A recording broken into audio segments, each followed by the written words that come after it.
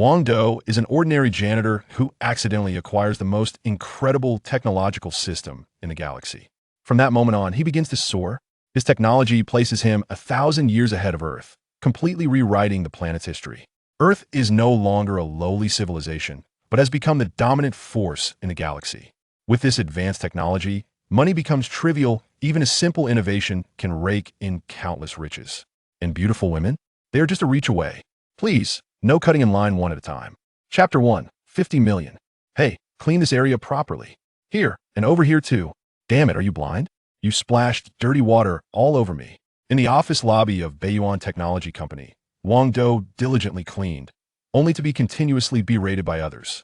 Janitors typically earn the lowest wages and hold the least status in any company. Stop showing off, I could do your lousy job too.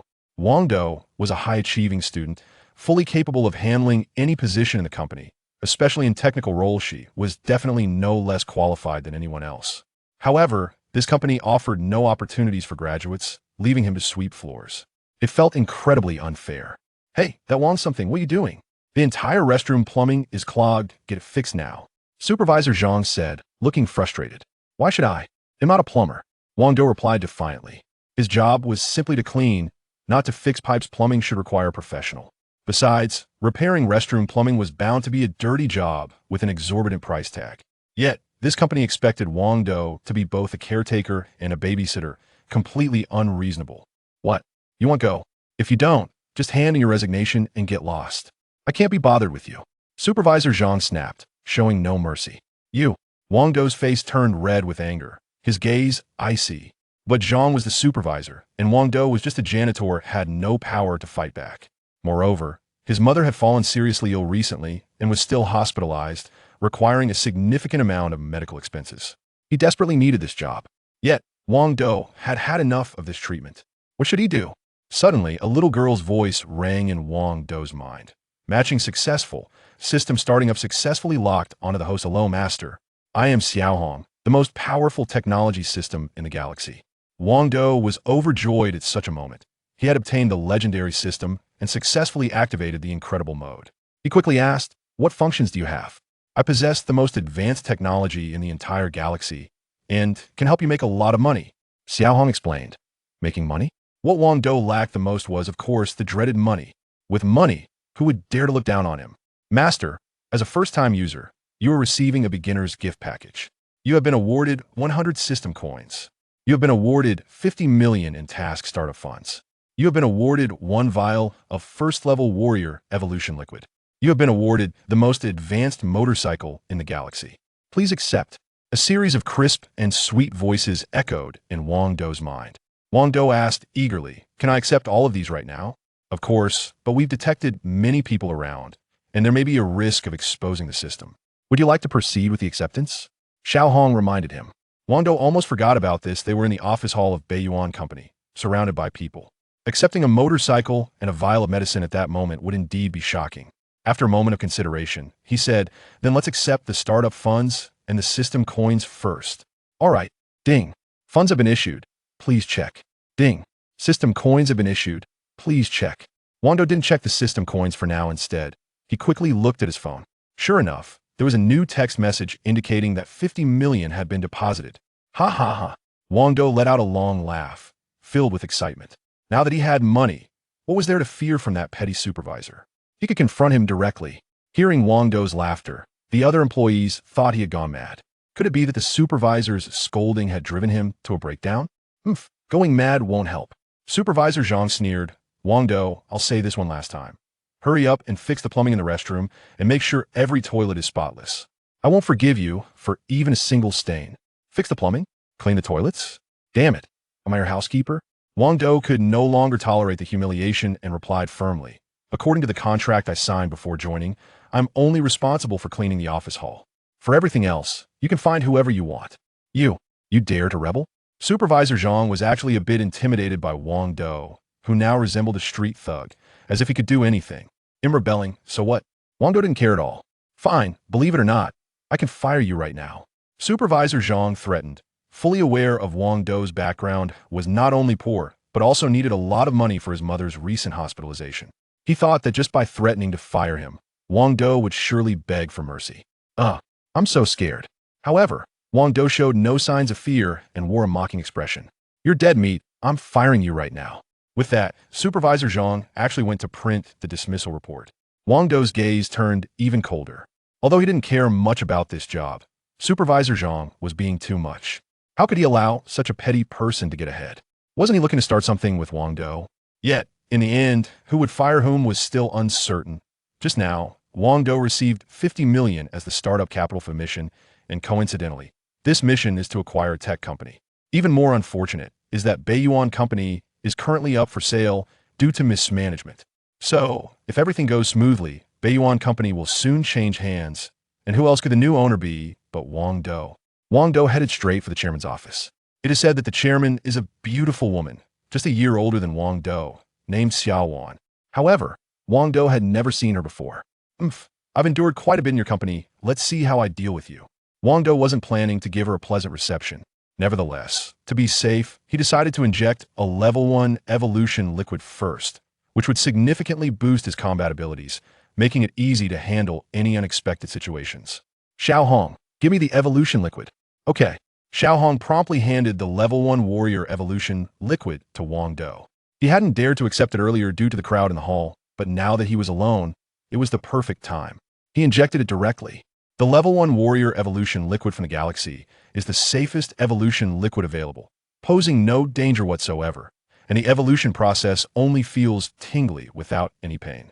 In just a few minutes, Wang Dou completed his evolution. His physical abilities were enhanced tenfold. His strength, speed, agility, and other attributes were all significantly superior to those of an ordinary person. Wang Dou was beaming with joy. Xiao Hong, what can I do with the system coins? He asked while making his way to the chairman's office. Xiao Hong explained, system coins can be used to purchase many great items from the system store. You can check it out yourself. Wang Dou quickly accessed the system store with his mind. He was shocked by what he found. The items were extraordinary. Artificial mechanical heart, worth 50 system coins. Small combat mech, worth 200 system coins. Parallel world teleportation wormhole, worth 500 system coins. Chapter 2. Who doesn't have money? There's no need to elaborate on the artificial heart or small combat mech, as they are high-tech products that don't exist on Earth yet. The parallel world teleportation wormhole, however, can transport people or items to a world parallel to Earth. Moreover, the Earth in front of him is the highest level world, and the parallel worlds are of a lower tier. Thus, Wang Dou could completely exploit this teleportation wormhole to control a parallel world and plunder its resources, including beautiful women. Wow, I'm going to get rich. Wang Dou was utterly astonished. Miss Ya, I can offer a maximum of 30 million for your company, and you must accompany me for a month, so I can enjoy myself. Just as Wang Dou approached the office, he overheard a man's voice seemingly threatening by Yuan's president, Xiaowan. Xiaowan, with her stunning figure and grace, was a goddess-level presence, making her the object of many desires. Wang Dou quickly turned to look at in the office. The man was fixated on Xiaowan's sensitive areas, his expression not only greedy but also self-assured. His name was Zhao Chong, the owner of a company rumored to be quite wealthy. No way, this price is too low. Xiaowan thought to herself. Her company was valued at 50 million, and there was no way she would agree to such a low acquisition offer, especially with the outrageous demands that followed. Nevertheless, her brows were tightly knitted. To prevent her company from collapsing, she had borrowed a significant amount of high-interest loans, and the deadline was fast approaching. If she didn't pay back, those loan sharks would stop at nothing: kidnapping, taking pictures, you name it. The only way out was to sell the company quickly. You better think this through, Zhao Chong said, reaching a hand towards Xiaowan's body, his eyes gleaming with impatience. However, Xiaowan felt cornered, with no escape in sight. Was today destined to be a nightmare? Tears welled up in her eyes. Bang! Wang Dou suddenly kicked the door open and declared, "Let her go. I'm here to acquire her company." Xiaowan quickly distanced herself from Zhao Chong, looking earnestly at Wang Dou, but her brows furrowed at the sight of him. He was just a cleaner from her own company. At that, how could he possibly save her? Wang Dou looked at Xiaowan and was momentarily stunned. Rumor had it that the chairman of Beiyuan Company was not only young, but also a stunning beauty. Wang Dou had dismissed it, but upon closer inspection, he realized she was indeed breathtaking. Proud yet captivating, her exquisite face, though slightly cold, sparked a desire to conquer. What did you just say? Xiaowan seemed not to have heard Wang Dou clearly. Are you deaf? Or did you really not hear me? I just said I want to acquire your company. Wang Dou replied coldly, determined to follow through on his earlier words of not giving Xiaowan a good attitude. Do you have money? Xiaowan asked, her face filled with doubt. What do you mean by that? How did you figure out I don't have money? Can it be written on my face? Just because I'm wearing a cleaner's uniform doesn't mean I'm broke. What kind of logic is that? Wang Dou looked at Xiaowan with disdain. I'm sorry, that's not what I meant.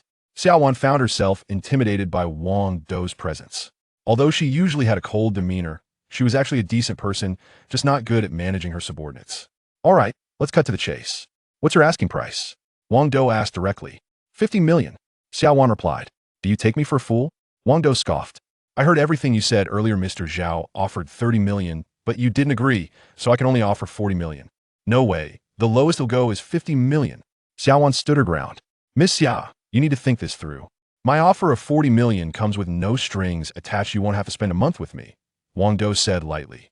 Xiaowan's face turned red at his words, surprised that Wang Dou had been paying such close attention. However, she still appeared hesitant. Wang Dou frowned slightly and said, how about I offer 50 million and you spend a month with me? 40 million, deal. Xiaowan could only grit her teeth and respond. This surprised Wang Dou a bit. It was impressive that Xiaowan was willing to give up 10 million for her dignity. All right, it's a deal. Next, Wang Dou began to sign the contract with Xiaowan. Although she still had her doubts about whether he had the money, she had no choice but to trust him now, otherwise she would face a month of humiliation. Wait, Zhao Chong suddenly interrupted the signing, saying, Kid, you're just a lowly janitor. How could you possibly have that much money? Get out of here and stop embarrassing yourself. Just because I'm a janitor means I have no money? Do you look down on janitors? Let me tell you, once the contract is signed, they'll transfer the money immediately, and you'll see. Wang Dou had always looked down on people like Zhao Chong, who, despite having some money, acted superior and had a terrible character. Fine, I'm waiting. Zhao Chong could not argue with Wang Dou, so he just waited to see him make a fool of himself. He didn't believe for a second that Wang Dou had money. He knew all the wealthy people in Shanghai City and had never heard of Wang Dou. Soon, Wang Dou finished signing the contract with Xiaowan. Zhao Chong impatiently said, the contract is signed. Hurry up and transfer the money, janitor. Wang Dou temporarily ignored Zhao Chong and read the contract again. He wasn't well versed in legal matters, so he needed to be extra careful. What's wrong? Can't transfer the money now? Just stick to being a janitor and stop pretending to be rich. Are you crazy? Get lost. Don't ruin my good deal. Zhao Chong, seeing that Wang Dou was taking too long to transfer the money, believed he had no money and started insulting him incessantly. Just wait and see. Once Wang Dou fully understood the contract, he thought to the system in his mind, Xiao Hong, transfer the money. Xiao Hong received the command, starting the transfer. The transfer is complete. At the same time, Wang Dou pretended to make a phone call, signaling for his secretary to start the transfer. Otherwise, if anyone discovered the system's existence, it would be problematic. Ding ding. Xiaowan immediately received a text notification that 40 million had been credited.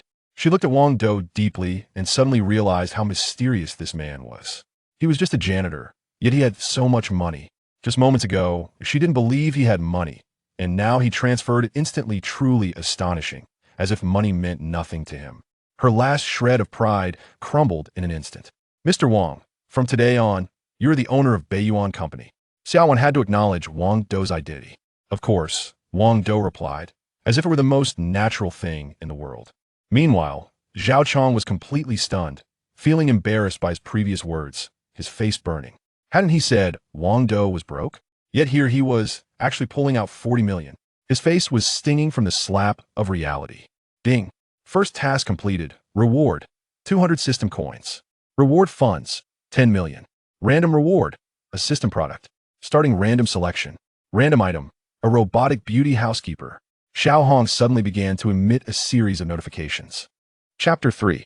The beautiful homeless. Regarding the task reward, Wang Dou was surprisingly dissatisfied. The newbie gift pack had just provided him with 50 million. And now he was only being rewarded with 10 million. Wasn't that a bit too little? However, after some reflection, he felt relieved.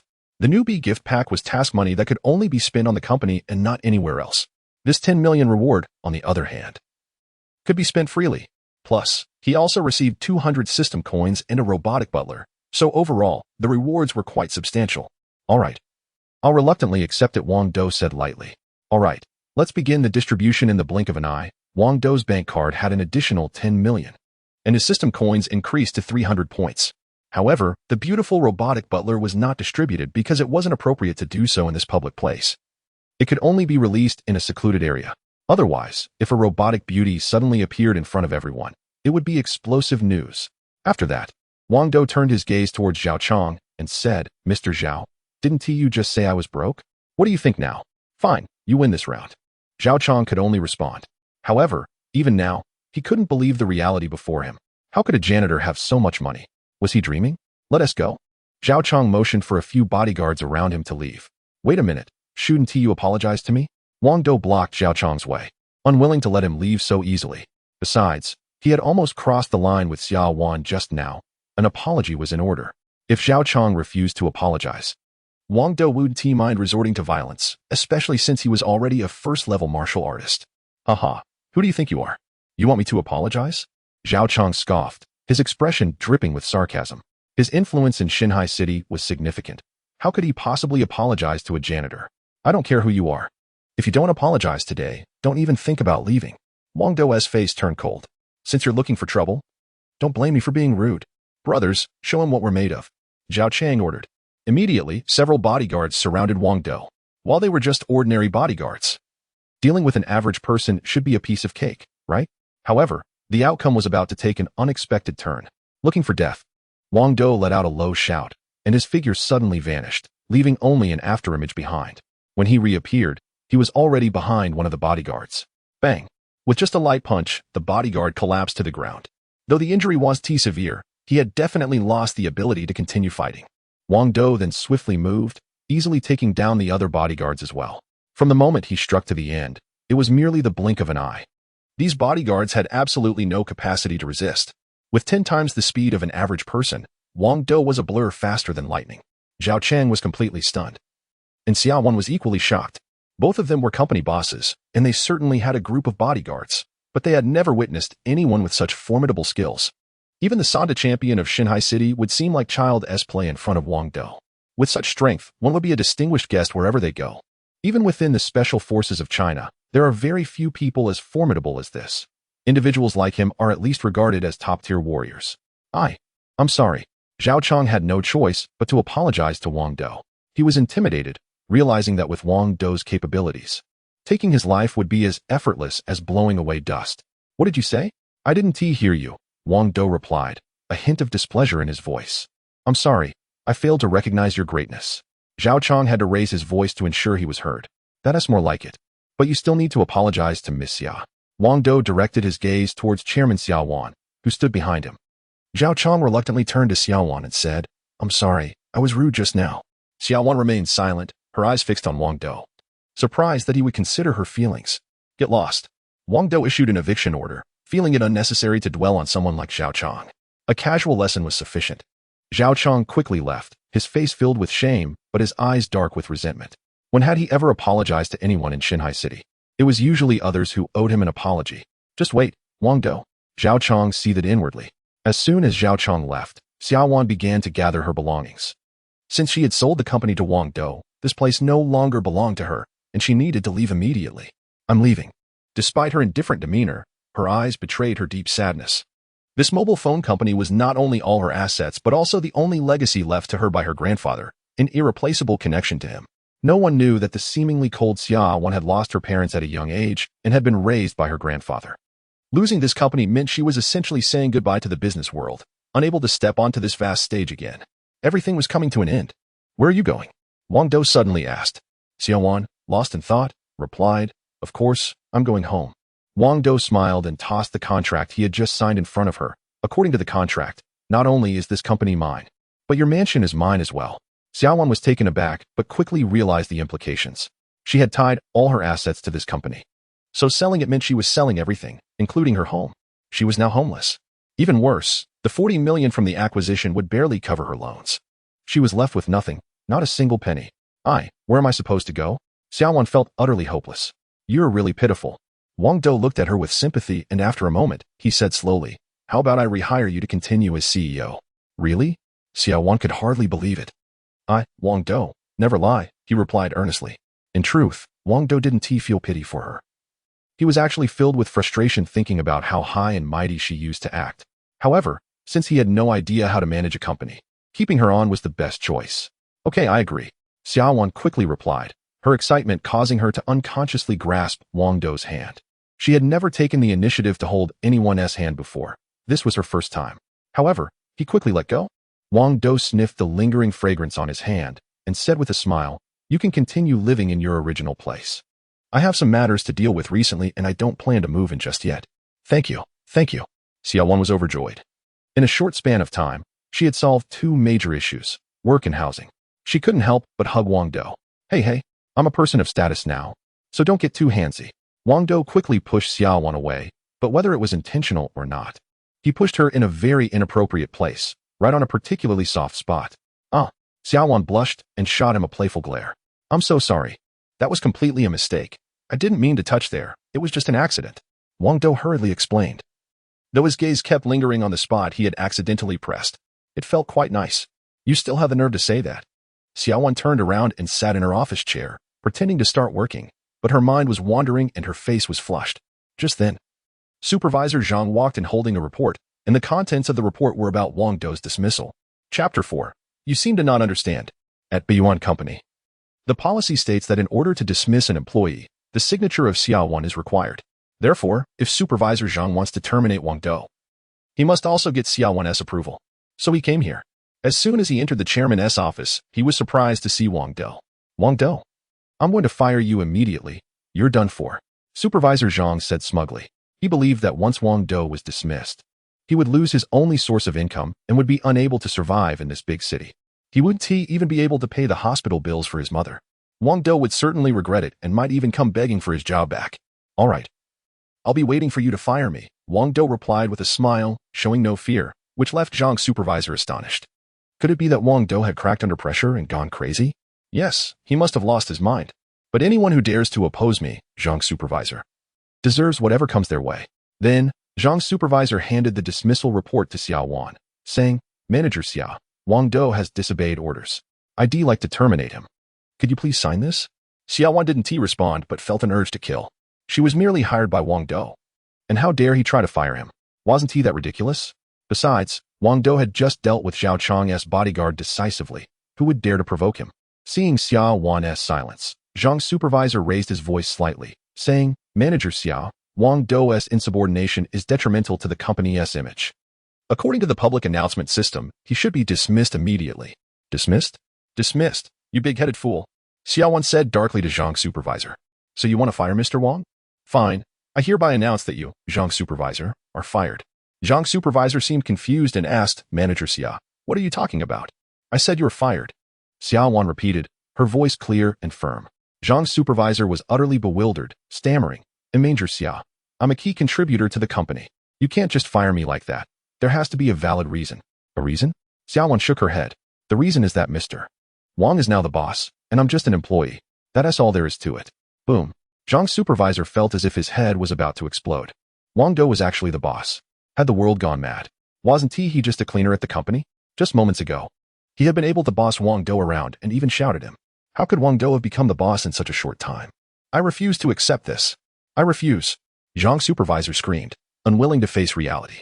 His comfortable life depended entirely on the salary and bonuses from B1 Company. If he were fired, he would go from being middle class to part of the low-income group. He wouldn't even be able to pay his mortgage.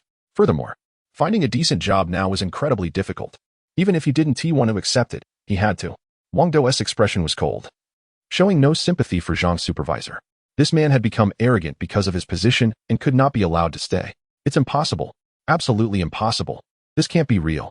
The security quickly arrived at the office and dragged Manager Zhang away, his screams echoing throughout the entire company. "Are you satisfied with how I handled it?" Xiaowan smiled at Wang Dou. "I suppose so." Wang Dou nodded slightly, putting on the demeanor of a boss. Being a boss isn't so bad after all. The once lofty and beautiful CEO now had to show him respect. Previously, Wang Dou had never dared to entertain any thoughts about Xiaowan due to the vast gap between them, but now everything had changed. Their roles had completely reversed. In the past, Xiaowan could order Wang Dou around at will, but now he could command her without hesitation. And who knows? If Wang Dou was in a good mood, he might even end up winning over the cold CEO. "Now, let us get down to business." Xiaowan suddenly adopted a serious expression, proving she was indeed a seasoned businesswoman. "Speak." Wang Dou also became serious.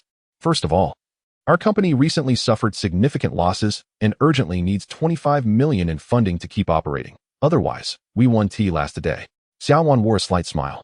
But to Wang Dou, she resembled a cold-hearted demon.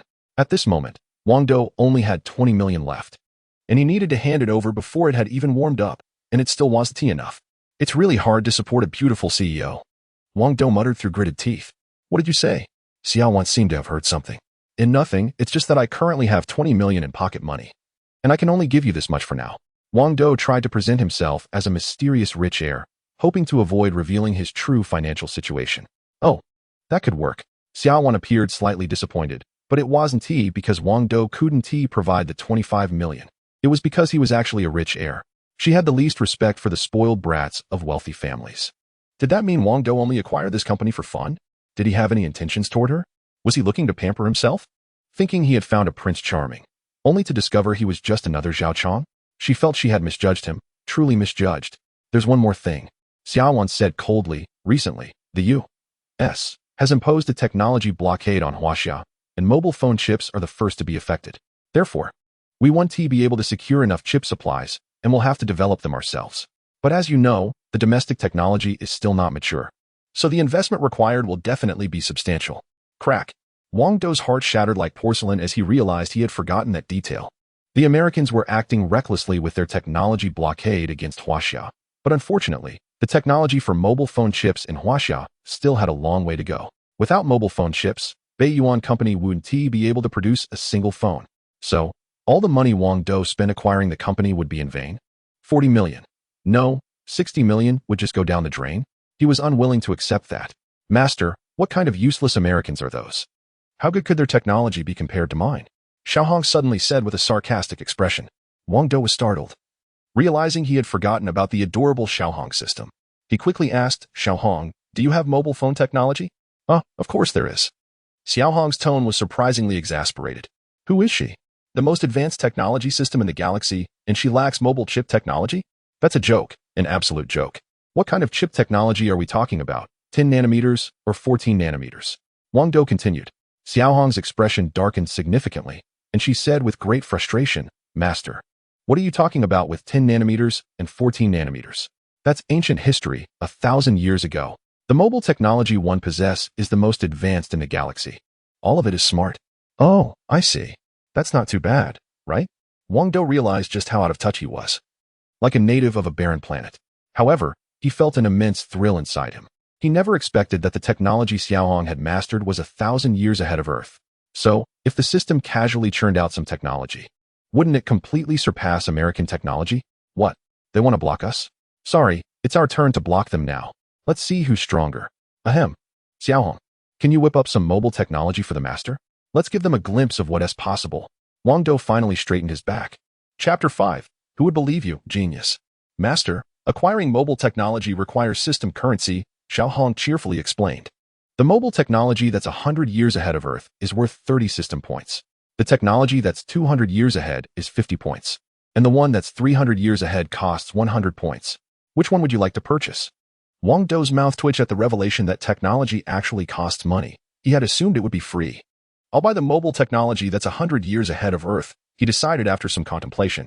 The reason he didn't opt for the more advanced technology wasn't because he was stingy with system currency, but rather because he feared that such cutting-edge technology might cause global upheaval. The technology that's 100 years ahead is already impressive enough. Purchase successful. 30 system points have been deducted. You now have 270 system points remaining, Xiaohong reported mechanically. At the same time, a USB drive unexpectedly appeared in Wang Dou's pocket. It was the mobile technology he had just purchased. Before he could bask in his excitement, Xiaohong continued, Master, what you just bought was only the technology. Would you like to purchase the production equipment as well? It was only then that Wang Dou realized the technology and production equipment were sold separately. What a scheming business model. Although he could theoretically manufacture the production equipment using the technology, it would take a lot of time, and Wang Dou was not willing to wait that long. Besides, if he had that time, he could produce more phones and make more money. Buying ready-made equipment seemed much more cost-effective. How many system points do I need for the production equipment? Wang Dou asked through gritted teeth. Xiaohong smiled brightly. The production equipment that's 100 years ahead of Earth costs 200 system points. Wang Dou nearly cursed out loud.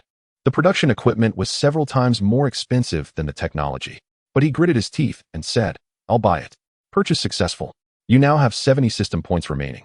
Xiaohong chimed, "Master, the equipment will be delivered to an unmanned warehouse in the city. You just need to send someone to pick it up. The location is." Due to the large quantity and size of the production equipment, it could only be delivered to an abandoned warehouse. Otherwise, it would be problematic if anyone saw it. All right.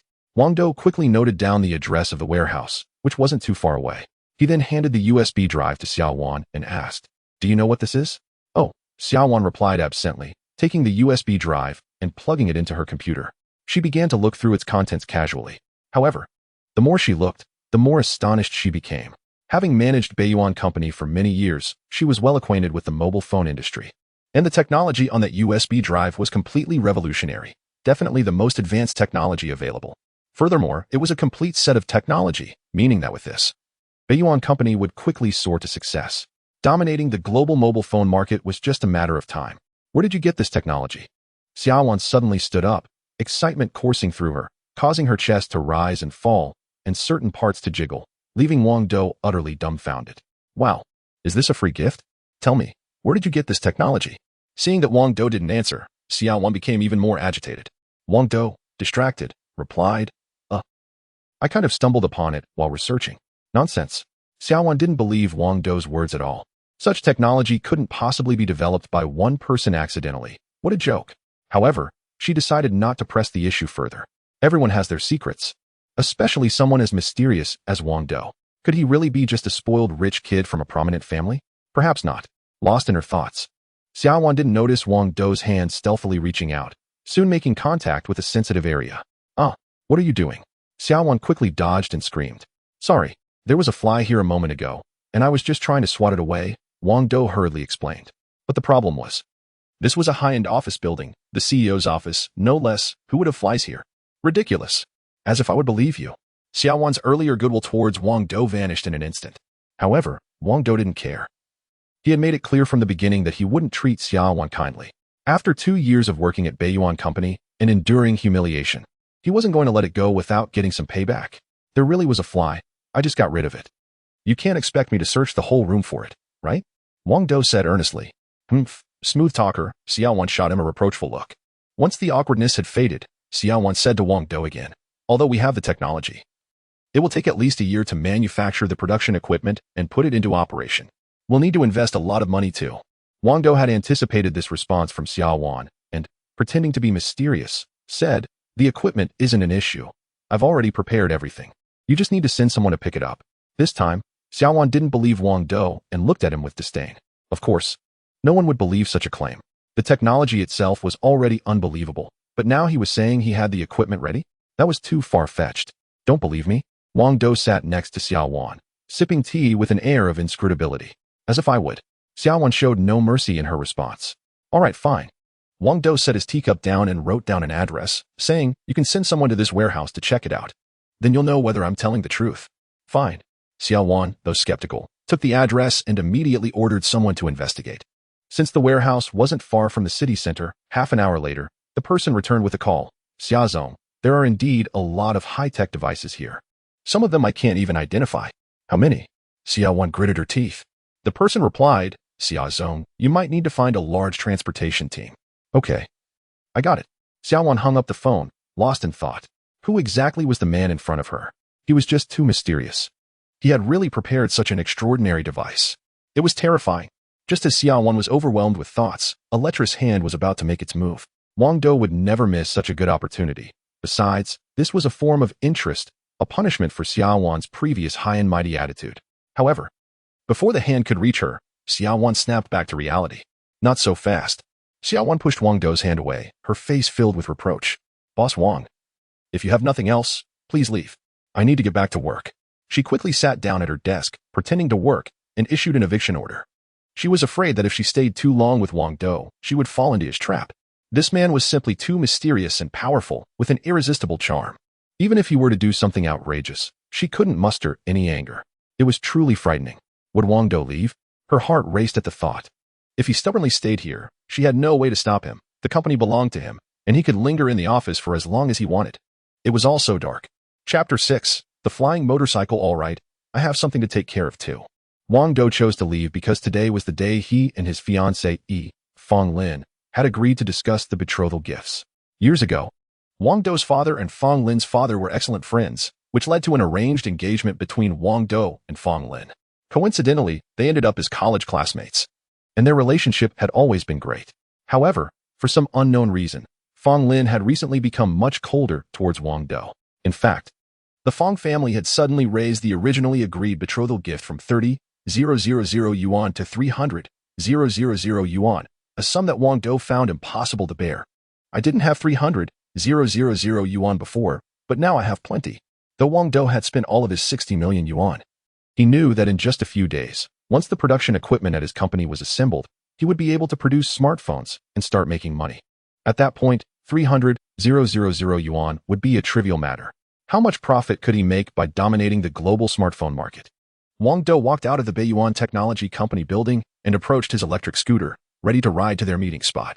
But then he remembered that there was still a motorcycle he hadn't picked up yet. He quickly turned to Xiaohong and asked, "Don't I have a stylish motorcycle waiting for me?" "Yes," Xiaohong replied cheerfully. "Great. Let us get it now." With no one around, Wang Dou decided to claim it. With this high-tech motorcycle, he would definitely impress Fong Lin's parents. Whoosh! A motorcycle suddenly appeared in front of Wang Dou. But it was a two-wheeled motorcycle. "A motorcycle?" Wang Dou complained. "With such an advanced system, you're giving me a broken motorcycle on our first meeting?" Xiaohong explained. "Master, this is currently the best motorcycle in the galaxy. It features the most advanced microenergy engine, which not only allows for supersonic flying speeds, but also releases a level 3 energy shield." "What?" Wang Dou exclaimed. "You mean this motorcycle can fly?" "Of course. Motorcycles in the galaxy can all fly close to the ground, but ours is the fastest and the safest," Xiaohong said, a hint of pride in her voice. "I love it." Wang Dou finally smiled, examining the motorcycle closely. It was an incredibly luxurious vehicle with exquisite paintwork and design. The two large exhaust pipes showcased its powerful performance, and its size was only slightly larger than that of a typical motorcycle. Originally, motorcycles in the galaxy didn't have wheels because they didn't need them. They could fly directly above the ground. However, the system had intentionally equipped this motorcycle with two wheels to accommodate Wang Dou, so it could both fly and drive on land. "What is its name?" Wang Dou eagerly started the motorcycle, which emitted a deep, powerful engine sound. "Master, it's called Lifeng Strong Wind." "Okay, Lifeng, let us go." Virum. Wang Dou pressed the throttle, and Lifeng shot forward. But due to his lack of experience, he lost control of the speed. In the blink of an eye, he had sped several kilometers and crashed headfirst into a wall. However, the 3-level energy shield of the windbreaker activated instantly, smashing a large hole in the wall, while Wang Dou and the windbreaker remained unharmed. Wang Dou rode the windbreaker directly to the agreed meeting place with the Fong family, leaving the second-hand electric bike abandoned forever. On the way, Wang Dou received a phone call from his mother at the hospital. "Xiao Dou, I'm not feeling well, so I can't accompany you to meet Fong Lin's family. But your Uncle Fong and your father are good friends, so you must be respectful, okay?" "Yeah, I will," Wang Dou replied earnestly. His mother had a heart condition and couldn't handle any stress, which is why he hadn't told her about his recent acquisition of a company. This was also the reason he hadn't moved into Xia Wan's luxurious mansion yet. In short, all surprises or unhappy matters could only wait until his mother recovered. "Xiao Dou, I'm sorry, I couldn't raise the 300,000. His mother's voice was filled with guilt. However, she had already done her best. Wang Dou's father passed away 10 years ago, and since then, his mother had been supporting the family on her own. Achieving this much was already impressive. "Mom, it's just 300,000. I have plenty of money," Wang Dou said proudly. "Xiao Dou, you're bragging again. That is not a good habit. People will laugh at you." His mother replied with a chuckle. "I, Xiao Dou, never brag," he said with a smile as well. Soon, Wang Dou arrived at the meeting place. But due to the time constraint, he hadn't had a chance to change clothes and was still in his janitor's uniform, which felt a bit awkward. The place was an upscale bar, and Wang Dou had never been to such a venue before because it was far too expensive. Even the cheapest drinks cost over 100 yuan. However, the Fong family was somewhat well off and didn't mind this expense. Upon reaching the reserved table for the Fong family, he found Fong Lin's parents and Fong Lin sitting there. However, both Fong father and Fong mother wore stern expressions, especially when they saw Wang Dou in his work attire, which elicited clear disdain from them. "Uncle, aunt, hello," Wang Dou greeted first. But Fong mother continued to crack sunflower seeds, completely ignoring him, while Fong father only nodded after a long pause. Wang Dou felt helpless and could only nod at Fong Lin and sit across from her. Xiao Wang, have you prepared the 300,000? Fong mother asked directly. Aunt, don't worry, I'll have it ready in 5 days, Wang Dou replied confidently. Once his company began production, selling a few batches of phones would easily surpass 300,000. 5 days? I doubt you could prepare it in 10 years. You're just a janitor. How are you going to save up that much? Fong mother sneered. Listen, Xiao Wang, our families have a good relationship, so I want to require you to buy a house, but the 300,000 betrothal gift is non-negotiable. If you can't provide that, I'll just introduce my daughter to someone else. There are plenty of wealthy suitors interested in her. Fong mother clearly didn't believe Wang Dou's words and showed no respect for him. It's just money. I have more than enough. Wang Dou felt a bit angry. Bragging, keep on bragging. Fong mother continued munching on her sunflower seeds, looking down on him. Mr. Fong's attitude towards Wang Dou has changed significantly. He said, Xiao Wang, you need to be honest. If you can't come up with the 300,000, just say so. Don't keep us waiting. Look at Xiao Lin. She's not getting any younger. We can't keep waiting for you, can we? Wang Dou finally frowned. Although the Fong family used to look down on him, they still spoke with a degree of respect. Today, however, their attitude had completely flipped 180 degrees. He could only turn to Fong Lin and ask, Xiao Lin, what do you think about our relationship? Chapter 7. A sour nose from what I gathered from my parents. As long as you have 300,000 ready, I'll marry you. Fong Lin's hesitant demeanor resembled that of a shy little girl, but it was all an act. She wasn't really a timid person. Fine. Wang Dou was genuinely angry this time.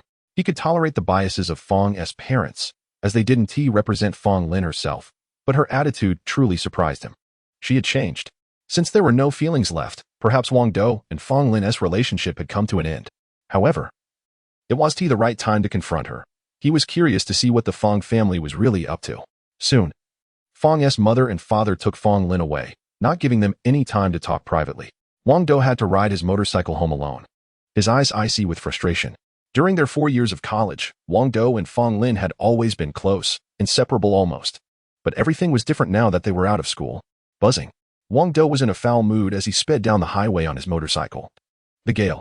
His speed soared from 80 to 100, then shot up past 300, racing like a gust of wind. However, the Gale was indeed the most advanced motorcycle in the galaxy. Not only was it fast and safe, but its sunglasses even had a neural control function, allowing Wang Dou to maneuver effortlessly even at high speeds. Stop. Damn it. You're speeding. You're speeding. A large group of police officers was tailing him, desperately trying to catch up to Wang Dou, who was speeding far too recklessly. But how could ordinary police cars catch up with the Gale? They could only follow behind. Gasping for air, suddenly, a four-wheel drive appeared directly in front of him, coming at him head-on in the wrong lane. It was clearly intentional. But it wasn't a police car. It was someone else. This had to be Zhao Chong making a move. Although Zhao Chong had apologized to Wang Dou and Xiao Wan, he surely bore a grudge. His influence was vast, and hiring a few thugs would be a piece of cake for him. Moreover, his business involved mobile phones. He would never allow Wang Dou to take control of Biyuan Company easily. However, this time he was destined to fail. Wang Dou was riding the Gale, equipped with a level 3 energy shield. It's over. This kid is done for. I told him not to speed, but he wouldn't listen. Now it's too late to regret. The police chasing behind had no idea how powerful the Gale was. They thought it was just an ordinary motorcycle and felt pity for Wang Dou. Bang!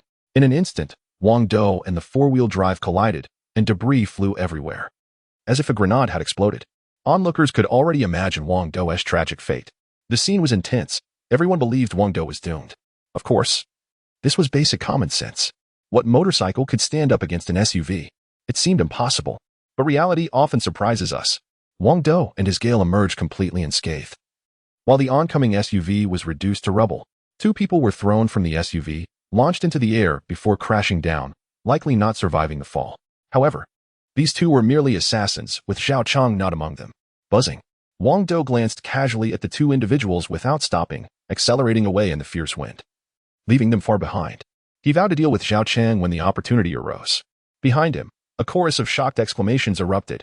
Impossible. Absolutely impossible. How could a motorcycle possibly damage an SUV? That motorcycle rider must be a superhero. Soon after, major video platforms and even a television station aired the unbelievable footage, leaving viewers in awe, convinced that the motorcycle rider was either a superhero or a master from another realm.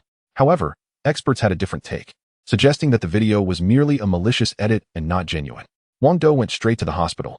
His mother lay on the hospital bed, looking haggard, with not a single family member around to care for her. The nutritional supplements by her side were the cheapest items Wang Dou had bought recently, including some nearly expired milk and discounted fruit. His heart ached at the sight. Xiao Dou, how's the betrothal money coming along? Wang Mother's first question was about Wang Dou's future, as marriage is a significant milestone in life. The betrothal, it's still 300,000. But don't worry, I can manage to gather it. Wang Dou wasn't sure how to respond, so he said that instead. Wang Mother's eyes immediately dimmed. She knew her son's situation well. Forget 300,000, even 100,000 would be hard to come by.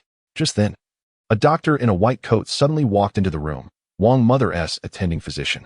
You must be Wang Dou. The doctor sneered. What's the matter? Wang Dou frowned slightly, unsure of what he had done to offend the doctor. Oh, it's nothing serious, just that your mother's condition has worsened. And she needs surgery. The doctor retorted sarcastically. Why? Wang Dou was confused. His mother's condition had already passed the critical phase, and she could recover with medication. How could it suddenly worsen? The doctor pointed at the food beside Wang Mother and said, because you, this poor guy, only bought her low-quality food that has no nutrition. You. Wang Dou was infuriated. In reality, it wasn't about the food. It was the doctor's negligence. After all, how much more nutrition could abalone and shark fin provide compared to ordinary food? Moreover, Wang Mother's illness didn't require any special nutritional support. Isn't it your job to take care of her? Wang Dou's expression darkened. How can you speak like that? Who isn't taking care of her? It's not my fault. It's because you're too poor to buy high-quality food. That's the main issue. The doctor continued to rant. Assuming Wang Dou was just a janitor who didn't understand hospital protocols. If a high-status individual were present, he wouldn't dare speak like this. There's a saying, a horse is judged by its saddle, a person by its clothes. Wang Dou, still wearing his janitor uniform, was an easy target for scorn. Stop wasting my time and just tell me what to do. Wang Dou didn't want to discuss whose fault it was with the doctor. He just wanted to know what actions to take. Given the current situation, surgery was the only option, but the success rate was less than 30%. And it was extremely expensive. The doctor adjusted his glasses, appearing quite refined. With such a low success rate, Wang Dou was definitely not going to choose surgery. Master. Medical technology is still a form of science, Xiao Hong suddenly reminded him. In that moment, Wang Dou had an epiphany. Science encompasses everything from mobile technology to medical advancements. So Xiao Hong could definitely help him resolve this issue. Great. What do I need to do to help my mother recover? He asked eagerly. It's simple. You just need to purchase the heart repair potion, which only costs 10 system coins, she replied. All right, I'll buy it. Ding. Purchase successful. 10 system coins deducted. You now have 60 system coins remaining. Suddenly, a potion appeared in Wang Dou's pocket, a clear, colorless vial. Chapter 8. I bet the surgery for Wang Dou costs 200,000. Do you really have the money? The doctor looked at Wang Dou with disdain. He had seen plenty of poor people, but he had never encountered one who dared to be angry with him. Little Dou, we're not going to have the surgery. Upon hearing the price, Wang Dou's mother immediately made her choice. Haha, without the surgery, you're always at risk. You have a heart condition. The doctor mocked Wang Dou's mother, then turned to Wang Dou and asked, so, are you going for the surgery or not? This is just a minor issue. I can treat it myself, Wang Dou replied, his expression now filled with disdain. It's just a heart problem. What's the big deal? After all, he had a system to rely on. I must be hearing things. You can actually treat illnesses? The doctor said with a mocking expression. How about we make a bet? If I cure her, you kneel before me. If I can't, then you can do whatever you want, Wang Dou said with a smile. The doctor, not believing that Wang Dou could actually treat anyone, immediately replied, deal. At that moment, their argument drew the attention of other doctors, who frowned upon seeing who was involved. This particular doctor had the worst reputation in the hospital. Not only did patients dislike him, but even other doctors couldn't stand him. However, it was rumored that he had connections with the hospital director. Don't be afraid of him, young man. He is a quack, and you're definitely better than him. Defeat him and make him kneel before you. We'll all applaud you. Although the other doctors didn't believe Wang Dou could actually treat anyone, they all supported him in winning. The doctor felt a flush of heat on his face and shouted, hurry up and treat her. If you can't, you kneel. Humph. Wang Dou snorted coldly, pulling out a vial of medicine from his pocket and starting to inject it slowly. Throughout the process, Wang Dou's mother supported him wholeheartedly, her face filled with trust. The vial of medicine immediately caught the attention of the other doctors because it was colorless, and they had never seen anything like it before. Could it be water? Definitely not water. Even if it were water, you could see it, but this vial looks like it's vacuum sealed. Could it be air? Are you blind? It's clearly being injected. How could it be air? Everyone was shocked, except for the doctor who had bid against Wang Dou, who remained unconvinced. Soon, the injection was complete. Wang Dou's mother felt a warm sensation throughout her body, but it wasn't an unpleasant heat. It was a very comfortable warmth that quickly concentrated in her heart area. She felt the cells in her heart moving vigorously, but when she placed her hand over her heart, she couldn't feel any movement. About 10 minutes later, Wang Dou's mother suddenly stood up and exclaimed, "I'm better." Impossible. The doctor couldn't believe it, thinking Wang Dou's mother was lying. However, after conducting a thorough heart examination, he indeed found that she was completely healed. How is this possible? The doctor was left dumbfounded. "You lost. Now kneel before me," Wang Dou said coldly. "Haha, you took my words seriously? Who do you think you are? You're just a janitor, and my monthly salary is 10 times yours. Do you even have a car or a house? You have nothing. Just a part of the lower class of society, while I am an elite." This doctor looks down on Wang Dou. How could he possibly kneel? Wang Dou's eyes darkened as he stepped toward the doctor, exuding the powerful aura of a first-level warrior, creating an intimidating presence. He was as fierce as a beast. What do you want?" The doctor finally began to tremble in fear, but he still wouldn't kneel. "To kill you." Wang Dou simply uttered these 2 words, causing not only the doctor to shudder but also startling everyone else around. This young man, though not particularly handsome, seemed truly capable of murder. Thud. The doctor finally knelt down, trembling as he said, "I was wrong." What a relief. Such a scoundrel shouldn't just kneel. He should be fired. The other doctors cheered, and some even took out their phones to record the moment. Within a short time, the video spread across major platforms and caught the attention of the hospital director. The director, embarrassed and fearing an investigation, quickly fired the doctor. When the doctor was let go, the other doctors and patients surprisingly celebrated together. It seems that no matter where you are, bad people will always be bad people, and neither colleagues nor others can accept them. In an exceptionally luxurious residence in Shanghai City, Xiaowan looked at the video with curiosity, and when she saw that the protagonist was Wang Dou, she couldn't help but smile broadly. First, she discovered another secret about Wang Dou. Second, she realized that Wang Dou had a mother. Maybe it was time to pay her a visit? Of course, it was mainly to maintain her relationship with her boss, nothing more. Since Wang Dou's mother had recovered from her illness, there was no need for her to stay in the hospital, so Wang Dou took her home. Soon, Wang Dou's mother prepared a lavish meal, and they began to eat together, during which she couldn't help but ask about Fong Lin. Wang Dou replied directly, "I think my relationship with Fong Lin is coming to an end. Don't be silly, it's just 300,000. If you and Mom work a little harder, you can definitely save enough." His mother thought it was about money. Wang Dou clarified, "It's not about money, it's about feelings. We aren't short on cash. I want a 50 million jackpot and use that money to acquire a company." His mother reached out and touched Wang Dou's forehead, saying, "You're not running a fever. All right, let's not talk about Fong Lin anymore. If you really don't like her, I can introduce you to someone better." I don't need anyone for now. I just started dating a CEO today." Wang Dou had already set his sights on Xiaowan as his girlfriend. Child. It's not good to boast. His mother's expression darkened. Wang Dou never used to boast as a child. What happened now? Finally, the queen mother couldn't take it anymore. She twisted Wang Dou's ear and dragged him into the bedroom, insisting he take a rest. "I'm not exaggerating," Wang Dou said with a helpless expression. "Master, you still have a random item to claim from your first task," Xiao Hong suddenly reminded him. It was then that Wang Dou remembered that random item was a beautiful mechanical maid. "All right, give her to me now." Although this random item seemed somewhat useless, it was a gift, so of course, he would accept it. In the next moment, a stunning mechanical maid in a maid outfit appeared. If Wang Dou hadn't known beforehand that she was a robot, there was no way he could have observed or even touched her without realizing she was artificial. She looked exactly like a real person, and her skin felt even better than that of a real human. "Master, my name is Xiaomei, and I am your personal maid." Xiaomei's voice was soft and alluring, instantly igniting a rush of excitement. "What can you do?" Wang Dou asked eagerly. Xiaomei blinked and replied, "Master, I can handle all household chores and fulfill all your needs, everything." Chapter 9. Helplessness. Wang Dou simply couldn't take it anymore. Since Xiaomei could satisfy all his needs, why bother being polite? An evil hand reached out towards Xiaomei's delicate body, ready to indulge in some wonderful experiences. However, Wang Mu unexpectedly walked in, her expression darkening. Wang Dou quickly withdrew his hand, feeling quite embarrassed. Wang Mu curiously glanced at Xiaomei and asked, "Xiao Dou, is this the girlfriend you mentioned, the CEO?" Wang Dou didn't dare to lie in front of his mother and confessed, "She's not my girlfriend. She's just a robot." Wang Mu approached Xiaomei and touched her, but she couldn't tell at all that Xiaomei was a robot. To Wang Dou's surprise, she even wanted to take her out for dinner. "Xiaomei, don't be shy at Auntie's house. Just tell me what you want to eat."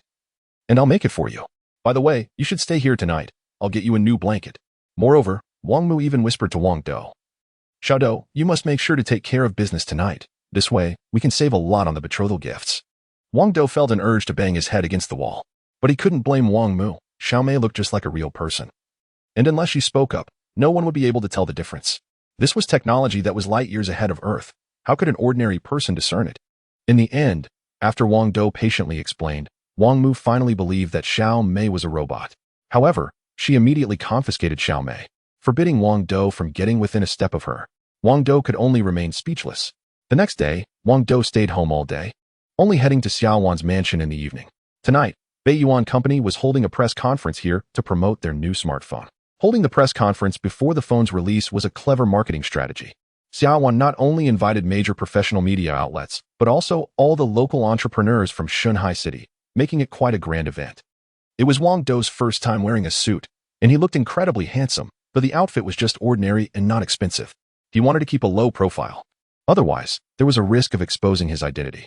Still, he attracted a lot of attention from beautiful women, forcing him to quickly find a corner to hide in. The crowd of beauties was overwhelming. Didn't they fear the crush? What if certain silicone-filled areas burst under pressure? Suddenly, a familiar figure caught Wang Dou's eye. Who else could it be but Fong Lin? Xiaolin, you're here too?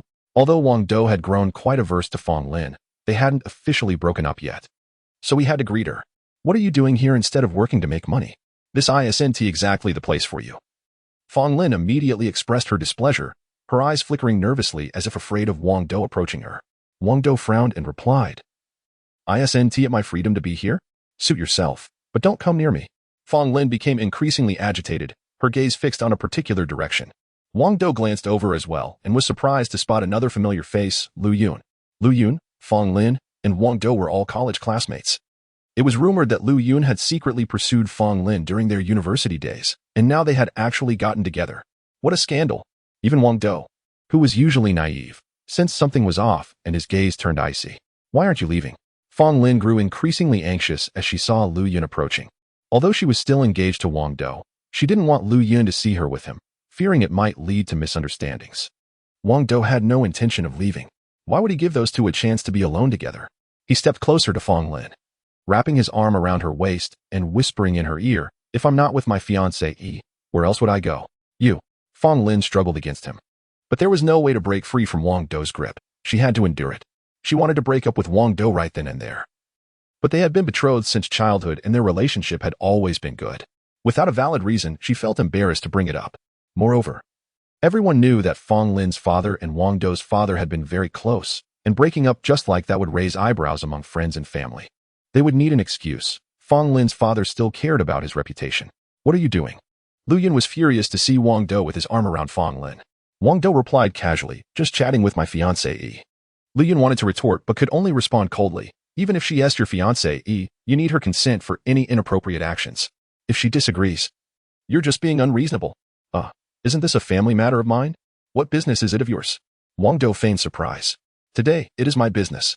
Lu Yun was very fond of Fong Lin, and since she had promised to break up with Wang Dou in 4 days, he couldn't accept anything inappropriate happening between them. Not even a casual embrace, let alone Wang Dou whispering in Fong Lin's ear. Haha. Wang Dou laughed heartily, showing no intention of letting go and becoming even more audacious. Fong Lin let out an involuntary gasp, feeling weak under his hold. You. Lu Yun was at a loss, his face turning pale. But he could only leave in anger. As soon as Lu Yun was gone, Fong Lin desperately pulled Wang Dou's arm away and shouted, "Wang Dou, you're so despicable." "Despicable?" Wang Dou snapped back. "You're my fiancée. Do I not have the right to hold you? There are a lot of people here. You're not afraid of embarrassment." "But I am." Fong Lin defended herself. "Who else is here besides Lu Yun?" This was a corner with only the 3 of them. Lu Yun was a classmate. So could it really be considered embarrassing in front of him? "Enough." Fong Lin screamed. "Wang Dou, remember your promise. If you can't prepare 300,000 in 4 days, we're breaking up." "All right." Wang Dou replied seriously. In fact, even without Fong Lin bringing up the breakup, he could propose it now. Because she was the one in the wrong, not him. But since he wanted to make a point, he would make it count. The Fong family has been looking down on Wang Dou for being broke, but in just 4 days, they'll see what real money looks like. Lu Yun's family has assets worth millions, right? If they knew that Wang Dou's net worth is now at least 60 million, what would they think then? To give up someone worth 60 million for a mere few million in assets is utterly foolish. Moreover, Wang Dou has a system, which means that his worth won't just stop at 60 million. It could soar to 60 billion, 600 billion, or even make him the richest person in the galaxy. The Fong family has let go of a tremendous opportunity. After that, Fong Lin lost interest in attending the press conference and left directly. At 8 p.m., the event started on time. Today, Xiaowan didn't wear a business suit. Instead, she donned a stunning red qipao that accentuated her figure to perfection and exuded an air of nobility. Under the spotlight, she was even more captivating. As soon as she appeared, she stunned everyone, leaving the big shots and the audience drooling. However, winning over a woman like Xiaowan is incredibly difficult. As she belongs to the same echelon as those in the audience, she is a business mogul herself. Chapter 10. Unbelievable. The press conference officially begins.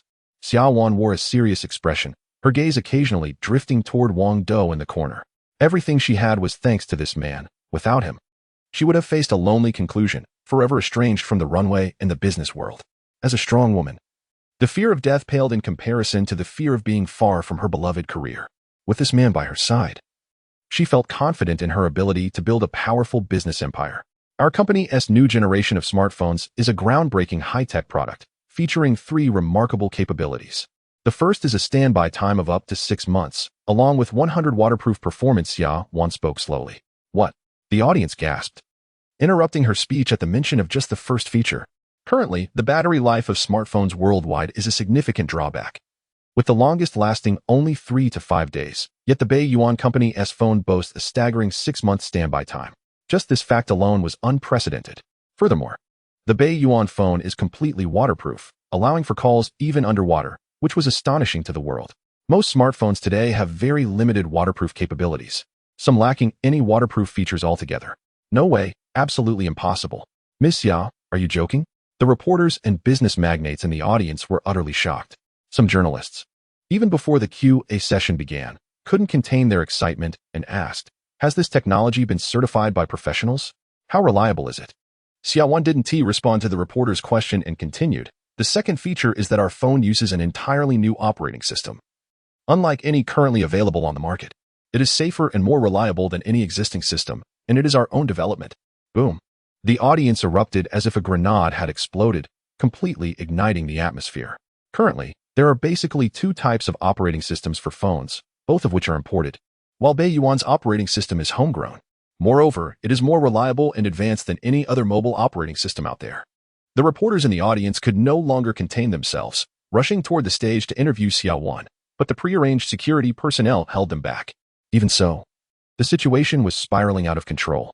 Xiaowan felt a slight sheen of sweat on her forehead. She was very nervous. When she finally received the performance data of the phone from Wang Dou, it took her a long time to choose to believe it, as it was too revolutionary. The third feature is that our phone can conduct holographic 3D video calls. Xiaowan quickly announced the final capability, fearing that if she took too long, the situation would completely spiral out of control. However, as soon as she said this, chaos erupted. A throng of reporters surged onto the stage like crazed fans, desperate to interview Xiaowan. The prearranged security was utterly overwhelmed. It's over, it's really over. Captain Song, the security guard who had been pushed aside, watched in horror as a crowd surged towards the runway, realizing that Manager Xiao was likely to get hurt. Xiaowan's face was pale as well. She used to be the daughter of the Xia group and was well aware of the frenzy that uncontrolled reporters could unleash. As people pushed forward, the ones in front were helplessly shoved into the spotlight, leaving Xiaowan with no way to retreat. The frenzied reporters broke through the defenses and surged towards her like a flood. If nothing unexpected happened, she would definitely get hurt today. In fact, it could even threaten her life. Her complexion turned completely ashen suddenly. A familiar man appeared before her, standing like an ancient tree, and by merely being there, he managed to hold back the tide and create a barrier between her and the crowd. No one could advance even an inch, as if they had hit a wall. This man was Wang Dou. As a first-level martial artist, it was not difficult for him to block a group of out-of-control reporters. Xiaowan looked at Wang Dou, deeply moved. This was the second time he had saved her. Just a few days ago, if it hadn't been for Wang Dou, Xiaowan would have surely fallen victim to Zhao Chang's schemes, and not only her body, but even her company would have been acquired at a ridiculously low price. Could this man really be a hero sent by heaven just for her? Xiaowan smiled warmly. Wang Dou extended a powerful arm around Xiaowan's slender waist, causing her to shiver, yet she did not resist. I'll carry you away, Wang Dou said. Lifting Xiaowan with one arm, while using the other to part the crowd, forcing his way out and quickly heading into the master bedroom of the luxurious house. Behind them, the crowd was left dumbfounded. Who was the man carrying manager Xia? Could he be her boyfriend? It seemed this was going to be yet another sensational news story. After all, despite the poor profits of Xiaowan's company in recent years, she was still recognized as the most beautiful woman and the coldest goddess in Shanghai City. The reporters hurriedly wrote up the story and sent it to major websites. Meanwhile, the business tycoons and second-generation wealthy heirs were gritting their teeth in frustration. How could an ordinary man possess Xiaowan? Did he even deserve it? How infuriating. How does it feel? In the bedroom, Wang Dou still held onto Xiaowan's waist with one hand, unwilling to let go, while the other hand had somehow found its way closer to her, causing her some dissatisfaction. It would be better if your clothes were a little thinner, Wang Dou said with a smile. Humph. Xiaowan wriggled free from Wang Dou's grasp and declared, to ensure my safety, you'll stay here tonight. But you'll sleep on the sofa in the living room while I take the bed. This is my home, after all. Wang Dou had acquired this place when he bought Beiyuan Group, and Xiaowan was merely staying here temporarily. Realizing this, Xiaowan could only grit her teeth and say, I'll sleep on the sofa, and you can have the bed, but it's filled with my bedding and some clothes, so don't get too carried away. Hee hee. I won't dirty the sheets you've slept on. Wang Dou smiled as he walked towards the bedroom, but after a moment's thought, he said, forget it. I can't let a beautiful woman sleep on the sofa. I should take it instead. All right. Xiaowan was quite straightforward, quickly entering the bedroom and closing the door behind her. The press conference of B1 Company quickly spread without a doubt, reaching Zhao Chang in no time. In his office, Zhao Chang respectfully addressed the American in front of him, saying, Mr. Smith, you must have heard about Beiyuan Company's press conference. Their technology seems quite impressive. Haha. Smith laughed heartily, replying, Mr. Zhao, rest assured, no country's technology is stronger than ours, and your Huaxia isn't an exception. The Beiyuan Company's press conference is just hype. You understand? Yes, you're absolutely right. Zhao Chang smiled. But no one knew that he had taken American citizenship a year ago and was now a mobile phone agent for the Huaxia region, with the goal of dominating the entire mobile phone market. Of course, the main strategy was technology blockade. Mr. Zhao, you can rest easy. Our first step is to block mobile phone technology, and next, we will also block computer technology, Smith said with confidence. His company in America specialized in mobile phones and computers, and they had already begun planning this move to maximize their profits. In addition, Beiyuan Company's press conference sparked a huge public outcry, with major radio stations, online platforms, and even people on the streets discussing the events from the previous night. However, most people were skeptical, as the mobile phone technology being presented was simply too unbelievable. Chapter 11. Rich at last. Most people were skeptical about the press conference held by Beiyuan Company, dismissing it as outrageous hype. Claims of a smartphone with a standby time of up to 6 months. The most powerful self-developed operating system and technology for holographic 3D video calls seemed utterly unbelievable. One claim more incredible than the last. Was it still the 21st century? Had Beiyuan Company wandered into the wrong scene? Shouldn't such technology be decades or even centuries away? Impossible. Absolutely impossible. However, a small number of people chose to believe, placing their orders for Beiyuan's phones 4 days in advance. Despite the new phone's hefty price tag of 600 yuan, their enthusiasm remained unshaken. Due to Beiyuan's currently limited production capacity, the available stock was extremely scarce, with 2/3 gone in just half a day. This meant that by the time the new phone was officially launched, only 1/3 of the inventory would be left for sale. Have you all lost your minds? You actually believe in the shameless hype? I bet you, if those specs are real, I'll go live and eat dung. Those who doubted Beiyuan Company regarded the buyers as fools.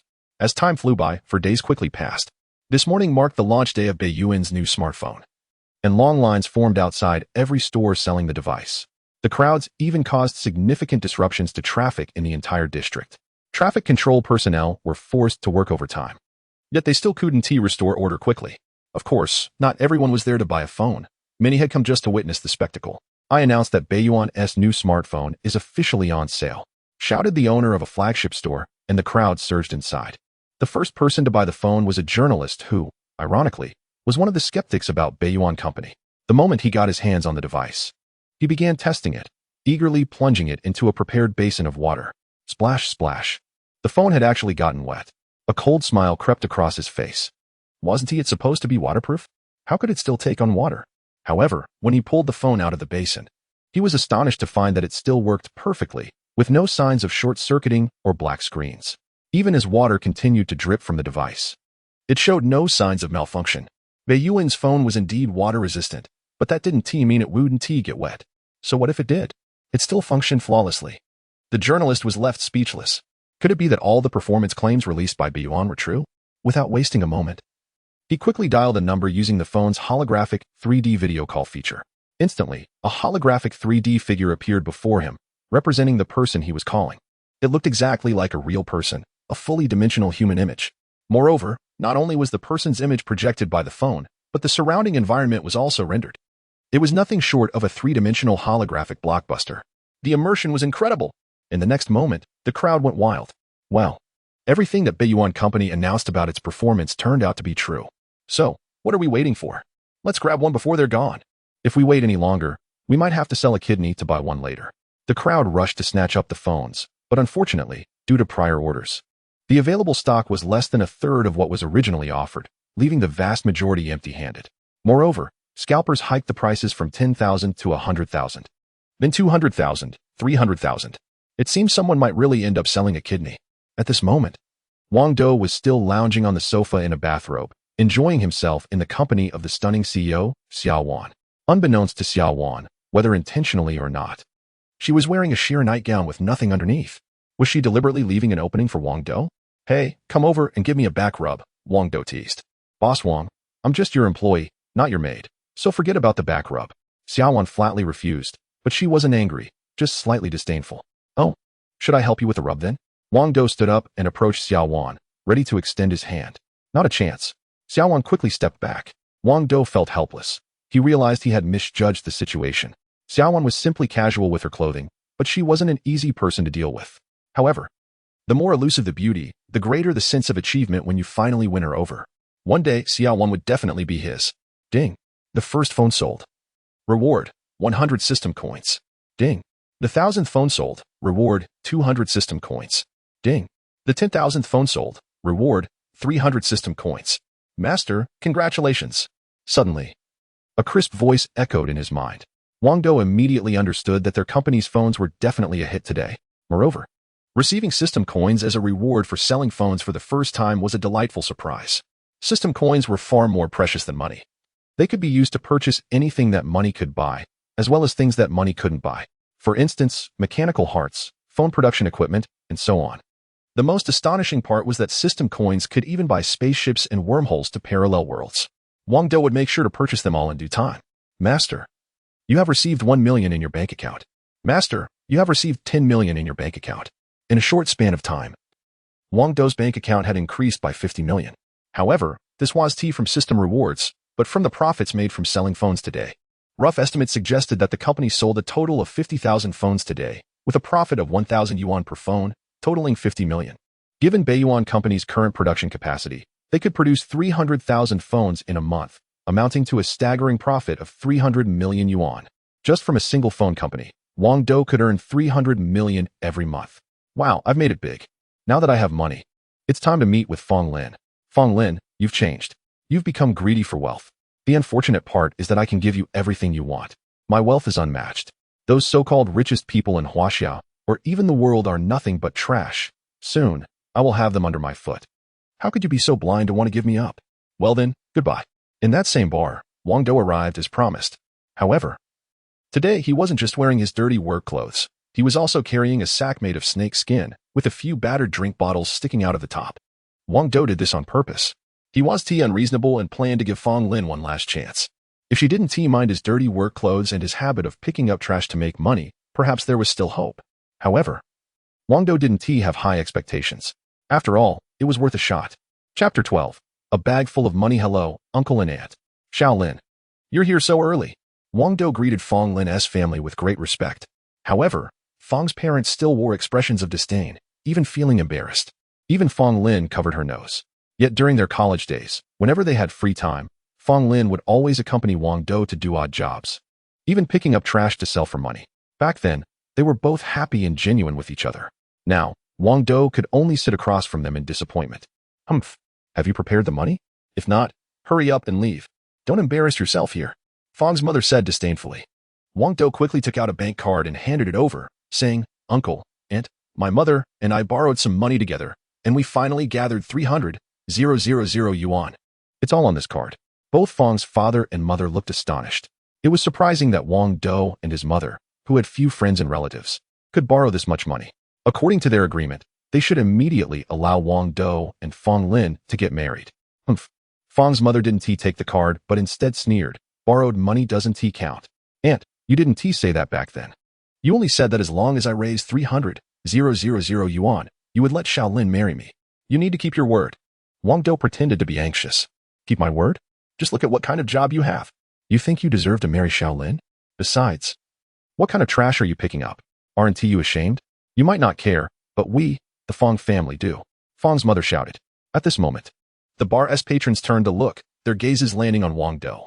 He was indeed in dirty work clothes, with a bag for trash by his side. Many felt a twinge of sympathy for him. The young man was clearly trying hard, but it was pitiful to be insulted to such an extent, ignoring everyone's stares. Fang's mother continued, Wang Dou, your job and status are not worthy of Xiaolin. I'll tell you clearly, I want to let Xiaolin marry you. Now take your pathetic card and get lost. Wang Dou was utterly disappointed and turned to Fang Lin, asking, Xiaolin, what do you mean? Fang Lin replied directly, I listened to my parents. I'm breaking up with you. Wang Dou raised his voice, I may be poor, but I work hard. I not only work diligently, but also pick up trash to earn money on the side. Moreover, I had to borrow money from various places to gather the exorbitant bride price. Everything I've done is for you, yet you're not moved at all and just laugh at me? Hearing this, the patrons in the bar realized Wang Dou was working hard and was a reliable person. Starting to look down on Fang's family. 10 years in the East, 10 years in the West. Don't underestimate the youth in poverty. He is working so hard. He will definitely achieve great things in the future. Unfortunately, this woman named Fang Lin lacks vision. How can she break up with someone who treats her so well? Being poor isn't scary. As long as you're willing to work hard, you can have everything in the future. Your whole family is being too much. The bar patrons began to criticize Fang's family, with some being quite well off themselves. Enough. Fang Lin suddenly shouted, Wang Dou. I don't care what you or anyone else says, I'm definitely breaking up with you today. No one can stop me. Is it just because I don't have money? Wang Dou retorted sarcastically. Fang Lin didn't hide her feelings at all. Exactly, it's because you're broke. All right. I understand, Wang Dou said, rising to leave. However, he didn't exit the bar. Instead, he walked in another direction, where an extraordinary beauty sat. Not only was she stunningly beautiful, but she also exuded an air of nobility. Incredibly, it seemed this captivating woman was waiting for Wang Dou. With red lips, she took a delicate sip from her wine glass, radiating charm. Her cold smile didn't come off as off-putting. Rather, it was alluring.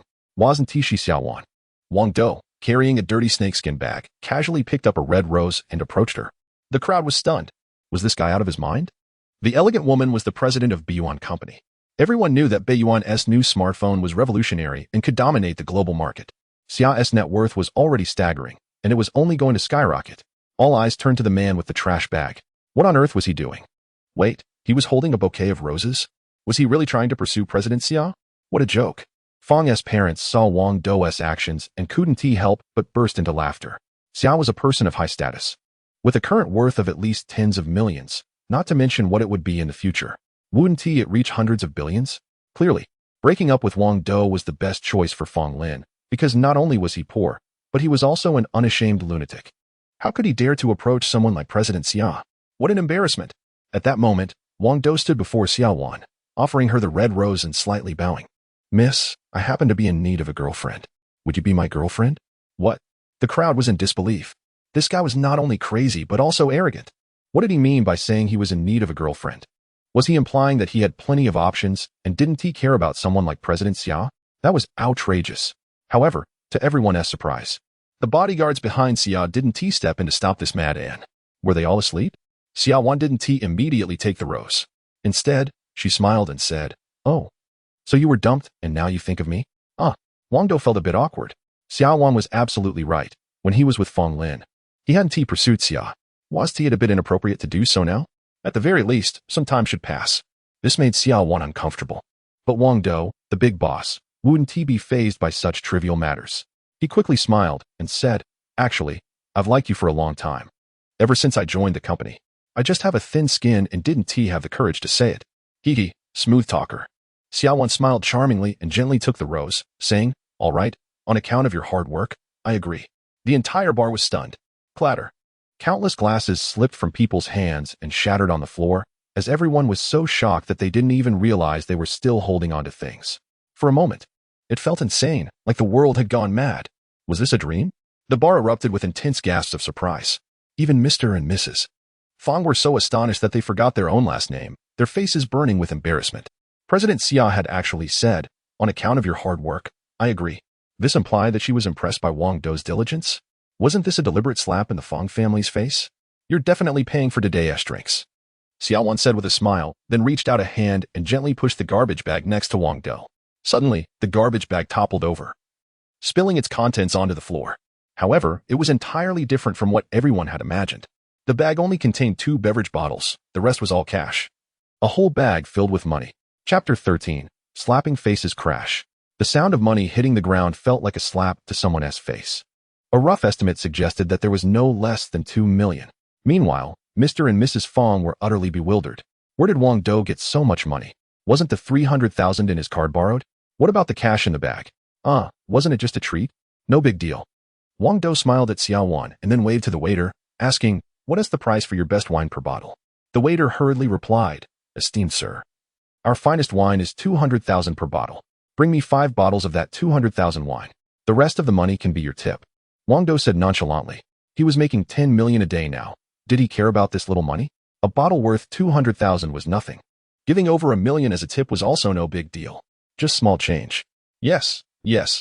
The waiter had never seen such a large tip and scurried off to fetch the wine. The Fong family was left in utter shock, their faces burning. Someone giving over 1 million as a tip surely wouldn't struggle with a mere 300,000? What a joke. The other patrons in the bar were also giving thumbs up. This was a masterful play of pretending to be a fool only to slap faces. However, when dealing with a materialistic woman who only cared about money, this was exactly the right approach. At that moment, even if the Fong family had thick skin, they couldn't stay any longer and hurriedly left the bar in a panic. As they were leaving, Fong Lin cast a deep glance at Wang Dou, already regretting her earlier choices. But it was too late. The opportunity came only once, and she had missed it. After Fong Lin left, Wang Dou enjoyed drinking with Xiaowan until late into the night. However, Wang Dou felt a pang of regret when Xiaowan refused to stay with him in the same house that night, even kicking him out of the mansion. She wouldn't even let him sleep on the floor. According to her, it was far too dangerous for the two of them to be together at such a time. Fearing that something might happen if they were too close, Wang Dou didn't hold it against her and simply returned to his mother. A woman throwing a little tantrum was acceptable. Besides, Xiaowan had agreed to be his girlfriend solely to help him today. It was still too early to solidify their relationship. Xiaowan was very cautious about romantic relationships. However, she certainly wouldn't escape Wang Dou's grasp. At home, Wang Dou found his mother leisurely sipping tea on the sofa, which puzzled him. Shouldn't this be the time when she was cooking? What was going on? Suddenly, it seemed like Wang Dou remembered something and turned his gaze toward the kitchen. In the kitchen, a stunning woman was busy at work, whether frying dishes or cooking congee. Her skills were top-notch. Without a doubt, the one cooking was the mechanical maid, Xiao Mei. Ever since Wang Dou's mother took over Xiao Mei, she had become her dedicated assistant and was highly favored by her. This young lady was remarkable. Not only could she do all the household chores, but she also did them better than anyone else. Wang Dou's home had long since transformed. Not only was the floor spotless like a mirror, but the clothes and bedding were as clean as if they were freshly bought. So what else could his mother do if she wasn't drinking tea? Her face was beaming with joy. Seeing this, Wang Dou felt a wave of relief wash over him. His mother had worked hard all her life, and now it was time for her to enjoy the fruits of her labor. However, there was one fact that Wang's mother needed to accept. Her son was no longer that poor kid. He was now a wealthy man. "Mom, today is the first day of my company opening, and we made 50 million. We're not short on money anymore," Wang Dou said candidly. If his mother believed this, wouldn't she be even happier and more surprised? Who knows, she might even grant him a blessing regarding Xiao Mei. Xiao Mei was the epitome of beauty, both in figure and skin, and she was designed specifically for men. Just imagining it made his heart race. "Mom, your son is now a wealthy man, worth at least 100 million, Wang Dou said again, his expression earnest and serious, with a hint of pride. However, his mother's brows furrowed instantly, and her expression turned dark. "Oh dear. Shadow, I have a headache," she unexpectedly said. Wang Dou quickly asked, "What's wrong, Mom?" "It's because of you. You used to be so humble as a child. What on earth is going on now?" His mother replied, covering her forehead. Wang Dou felt a wave of frustration. In the end, no matter what he said, his mother didn't believe him, so he had to give up and plan to explain it all gradually in the future. Of course, this was all too shocking. Just a few days ago, Wang Dou couldn't even scrape together 300,000. And now he was a boss worth 100 million. Moreover, his company was making a profit of 300 million every month. In a short time, his net worth would skyrocket even further. Well, if she didn't believe him, so be it. There would come a day when she would. After dinner, Wang Dou reluctantly returned to his room to sleep. Before heading back, he desperately requested Xiaomei to help him clean his room, but his mother flatly refused. Just like a typical mom. The next day, Wang Dou slept in until he woke up naturally, feeling very content. The life of the rich was indeed different. No early rising, no worries about work, just lying around counting money. However, he had been asleep for long before he was abruptly called to the company by a frantic phone call from Xiaowan. It seemed there was a small issue at the office. Upon entering Xiaowan's office, he found not only Zhao Chang there, but also several Americans. One of whom was Smith, along with a few bodyguards dressed in black. Wang Dou took a glance at those bodyguards. They didn't look like ordinary security personnel. They seemed to be international mercenaries. Trouble was brewing. "You must be Mr. Wang. What a pleasure to meet you," Smith said in imperfect Chinese, wearing a broad smile. Get to the point. Wang Dou knew they had ill intentions, and wasn't he going to give them a friendly reception? Take a look for yourself. Smith tossed a document at Wang Dou, his face wearing an even more sarcastic expression. Wang Dou picked up the materials and realized that it was a lawsuit against Beiyuan Company, claiming that they had infringed on their patent rights. This meant that Beiyuan Company had to immediately cease the infringement and pay a hefty fine. Smith assumed that Beiyuan Company definitely lacked the capability to develop such groundbreaking technology. Even the whole of China couldn't achieve it. In this world, if anyone could develop such technology, it could only be Americans. Therefore, Beiyuan Company's technology must have been stolen from them, and they needed to stop this behavior immediately and pay the fine. Otherwise, it would be settled in court. Wang Dou was taken aback. Who was this Smith? Was he not thinking straight? Or was he just trying to be funny? What right did they have to sue Beiyuan Company? Chapter 14. International Mercenaries. Haha. Wang Dou couldn't help but laugh inwardly, but he maintained a serious facade as he said, "Is there some kind of misunderstanding here? Our technology is all developed in-house." No, there's no misunderstanding. Your company has infringed on our patent rights, so you must immediately cease the sale of your phones. After a pause, Smith intensified his tone. Moreover, you will need to pay a fine of 150 million. Zhao Chang looked at Wang Dou with a smug expression and said, "Wang, you're finished this time." Xiaowan's face turned pale as well. She was well aware of the state of cell phone technology in China and knew that such groundbreaking technology couldn't have emerged from nowhere. This technology could very well be someone else's patent. Could it be that Boss Wang stole the technology? If that's the case, the Beiyuan Company would have to stop selling phones immediately, shut down production lines, and there would be no escaping the hefty fines. Could it all end like this? She could only gaze deeply at Wang Dou, and though she said nothing, her eyes clearly conveyed the question, "Is everything true, Boss Wang?" Wang Dou remained silent, his expression unreadable. "Mr. Wang, we are not unreasonable people. If you simply hand over the Beiyuan Company to us for free, we can avoid litigation. What do you say?" Smith said with a smile. What if I refuse?" Wang Dou feigned weakness. "If you refuse, then we will have no choice but to sue you. At that point, not only will you have to pay the fine, but you will also be detained." Smith continued to smile, but his words were laced with threats. Ha ha ha. "Since you want to sue so badly, let's go ahead. We'll fight this to the end." Wang Dou finally burst into laughter, his face filled with mockery. Smith was clearly envious, unable to stand the thought of anyone being better than them. "In that case, Mr. Wang, please come with us for a trip to our country for your trial." Smith finally revealed a cold expression. He wasn't foolish. He knew that in China, they couldn't do anything to Wang Dou, especially since they had no evidence. Their plan was to take him back to the U.S. If they succeeded, nothing Wang Dou said would matter. This had all been part of Smith's long-planned strategy. First, threats, and if that didn't work, then resorting to force. The international mercenaries behind him were not to be trifled with. Immediately, several international mercenaries surrounded Wang Dou, while Zhao Chang took the opportunity to approach Xiaowan, his eyes revealing a lustful desire. Wang Dou was furious. Smith and the mercenaries seemed to have forgotten where they were. This was China. Important things should be reiterated. This was China. A group of foreigners daring to act recklessly here certainly had a lot of nerve. They were essentially courting death. In the blink of an eye, the mercenaries were at Wang Dou's side, and their skills were indeed impressive. Their movements and formations were spot on, clearly the work of seasoned veterans.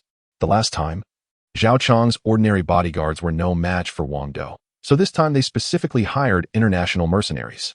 However, even with this, they still couldn't handle Wang Dou. The power of a standard first-level warrior in the Milky Way is truly terrifying. Under the premise that neither side uses firearms, they are nearly invincible. Only when firearms are in play and the number of opponents increases does Wang Dou become outmatched. However, in barehanded combat, or with only cold weapons, these bodyguards are simply no match for him. The international mercenaries are the first to strike. Whoosh! The first mercenary swiftly approaches Wang Dou, like a hunting beast, ruthless in his intent. However, Wang Dou lightly leaps away from his original position, effortlessly dodging the attack. A master. The mercenary instantly tenses up, but he has no time to think. Wang Dou has somehow appeared behind him. Instinctively, he attempts to evade, but it's too late. Wang Dou's speed is simply too fast. With a light punch, he accurately strikes the mercenary in the back. Splurt! A mouthful of warm blood sprays from the mercenary's mouth, leaving him heavily injured. This time, Wang Dou holds nothing back and delivers a heavy blow. Fortunately for the mercenary, his skill is commendable enough to avoid a fatal strike, or he would have been done for. Wang Dou furrows his brow, surprised that this person could evade his punch. It seems this group of mercenaries is indeed formidable. However, they are still not enough to contend with him. Wang Dou's stamina is 10 times that of an ordinary person, and his punch carries about 1,000 pounds of force, far beyond what these individuals can endure. Moreover, his speed and agility are also 10 times that of a normal human. The disparity in power is immense. Seeing Wang Dou's prowess, the other bodyguards do not dare to underestimate him. They all draw out gleaming daggers and begin to attack Wang Dou in unison. Humph! Wang Dou shows no fear and directly charges forward. This only brings joy to the international mercenaries. This Chinese man is incredibly arrogant, daring to confront them head-on. What a foolish approach. They have weapons, while Wang Dou is unarmed. Using his body to block cold, sharp daggers is akin to seeking death. Die. Several international mercenaries wear expressions of fury. How dare this Chinese man injure their comrade? It's truly infuriating. Moreover, if an international mercenary is severely injured, they may be unable to undertake missions for years, which is a devastating blow to them. Whoosh! A cold dagger thrusts directly toward Wang Dou, closing in, and it seems there's no way to evade. Although the dagger is aimed at a non-vital area, being struck would still incapacitate him, leaving him helpless. Just as the dagger is about to pierce Wang Dou, he suddenly unleashes a force that surpasses human limits. Managing to evade at the last moment, it's as if a powerful spring, compressed to its limit, suddenly bursts forth. Then, from another angle, Wang Dou delivers a punch to the mercenary's chest. Crack! The sound of shattering bones is unmistakable, and the mercenary collapses to the ground, blood beginning to seep from his chest. However, Wang Dou ultimately pulls back, not delivering a fatal blow. This person won't die. Forget it, they're just bodyguards. Wang Dou mutters to himself, shifting his gaze to the remaining three. The three men finally felt genuine fear. The Huaxia man before them seemed irresistible. However, since they had taken their employer's money, they had to see the mission through to the end. So, they charged at Wang Dou once more. The outcome was predictable, and soon the three international mercenaries were lying on the ground. Afterward, Wang Dou rushed to Xiaowan's side, wrapping one arm around her slender waist and casting a cold glare at Zhao Chong, who was pressing closer. "This is my wife. What do you want?" Wang Dou's eyes were icy. Zhao Chong had been eyeing Xiaowan for some time, and this was not the first time he had considered taking action. How is it possible? How is it possible? Zhao Chong stood frozen in place upon seeing Wang Dou. The brief encounter between Wang Dou and the mercenaries had happened in an instant, so fast that Zhao Chong hadn't even seen what occurred. But when he realized what had happened, all of the mercenaries were already down. Wang Dou was terrifying. Bang! Wang Dou struck Zhao Chong's chest mercilessly, breaking several ribs in the process. Ah! Zhao Chong crouched on the ground, clutching his chest, his face contorted in pain. However, Wang Dou had only thrown one punch. Zhao Chong was simply too weak. One more punch, and he might not survive. This was Huaxia, so if he could avoid killing, he would. Finally, Wang Dou turned his gaze towards Smith. Chapter 15. The blockade. At this moment, Smith was more shocked than Zhao Chang. The last time he heard Zhao Chong say that this Chinese man named Wang Dou was formidable, he was somewhat skeptical. However, he never expected that even international mercenaries would be no match for him. He had spent a fortune to hire these international mercenaries. What do you want? Smith finally felt fear. As for how to deal with Smith, Wang Dou frowned. Unlike the international mercenaries who had illegally entered China, he was a legitimate businessman here. Even if he killed Smith, it would lead to serious consequences. Especially on the surface, he couldn't afford to be too heavy-handed. But leaving without any repercussions was impossible. Wang Dou ordered the company's security to give Smith a severe beating. They were skilled at this. It would hurt a lot, but wouldn't cause any injuries. As a result, Smith screamed for a solid 2 hours. Finally, Wang Dou coldly said, "Listen up, Our company's technology is independently developed, not stolen from you. If you dare to cause trouble here again, I won't spare you, no matter what your identity is." After saying this, Wang Dou instructed the security to throw him out of the company. However, Smith still shouted, "Just you wait. I will not only sue you, but I will also impose a complete blockade on China's mobile technology." Wang Dou looked at him with even more disdain. There was no need to discuss the lawsuit. It was pointless for Smith to shout about it, as Wang Dou hadn't stolen their technology at all, making the lawsuit futile. As for the so-called technology blockade, Wang Dou could only laugh. "You think you can block our mobile technology? Sorry, you don't have that capability." Wang Dou was even planning how to counter their technology blockade, and it was laughable that Smith still dared to threaten him. In the following days, Smith indeed filed a lawsuit against Baiyuan Company for infringement, but it was instantly dismissed. Was he joking? He had no evidence at all. What was he suing for? Smith was not convinced and even went back to his own country to sue Baiyuan Company. But it was still rejected for the same reason. There was no evidence of infringement by Baiyuan Company. Moreover, they had no jurisdiction over Baiyuan Company. In the end, Smith had to give up. But just a day later, the world's largest supplier of mobile phone components suddenly announced a technology blockade against China. It was rumored that this was because someone from Shanghai City had offended Mr. Smith, who happened to be the head of this global giant in the eastern region. In an instant, the mobile industry in China was engulfed in despair and desolation. Some smaller mobile companies were on the brink of bankruptcy. And even large mobile enterprises had to halt production, waiting for the day the technology blockade would be lifted. Who had offended Mr. Smith? There were many speculations, but no one could guess which unfortunate person had crossed him. It's important to understand that whether in China or other Eastern countries, as well as in northern and southern nations, the most critical components of mobile phones are supplied by a particular company. If that company runs out of stock, it would be a devastating blow to the entire industry. Days have passed without any sign of a resolution, and this blockade is more resolute and desolate than ever before. Suddenly, shocking news spread through the mobile phone industry. Someone received direct confirmation from Mr. Smith that the person who offended him is none other than the owner of Baiyuan Company. Moreover, Mr. Smith has outlined the conditions for lifting the blockade. Baiyuan Company must be transferred under his name. Once this news broke, big players in the mobile industry flocked to the small city of Shanghai, all targeting Baiyuan Company. "Open the door. I want to see your boss," they shouted.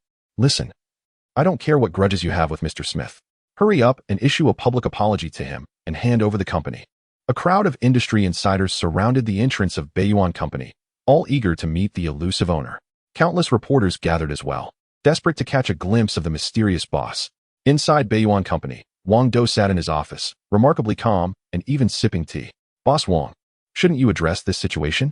Xia Wan exclaimed, fidgeting like an ant on a hot pan, her forehead creased with worry. At that moment, she felt like pulling Wang Dou's ear and dragging him out. The commotion was right at their doorstep. Wasn't it the boss's responsibility to resolve it? Moreover, could he at least say something, give some direction? What was she supposed to do? Smith's tactic of using others to eliminate his enemies was indeed clever. Although Wang Dou had no fear of a technological blockade, other companies were terrified. If the blockade lasted too long, those companies would certainly face disaster. When that time came, they would undoubtedly come after Baiyuan Company in desperation. However, from another perspective, this could be a tremendous opportunity for Wang Dou. If other companies collapsed, wouldn't Baiyuan Company monopolize the entire Chinese market? Yet, Wang Dou had no plans to monopolize the entire market just yet. There were two main reasons for this.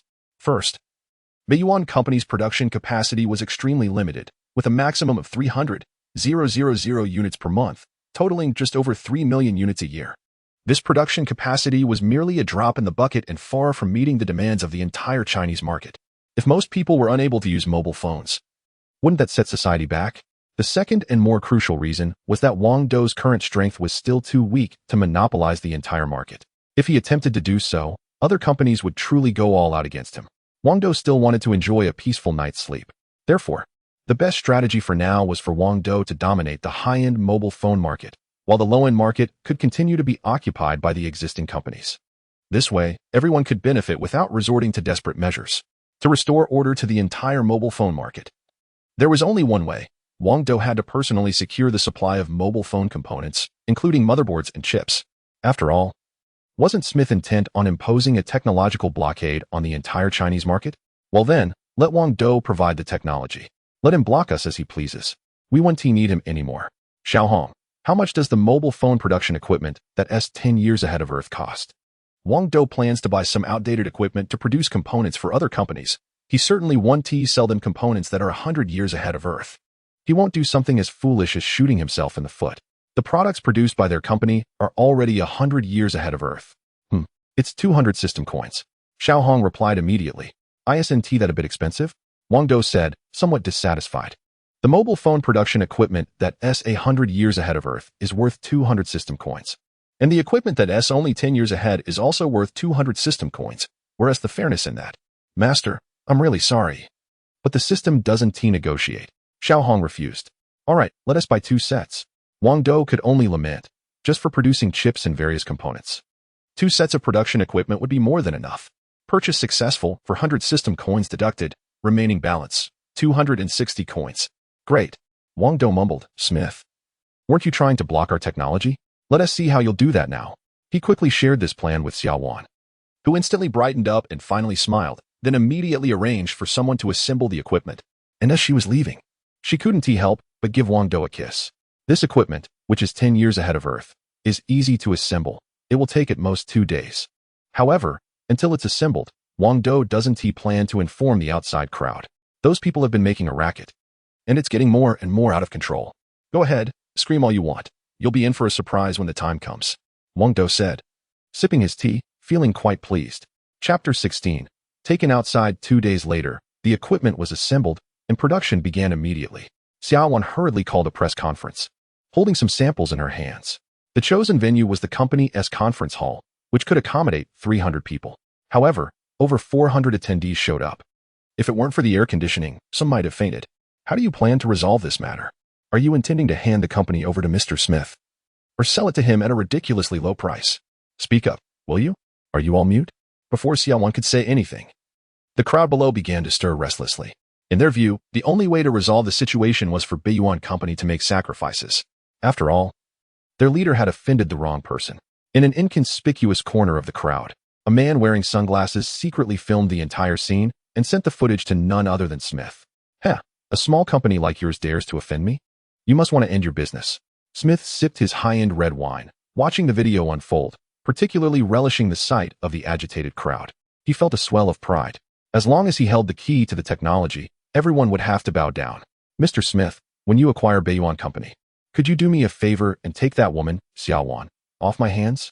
Zhao Chong, still infatuated with Xiao Wan, seemed to have forgotten his injuries. Since you asked, consider it done. Smith laughed heartily. Thank you.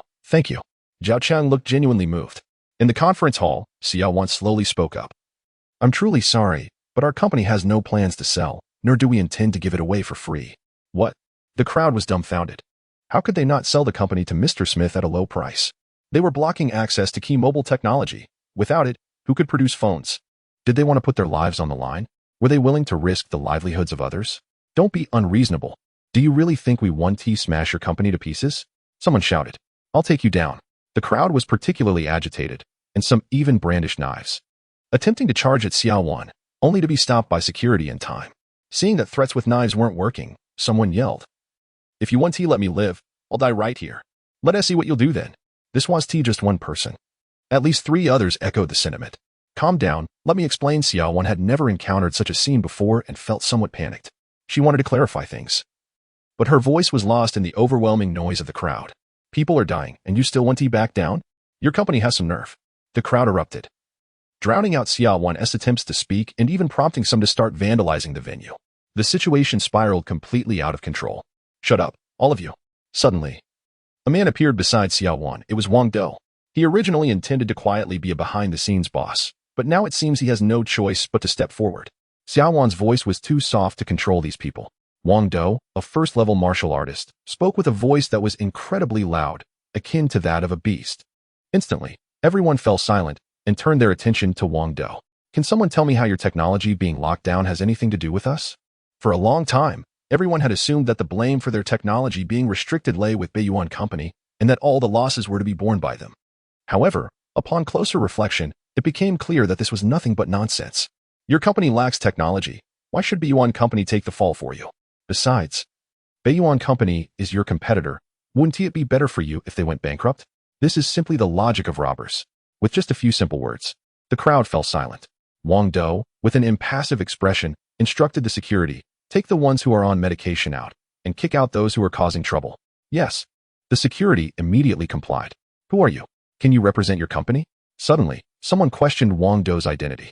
They only knew that Xia Wan was in charge of Beiyuan Company and did not recognize Wang Dou. Coincidentally, Fong Lin and Lu Yun were also present. Although their company was not a mobile phone company, they were a local company in Shunhui City and had sent them to this press conference. He.S. just a janitor. Lu Yun exclaimed loudly. Immediately, everyone looked at Wang Dou with disdain, thinking, what are you doing here pretending to be someone important when you should be cleaning? Get him out of here. I can't believe my eyes. It turns out he.s. just a janitor. The situation, which had been under control, was about to spiral out of control again. Just then, Xia Wan suddenly shouted, he is my newly appointed general manager, and I agree to his pursuit of me. What? Now it was Lu Yun's turn to be shocked, as he had no idea what had happened at the bar that day. Fong Lin certainly wouldn't have told him that Wang Dou had spent over 2 million on dinner for Xia Wan. Lu Yun was merely a sales manager at their company, while Wang Dou was already a general manager. The gap between them was simply too vast. TCH. Lu Yun could only shut his mouth. However, he shot a look of reproach at Fong Lin, wondering why he hadn't informed him, leading him to embarrass himself in front of so many people. Once again, everyone chose to believe Wang Dou, though there was a tinge of jealousy in their hearts. While Beiyuan Company's reputation wasn't great at the moment, Xia Wan was undeniably beautiful. Then, Wang Dou slowly spoke. I initially hoped your company would go bankrupt. But we can't bear to let that happen, so we plan to sell you various key components for mobile phones, including chips. As soon as this was said, the crowd erupted into discussions once more. However, most people still doubted Beiyuan Company's capabilities. Only a few who were familiar with the company showed signs of eagerness. Let us not waste any more time. Everyone come and test the samples. Wang Dou directly took out the samples and invited everyone to inspect them. The results came in quickly. The various components produced by Kitahara Company not only had stable performance but also boasted technology that was 10 years ahead of what the global giants offered. Moreover, Wang Dou promised immediate supply at half the price of the industry leaders. Everyone was utterly shocked. If that's the case, what is there to fear about blockades? Let the blockades go to hell. The problem was finally resolved perfectly, and Wang Dou had also created a lucrative business opportunity. Mr. Xia, may I invite you to dinner tonight? Mr. Xia, we are hosting a grand ball this evening, inviting stars from all over the country. Would you honor us with your presence? Everyone looked at Xia Wan with eager eyes. She was not only breathtakingly beautiful, a goddess among goddesses, but she also held the key to everyone's future. Who wouldn't want to win her favor? If one could win her heart, it would surely lead to a glorious life. Chapter 17. Brazen Xia Wan did not accept any invitations. She simply turned her gaze to Wang Dou and said, it's enough for Manager Wang to accompany me. Everyone looked at Wang Dou, their eyes filled with cold jealousy. What kind of luck did this young man have to earn the favor of General Manager Xia? Remember, you are just a minor manager with an annual salary of only 2 or 300,000. You don't deserve such fortune. Lu Yun also cast a glance at Wang Dou, gritting his teeth in frustration. Back in college, he had competed with Wang Dou for Fong Lin's affection. Yet she had been devoted solely to Wang Dou, completely ignoring him. Now, even though he had finally won Fong Lin over, Wang Dou seemed to have something even better. What was even more unacceptable was that Fong Lin was merely a leftover from Wang Dou. Lu Yun had always been outdone by Wang Dou. He had never won. Damn it. Fong Lin also looked at Wang Dou, feeling a twinge of regret.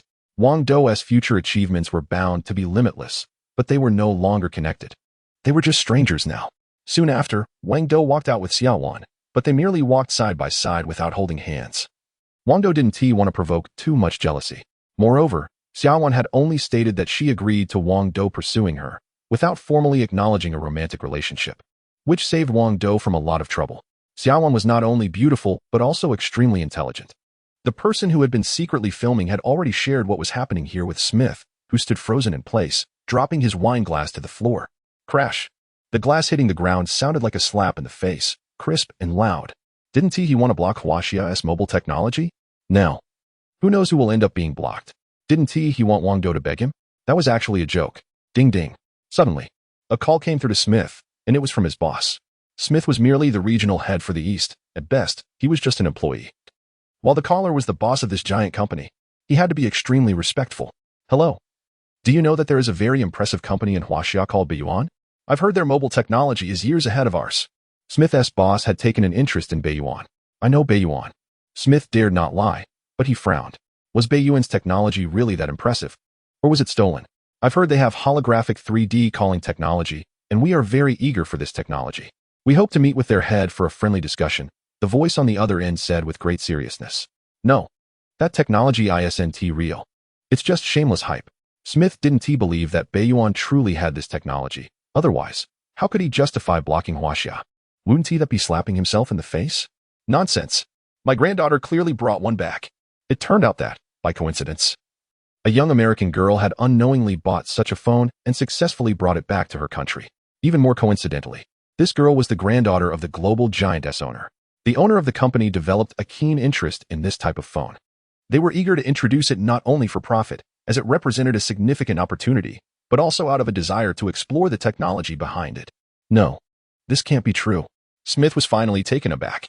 I'll give you a day to prepare. I expect to meet with that person in charge tomorrow. Otherwise, there's no need for you to continue in your position.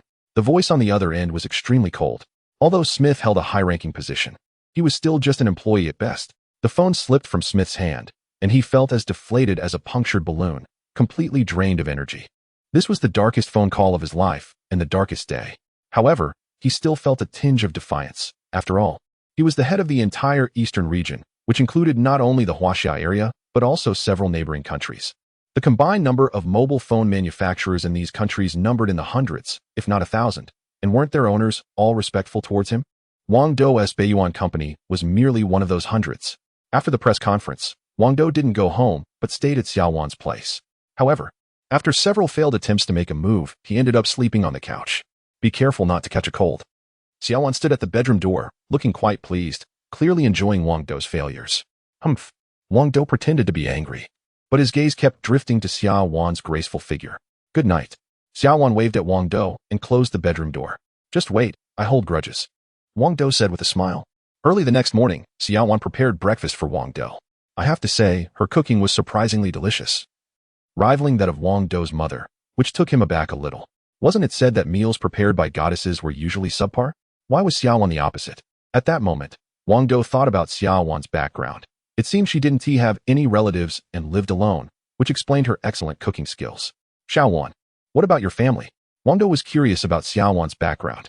He only knew that she had a late grandfather, but nothing about other family members. Don't ask. I'm the only one in my family, Xiaowan replied, looking down, but there was a visible hint of disappointment in her eyes. It seemed that Xiaowan's reasons for concealing her family were tied to an unpleasant story. However, Wang Dou knew he couldn't help her now. He would have to wait until their relationship deepened. Just after Wang Dou and Xiaowan finished their meal, two familiar faces appeared at the door, none other than Smith and Zhao Chong. Xiaowan looked at them with disdain, especially toward Zhao Chong, and was unwilling to let them in. But Wang Dou, curious about why these two had the nerve to show up, invited them in. This was what you call having a thick skin. So you two really are together, Zhao Chang exclaimed, seeing Wang Dou and Xiaowan having breakfast together, his heart feeling like it was being cut into pieces. Since we can have breakfast together, does that mean something embarrassing has already happened? It's quite possible. However, Xiaowan is the goddess in Zhao Chang's heart, the one he has always dreamed of. Indeed, Mr. Wang is already my husband. To make Zhao Chang give up, Xiaowan directly confirmed Wang Dou's identity and even intentionally fed him, showing off their affection. Crunch, crunch. Zhao Chang took 3 steps back, his face turning pale. What? Do you have a problem with that? Wang Dou asked coldly. Chapter 18, The Big Shot in No. How could I dare to have any opinions? Zhao Chang could only respond like this. He wasn't foolish. He knew that in terms of strength and wealth, he was no match for Wang Dou. So he could only concede. Moreover, his backer, Smith, had already been defeated, leaving him with no options. Consequently, he had to follow Smith around like a dog, showing utmost respect. At this point, Zhao Chang was no longer Wang Dou's opponent. They were no longer in the same league. Zhao Chang was just a dog, while Wang Dou was a human. Perhaps a dog's owner could compare themselves to Wang Dou, but the dog itself was just a dog, able only to bark a few times. Mr. Wang, my boss wants to meet with you. Please prepare for it, Smith stated directly, his face still bearing an air of arrogance. Wang Dou and Xiaowan completely ignored him and continued to display their affection for one another. What did it even mean to request a meeting? What did please prepare imply? A defeated foe behaving so arrogantly. Clearly, he couldn't see his own position. I'm talking to you. Did you hear me? Smith was getting a bit irritated. Wang Dou and Xiaowan still paid him no mind and continued to enjoy their meal, savoring every bite. You won't have a good outcome for crossing me. I'm giving you another chance now. Smith's spoken Chinese wasn't great, but he delivered this line smoothly. suggesting he had used it on others before. What else can you do? Is it a technology blockade? Wang Dou mocked Smith. What was his biggest threat? A technology blockade. Now that Wang Dou and everyone else had access to top-tier technology, what was Smith even worth? If he was in a good mood, he might call him Mr. Smith, but if not, he wouldn't even acknowledge him. He had completely lost his status in China. From now on, the smartphone market in China wouldn't need Smith's assistance anymore, and their technology would be 10 years ahead of his. Our company controls the largest smartphone market in the world. If you offend me, it will become very difficult for you to develop in the international market. This was precisely what Smith was relying on. If Wang Dou were only to develop the smartphone market in China, he would face no difficulties. But if he ventured into the international market, he would indeed encounter some challenges. Smith's company was an international giant, with considerable influence. You think you can stop me from developing in the international market? You're not even qualified. Wang Dou was brimming with confidence. In today's world, having technology was the ultimate truth. If leading the planet by 100 years in smartphone technology couldn't conquer the world, then leading by 200 years would do the trick. If that didn't work, then 300 for 100 years. Wang Dou's system technology was advanced by a full 1,000 years. If he could present smartphone technology that was 1,000 years ahead of Earth, conquering the global market wouldn't be a challenge. Even dominating the entire galaxy wouldn't be too difficult. Fine, just wait. You'll regret this. Smith stormed off in anger. However, he had barely gotten far when he received a call from his boss. Have you made arrangements with Mr. Wang? The Wang family of Huaxia is indeed quite arrogant. Seemingly unwilling to meet with you, Smith could only say. There was a pause on the other end of the phone. And then suddenly a loud voice exclaimed, "Did you offend Mr. Wang?" No, it's him who is too arrogant. Smith retorted, It seems you truly have offended Mr. Wang. I'm quite disappointed in you," came a voice filled with dissatisfaction from the other end, followed by a cold response. "Tell me Mr. Wang's address. I will go meet him in person." Smith could hardly believe what was happening. The head of a major international corporation was willing to go meet Wang Dou in person. What happened to his status? However, he still provided the address truthfully. Today, Shanghai City was destined to be an extraordinary day, as a significant figure had arrived. Although he was not a Huaxia person, he held a pivotal position in international business. According to protocol, Shanghai City had to present a sufficiently friendly attitude. The moment an elderly man with a cane disembarked from the plane, a responsible official immediately went to greet him, with police cars leading the way. Moreover, reporters quickly mobilized, eager to interview this prominent figure. This big shot coming to Shanghai City couldn't possibly mean he wanted to sign a series of economic agreements, could it? If so, wouldn't the economy of Shanghai City take off instantly? Hurry, and conduct interviews. As more and more reporters gathered, not a single one was fortunate enough to get close to this big shot due to the overwhelming security measures in place. Furthermore, after the big shot disembarked from the plane, he did not appear in any public setting but directly entered a mysterious location, the home of the owner of Beiyuan Company. Since Beiyuan Company released its new smartphone, Wang Dou had installed a high-tech defense system at Xiaowan's home, making it impossible for ordinary people to enter. At this time, Xiaowan's luxurious mansion was surrounded by people, including numerous reporters and business representatives. However, everyone was kept outside, with only the elderly gentleman and his slender companion allowed inside.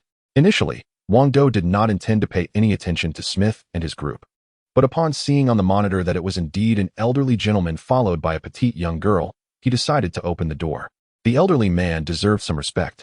All right, to be honest, the young girl's figure was simply stunning. Americans generally have taller and more robust physiques. And this girl looked to be around 20, with an exceptional figure, tall and slender. Moreover, she had blonde hair and blue eyes. While having blonde hair and blue eyes doesn't necessarily make someone more attractive than those with black hair and dark eyes, Wang Dou found it quite rare. So, he opened the door.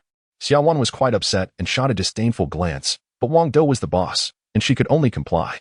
As soon as the young girl entered, she unexpectedly threw herself into Wang Dou's arms, exclaiming, I admire you so much." Wang Dou initially wanted to say something harsh, but he was defeated by this tight embrace. It was a very warm hug. Ahem. After Xiaowan casually coughed a few times, Wang Dou had no choice but to push the young girl away. "Mr. Wang, my name is Ellie, and I really admire your sci-fi phone." Ellie's Chinese was quite poor, but she could still understand the conversation. She waved the phone she bought from Beiyuan Company in front of Wang Dou. It turned out that her admiration wasn't for Wang Dou himself, but for the phone he produced. In the U.S., there's a strong trend of admiration for sci-fi, so once Ellie got her hands on this phone, she was completely enamored, to the point of reverence. Moreover, Given the current circumstances, it wasn't easy for Americans to obtain this phone. Wang Dou felt a bit disappointed. He had initially thought that it was his charm that had captivated the young girl, but it turned out to be the phone instead. "Hello, I'm Benjamin, Smith's superior." It was then that Wang Dou realized the elderly man leaning on a cane was actually the head of this global giant company, essentially the boss, a true international tycoon. This was the first time Wang Dou had met someone of such stature. His wealth was undoubtedly many times greater than Wang Dou's. Moreover, someone like Smith, who could almost sway the Chinese mobile market, worked for him. "Oh, what a pleasure," Wang Dou replied nonchalantly. Benjamin's gaze turned slightly cold, as if he understood something, and he shifted his attention to Smith. Chapter 19. Embrace. Benji noticed Wang Dou's dissatisfaction and coldly looked at Mr. Smith, saying, "Mr. Smith, you are fired effective immediately. Please return to your country." Smith could hardly believe his ears. How could Benji, an American, dismiss him for the sake of a Chinese person? "You can't fire me," he shouted, trying to approach Benji, but was immediately dragged out by Benji's bodyguards. Despair was evident in his eyes. Wang Dou was taken aback by the skills of these bodyguards, feeling a slight pressure. Their abilities were a notch above international mercenaries, definitely extraordinary. Wang Dou estimated that he could handle about 5 of them at most. However, if firearms were involved, he could only manage 2. As he was a level 1 martial artist, but not proficient with guns, while these bodyguards were undoubtedly experts in firearms. Impressive. Wang Dou gained a deeper understanding of the strength of international giants, and he realized there must be even more formidable bodyguards lurking in the shadows. Did their strength match his own? For the first time, Wang Dou felt a sense of danger. However, Benji seemed to harbor no ill intentions. And since they were in China, he wouldn't dare to act against Wang Dou here. "Mr. Wang, can we have a proper discussion?" Benji asked with a smile. "Sure." Since Benji had dismissed Smith, it showed enough sincerity, and Wang Dou did not refuse. Benji then sat across from Wang Dou with Ellie, while Xiaowan automatically went to pour water. "Mrs. Wang, Ellie and I only need a glass of plain water. Please don't go overboard," Benji said, not only being very warm, but also speaking fluent Chinese, almost like a native. "Oh," Xiaowan responded, sitting beside Wang Dou after pouring the water. But she intentionally shot a glance at him, feeling that Benji's reference to Mrs. Wang was a bit presumptuous. "Mr. Wang, I'll get straight to the point. I want the agency rights for your company's mobile phones in my country," Benji stated seriously. Wang Dou didn't answer immediately. Instead, he began to ponder. If he wanted to sell mobile phones in the vast American market, there were only 2 options: develop it himself or find an agent. Developing the market himself would maximize profits, but it would require a long time and entail significant risks. On the other hand, if he found an agent, they would inevitably take a portion of the profits, resulting in a loss of money, but it would be much safer and allow for immediate market entry. What Wang Dou needed most was time. With the system he had, he couldn't limit himself to just a mobile phone company. He planned to venture into various industries, producing not only small products but also large ones, like spacecraft. Just developing a small phone company would waste a lot of his time. What would he do in the future? Thus, time was the most valuable asset. "Tell me your terms and see if they satisfy me," Wang Dou thought to himself. Already inclined to cooperate with Benji, but wanting to assess whether his bargaining chips were sufficient. Benji actually showed a hint of a smile towards Wang Dou, clearly pleased with his performance. When Benji proposed a partnership with Wang Dou, he didn't immediately agree, but instead sought to maximize his own benefits. This was completely different from how others reacted. Whenever Benji expressed interest in collaborating with someone, they would rush to agree, fearing they might regret it later. Although Wang Dou was young, he was composed and shrewd. Only someone like him was worthy of Benji's collaboration. "I have a private territory of several thousand acres to offer you. How does that sound?" Benji stated his terms. In the United States, private territories come with permanent ownership, which was indeed enticing. However, Wang Dou's mobile technology had the potential to dominate the entire U.S. market, and Benji could gain access to a wealth of advanced technology by studying Wang Dou's phones, so this offer wasn't enough. "There are also many of my loyal servants included in this deal. They would never betray you," Benji continued earnestly. His servants belonged to a family that had been loyal to his lineage for centuries, so they would unquestionably follow his commands.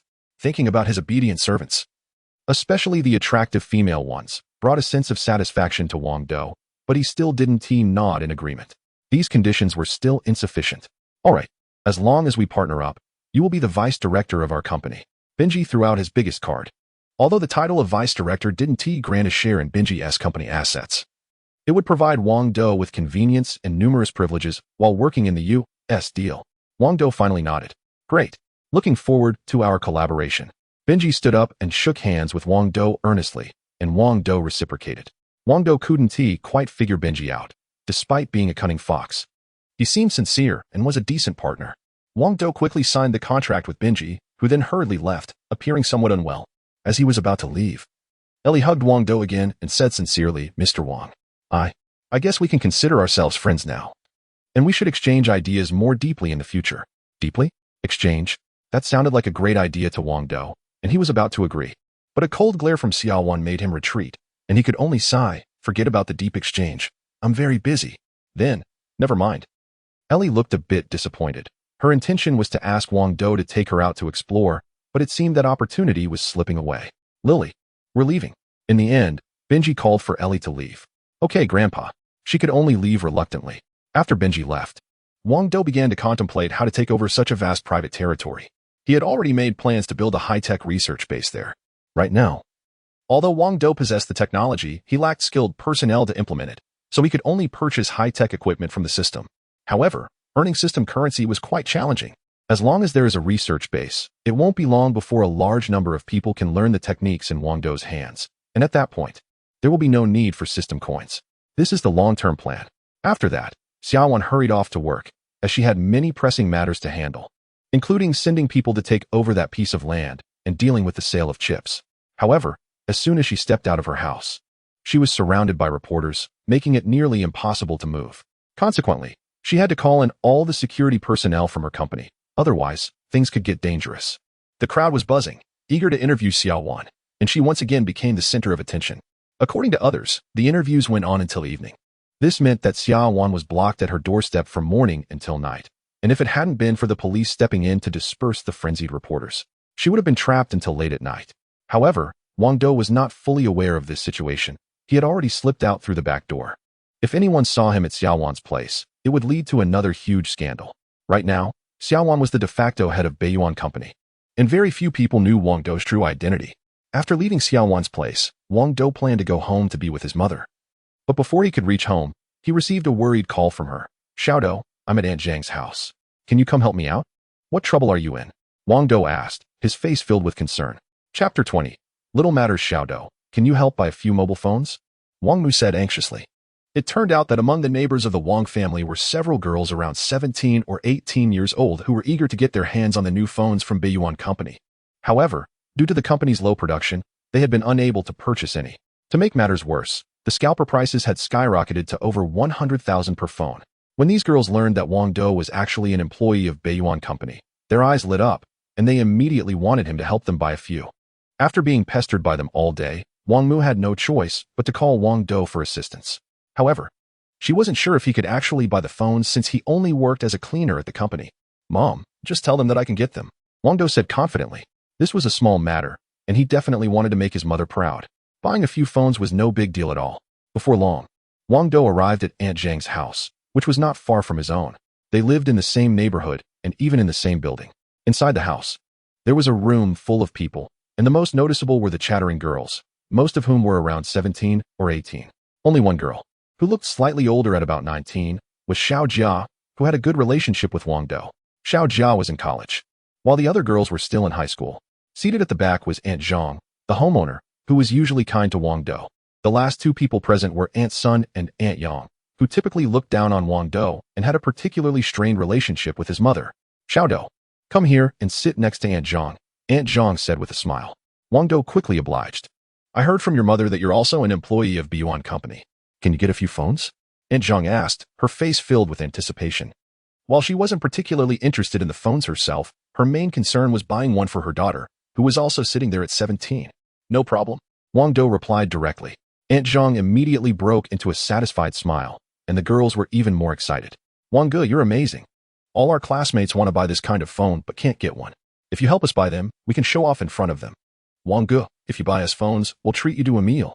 The girls chimed in, their voices not only crisp but also melodious. "Don't worry. I'll get as many as you want." Wang Dou reassured them. Yes, we believe you. You're awesome, Wang Ge." The girls were buzzing with excitement, their eager eyes shining. At that moment, Wang Mu was beaming with pride. Just a little achievement from her son was enough to make her happy. Being able to help their neighbors buy phones felt like a win for her. "Wang Dou, you're just a cleaner. Do you have the authority to get phones?" Aunt Sun suddenly interjected. "Exactly. What kind of power does a cleaner have at the company?" Aunt Young added, chiming in. These two women were notorious in the entire neighborhood for being difficult and harsh, and because the Wang family was relatively poor, they were even less favorable toward them. As the conversation unfolded, everyone raised their eyebrows slightly. Xiao Dou, the kids just want to buy phones to feel happy. If it puts you in a difficult position, Aunt Zhang would feel bad about it. Aunt Zhang expressed her concern. Wang Dou, I just bragged about it to my classmates on WeChat. If you can't get one, I'll be so embarrassed. One of the girls chimed in. I did too. The girls clearly looked dejected. Don't listen to Aunt Sun and Aunt Yang's nonsense. Your Wang Ge can definitely buy a phone. Wang Dou shot a glance at Aunt Sun and Aunt Yang, who were munching on seeds, feeling a bit dissatisfied. It didn't seem fair for them to undermine him in front of so many people. Are we talking nonsense? Little Wang, don't blame your aunts for not reminding you. Your fiancé Yifeng Lin doesn't even have that kind of phone. Aunt Sun and Aunt Yang reiterated, making their point clear. If Feng Lin couldn't get that phone, it implied that Wang Dou didn't have the means to secure one. After all, if he could, wouldn't he have bought one for his fiancée first? Of course, no one knew about his breakup with Feng Lin. Feng Lin really doesn't have that kind of phone. The girls murmured again. They all lived in the same neighborhood and saw each other frequently. So it was obvious whether Feng Lin had that phone or not. Aunt Sun and Aunt Yang bringing up Feng Lin made Wang Dou a bit unhappy. But he felt awkward admitting that he had broken up with her. He could only emphasize again, girls, your Wang Ge wouldn't lie. And he can buy it right now. Really? The girls showed a glimmer of hope again. They were quite naive, believing almost anything they were told. Stop bragging. Xiao Wang. You're all grown up. It's not right to deceive little girls. Aunt Sun and Aunt Yang started criticizing Wang Dou harshly. Moreover, they even pulled out their phones and called Feng Lin. Xiao Lin, come over to Aunt Zhang's house. We have something to ask you. Oh, okay. Although Feng Lin didn't know what it was about, they were all neighbors, so she hurried over. Wang Dou felt a bit awkward. He hadn't planned on seeing Feng Lin again, but here they were. Still, what was the harm? He hadn't done anything wrong. Soon, Feng Lin arrived. The moment she saw Wang Dou, she froze, completely taken aback. Wang Dou looked at her too. She was dressed in fashionable clothes that accentuated her figure, looking even more charming. The outfit was quite upscale, worth at least a few thousand, and she wore earrings and a shiny necklace, which together cost over 10,000. However, her eyes seemed dull, and there were some marks on her face that looked like handprints. As her gaze shifted, her bare, fair thighs exposed beneath her shorts showed some bruises. It seemed like there was some discord between her and Lu Yun. Xiao Lin, come over here. Aunt Sun and Aunt Yang quickly called her over. Take out your phone and show it to us. Feng Lin hesitated for a moment, but eventually took out his phone. Although it was a decent model, it was definitely not from Beiyuan Corporation. Haha. Aunt Sun and Aunt Yang laughed heartily, saying, see, little Lin doesn't even have that kind of phone. Do you think Xiao Wang can get one? Tomorrow, my classmates will definitely laugh at me. It's all Brother Wang's fault. The girls hung their heads, feeling quite disheartened. Wang's mother also looked displeased, but she didn't blame Wang Dou. Instead, she was extremely dissatisfied with Sun and Yang. After all, why should adults take children's matters so seriously? Wang Dou said helplessly. So it seems you really don't believe me? That's right, we don't believe you. Sun and Yang replied. All right then. Wang Dou pulled out his phone and called the headquarters of Beiyuan Corporation, asking them to send over a few phones immediately. The staff at Beiyuan Corporation dared not refuse and rushed over on horseback, taking less than half an hour. Since Wang Dou didn't use speakerphone, everyone couldn't hear what the staff said, leaving them uncertain if the call was effective. However, it was clear that the phone Wang Dou was using was indeed from Beiyuan Corporation. Chapter 21. 2 million? Wow, so handsome. The moment the girls saw the phone, their eyes sparkled with excitement. It seemed that if anyone were to gift them one, they would be willing to do anything in return. They could help with heavy labor, sell a kidney, or even engage in other questionable activities. However, Aunt Sun and Aunt Yang remained skeptical of Wang Dou's capabilities. Just because he had a phone, did that mean he could secure one? Such high-end phones were rare, even within Beiyuan Company. What authority did he have to reserve any for himself? Xiao Lin, do you think Xiao Wang has the ability to buy the phone? Sun and Yang suddenly turned to Feng Lin. Feng Lin fell silent. She wanted to tell everyone that Wang Dou was nothing special and had no ability to secure such a phone, but that was the case. Wang Dou indeed had the capability to reserve phones, and plenty of them. At that press conference, Xiaowan had personally announced that Wang Dou was now the general manager. So reserving a few phones was a trivial matter for him. Xiao Lin, even though Xiao Wang is your boyfriend, you shouldn't lie, right? If you keep this up, Aunt Sun and Aunt Yang will lose respect for you. Just tell us the truth. We've got your back. Sun and Yang kept insisting, completely oblivious to the fact that Feng Lin's expression was growing increasingly worse. Enough. Wang Dou can secure phone reservations, Fong Lin suddenly exclaimed, as if all her strength had drained away. After their breakup, she had hoped that Wang Dou would struggle, and the worse he did, the happier she would be. But the reality was the opposite. Wang Dou was thriving and had even become the general manager of Beiyuan Company. This was an undeniable fact. There was no denying it. On the other hand, Fong Lin's life was far from ideal. Lu Yun was a lunatic who would hit her whenever he was in a bad mood. The bruises on her body were proof of everything. If she could turn back time, she would definitely choose Wang Dou over Lu Yun. Just like in college when they were blissfully in love. Unfortunately, it was all too late. Ding ding. Suddenly, the doorbell broke the silence. A staff member from Beiyuan Company walked in, carrying a box. He said nothing, simply presenting the box respectfully to Wang Dou. Inside the box was the very phone Wang Dou had requested. The reason the staff member didn't dare to call Wang Dou boss was that Wang Dou had arranged it that way. No one outside the company was allowed to address him as such, or they would be fired. After handing over the box, the staff member left, still looking nervous as he returned to the company. Wang Dou was indeed not an ordinary person. Just sitting there quietly exuded an immense pressure. At Aunt Zhang's house, Wang Dou smiled as he opened the box, revealing a stunning 7 phones inside. Aunt Sun and Aunt Yang were completely stunned. What is happening? We're not even at the age where we'd be dazzled by this, right? Their faces were flushed with excitement. Wow, it's really a phone. Brother Wang. We like you.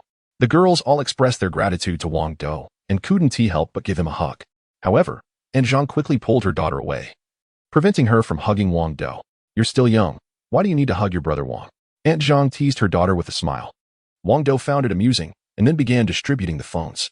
Each girl received one, totaling 5 phones with 2 remaining in the box. Once the girls got their phones, they eagerly started playing with them and were very satisfied. Their excitement made their faces flush bright red. After a while, the girls reluctantly pulled out their pocket money. Some even smashed their piggy banks. However, at 600 yuan each, their allowances were nowhere near enough. So you all don't have any money? Wang Dou said with a wry smile. Brother Wang, can we pay in installments? The girls looked a bit embarrassed, yet clutched their phones tightly as if afraid they might fly away. Haha. Wang Dou laughed heartily. Since your brother Wang is in a good mood today, I want to take your money. They're a gift for you. Thank you, Brother Wang. We'll listen to you from now on. We promise to be good. The girls exclaimed joyfully. No problem. We'll even marry you if you want. They chimed in, completely thrilled. Wang Dou nearly stumbled. After all, they were neighbors. And such comments felt a bit inappropriate. All right, enough. Go play with your phones. Wang Dou quickly intervened, worried they might say something even more outrageous. He then handed out the remaining 2 phones, giving one to his mother and the other to Aunt Zhang. Aunt Zhang didn't refuse and beamed with joy. She and Wang Dou's mother were good friends, so receiving it felt perfectly fine. Meanwhile, Aunt Sun and Aunt Yang looked grim. Their attempt to humiliate Wang Dou had backfired, leaving them feeling rather unlucky. Moreover, if they hadn't tried to insult him, they might have gotten a phone too. That was quite possible. Nowadays, phones from Beiyuan Company were hard to come by without connections, unless one bought them from scalpers for a staggering price of 200,000 yuan. Just like that, 200,000 yuan gone? Of course, the one looking worst was Fong Lin. Originally, one of those phones would have surely been hers, but now she had none. Everyone enjoyed some time together before heading home. To Wang Dou's surprise, Fong Lin stopped him as if she had something to say. After a moment of silence, she finally spoke. So you're the general manager of Beiyuan Company now? Wang Dou had planned to engage with her, but he replied, yes. I'm the general manager. Oh. Fong Lin was slightly taken aback. How much do you earn in a year? Oh, a bit over 2 million. Wang Dou replied, exaggerating a little. Fong Lin was visibly shaken, as if struck by a huge blow.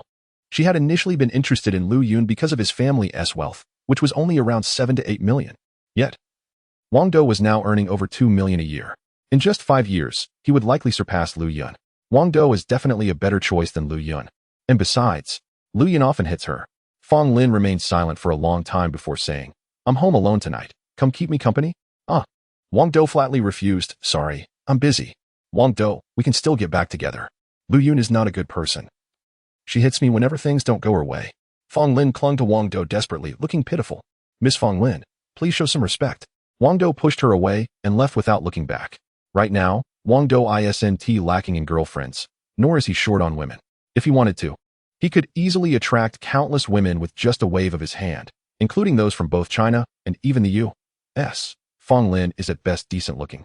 Certainly not exceptional, and she is already quite tarnished. How could Wang Dou possibly be interested? He wouldn't even take her for free. You'll regret this. Fong Lin could only leave in anger. Afterward, Wang Dou returned home and found his mother waiting for him at the door with a dark expression, holding a feather duster. What is going on? Wang Dou knew that his mother rarely hit him. It was only when she was genuinely upset. Each time it happened. It was a painful lesson, so whenever she picked up the feather duster, Wang Dou felt a chill run down his spine and struggled to find his words. Chapter 22. Frowning what? What's wrong? For some reason, the Queen Mother was extremely angry, as if she was about to hit Wang Dou. Wang Dou felt a chill run down his spine. We worked hard to save some money for you to get married. And you've gone and spent it all on those young girls buying phones. Buying phones is one thing, but the problem is, they're so young. You can't even bring them home. The Queen Mother had a serious expression, but it was all for Wang Dou's own good. After all, how could he get married without money? Wang Dou almost burst out laughing. So that's what this was about. He had no choice but to respond seriously. Mother, I'm a wealthy man now. This amount of money is nothing. Still talking. The Queen Mother didn't believe Wang Dou's words at all. It was the first time this had happened, and she was ready to take action. Wang Dou had no choice but to admit, all right, I confess. I didn't win the lottery, I just got promoted to general manager. Those phones I mentioned earlier didn't cost anything. The Queen Mother thought for a moment before believing him. Winning a multi-million-dollar jackpot was something she wouldn't buy into. But being promoted to manager wasn't a huge deal. Since Wang Dou was now a manager, it was indeed possible to get a few phones without spending money. Moreover, a manager's salary wouldn't be low, so the family would start saving money in the future. Why didn't you say so earlier? The Queen Mother finally put down her feather duster and smiled. Suddenly, a young girl knocked and walked in. It was Xiao Jia. Among the 5 girls from Aunt Zhang's house earlier, Xiao Jia was one of them, so she also had a phone that Wang Dou gifted her. And she was very grateful. Aunt, you were looking for me? Xiao Jia cheerfully entered. Wang Dou suddenly felt a sense of unease. The Queen Mother started asking Xiao Jia various questions for a while and then suddenly said, Xiao Jia, your brother Wang Dou and Fong Lin have broken up. I wonder if you would be willing to be your brother's girlfriend? Xiao Jia was taken aback, but surprisingly didn't immediately refuse. Instead, she occasionally stole glances at Wang Dou, clearly harboring feelings for him. Xiao Jia, you're already 19. It's time to find a boyfriend. Your brother isn't much older than you, and I think you two are a good match. The Queen Mother guided her step by step, but she was right. Wang Dou had only graduated 2 years ago, and he was that old. Moreover, it seemed Xiao Jia had always had a crush on Wang Dou. However, there was no way Wang Dou would let Xiao Jia be his girlfriend. Even if he didn't have someone better now, it still wouldn't be right. These girls from the neighborhood had grown up with him. Just the thought of dating one of them felt wrong. So, before Xiao Jia could utter the word yes, Wang Dou pretended to take a call and slipped away. It seemed that he needed to find a time to confess everything to the Queen Mother. Not only was her son now a wealthy man, but he also had a beautiful girlfriend. As he stepped outside, Wang Dou found himself blocked by a military vehicle at the roadside. But the person approaching didn't seem to have bad intentions. Are you Mr. Wang Dou? A man in military uniform asked earnestly. Wang Dou nodded. Yes, that's me. What do you need from me? I'm a special forces soldier from the 9th War Department, and I have something very important to ask of you. Could you please come with me? The man looked at him with a pleading expression. The Huaxia military district is divided into 9 military divisions, with the 9th division being the most mysterious. Its personnel are few in number, but all are special forces. Moreover, the missions they undertake are the most dangerous. Since someone from the 9th division wanted Wang Dou's assistance, he naturally agreed to help. However, he couldn't help but feel a bit puzzled about what the 9th division could possibly want from him. Wang Dou then followed them as they left, but not before calling his mother to assure her he was okay, fearing she might worry.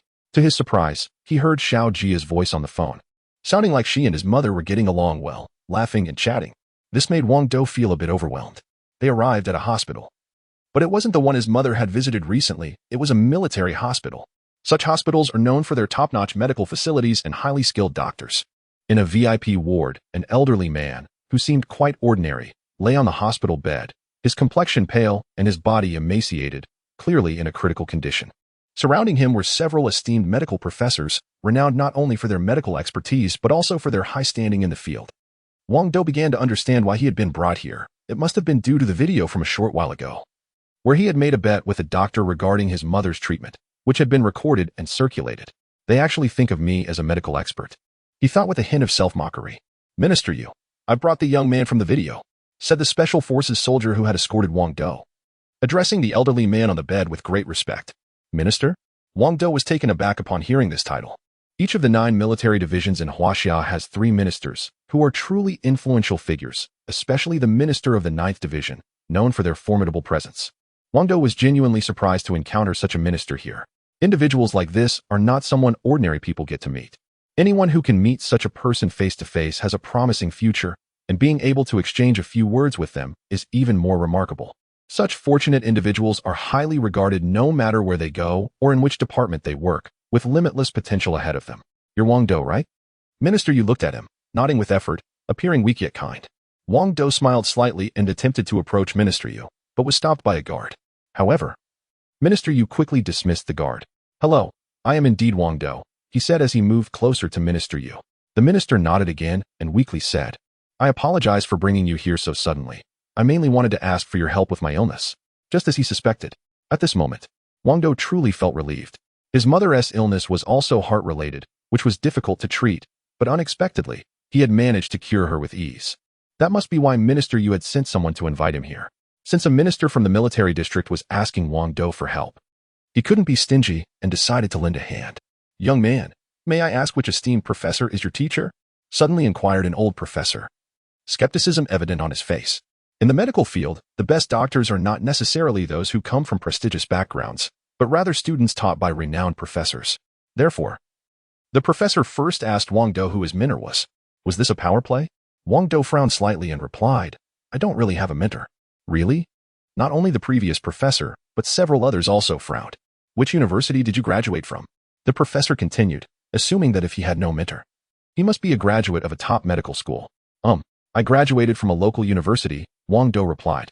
But there was no medical university in Shanghai City, only a technology university. The professors were left stunned, their expressions turning to dissatisfaction.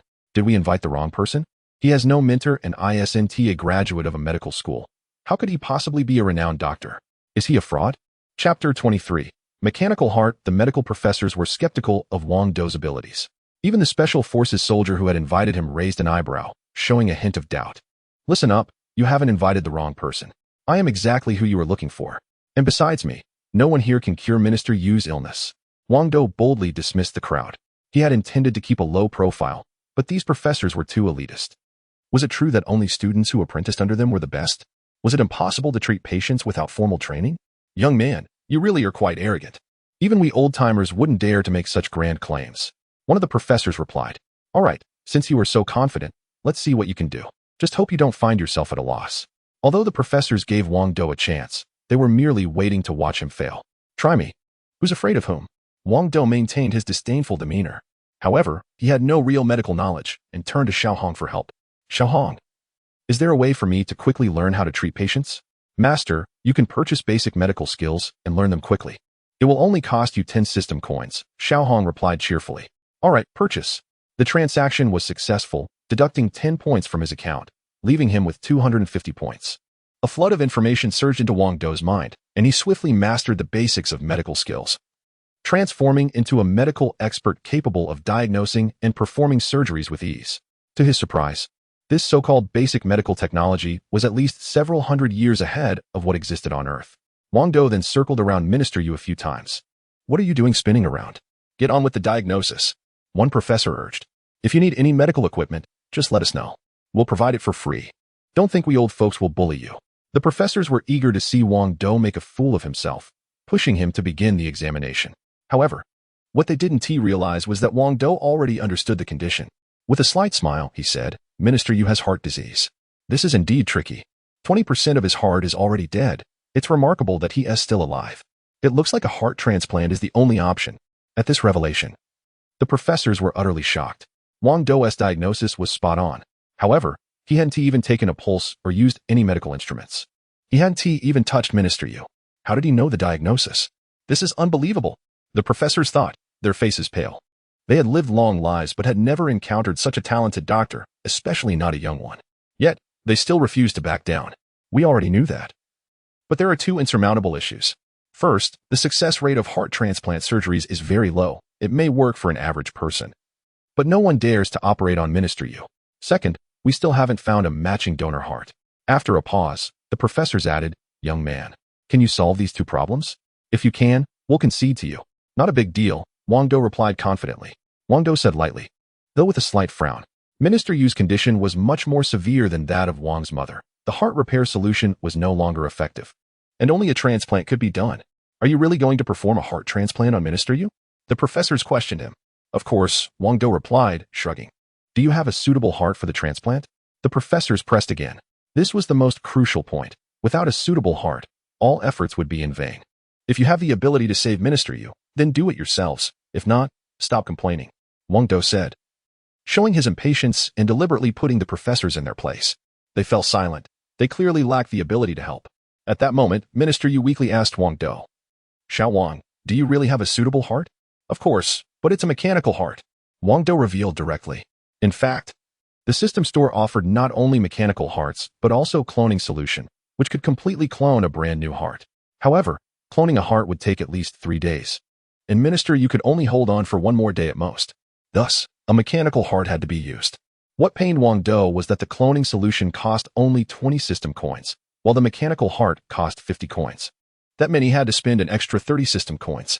His heart ached. System coins were precious, capable of buying even wormholes. Each one was a treasure. When several professors heard the term mechanical heart, they erupted in disbelief. Kid, are you joking with us? With current technology, no country can produce a reliable mechanical heart. You're insane, completely mad. Wang Dou ignored their reactions. Their shock was understandable. A mechanical heart was at least 500 years ahead of Earth's medical technology. He simply turned to Minister Yu and asked, Do you trust me? Without any hesitation, Minister Yu replied, Young man, just go ahead and do it. Even if it doesn't succeed, at least I've contributed something to science. Great. Wang Dou immediately left, pretending to go get the mechanical heart, but actually found a secluded spot to purchase one from the system store. The purchase was successful. 50 system coins were deducted, leaving him with 200 coins. A silver mechanical heart abruptly appeared in Wang Dou's hand, pulsating as if it were alive. This mechanical heart was made from a rare metal, soft like a real heart. And astonishingly, there wasn't a single screw or weld mark on it, making it look entirely natural. Master, the mechanical heart is many times more powerful than the cloned heart, and it has a lifespan of at least 500 years. I recommend you change to one as well, Xiaohong reminded him. I don't need it. Although the mechanical heart surpassed a human heart in both function and lifespan, Wang Dou couldn't accept it in his heart. He then hurried back to Minister Yu. Unexpectedly, in just a short while, Minister Yu was already on the brink of death, unable to hold on for even a day, not even 5 minutes. Surgery had to be performed immediately.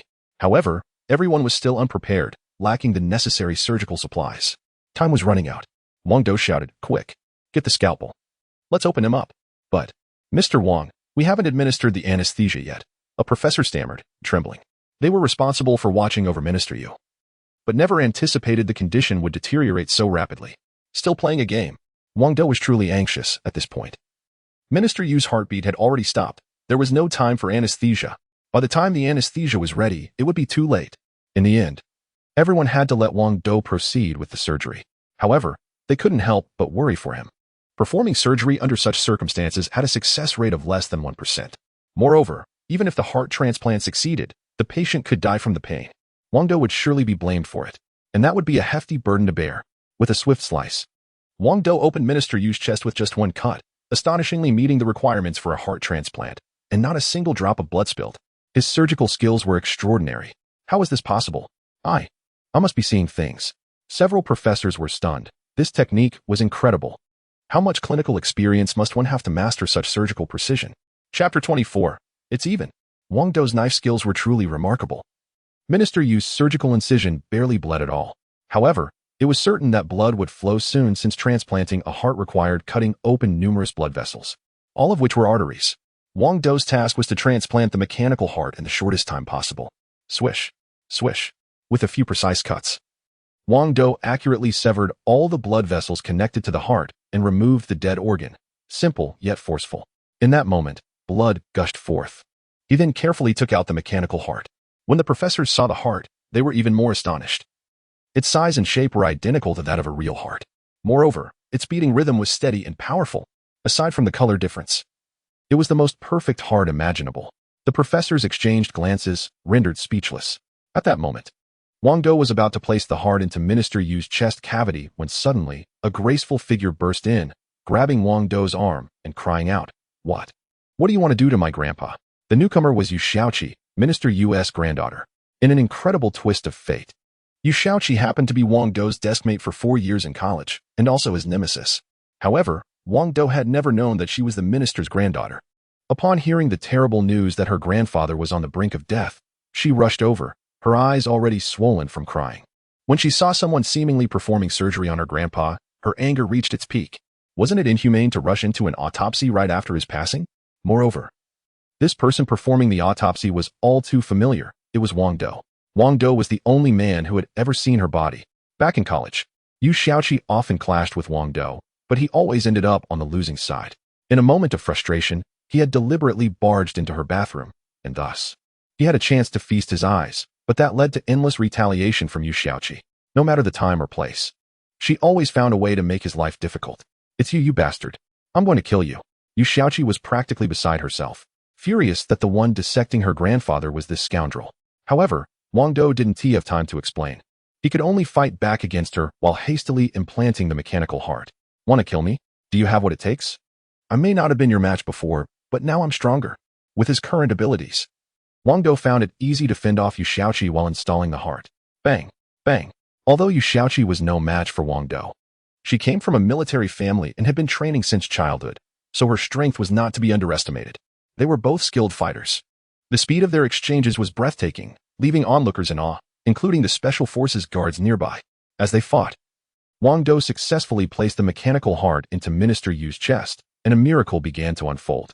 The mechanical heart automatically began to connect to the blood vessels, quickly and perfectly replacing the original heart. Ding! With a light sound, the mechanical heart officially started working, and Minister Yu's blood vessels stopped bleeding. However, his chest was still open. What are you all standing there for? Hurry up and stitch up the wound. I need to deal with this girl. Stitching up a wound was a trivial matter for the several professors present. It posed no challenge at all. Therefore, Wang Dou's primary focus now was to settle the score with Yu Shaoqi. In the past, he had suffered quite a bit under her hands, and now it was time to get even. Once free to act, Wang Dou's strength surged, allowing him to overpower Yu Shaoqi, who could only retreat defensively. Bang! Ow! That hurts. Wang Dou's punch landed on Yu Shaoqi, causing her considerable pain. Bang! Are you trying to kill me? Another punch came without mercy from Wang Dou. The surrounding guards felt a twinge of sympathy, but refrained from intervening. Although they were Minister Yu's personal protectors and had watched Shaoqi grow up, it was best not to get involved in the affairs of the young. After all, conflicts among the youth could resolve themselves in no time. Who was just saying they wanted to kill me? Are you scared now? After several rounds, Wang Dou successfully subdued Yu Shaoqi, pinning her against the wall. Wah! I can't believe you're crying. My grandfather just passed away, and you dissected him. I hate you. At that moment, Wang Dou finally understood why Yu Shaoqi had gone wild upon entering. It was all a misunderstanding. Misunderstandings are misunderstandings. Wang Dou felt a bit awkward. Regardless of their past grievances, it had all occurred during their university days, and as a man, he shouldn't hold grudges.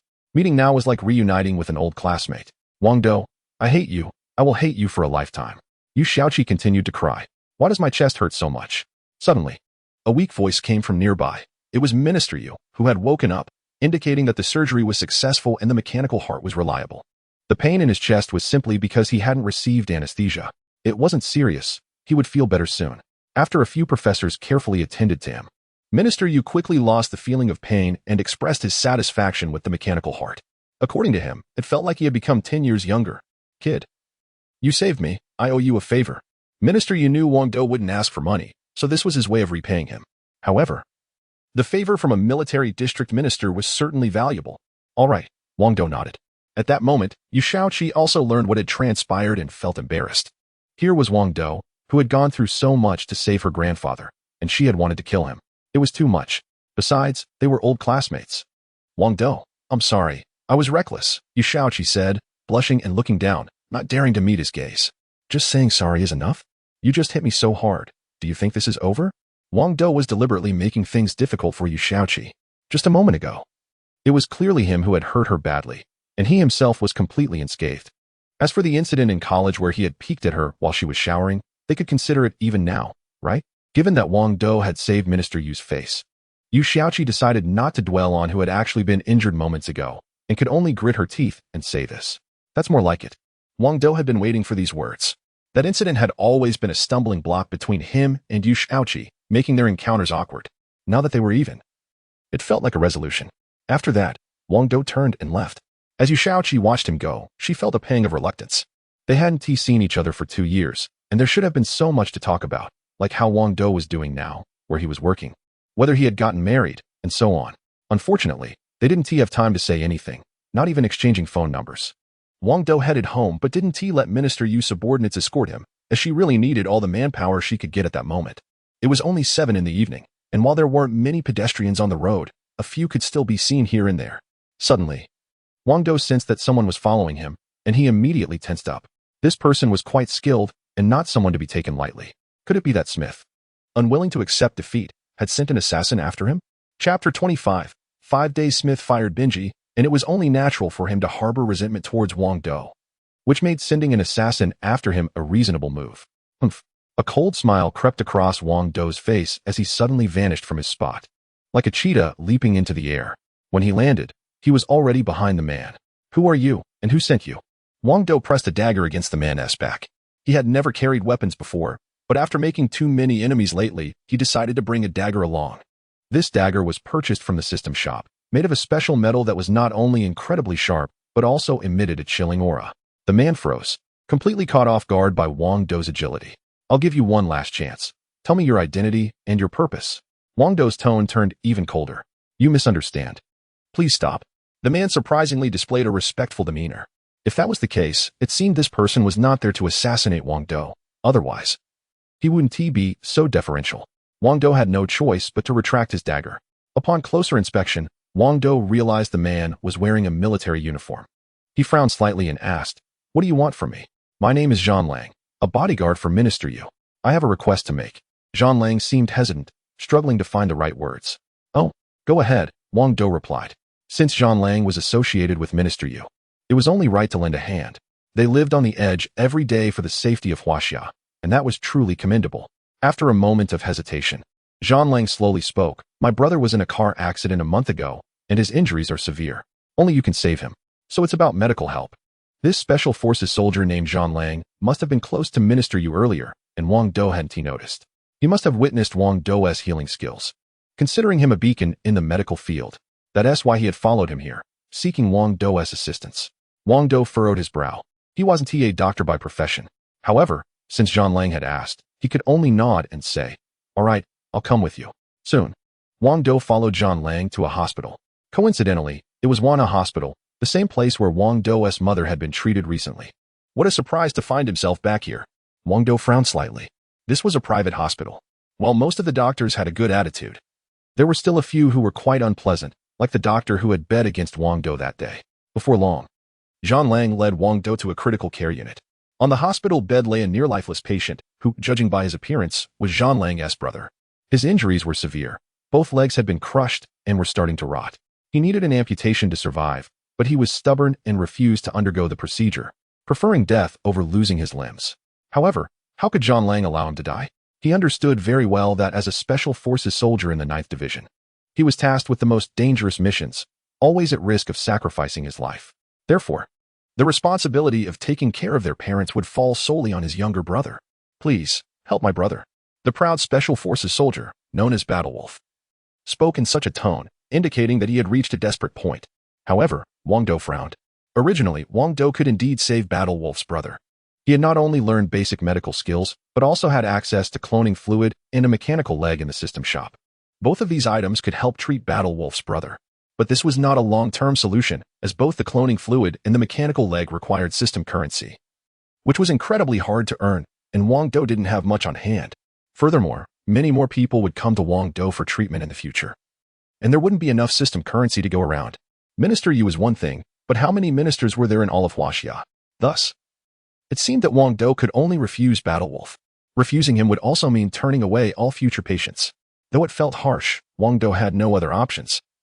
After all, the system currency was insufficient. Just as Wang Dou was about to turn down Battlewolf suddenly, Xiao Hong's voice rang out. "Master, task activation successful. Do you accept the new task?" "What task?" Wang Dou asked hurriedly. The task is to build a high-tech hospital," Xiao Hong said with a smile. "This task requires you to engage with medical events to trigger it, and after the incidents with Minister Yu and Battlewolf's brother, it has finally been activated." Wang Dou was instantly overjoyed.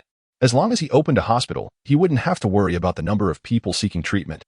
He could accommodate as many as came without fearing a shortage of system currency or running at a loss.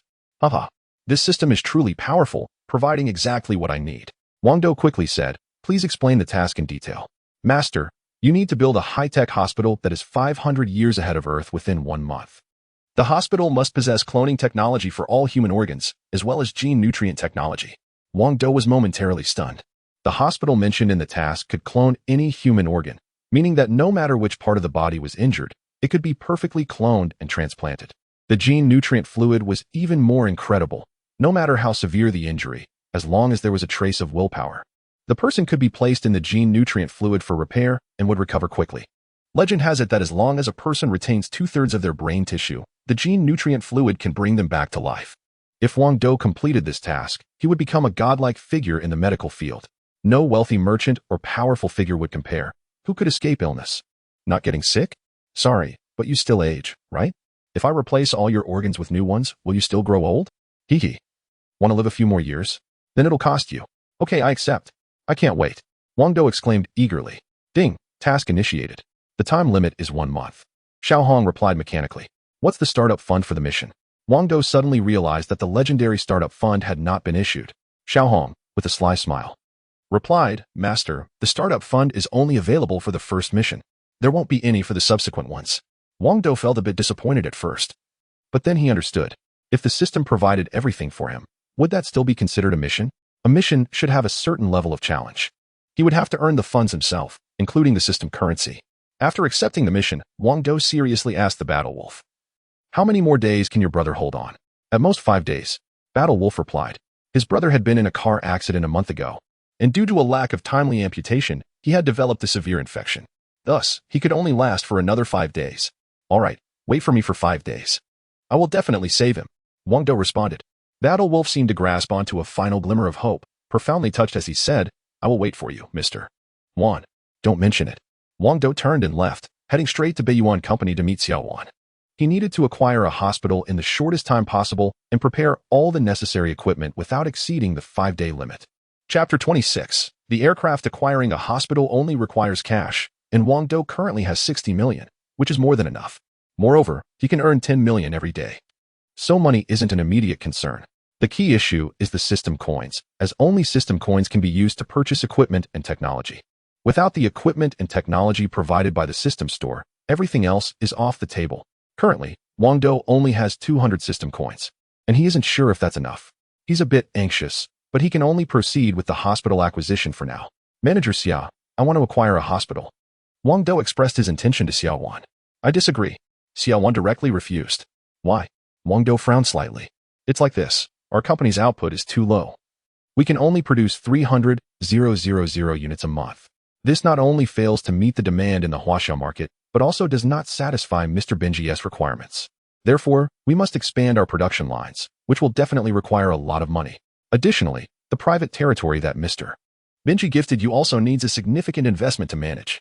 So, we are not exactly wealthy. You should avoid unnecessary spending, Xiao Wan explained seriously. And she was not wrong at all. Given the current situation, rushing to invest in a hospital would be an unwise choice, as cash flow would be incredibly tight. What if I insist on acquiring the hospital? Wang Dou said with a smile. That's up to you. You are the boss. I'm just your employee. I can only offer you the best advice. Xiao Wan's expression showed disappointment, and her lips curled in a slight pout, as if she had overestimated Wang Dou. The thought of acquiring a hospital seemed to be a novice's idea. Don't be upset. Wang Dou smiled as he approached Xiao Wan. Rest assured.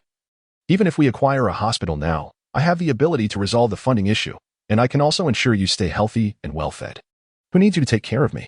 Xiao Wan rejected him outright, but her heart raced. She found it increasingly difficult to resist this man. My decisions are always the right ones. When I say we should acquire a hospital, it's definitely a lucrative opportunity, Wang Dou said earnestly. All right. I agree to your acquisition of the hospital, but could you please take your hand off? At some point. Wang Dou's mischievous hand had found its way to an inappropriate place, but this time Xiao Wan didn't push him away. Instead, she shot him a glare. Although Wang Dou had thick skin, he couldn't withstand that look and had to retract his hand. Then let us begin the acquisition. Xiao Wan finally nodded. She then mobilized professionals to gather information, and within half a day, they had results. Boss Wang, after our careful screening, there is currently only one hospital in Xinhane City that is up for sale, Wanha Hospital. Xiao said seriously. There are only 3 large hospitals in Xinhane City. One is a military hospital, the second is a public hospital, and the only private hospital is Wanha Hospital. Wanha Hospital has always had a poor reputation, leading to declining profits and a decision to sell. However, the price will be quite high. According to my estimation, acquiring one hospital will require at least 80 million. Xiao said slowly. All right, 80 million it is. The price of 80 million is enough to build a brand new hospital, but Wang Dou is racing against time, so he has no choice but to agree. Currently, he only has 60 million and will have to wait 2 more days to gather enough money for the acquisition. However, just 2 days is something he can manage. If Wang Dou remembers correctly, that damn director is from one hospital, and he'll make sure to give him a taste of his own medicine. 2 days later, Xiao successfully acquired one hospital and began taking over. Wang Dou didn't participate in the handover, but instead started purchasing various medical equipment. Master, a medical robot costs 30 system coins. Advanced medical technology that is 500 years ahead of Earth costs 80 system coins. A surgical system is 100 system coins. A cloning chamber is 500 system coins. Xiaohong, the mechanical assistant, quoted the prices. Wang Dou's mouth twitched in disbelief. He never expected medical equipment to be so expensive. Purchasing this set of medical equipment would likely exceed 1,000 system coins, while a smartphone production line only costs about 200 system coins. Why is that? Xiaohong seemed to understand Wang Dou's thoughts and explained, Master, smartphones are entertainment related, so they are cheap, while medical equipment pertains to life, hence it is expensive. I see. However, Wang Dou currently has only 200 system coins, which is completely insufficient. Xiaohong, how can I earn more system coins? Wang Dou asked eagerly. Xiaohong explained, Master, as long as you engage in activities related to technology, the system will reward you with system coins. Can you be more specific? Wang Dou asked patiently, still unclear about what Xiaohong meant. Hiki. Xiaohong smiled. For example, if you purchase a computer, that counts as a technology-related activity, and the system will reward you with system coins. But only for the first time. Oh, I understand now. Wang Dou realized that as long as what he did was related to technology, he could receive rewards from the system, but only the first time. He hurriedly bought a computer, and sure enough, he received a reward. But it was only a pitiful 10 system coins. Still, every little bit counts. Next, he immediately disassembled the computer, and the system rewarded him another 10 system coins. Then, he reassembled the disassembled computer and received yet another 10 system coins as a reward. After that, he continuously tried various methods, and eventually, the number of system coins grew to 900, but it was still too little. To get the hospital running, he must buy a cloning chamber, which costs 500 system coins. The complete medical technology package costs 80 system coins, and he definitely needs to acquire some robots as well. Adding everything up, he would need at least 200 system coins. In other words, Wang Dou is still short by 300 system coins. It looks like he will have to take some decisive action. At that moment, Wang Dou thought of his trusty steed, Gale. If he could ride Gale and break through to even higher speeds, he would surely earn some rewards. Taking advantage of the cover of night, Wang Dou urged Gale forward, and in a cloud of smoke, they shot off into the darkness. The speed skyrocketed, reaching 500 yards in an instant, then 1,000 yards, and finally, they achieved the speed of sound. The speed of sound was the fastest that Gale could go. Reaching 500 yards for the first time earned him 50 system coins. Hitting 1,000 yards for the first time granted him 100 system coins. And reaching the speed of sound for the first time awarded him 150 system coins. At that moment, Wang Dou had exactly 200 system coins, finally enough. However, his situation was not looking good, as 2 fighter jets suddenly appeared in front of him. This was a serious problem. Chapter 27, A Motorcycle in the Sky? S-Class Air Defense Alert. You are suspected of invading our airspace. First warning. Second warning. Wang Dou did not apply for an aviation license, which constitutes an illegal invasion, and the pilots had no idea he was from Huaxia, so they were really ready to engage. What to do?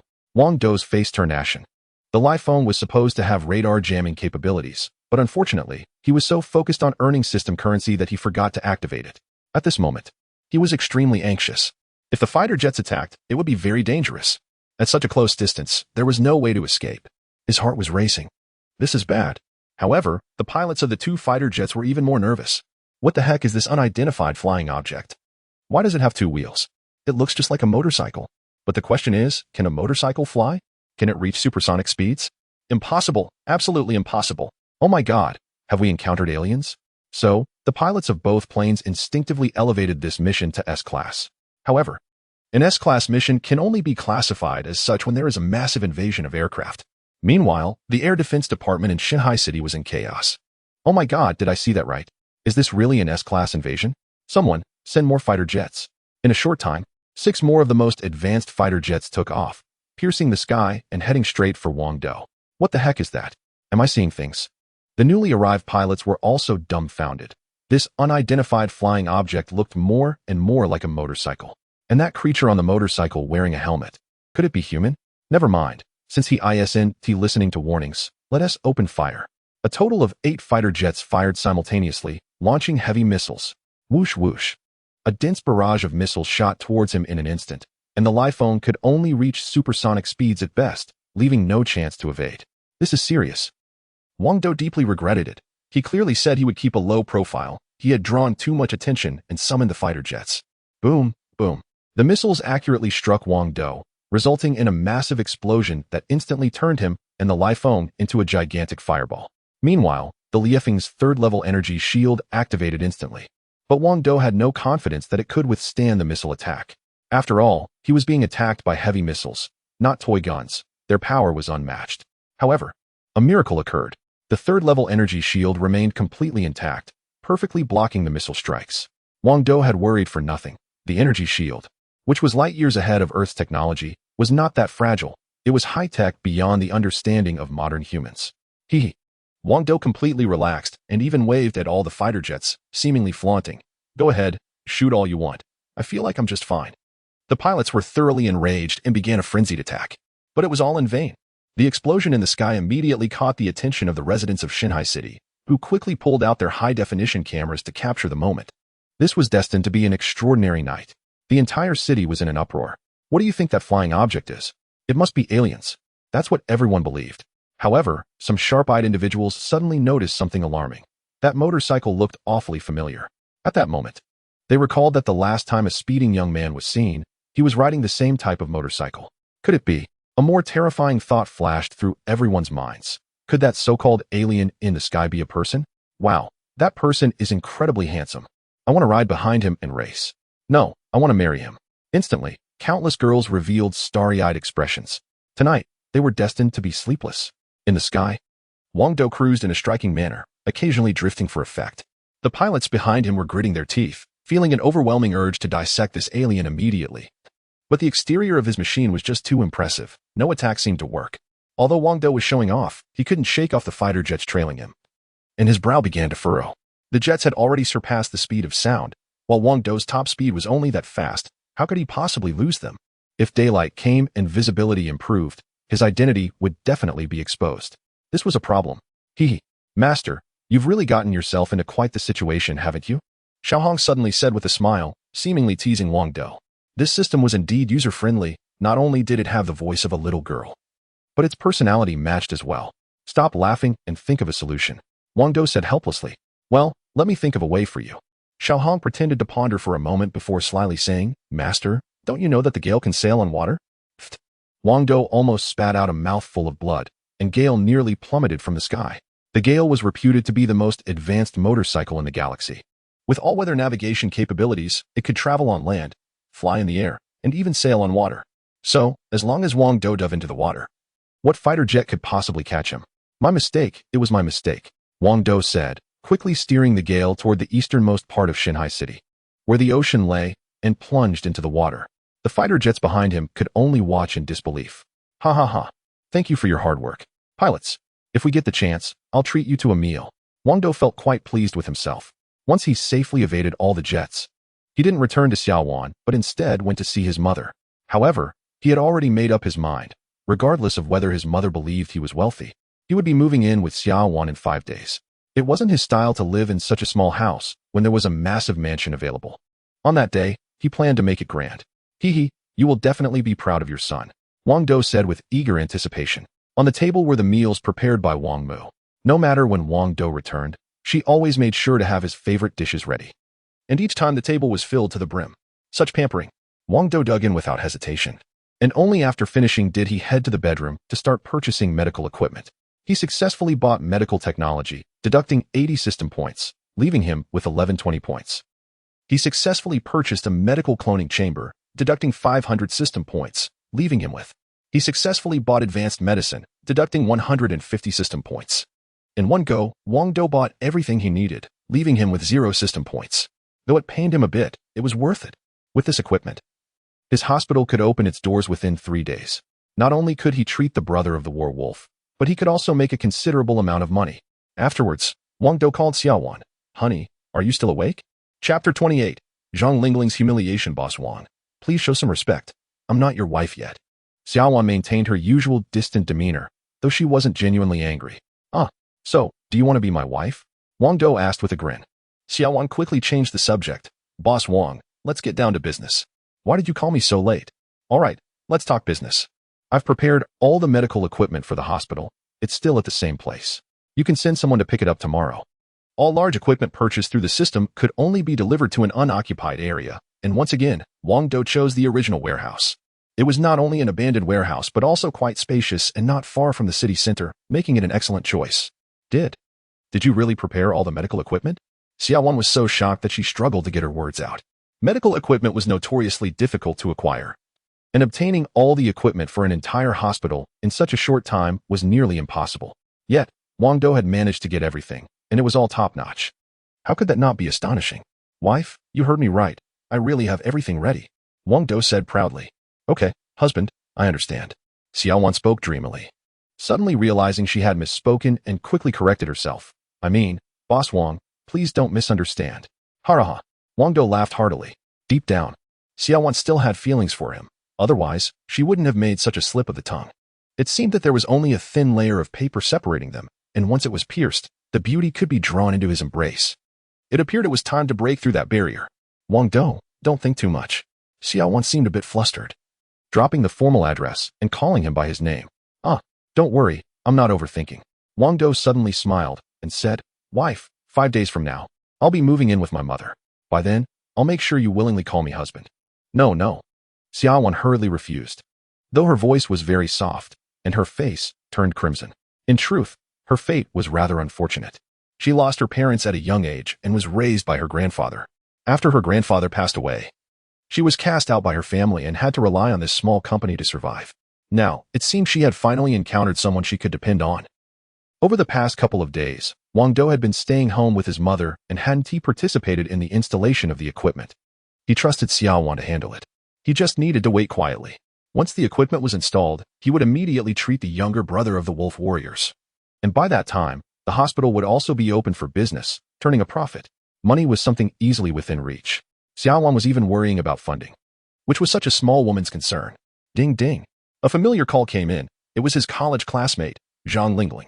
Wang Dou quickly answered, Lingling. What made you think to call me today? Wang Ge, could you do me a favor and lend me 5,000 yuan?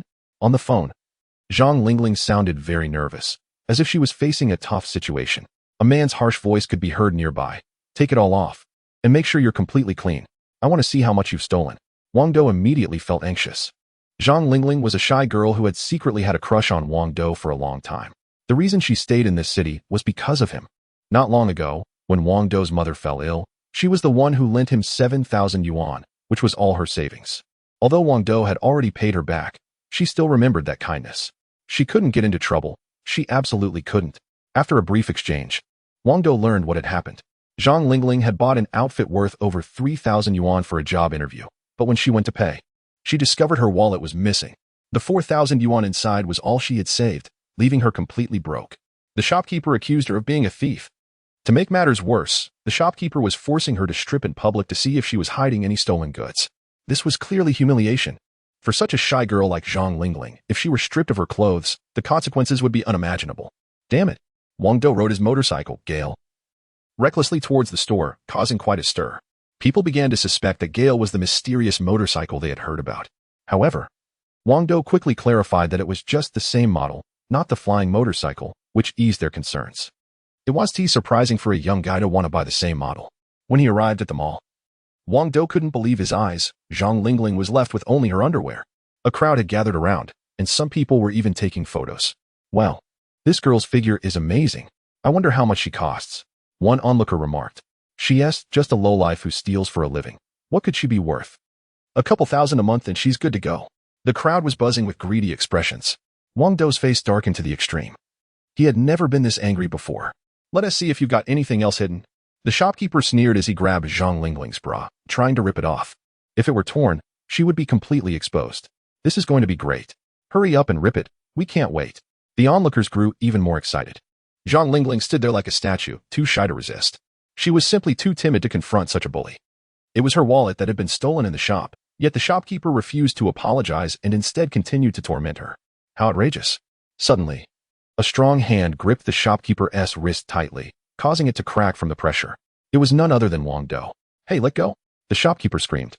Unable to bear the force, Wang Dou pushed him, and the shopkeeper stumbled back and fell to the ground, quickly scrambling back to his feet. Who do you think you are? A janitor trying to meddle in my business. You want to die? The store owner sneered.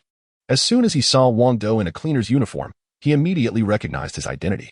Wang Dou didn't explode in anger right away. Instead, he quickly took off his jacket to cover Zhang Lingling's body, and she immediately burrowed into his arms, crying uncontrollably. Wah! Everything that happened today is a heavy blow for her, even a lifelong shadow. She's my girlfriend. If there's an issue, come at me. Wang Dou glared coldly at the store owner. Damn it, a broke cleaner with a thieving girlfriend. What a perfect match. The store owner mocked Wang Dou and Zhang Lingling before continuing. She stole a few items from us worth 500 yuan. You'll have to pay up. Is it just about the money? I have plenty of that. Wang Dou wasn't unreasonable. He decided to pay first and deal with the rest later. Once the payment was made, they would see how things unfolded. When people over with virtue, he thought to himself, feeling a surge of defiance. Huh, you think you can show off in front of me? The store owner muttered before suddenly changing his tune. The original price is indeed 500 yuan, but since it was theft, there must be a punishment, at least 10 times the price. Fine, if it's 10 times. Then it's 10 times. If you dare to ask, I dare to pay. The store owner had the audacity to demand more money from Wang Dou, completely unaware of the consequences. But it didn't matter. He considered it medical expenses. The more they demanded, the harder he would hit back later. Chapter 29. Envy. The tenfold price is 35,000, which is a fortune for an ordinary person. At this moment, neither the shop owner nor the others around believed that Wang Dou could easily come up with so much money. Besides, would this kind of poor guy actually spend that much on clothes for his girlfriend? What a joke. Is he risking everything just to impress a girl? Keep pretending. I wonder how long you can keep this up. Young man, we advise you to apologize to the shop owner. Maybe they'll take pity on you and ask for less money. The crowd was buzzing with disdain. In their eyes, anyone without money was wrong no matter what they did. Right was wrong, and wrong was wrong. However, when Wang Dou pulled out his phone to scan for payment, everyone fell silent. The phone he was using was from Beiyuan Company, and it wasn't just any model. It was the second-generation model. Beiyuan Company had only released 2 models of phones, the first generation and the second generation. If the first generation was a regular phone, then the second generation was a VIP phone. Although the price of the first generation was only 6,600, the production was extremely limited. With only 10,000 units produced per day, this was a drop in the bucket for the entire Chinese market, leading to scalpers monopolizing the phones. For an ordinary person to buy a Beiyuan phone, they had to purchase it from scalpers. And the scalper price for the first generation had already skyrocketed to over 100,000. As for the second generation, the scalper price was over 600,000. Since Wang Dou owned a second-generation phone, it clearly indicated that he was not short on cash. Although his clothes were indeed very ordinary, they couldn't conceal the brilliance radiating from the second-generation phone. You'd have to sell a kidney just to afford one. Wang Dou ignored the shock of those around him and began scanning for payment. After a series of operations, the shop owner immediately received the 35,000 payment. The money has been received? Wang Dou said coldly. The shop owner finally felt a sense of fear. This young man appeared ordinary, yet he seemed very wealthy. And why did his gaze seem so terrifying? Yes, it's received. The shop owner pretended to be tough, but was actually terrified inside. So, does that mean my girlfriend is not a thief? Wang Dou took a few steps forward, standing close to the shop owner, exuding a chilling aura as if he were about to kill him at any moment. And no, she is not a thief, the shop owner stammered. Since my girlfriend is not a thief, then your search of her just now was a death wish. Wang Dou articulated each word clearly, making sure both the shop owner and others listened intently. Then, he completely lost it and started attacking. Help! Help! The shop owner was no match for Wang Dou and was beaten badly, only able to cover his head and run around aimlessly. Daring to search my girlfriend? Daring to demand more of my money? You've got some guts. Wang Dou was merciless, showing no restraint. Finally, The shop owner couldn't take it anymore and called in a group of security guards. But before he could feel relieved, he was left dumbfounded. How could ordinary security guards possibly stand a chance against Wang Dou? The beating continued without interruption. Bang, bang, bang. Anyone close to Wang Dou got beaten pretty badly. And the shop owner seemed to not even recognize his own mother. Didn't he demand 10 times the money from Wang Dou? I wonder if that extra money is enough to cover the medical expenses. This injury might cost tens of thousands, and that probably won't cover it. The onlookers were scared and wanted to leave. Everyone stay put. Delete that video you just recorded before you can leave. This group not only refused to help Zhang Lingling, but also maliciously recorded videos, intending to post her semi-nude footage online. How despicable. All right, we'll delete it. No one dared to go against Wang Dou's wishes. They deleted the videos right in front of him. Only then did Wang Dou feel satisfied. However, this was Huaxiao, so he couldn't act too recklessly. He had to call Captain Song to handle the situation. Although Captain Song was just the head of security for Beiyuan Company, he had some street smarts and could manage such matters. Plus Wang Dou was footing the bill, so he was quite at ease. Is there anything that money can't resolve? Even if money couldn't solve it, Wang Dou wasn't worried, because Minister Yu still owed him a favor. Brother Wang, let us hurry and leave. Zhang Lingling looked at Wang Dou with longing eyes, as if she would give anything, including her body, if Wang Dou was willing. Since the issue was resolved, Wang Dou took Zhang Lingling back to her home. Just one glance at her rental apartment made Wang Dou's heart ache. The place was barely a dozen square meters. Dirty and unsafe. A broken table was cluttered with personal resumes and various job ads, and there were even a few hard buns. It seemed Zhang Lingling hadn't found a decent job since graduating and was struggling. However, a few days ago, when Wang Dou's mother fell ill, Zhang Lingling had unhesitatingly taken out her savings, 7,000 yuan in total. Wang Dou never expected that Zhang Lingling would be so sincere towards him. Lingling, you've suffered. Wang Dou looked seriously at Zhang Lingling. Although her clothes were a bit worn, they couldn't hide her proud figure. Her fair skin peeked through the fabric seams, looking so enticing. Brother Wang, will you stay with me tonight? Zhang Lingling was still shaken from the earlier events and really needed someone to be with her. Sure. Wang Dou gently pushed Zhang Lingling onto the bed, his hands instinctively unbuttoning some of her clothing. Surprisingly, Zhang Lingling showed no sign of resistance, almost letting Wang Dou do as he pleased. However, in the end, Wang Dou stopped. He just held her and slept through the night, doing nothing else. He still had principles. The next day, Zhang Lingling woke up early and even prepared breakfast for Wang Dou. Though she didn't dare to look him in the eye, her face is red as an apple. Lingling, how about I help you find a job?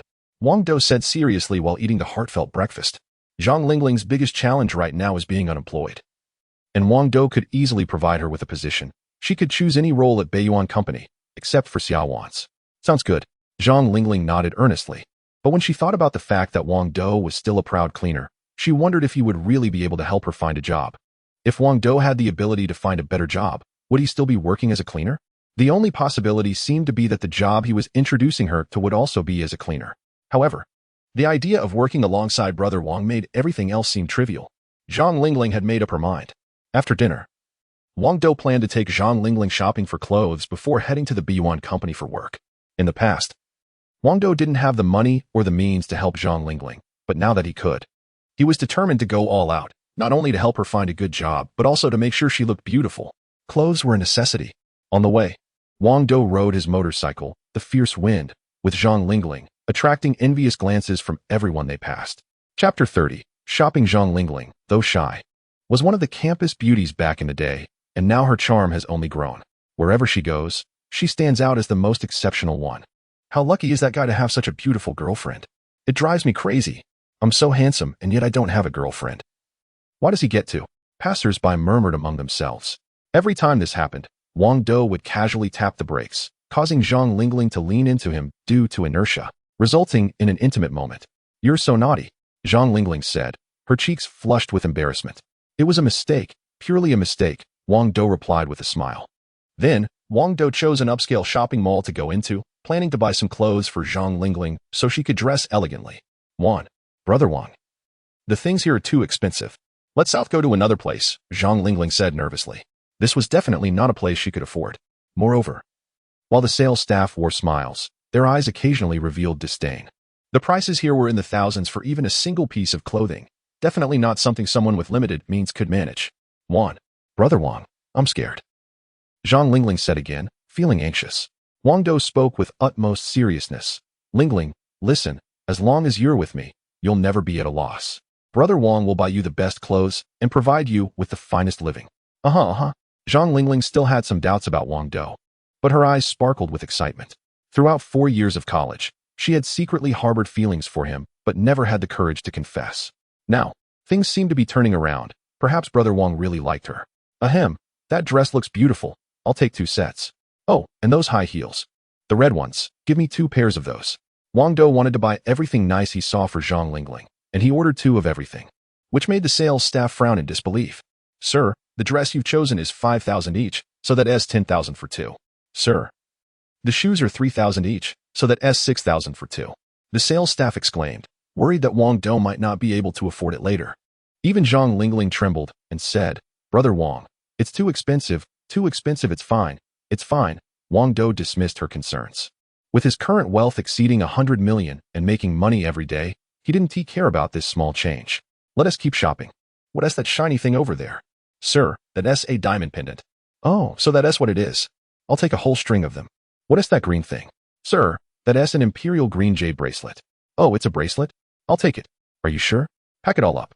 Just pack it all. The sales staff behind him nearly fainted. This seemingly ordinary man was buying everything he saw. Did he not realize where he was? This was a high-end shopping mall. Remember, high-end. In just a short time, he had already spent hundreds of thousands. Oh my gosh. He is either crazy or one of the richest people in Shanghai City. Zhang Lingling was completely dazed, unable to say a word. Instinctively clutching Wang Dou's sleeve and following him as he moved forward. Check out. Finally, it was time to pay, and countless eyes turned to Wang Dou. Sir, your total comes to 460,000. Will that be cash or card? The cashier asked sweetly. Though she couldn't believe for a moment that Wang Dou actually had that kind of money. It was her fault. Wang Dou was still dressed in common clothes. And his hairstyle didn't scream wealth either. Describing him as unremarkable was an understatement. Would someone like him really spend over 400,000 on gifts for a girlfriend? It seemed unlikely. Card, Wang Dou said, handing over a bank card. The cashier quickly began the process of swiping the card, and after a few steps, Wang Dou entered his PIN. Ding. A soft sound indicated the transaction was successful. Instantly, the crowd was stunned, all staring in disbelief for a moment. The cashier suddenly smiled even sweeter, and even discreetly slipped Wang Dou her contact information. As an ambitious cashier, she knew she had to seize every opportunity to cozy up to the wealthy, no matter how slim the chance. Sir, have a nice day. Her voice was as sweet as syrup. Wang Dou couldn't help but shiver. He quickly grabbed Zhang Lingling and left. That tone was too unsettling, sending chills down his spine. Once outside the mall, Zhang Lingling finally regained her composure. But then, an even more shocking event occurred. When Wang Dou led Zhang Lingling into Beiyuan Company, the security guards respectfully greeted him. Boss, hello. Boss. Zhang Lingling was completely dumbfounded. Could it be that Wang Dou was the boss of Beiyuan Company? No way, absolutely no way. Good morning, boss. The security guards and the receptionists all greeted Wang Dou with utmost respect. In fact, Wang Dou had initially wanted to keep a low profile. But he couldn't maintain his disguise at the company, and everyone recognized him, thanks to Xiaowan's efforts. Xiaowan was worried that someone in the company might offend Wang Dou, so she directly informed everyone of his identity to avoid unnecessary trouble.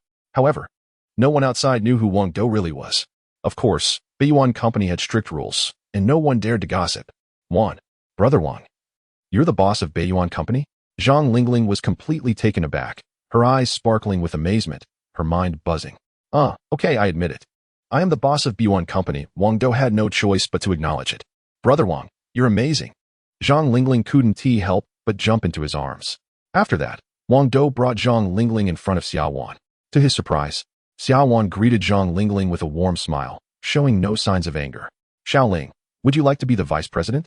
Xiaowan, being exceptionally smart, made the right choice immediately.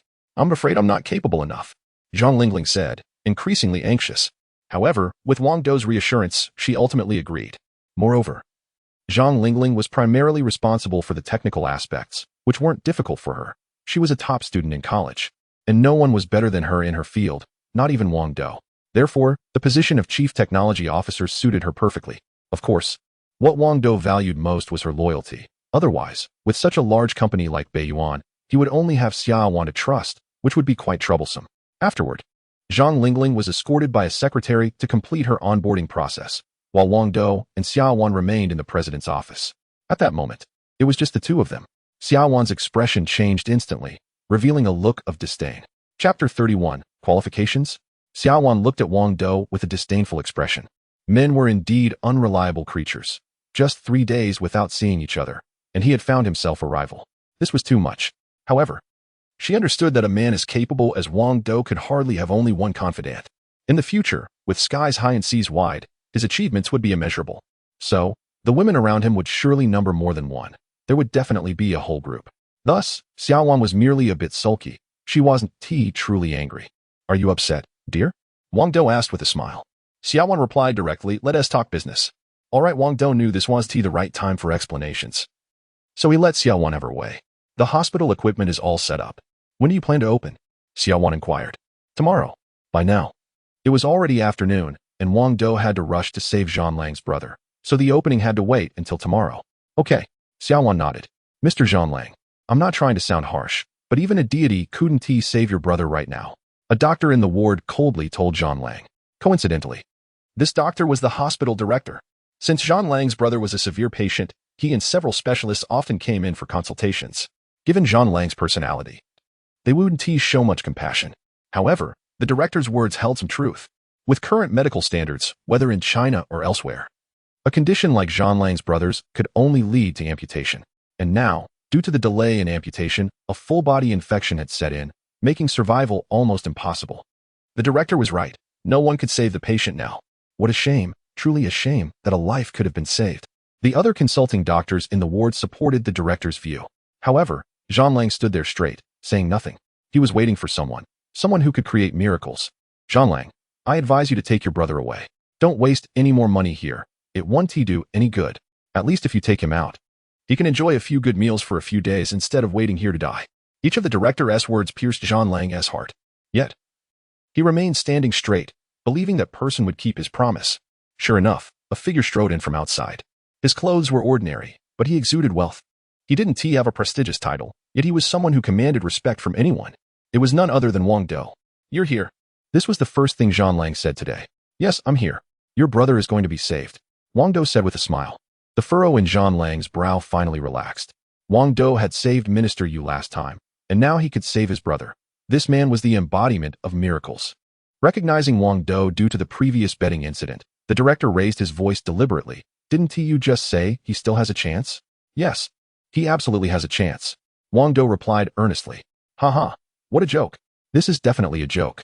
The director wore a sarcastic expression. Young man, this patient's legs are completely rotten, and there is an infection. He is beyond saving. Indeed, with the current level of medical technology, he probably is beyond saving. The other doctors looked at Wang Dou with disbelief, but they weren't deliberately opposing him. They held no grudge against him. They were just stating a fact. Wang Dou glanced at the other doctors, realizing they were unaware of their implications, and felt no anger. However, he needed to make them understand one thing. This hospital was no longer the same as before. It was now a high-tech facility that was 500 years ahead of its time. Therefore, as the owner of the hospital, he needed to open everyone's eyes today and provide them with a learning opportunity. After all, the hospital would still rely on them in the future. However, someone like the director definitely needed to be dismissed. Wanha Hospital had no need for such character. He was merely an employee. And Wang Dou couldn't just fire him on a whim.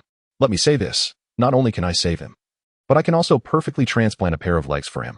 Do you believe that? Wang Dou said more seriously. Impossible. With the current level of medical technology, it's simply not feasible to perform a leg transplant. One doctor responded.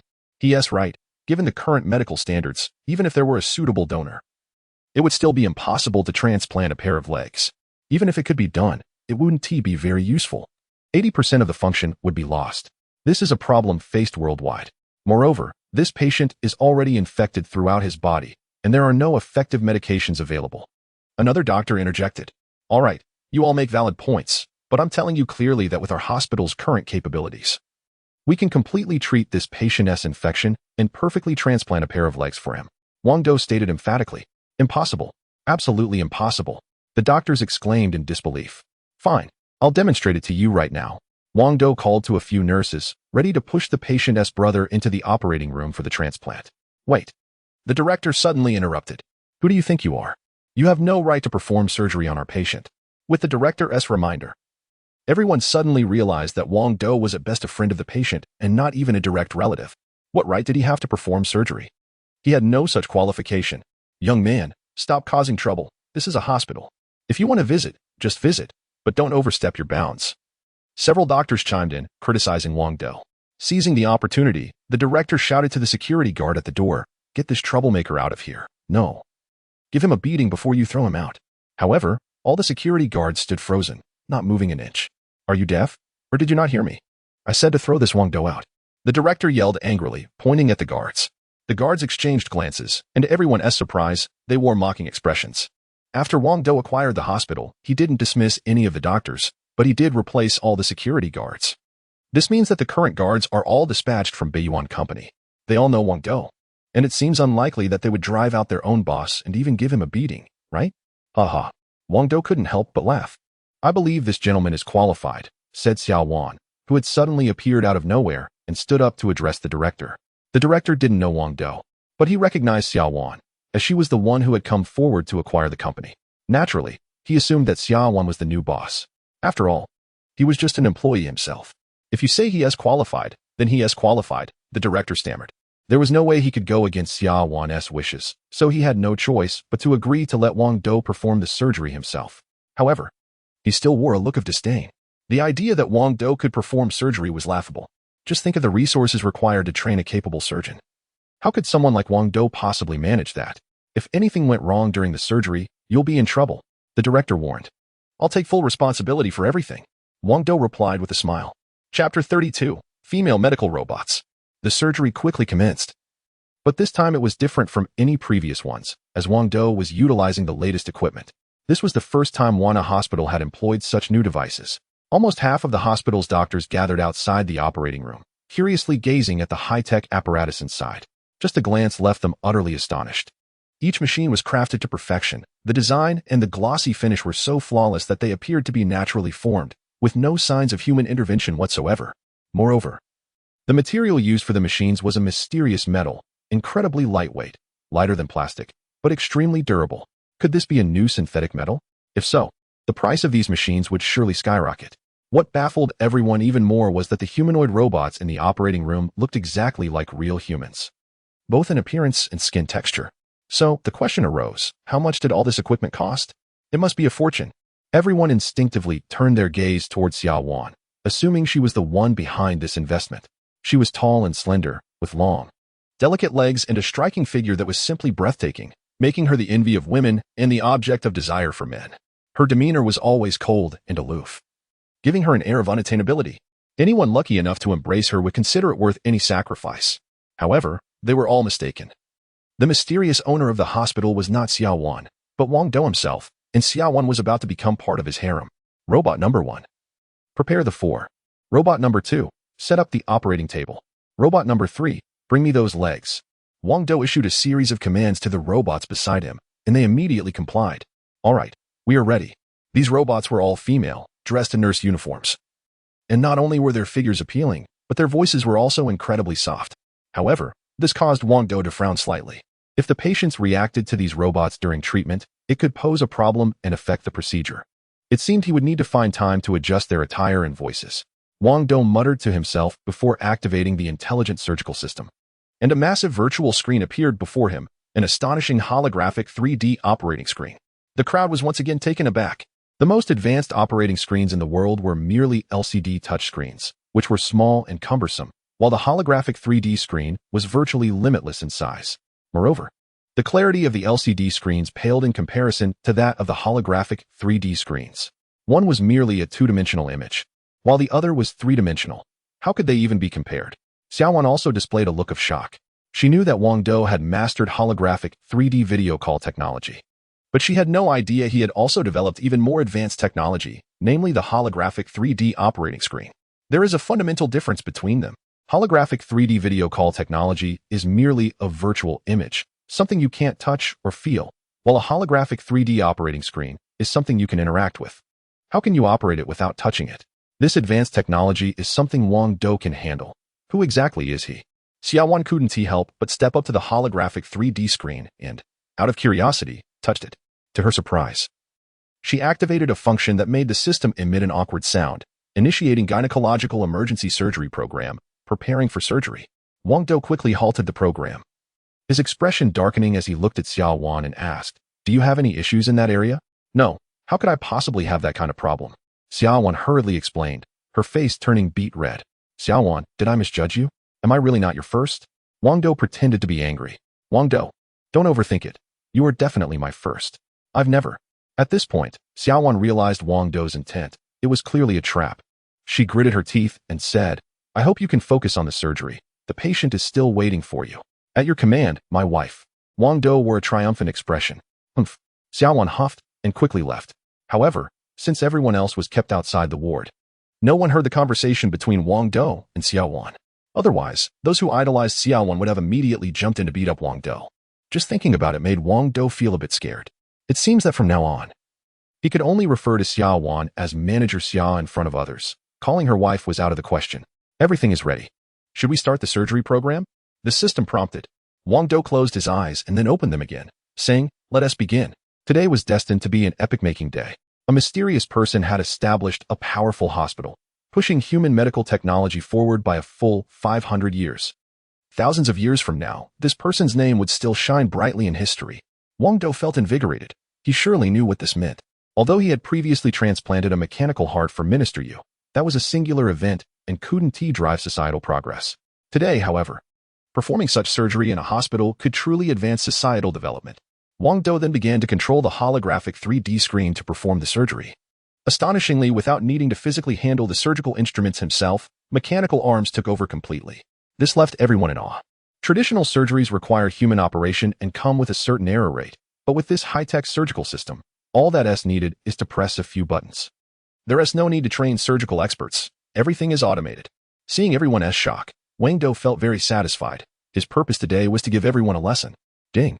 The surgical system activated, starting neural anesthesia. Anesthesia successful. Beginning excision. The brother of the war wolf lay on the operating table, feeling no pain at all and remaining fully conscious, not in a coma. The surgery was a success. The transplantation was about to begin. Robot no. 3 handed over a pair of clone legs, which Wang Dou had prepared 3 days in advance. Although the hospital hadn't set up all the equipment yet, they were still able to clone a pair of legs on their own. At this moment, everyone was even more astonished. What on earth are those legs? Did someone voluntarily donate them? Everyone, please don't get the wrong idea. These legs were not donated. They were cloned at our hospital. Wang Dou quickly explained, fearing further misunderstandings. What? Did I hear that right? The crowd was so shocked that they seemed almost dazed. When did human thighs become clonable? As of now, neither in Huaxia nor in any other country, not even in the U.S., has anyone been able to clone thighs like this, right? Chapter 33. The teleporter or hospital is not only capable of cloning any organ in the human body, but it only takes 3 days. Wang Dou tried to lower his voice, but it still sent the crowd into a frenzy. No, this must be a dream. It can't be real.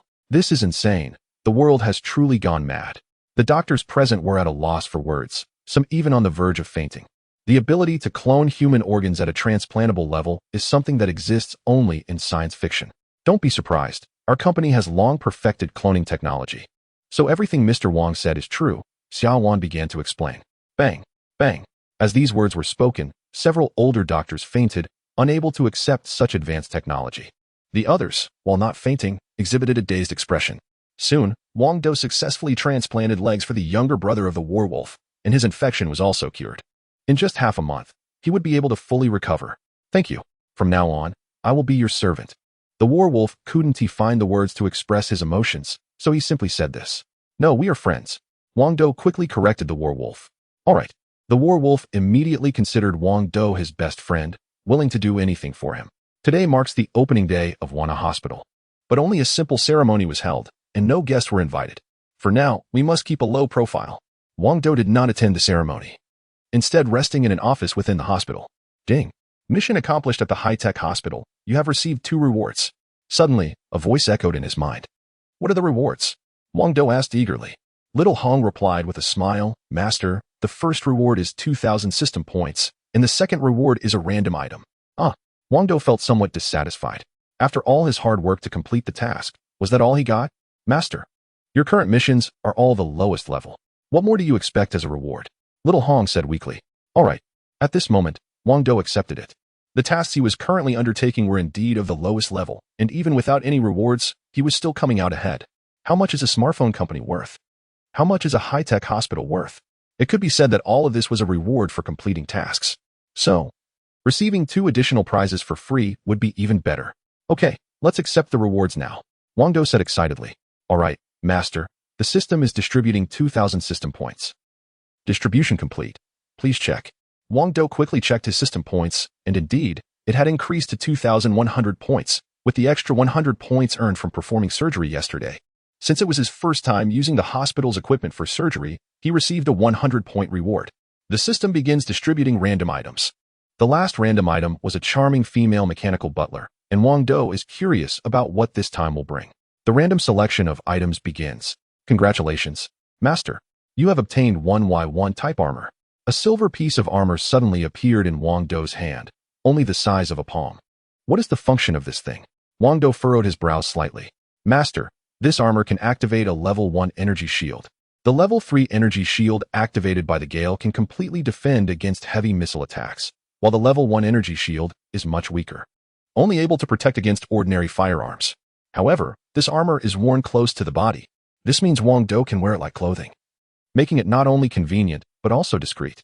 Although the level 3 energy shield of Gale is powerful, it cannot be carried around at all times.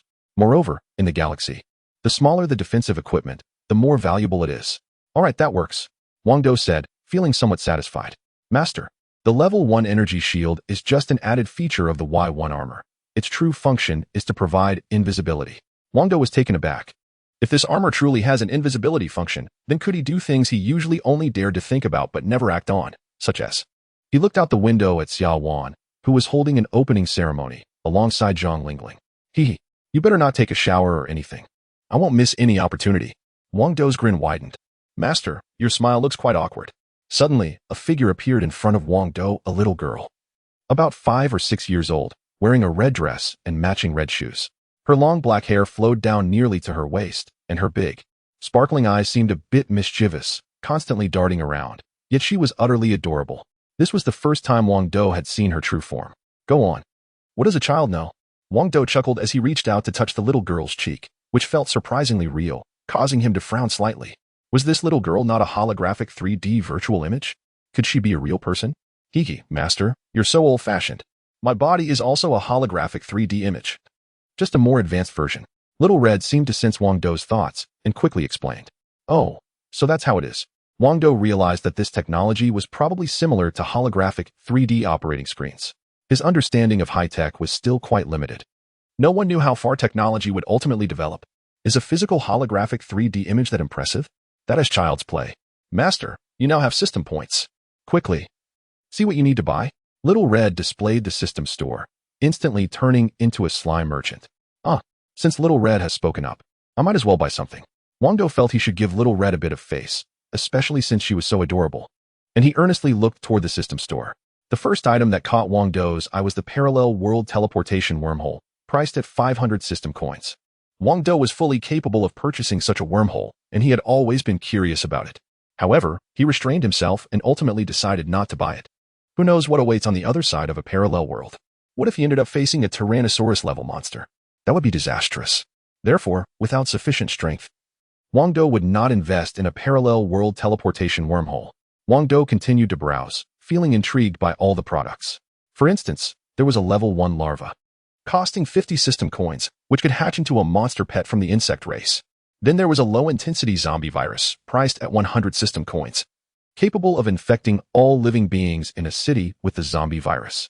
Finally, Wang Dou's gaze settled on the short-distance teleporter. This teleporter functioned similarly to the wormhole but was a bit more flexible. While a wormhole teleports to a specific location, this teleporter allows you to input coordinates and transport to any location. However, the teleportation range of this device is much shorter than that of a wormhole. Chapter 34. A special surprise wormholes can transport you to parallel worlds in vast interstellar spaces, while this short-range transporter can cover a maximum distance of 15,000 kilometers, which is more than half the circumference of the Earth. Centered around Wang Dou, it can transport him in any direction, north, south, east, or west, up to that maximum distance. However, its price is surprisingly steep, valued at 600 system coins, even more expensive than the wormholes to parallel worlds. In the end, Wang Dou decided to buy it. Purchased the short-range transporter.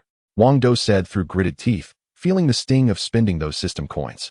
The purchase was successful, deducting 600 coins from his account, leaving him with 1,500 coins. In an instant, Xiaohong helped him finalize the purchase, worried he might change his mind. She had truly mastered the art of being a shrewd merchant. The next moment, a wristband-style transporter appeared in Wang Dou's hand, small enough to be compared to a watch. He casually input a coordinate and activated the transporter. Suddenly, everything went dark, and Wang Dou found himself in an unfamiliar place. However, in his excitement, he forgot to activate the stealth feature of his Y1 armor, leaving him exposed in front of a crowd. He heard a chorus of high-pitched screams from women around him. When he focused his eyes, he realized he was surrounded by stunning blonde-haired, blue-eyed beauties.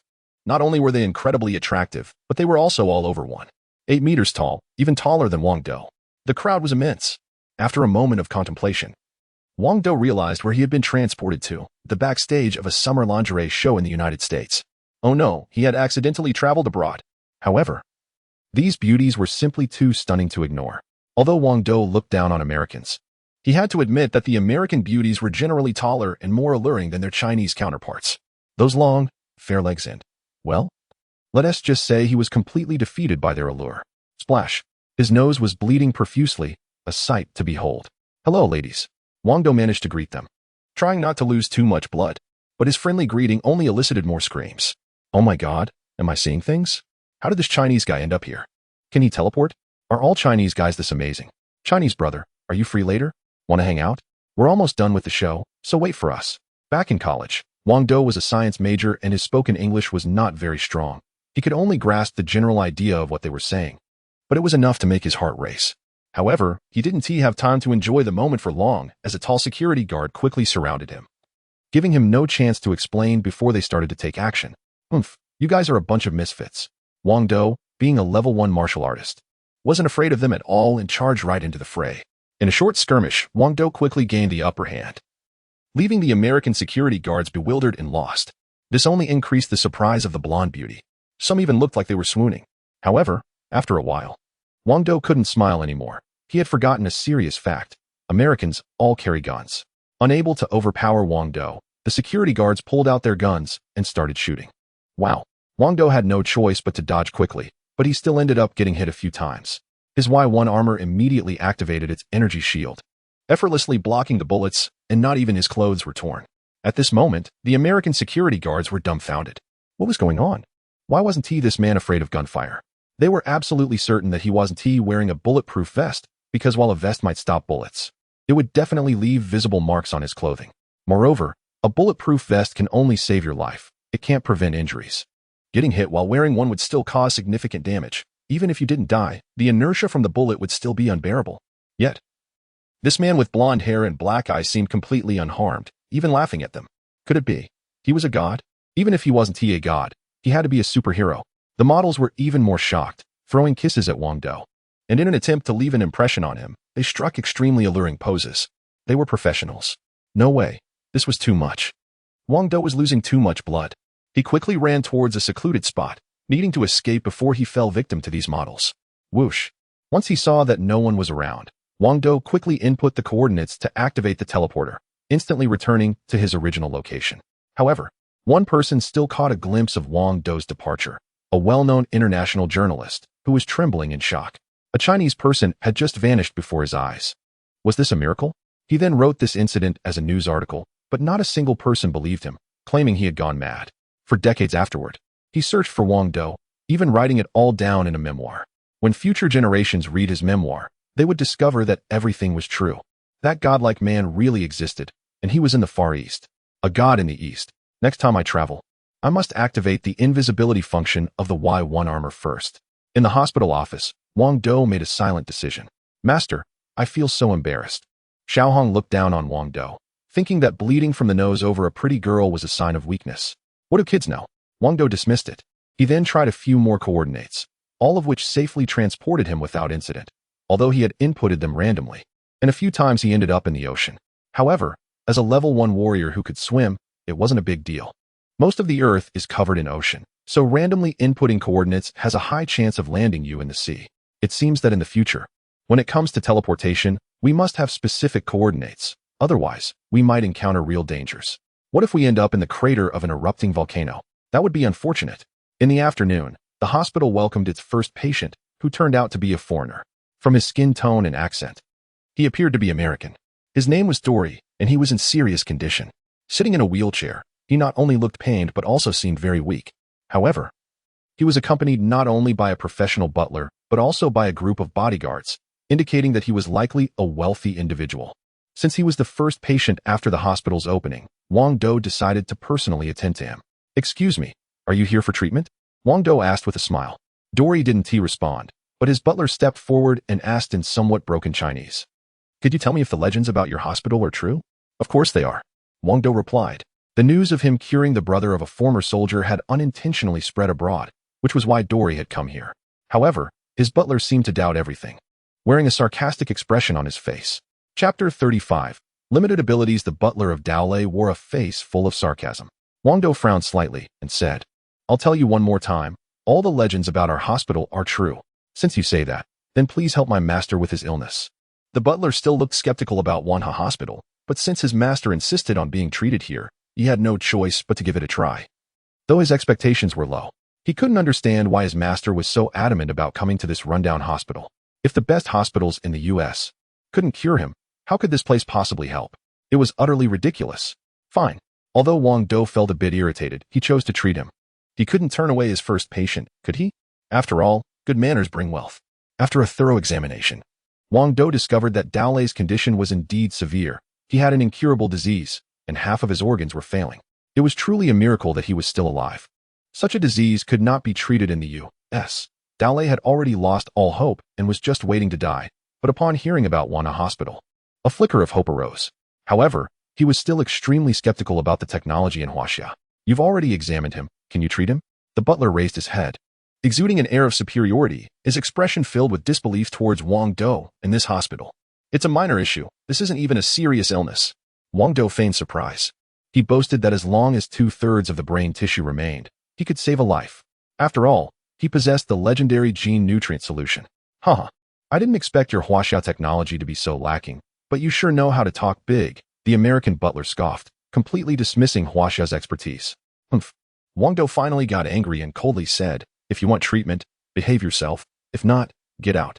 How dare you insult me? Don't you know that your best medicines are all imported from our country? Do you want me to block your supplies?" The American butler said arrogantly. "Get lost." Wang Dou issued an eviction order. He wasn't afraid of any import blockades. That was laughable. All his medicines were purchased from the system store, far advanced compared to anything on Earth by 500 years. "You." The American butler trembled. "We are esteemed Americans and deserve respect. You are so rude." "Security. Throw them out." Wang Dou didn't care about their status. Anyone who came to the hospital was either a patient or a troublemaker. He would take great care of the patients, but for troublemakers, unfortunately, he had to resort to force. Immediately, a large number of security personnel surrounded them, all with cold expressions. "Stop. Stop." Dowley finally spoke. He was the true master and had been too weak to speak earlier due to his illness. Now he finally found his voice. I'm sorry. Please save me." He looked at Wang Dou with pleading eyes, seemingly choosing to believe in the miracles of the East and entrusting his life to Wang Dou. Wang Dou felt a hint of sympathy and said, "I can save you. But your butler must apologize first." Dou's gaze turned icy as he looked at his butler. Although the butler was extremely reluctant, he still bowed and said, "I apologize." Esteemed doctor from China. Only then did Wang Dou feel satisfied and said to Dou, "Your condition is indeed severe. You will need to undergo the transplant of at least 6 or 7 organs." Dou's face grew even paler at the thought of needing 6 or 7 organ transplants. Where would he find so many suitable organs? Though he was wealthy, money couldn't buy compatible organs. Was there truly no hope left for him? He displayed a deep sense of despair. "Cough, cough. We need to extract cells from your various organs and then clone them. The transplant can be done in about 3 days. As for discharge, it will take at least a month," Wang Dou said slowly, taking a sip of tea in between. Upon hearing this, Dou was beyond shocked, nearly on the verge of tears. According to this Chinese doctor, it seemed there was still hope for his illness. Moreover, judging by the doctor's expression, it didn't seem too difficult. Yet, something about what he said sounded quite unbelievable. However, the price was steep, at least $5 million. Wang Dou appeared nonchalant. But internally, he felt a surge of excitement. Saving a patient could earn him so much money. And he could become wealthy in the future.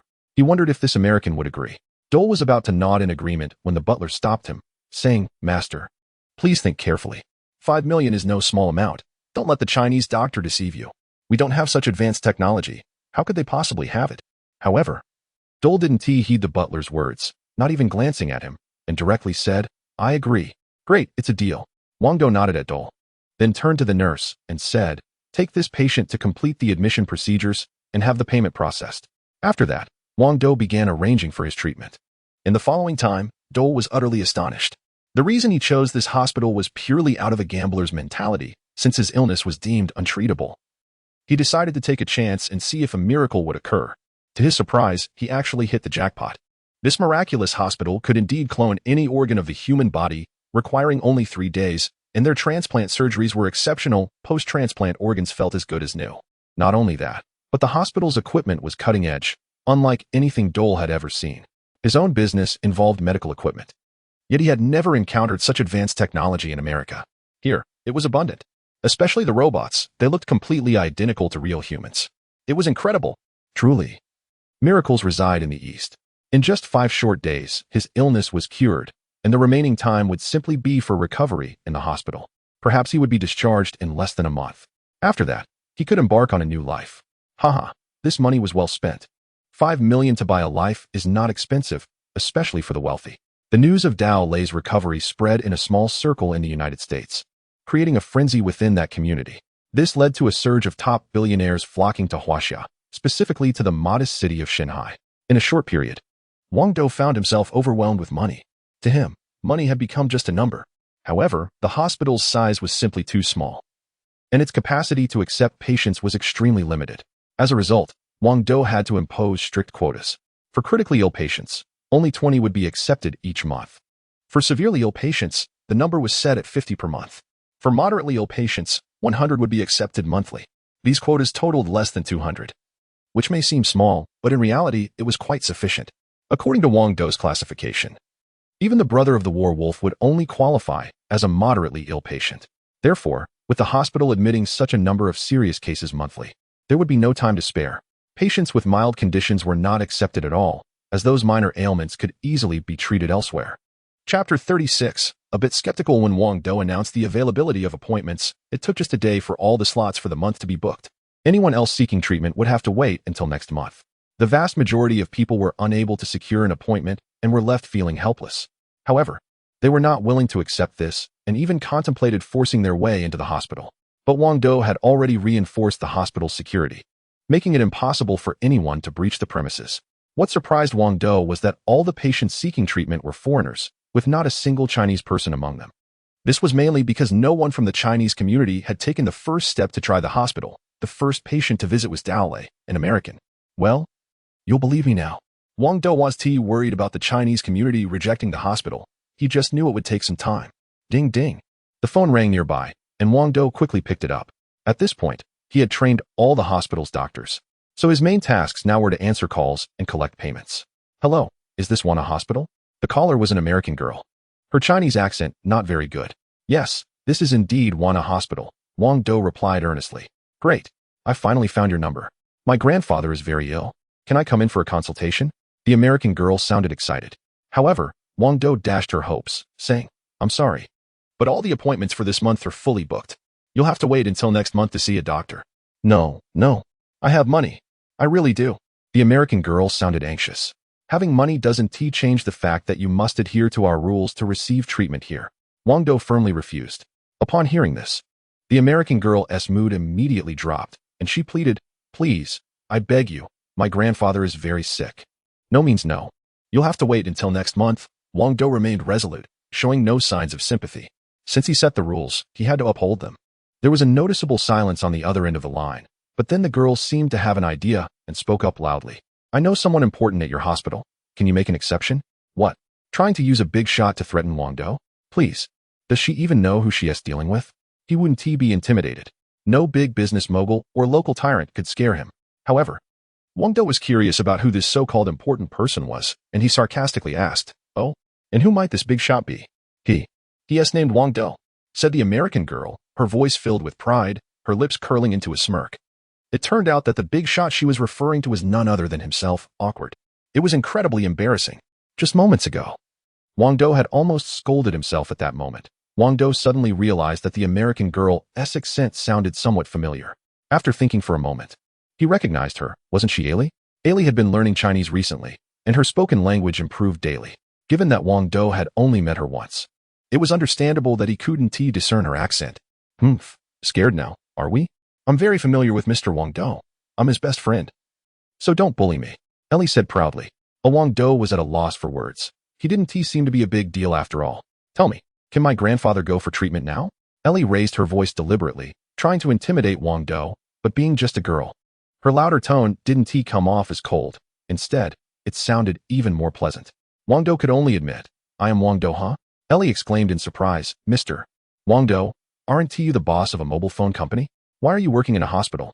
I'm not only the boss of Beiyuan Company, but I also own this hospital, Wang Dou confessed directly. What? You're also the owner of this hospital?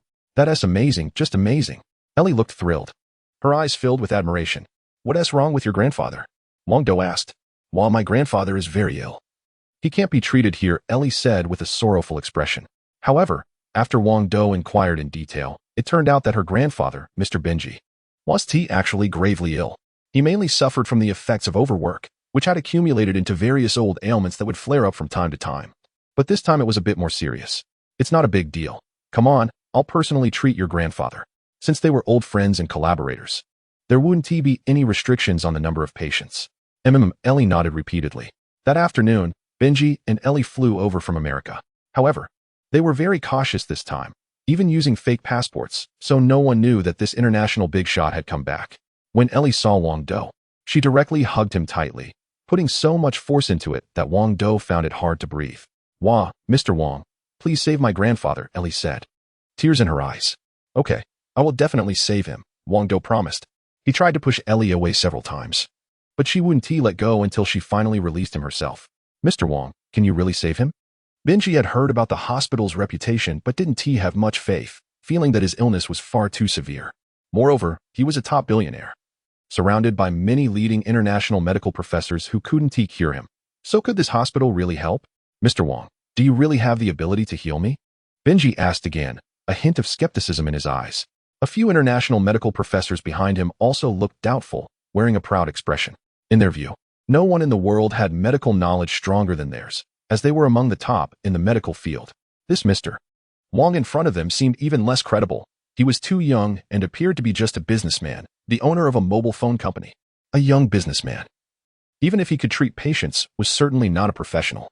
People's abilities are limited. If one is very successful in a certain field, they are bound to be weak in another. No problem. This is a piece of cake, Wang Dou said with a smile. As soon as those words were spoken, the group of international medical professors shot each other sarcastic glances. However, they were aware of the relationship between Wang Dou and Benji, so they dared not openly mock Wang Dou. Instead, they could only convey their dissatisfaction through their expressions. What are you looking at? Wang Dou immediately noticed their gazes and deliberately asked. And no, we have great respect for you, Mr. Wang. Please don't misunderstand. We mean no offense. The professors quickly stammered in response, clearly frightened. Wang Dou's gaze was indeed piercing, and considering that he could stand on equal footing with Benji, his status was undoubtedly intimidating. Such a person was definitely not someone to be offended. This was just a small incident that quickly passed. Wang Dou was merely having a bit of fun and wasn't actually angry. Since Benji was his collaborator, Wang Dou wouldn't hold too much against those around him. After all, one should consider the master when dealing with a dog, let alone these individuals who were far from being dogs. Moreover, these professors were quite wary of Wang Dou as well. Chapter 37. Did nothing at all? Wang Dou brought Benji into the medical room, and the others followed suit. Including the bodyguards, there were 10 people in total, but only Benji and Ellie were sitting. The rest stood around. Mr. Wang, when will you start the diagnosis? Ellie asked curiously after a while, noticing that Wang Dou had yet to begin. Shouldn't you diagnose right away upon entering the medical room? It's been quite some time. And it seems like you haven't done anything at all. Benji frowned slightly as well. I've already completed the diagnosis, Wang Dou replied casually. As if deep in thought, Ellie's expression darkened a bit. Mr. Wang, we didn't see you conduct any diagnosis. Shouldn't a doctor in Huaxia take a pulse or at least inquire about the symptoms? There should be a bunch of tests to run, right? But since you walked into the medical room, You've just been staring at the computer, seemingly doing nothing. Wang Dou shook his head and gently tapped the computer screen with his finger. Then, something unforgettable happened for Ellie and Benji. A massive holographic 3D screen suddenly appeared in front of everyone, displaying the detailed medical report of Benji. There were various images from different angles, alongside detailed test results and a comprehensive analysis of his condition. What is going on? No one could answer.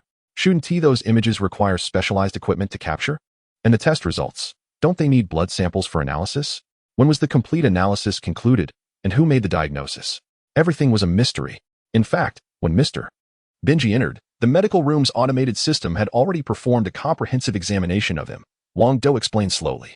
The equipment at Wanhao Hospital is 500 years ahead of Earth, entirely automated.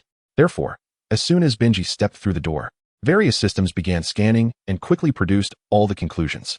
There is no need for machines or any testing procedures. Taking pulses is unnecessary as well. Wang Dou simply required a high-tech medical device to scan, which resolved everything. In other words, as soon as the patient walks into the medical room, the machines automatically scan them using rays, immediately revealing their medical condition. So Wang Dou already knew about Benji's condition. He was merely considering the best treatment plan. Benji was shocked. In his life, he had only encountered two things that left him stunned. The first was seeing the North Yuan Company's mobile phone, and the second was this moment. Has Huaxiao's technology really advanced this far? Or is it not Huaxiao that is powerful, but this terrifying Mr. Wang before him? Haha, Mr. Wang, you've worked hard, Benji said with a smile. It's nothing, Wang Dou complimented him back, then said seriously, now, there are two treatment plans. The first is to control your condition with medication. The advantage of this approach is that it's quick, but there is a possibility of relapse. The second option is to transplant all your aging organs, which would solve the problem once and for all. This statement left Benji stunned, as he realized that here they could clone various human organs. It turned out that replacing aging organs was such a simple matter. Is the world going mad? Is this still China? Is it really the 21st century? I recommend you choose the second option. Benji's condition isn't really a disease, it's aging, caused by overwork leading to premature aging of his organs. Relying on medication for maintenance is unreliable. Replacement is necessary. It's like a machine with severely worn-out components. Repairing it is futile without replacement. However, without Wang Dou, there's no place in the world where such organ replacement technology exists. It's a technology that transcends limits. Is the second option safe? Benji was eager to choose it but still had some worries. Wang Dou could only helplessly respond, "You are my partner. Do you think I would harm you?" All right. Benji finally agreed. Soon after, Wang Dou began extracting cells from Benji's organs for cloning. 3 days later, once the cloned organs were fully formed, he performed the transplant surgery on Benji. Shockingly, Benji had a total of 7 organs transplanted. This was astonishing. During the surgery, not only did Benji not feel any pain, but he also didn't experience any discomfort, as if nothing had happened at all. Moreover, he was discharged just a week later, looking like he had rejuvenated by 20 or 30 years. Upon returning to the U.S., an even crazier media storm erupted. But it was confined to a specific small circle. They had gone mad, completely mad. A mysterious hospital in China could clone organs. Didn't that mean people could achieve immortality? As long as an organ aged, they could just clone it and transplant it. Wouldn't that eliminate aging? Who wouldn't want to live a few more years? Who wouldn't want to be immortal? However, everyone was mistaken. Even with cloning technology, it could only extend human life by a few hundred years at best. Because the human soul still ages. Organs can be replaced, but what about the soul? Certainly not. Even Wang Dou's system lacked any technology for soul repair. So people would still age. Once technology reaches a certain level, it will become clear that the soul is a forbidden realm of life, something no one can control. In a short time, some prominent figures from the U.S. flocked to Wanhao Hospital, and the intensity of their frenzy exceeded Wang Dou's expectations. He found it hard to cope and had to temporarily close the doors to visitors. This completely blocked the Americans. However, it didn't stop the Chinese. A large crowd gathered at the hospital entrance.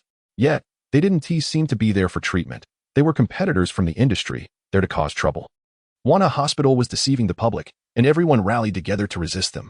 A group of people held banners blocking the hospital's main entrance, claiming they would smash the place. Moreover, under their report, staff from a certain unit had to join the investigation. The atmosphere was intense. Leading the charge was a man in sportswear, who appeared to be an ordinary member of the public, but he was far from ordinary. He was Director Feng of a private hospital. "Comrade, I am reporting this hospital for spreading false information and using feudal superstitions to deceive patients," Director Feng exclaimed. gripping the arm of the staff member from the unit with righteous indignation. The idea of cloning human organs and comprehensive organ transplantation certainly had a whiff of feudal superstition about it. All right, we will accompany you for the investigation. The staff member from the unit conceded. Comrade, we support you. Let us shut down this fraudulent hospital. The crowd around them was also rallying behind Director Feng, shouting in agreement. No one in Huaxia had ever sought treatment there, so everyone was skeptical of the hospital. Chapter 38. The disturbance. Director Feng was feeling quite pleased with himself as he led a group of staff and a large crowd of people toward the entrance of Wanha Hospital. If they succeeded in their efforts, it would undoubtedly lead to vandalism, and Wanha Hospital would suffer heavy losses. Daring to compete with our hospital is simply asking for trouble, Feng thought smugly to himself. However, to his surprise, despite the large number of people pushing against the hospital's doors, they didn't budge.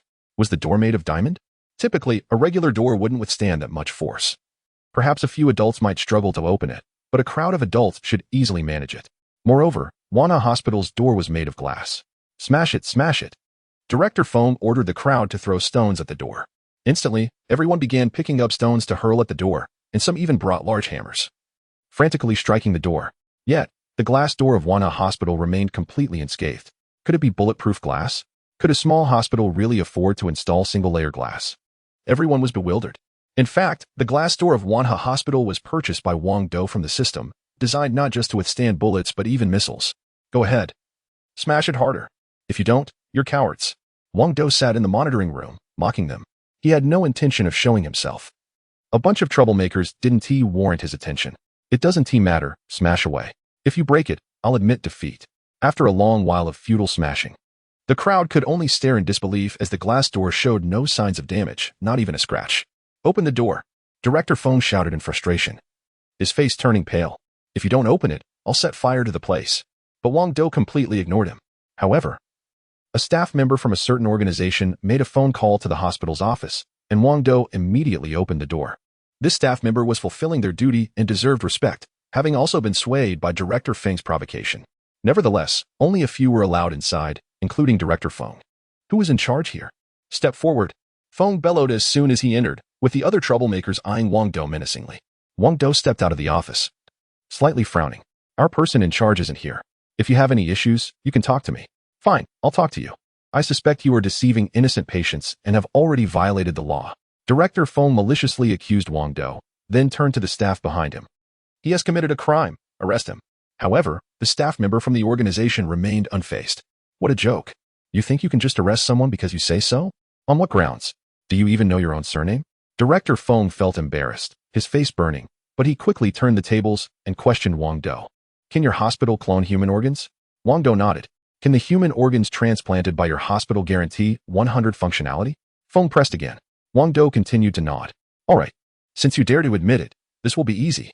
Director Feng turned to a staff member and said, Did you all hear that? We can make arrests now. The staff member frowned. What Wang Dou had just admitted was indeed astonishing, involving risky false advertising and even fraud. It seemed like they could arrest someone after all. Please come with us, the staff member could only say. However, Wang Dou quickly clarified, Actually, everything I just admitted about the technology is true. If you don't believe me, you can ask my patients. Although Wanha Hospital was temporarily closed to visitors, there were still some former patients who had not been discharged. So a simple inquiry would reveal the truth. Don't be ridiculous, kid. Those patients were all arranged by you, right? They're all fake patients. Director Feng questioned skeptically. Wang Dou felt overwhelmed. The staff member reiterated, Please come with us. The situation was becoming complicated, and Wang Dou seemed to find it hard to defend himself. Just then, several individuals entered through the door, soldiers in uniform. However, they were not there to arrest Wang Dou. The leader was none other than Minister Yu, who was pushing a wheelchair occupied by a fellow soldier of similar age. This soldier was missing one leg entirely, and the other leg was partially amputated, likely from a grenade explosion or shrapnel injury. This was a true soldier. If nothing unexpected happened, Minister Yu was there to help him with medical care. In fact, when the news about Wanha Hospital's organ cloning spread, Minister Yu immediately thought of Wang Dou, believing that if Wang Dou could obtain a mechanical heart, then cloning human organs wouldn't be too difficult either. Today, to treat his comrade, Minister Yu brought him to the hospital, only to stumble upon this scene. What a coincidence. The staff members immediately recognized Minister Yu. Although they didn't know him personally, they certainly recognized his military uniform. With such a uniform, his advanced age, and the guards following him, it was obvious he was a big shot. Hello, the staff members greeted respectfully. Minister Yu frowned and asked the staff, what's going on? Someone reported that this hospital is involved in risky fraud, so we are conducting an investigation, the staff members quickly replied. However, upon seeing Minister Yu pushing a patient, they were taken aback. Did Minister Yu come here for treatment too? If so, this hospital might genuinely possess that kind of technology. Damn it, we've been used as pawns. The staff members turned their cold gazes toward Director Feng, signaling that he would face consequences for tricking them. This hospital has no issues. You should leave, Minister Yu said, slightly displeased. All right, we'll leave now. The staff members hurriedly exited, but they took Director Zhang with them. As he was involved in inciting a public disturbance, he would likely be behind bars for several months. At this moment, Minister Yu turned his attention to Wang Dou and said, Xiao Wang, you really have done well. In just a few days, you've established such a high-tech hospital. It's truly impressive. It's just luck, Wang Dou replied modestly. Wang Dou was not modest at all and directly admitted it. Following that, he began treating Minister Yu's comrades, and the entire process went very smoothly. They were quickly healed. Of course, the payment was merely symbolic. For American tycoons, one had to be firm when it came to money, but for the Chinese, it wasn't about the amount. During this time, Minister Yu displayed a look of astonishment again. As the head of the military district, he understood the significance of this technology. Whether it was the holographic 3D display technology or the holographic 3D operating screen, both could be applied in military settings, potentially elevating various weapons and equipment to a whole new level. Just imagine how clear the view would be if such technology were installed on an aircraft. What about on a naval vessel? Moreover, Wang Dou's medical skills were remarkable. How many injured soldiers could they save? Hiki. Minister Yu seemed lost in thought, then fixed his gaze on Wang Dou and asked, Are you married? What do you think of my granddaughter? Wang Dou was completely taken aback. Minister Yu's granddaughter was none other than Yu Xiaoqi. Chapter 39, Classmate. You're in the wrong place?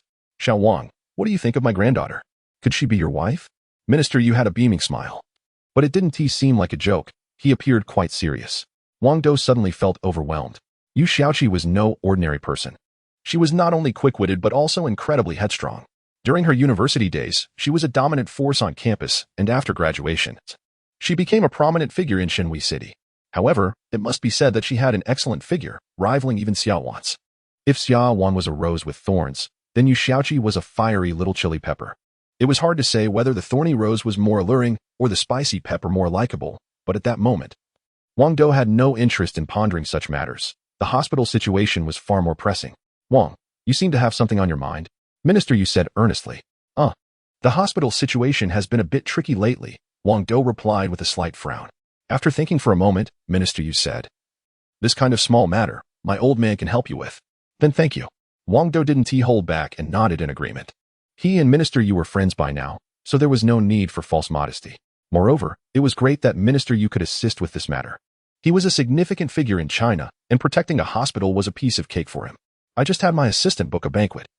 Why don't you and Xiaoqi go have a meal together later? Minister Yu said, looking quite shrewd. He understood Wang Dou's value well. If he could use his skills to serve the country, it would undoubtedly elevate China's weaponry to a whole new level. Therefore, the best way to secure that was to facilitate a union between Xiaoqi and Wang Dou. Are you going too, Minister Yu? Wang Dou asked with a slight frown.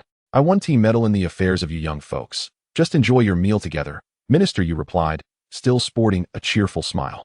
After a pause, Minister Yu continued. I heard you and Xiaoqi are university classmates? We are indeed classmates, Wang Dou admitted. That's great. Since you're old classmates, make sure to catch up later. Minister Yu's face lit up with a smile. In the end, Wang Dou had no choice but to meet Yu Xiaoqi. Minister Yu had made it clear, and it would be inappropriate to decline, so he had to go in without hesitation. In a high-end hotel, Yu Xiaoqi sat in a VIP room, looking extremely displeased. She had just received a call from her grandfather, insisting that she come over for a blind date. But she wasn't interested in finding a boyfriend at all. Moreover, every person her grandfather introduced her to was either a rough soldier or a weak scholar. None of them were to her liking. This time, she was sure the man would not meet her expectations either. Grandpa is so annoying. Yu Xiaoqi had already made up her mind. When she saw that person, she would splash the water from her teacup right in his face to make him back off. As for what kind of man she liked, she couldn't say for sure herself. However, a certain scumbag often popped into her mind, the one who had sneakily looked at her body and the one she disliked the most. But for some reason, after meeting that scumbag a few days ago, Yu Xiaoqi found herself developing a strong interest in him. Where was he working now? Was he married? Did he have kids? But she figured that such a scumbag must be struggling in life. Perhaps he wasn't married yet, and definitely had no children. Wang Dou, with your poor character. I bet you're not married. The man who kept appearing in Yu Shaoqi's mind was undoubtedly Wang Dou. Suddenly, someone walked in. Although he was dressed in ordinary clothes and wore a lewd smile, he appeared so radiant that it took her breath away. Who else could it be if not Wang Dou? Yet, Yu Shaoqi felt as if she were dreaming. Was this really happening? She had just been thinking about Wang Dou. And now here he was right in front of her. Unfortunately, she knew that Wang Dou couldn't possibly be the match her grandfather had introduced. She was well aware of her grandfather's standards and knew he wouldn't approve of someone like Wang Dou. Miss, can we talk? Wang Dou casually picked a rose and gently offered it to Yu Shaoqi as the couple's room was filled with roses. Yu Shaoqi's heart fluttered. Wang Dou was no longer that scumbag in her eyes, but had transformed into a handsome prince. So handsome.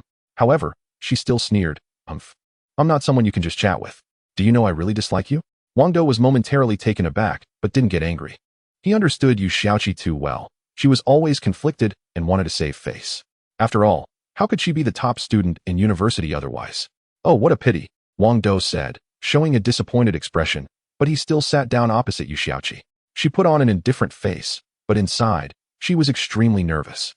Her chest was rising and falling violently, and one of her buttons was about to pop open. Are we starting to provide benefits again? Wang Dou began to appreciate the situation seriously. After a while, Yu Shaoqi frowned and said, Wang Dou, you seem to have come to the wrong place. Why? Wang Dou asked, puzzled. Yu Shaoqi replied earnestly, today my grandfather introduced me to a god-level man, and he should be arriving soon. If he sees you here, he will definitely beat you up. Oh, I'm so scared. Wang Dou pretended to be frightened. Yu Shaoqi continued. He might be a military king or a government official, but either way, he's someone you can't mess with. Wang Dou was taken aback. He hadn't expected Yu Shaoqi to have such high standards that any random match would be someone like that. However, after a moment of thought, he understood, after all. She was the granddaughter of Minister Yu. Then I guess I'll take my leave. I really am scared. Wang Dou pretended to be scared and was about to get up to leave. Wait a minute. Yu Shaoqi suddenly said anxiously, don't go just yet. You might still have a chance.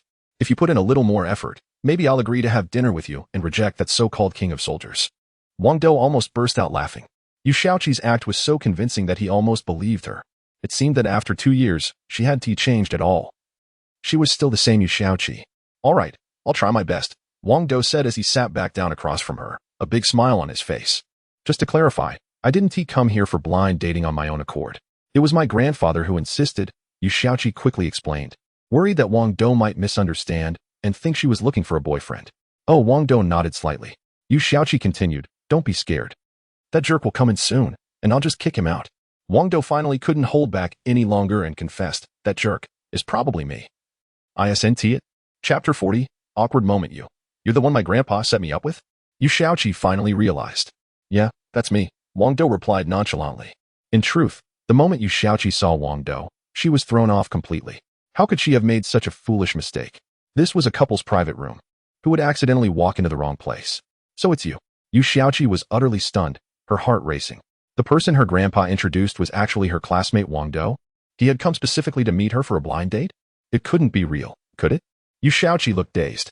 However, after a moment, she regained her composure. After all, she came from a military family, and that soldier-like demeanor had been perfectly inherited. Since you're here for a blind date, why don't you tell me about your situation? Yu Shaoqi said with a serious expression. Wang Dou had no choice but to respond. I work as a doctor and my salary is around 5,000 to 6,000. I haven't bought a house yet, so I'm currently living with my mother. Yu Shaoqi nodded. That's passable. Are you in your first marriage or a second? First marriage, Wang Dou replied earnestly. First marriage? I thought someone like you would be on a second marriage, Yu Shaoqi muttered, then asked again, do you have a girlfriend right now? Wang Dou was taken aback. If he were to be honest, both Xiao Wan and Zhang Lingling were his girlfriends, as he could have either or both of them whenever he wanted. But as someone destined to be a king, how could he settle for just 2 female friends? He smiled and said, no, I'm not doing well right now. I don't have a girlfriend. I see. Yu Shaoqi looked at Wang Dou's smiling face and began to doubt him, but she still nodded. Ahem. Now it's my turn to ask you, Wang Dou suddenly said. Yu Shaoqi nodded. Okay, go ahead. Wang Dou became extremely serious. I only have one question for you. Go ahead, Yu Shaoqi replied, maintaining a calm demeanor. She was married and didn't have a suitable partner. She had never even dated before. All right. I'm going to ask now, Wang Dou said with a straight face. Besides me, who else has seen your body while we were in college? Yu Xiaoqi was dumbfounded. Wang Dou actually asked such a question. Uffed. To her surprise, Yu Xiaoqi burst out laughing. She should have been angry, even ready to throw the cup of water she had prepared earlier in his face, but instead, she laughed. Fine. She had to admit that the man in front of her was still the same as before, unchanged. He was still Wang Dou, still her classmate. Besides you, no other man has seen me, Yu Xiaoqi replied seriously, a slight blush creeping onto her cheeks. Great, it seems we're quite compatible, Wang Dou nodded. After a moment, their eyes met, and something different sparked between them, as if they were magnets drawn to each other. Let us eat. The food is getting cold. Yu Xiaoqi suddenly snapped back to reality, startled by the feeling they had just shared. Just now, when she locked eyes with Wang Dou, she felt an overwhelming urge to give herself to him. However, this was only their second meeting since graduation, and they still needed to get to know each other better. She couldn't be reckless. A scumbag's words could only be trusted halfway. Who knows if Wang Dou truly didn't have a girlfriend, or if he was just pretending not to. Well, Wang Dou could only have dinner with Yu Xiaoqi. It's worth noting that Minister Yu really valued Wang Dou. The meal he ordered was top-notch and quite expensive. Soon, Wang Dou and Yu Xiaoqi finished the entire table of dishes, but neither of them had thought about what to do next. Were they just going to go their separate ways? That would be such a waste of a good opportunity. Suddenly, a waiter walked in and respectfully said to Yu Xiaoqi, Miss Yu, the room you reserved is ready for you. You can check in at any time. Wang Dou was taken aback. They had already prepared a room? As expected. Yu Xiaoqi didn't disappoint. Haha, Wang Dou laughed and said to the waiter, we can check in now. But wait. Yu Xiaoqi's expression darkened. The room wasn't actually reserved by her. It was booked by her grandfather. Minister Yu was really putting in the effort to win Wang Dou over. Not only ordering a lavish meal but also securing a room. Though this might not guarantee Wang Dou would stay, it was worth a try. I didn't book that room. And I won't be staying there tonight. Yu Xiaoqi quickly shouted. Don't be modest. Wang Dou suddenly moved closer to Yu Xiaoqi, wrapping his arm around her as they headed toward the reserved room. Behind them, the waiter hurriedly handed over the room key. Wang Dou, don't do this. We've only met twice since graduation. We need to get to know each other better.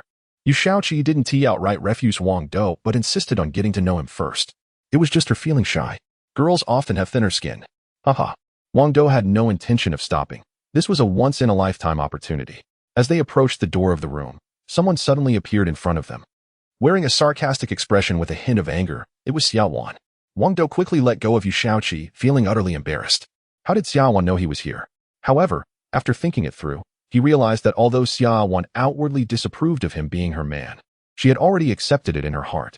So, having some people keep an eye on him was to be expected. He had been careless. Truly careless. It seemed that tonight was going to be a bust. Yu Xiaoqi also sensed something was off and quickly stepped out of Wang Dou's embrace. Being the smart person she was, she immediately understood the situation. Wang Dou was still the same Wang Dou. He was lying. He clearly had a girlfriend. Yu Xiaoqi's expression showed extreme dissatisfaction. Meanwhile, Xiaowan didn't say a word, but her expression clearly conveyed, can't I even keep an eye on my own man? It was awkward. It was incredibly awkward. Xiaoqi is drunk. I'll help her back to her room. Wang Dou could only explain this way. Yes. I'm drunk. I'll head back to my room now. Yu Xiaoqi surprisingly didn't lose her temper. Instead, she helped Wang Dou lie, which truly caught him off guard. It seemed that Yu Xiaoqi had a genuine interest in him. She walked into the room and quickly shut the door. Oh, really? Xiaowan exclaimed, her face full of disbelief, though she didn't press further. What do you need from me? Wang Dou asked, slightly furrowing his brow. Boss Wang, it's not that I'm interrupting your good fortune, but I have a tricky situation that requires your decision, Xiaowan said, intentionally adopting a serious tone.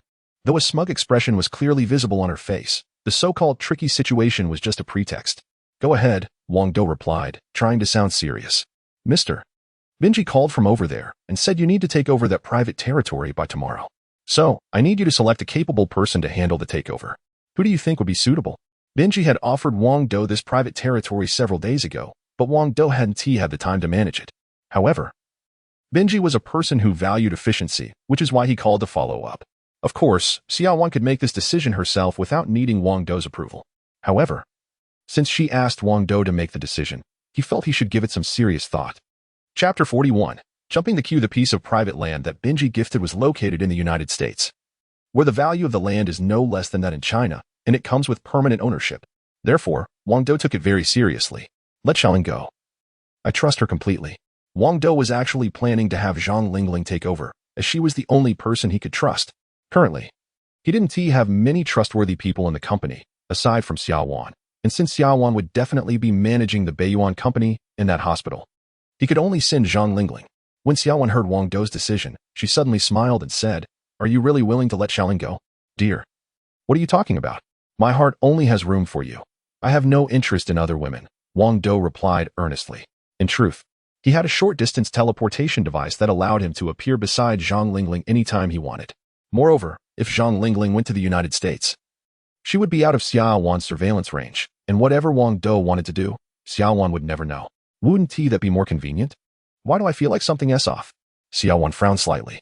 Off? Everything is perfectly normal, Wang Dou insisted with a serious expression. The next day, Wang Dou sent Zhang Lingling off to the United States to take over the land, but she clearly felt a wave of disappointment as she was leaving. "Brother Wang, Sister Xiao Wan, you two take care of each other while I'm gone," she said reluctantly as she walked towards the plane, with a hint of jealousy in her heart. Although she never intended to possess Wang Dou for herself, she still didn't want to be far away from him. Perhaps she could only let Sister Xiao Wan keep him company. So disappointing. Suddenly, Wang Dou stopped Zhang Lingling and whispered, "I'll come find you in a few days, so get ready." "You're so bad." Zhang Lingling blushed and boarded the plane, fully aware of Wang Dou's implications. Xiao Wan looked on with disdain. "If you want to whisper, just whisper. Why say it so loud? Do you think I'm deaf and can't hear you?" Afterward, Xiao Wan went to the Beiyuan company while Wang Dou headed to the hospital. They were each stationed at their respective places, which worked out perfectly. As soon as Wang Dou entered the hospital courtyard, he noticed a long queue of patients waiting for treatment. It seemed that thanks to Minister U.S. efforts, everyone had come to trust Wanha Hospital, no longer seeing it as a scam, but rather as a sacred place. Now, the number of patients at Wanha Hospital had surged. Unfortunately, the hospital had limited slots, and only a few fortunate individuals could receive help. Wang Dou glanced casually at the patients in line and realized that they were all critically ill, unable to be treated elsewhere. Only Wanha Hospital could save them. Without a treatment slot at Wanha Hospital, they would face certain death. Wang Dou didn't want to see any patient waiting to die, but he was helpless. The hospital's resources were indeed limited, and they could only issue a very few slots. "Dear, it seems we won't be able to get a slot. Maybe we should just go home," a father said to his daughter, disappointment evident in his voice. "If we don't get a slot, you'll die?" the daughter said through gritted teeth. "What can we do? We simply can't wait." The father surely knows that without getting a treatment slot at Wanha Hospital, his chances of survival are slim. He has already visited every hospital, big and small, throughout Huaxia without finding a cure. This place is their last hope. But the slots are incredibly limited. "Father, let's wait a little longer. There aren't many people ahead of us. Maybe there is still a chance," the daughter urged, gritting her teeth. Suddenly, a group of people pushed in front of the father and daughter, completely disregarding their furious glares. "You're cutting in line," the daughter shouted. "So what if we are? Do you want to die?" The group retorted, emboldened by their numbers and showing no fear of the father and daughter, their demeanor extremely aggressive. The girl, realizing she couldn't stand up to them, burst into tears. She seemed young and somewhat timid. If they hadn't been cut in line, they might have still had a chance at a slot, but now it felt almost impossible. They had already been waiting there for 3 days and nights. "I hate you," the girl cried out, feeling utterly helpless. "Don't cry, my dear. We won't wait anymore. Let's go home." The father seemed to have made a final decision. Since their chances were already gone, it would be better to spend the remaining time together at home rather than die here. "Okay," the daughter agreed. Also resigned to the decision, Wang Dou happened to witness all of this and was disgusted by the line-cutting behavior, especially in a situation that could determine life or death. Cutting in line was tantamount to murder. What astonished Wang Dou even more was that the girl being cut in line was none other than Xiaojia. He had been so focused on the line cutters that he hadn't realized it was her. Wang Dou quickly approached Xiaojia and asked Xiaojia, "What happened?" Seeing him, Xiaojia rushed into his arms, crying out, "Wu, my father is seriously ill." Wang Dou immediately turned his attention to her father, who looked pale and weak, evidently suffering from a critical condition. The situation was dire and could turn fatal at any moment. "Wu, I only have one dad. I can't lose him." Xiaojia cried even harder, feeling she had finally found someone to confide in, pouring out all her grievances. Indeed, she came from a single-parent family with only her father. "Stop crying and come with me. I can get you a slot," Wang Dou reassured her. Since Wanha Hospital was his, he was above all the rules. He could secure a slot without needing to wait in line. "Really? Is that true?" Xiaojia asked, wrapping her arms around Wang Dou's neck. Her face filled with hope, her body slightly leaning against him. Although it wasn't overwhelming, it was still captivating. However, Wang Dou was too focused on the situation to appreciate it. "Don't worry, if your brother Wang says he can get a slot, he will get a slot. He stated confidently. You're just bragging. The people in line around them scoffed, clearly unconvinced by Wang Dou's words. After all, he wasn't wearing a hospital uniform or an ID badge. How could he possibly secure an extra slot? Moreover, even if Wang Dou is a hospital staff member, it doesn't necessarily mean he can secure extra spots. It's said that only the higher-ups at the hospital have that power. Kid, you say you can get a spot, right? I'll give you 500,000 if you can make it happen, said a seemingly wealthy man. Another wealthy individual chimed in. If you can get a spot, I'll offer you 1 million. 2 million, shouted someone else. 5 million. Even more astonishing bids were made. Although these people weren't entirely convinced that Wang Dou had any connections, it was still a glimmer of hope. If he could pull it off, they'd secure their place in advance. If not, it wouldn't be a loss. After all, those who dared to bid were all wealthy individuals who weren't concerned about money at this point. Their main priority was their lives. Chapter 42. The virus, don't doubt it. I can indeed secure an extra spot, Wang Dou declared confidently to everyone, his expression leaving no room for doubt. The crowd was once again stunned. It seemed he was serious. This young man might really be able to get an extra slot. However, Xiao Jia felt disheartened. A spot was worth 5 million. Or even more. Would Brother Wang really give that spot to her? Why would he give her 5 million for free?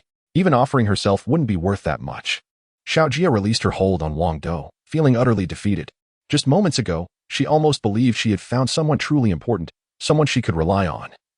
But it seemed unrealistic. Who would give up 5 million, or even more, for a girl? Xiao Jia, what's wrong? Wang Dou asked, frowning slightly as he looked at her. In nothing, Xiao Jia replied, her voice low. Brother Wang, is a spot really worth 5 million? Yes, a spot is indeed worth 5 million, or even more. A treatment spot at Wanha Hospital is not just worth 5 million, it's worth a life. So it was true. Brother Wang, will you really give it to me? Xiao Jia stuttered, unable to meet his gaze. Wang Dou gently wrapped his arm around her slim waist and said, as long as Xiao Jia is happy, why would I care about 5 million? If it makes you happy, then I'll give it to you. Xiao Jia gazed at Wang Dou with affection, her delicate hands wrapping around his neck once more. Her fair fingers brushed against his skin, feeling both warm and soft. Wang Dou smiled, holding Xiao Jia's waist with one arm while using the other to support her father as they walked towards the hospital's entrance. During this time, the security guards responsible for maintaining order dared not stop Wang Dou. Instead, they respectfully cleared a path for him. The patients and their families waiting in line were utterly shocked and filled with regret. This young man really seemed capable of securing an extra spot. Why hadn't they offered 10 million, or even more, just moments ago? If the price had been right, they could have definitely gotten a spot. After all, it was a matter of life and death. Oh my God, was that young man crazy to spend 10 million just to pursue a girl? How many young women would be willing to give themselves for 1 million? Everyone was utterly baffled. Was it foolish to give up 10 million, or even more, for a young girl? Besides, that girl was only a bit younger and somewhat attractive. What was so special about her? Even top female celebrities wouldn't cost that much, right? In truth, these ordinary people didn't understand Wang Dou's feelings at all. Xiao Jia was not just any girl. She was someone Wang Dou had known since childhood. He had deep feelings for her. Moreover, Xiao Jia got along very well with Wang Dou's mother, almost like a pair of mother and daughter. Even without any other intentions, Wang Dou would still want to help her. Upon entering the hospital, Wang Dou immediately arranged for staff to attend to Xiao Jia's father, and he stayed by their side the entire time. Furthermore, ever since they entered the hospital, Xiao Jia was even more astonished. Why did everyone show such respect to Brother Wang? Why can Wang Dou command everyone in the hospital? At this moment, Xiao Jia had completely fallen from grace. Wang Dou had become her everything, and she was like a little cat belonging to him. Warning, warning, I-type virus invasion detected. I-type virus invasion detected. Please have staff put on isolation suits. Suddenly, the hospital's automated system blared an urgent alarm, and the source of the alarm was none other than Xiao Jia's father. Quick, initiate isolation. The hospital immediately went into high alert mode and sent Xiao Jia's father into an isolation room. Xiao Jia was once again engulfed in fear. Xiao Hong, what is going on? Wang Dou hurriedly asked the system. Xiao Hong, system analysis in progress, please wait. It turned out that Xiao Hong had noticed the situation immediately and was searching the database. Ding, analysis complete.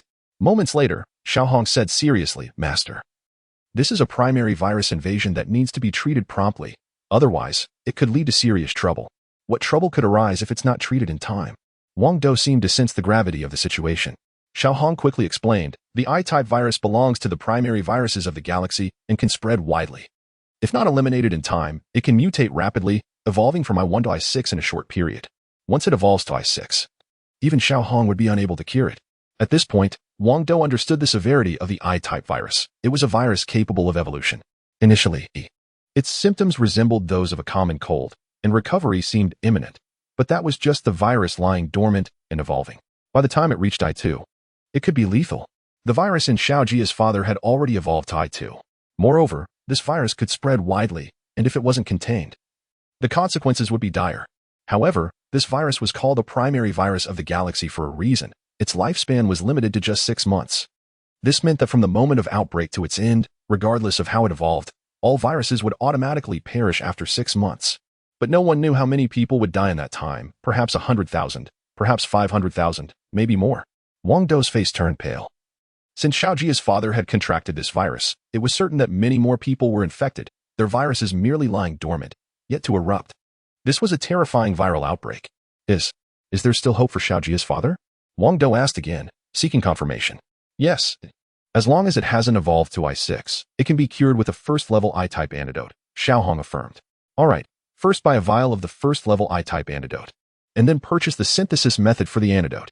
Wang Dou prioritized saving Xiao Jia's father and then quickly synthesizing a large quantity of the antidote for emergencies. The I-type virus was about to break out globally, and time was of the essence. Purchase 1 first-tier antidote, deducting 10 system coins. The synthesis method for first to third-tier antidotes costs 600 system coins, leaving a balance of 990 system coins. Xiao Hong from the mechanics department. A ready-made first-tier antidote is worth 10 system coins, which isn't exactly cheap, but the minimum price for anything sold by the system is 10 system coins. This means that regardless of its actual value, the lowest price is fixed at this amount. Take it or leave it. The synthesis technology for the antidotes is even more expensive, with each tier costing 200 system coins, totaling 600 system coins for the third tier. However, for the safety of Huaxia, it's worth it. After treating Xiao Jia's father, Wang Dou immediately informed everyone at the hospital and then began to speed up the production of the antidotes. The first-tier antidote is easy to synthesize, but the second tier is much more challenging, and the third tier is even harder. So the production volume for the second and third-tier antidotes will definitely be low in the short term. However, Wang Dou doesn't know how many people are currently infected with the virus or how many of strains that are starting to evolve, making the situation quite tricky. Chapter 43, a suggestion. As Wang Dou began synthesizing the antidote, he informed Minister Yu about the situation. This unexpected event fell within Minister Yu's purview. He promptly convened an emergency meeting, inviting Wang Dou to join as well. In a secret conference room, Minister Yu was not alone. Another minister had also arrived. In Huaxia, there are 9 military districts, each led by 2 ministers. One is the head minister, while the other serves as the deputy minister. Both Minister Yu and the minister present were deputy ministers of the 9th department, not the head minister. Such high-ranking officials rarely appear unless faced with a significant disaster. Even Minister Yu and the minister beside him had only seen the head minister a few times. In addition to Minister Yu and the other minister, several medical professors were also present. Xiao Wang, please share your findings with everyone. Minister Yu kindly urged Wang Dou. Wang Dou quickly responded, just now, our hospital received a virus-infected patient. The virus is called Type 1, which not only spreads rapidly, but can also evolve. By the time it evolves to Type I6, it will be untreatable. Therefore, I believe we should activate the emergency response plan and isolate all Type 1 virus-infected individuals. At this statement, only Minister Yu nodded in agreement, while the others looked on in disbelief. What was this Type 1 virus they had never heard of? Could this young man, Wang Dou, be making it up? Moreover, the recent Epidemic Prevention Department had not reported any virus patients. Comrade Xiao Wang, we haven't discovered any virus patients, one professor questioned, followed by other professors casting doubtful looks. This young man was using such tricks to gain the favor of high-ranking officials. It was utterly contemptible. How dare he sit here in such a high-level meeting? The professors began to murmur among themselves, completely disregarding Wang Dou. Minister Yu furrowed his brow but chose to ignore the professors, turning his attention to the other minister. Old Jai, what do you think? Old Yu, it seems you've really aged. You're believing the ridiculous words of some kids, Minister Jai replied, slightly displeased. He did not consider the idea of a virus outbreak to be credible. Minister Yu frowned. For such a major incident, both ministers needed to agree to activate the emergency response plan. If even one disagreed, it would not proceed. However, Minister Yu had great faith in Wang Dou. If they did not take preventive measures, the consequences could be dire, potentially costing hundreds of thousands of lives, or even more. Old Yu, if there's nothing urgent, I'll take my leave, Minister Jai said impatiently, standing up. In the future, let us not hold such high-level meetings for trivial matters. It's a waste of everyone's time. Wait. Wang Dou unexpectedly raised his voice to stop Minister Zhai. Everyone was taken aback. What kind of person was Minister Zhai? How could someone like Wang Dou audaciously speak up against him? It was outrageous, completely outrageous. Minister Zhai, slightly displeased, said, "Young man, do you have something to say?" "Humph." Wang Dou said coldly, "You may not believe what I just discussed with Minister Yu, but have you considered the potential consequences if this matter turns out to be true?" Minister Zhai was momentarily taken aback. If the situation were indeed real, the consequences could be unimaginable. "How about I make a suggestion?" Wang Dou continued. Minister Zhai could only nod. "Go ahead. We can place a bet. Let us gather all the people currently infected with the virus in one location. If nothing happens within a week, then I'll accept defeat, and you can punish us however you see fit." "That sounds reasonable." Minister Zhai nodded slightly, though skepticism still marked his face. The other medical professors were even more doubtful, but since both Minister Zhai and Minister Yu had agreed, they dared not voice their objections and simply nodded along. However, everyone was prepared to watch Wang Dou's folly. The young man was overly ambitious, aiming to make a name for himself in front of the ministers. Let him have his moment, and he would surely regret it later. No one who joked about such serious matters would end up well. Subsequently, the special forces from the 9th Division began making arrests based on the information provided by Wang Dou, detaining over 300 people. This was just within Shanghai City.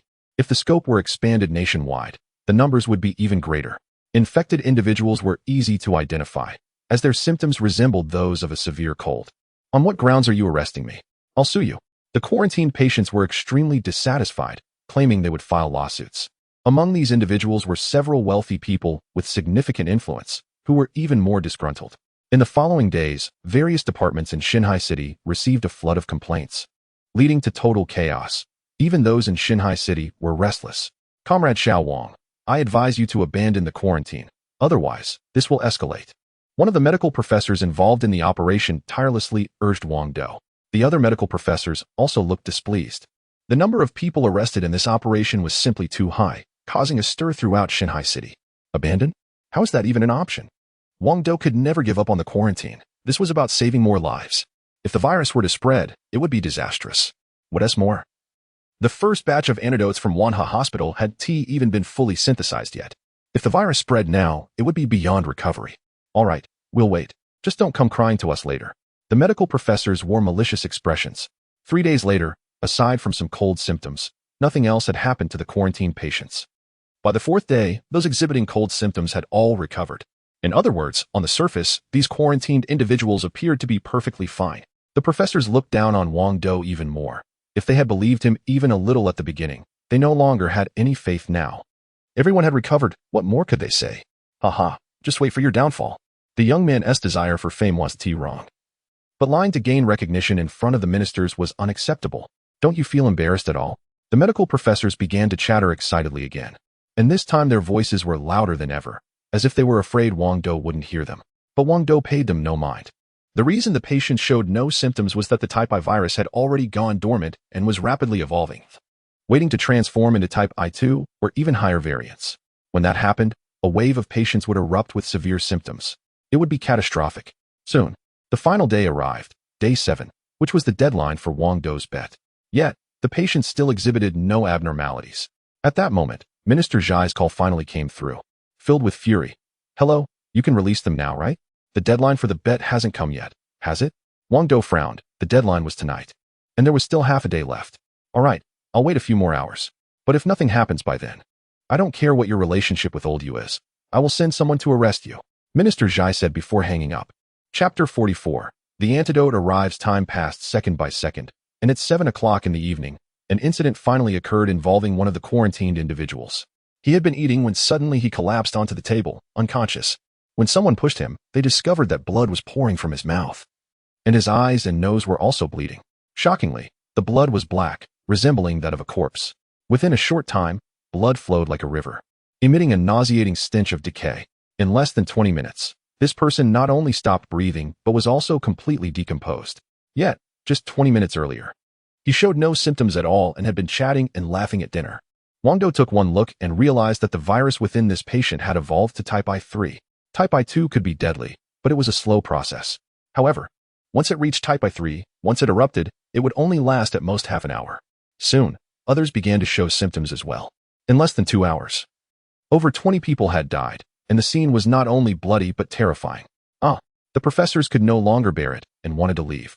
But Wang Dou stopped them, saying, anyone who has been in close contact with these patients is to be quarantined. They were unwilling to be quarantined.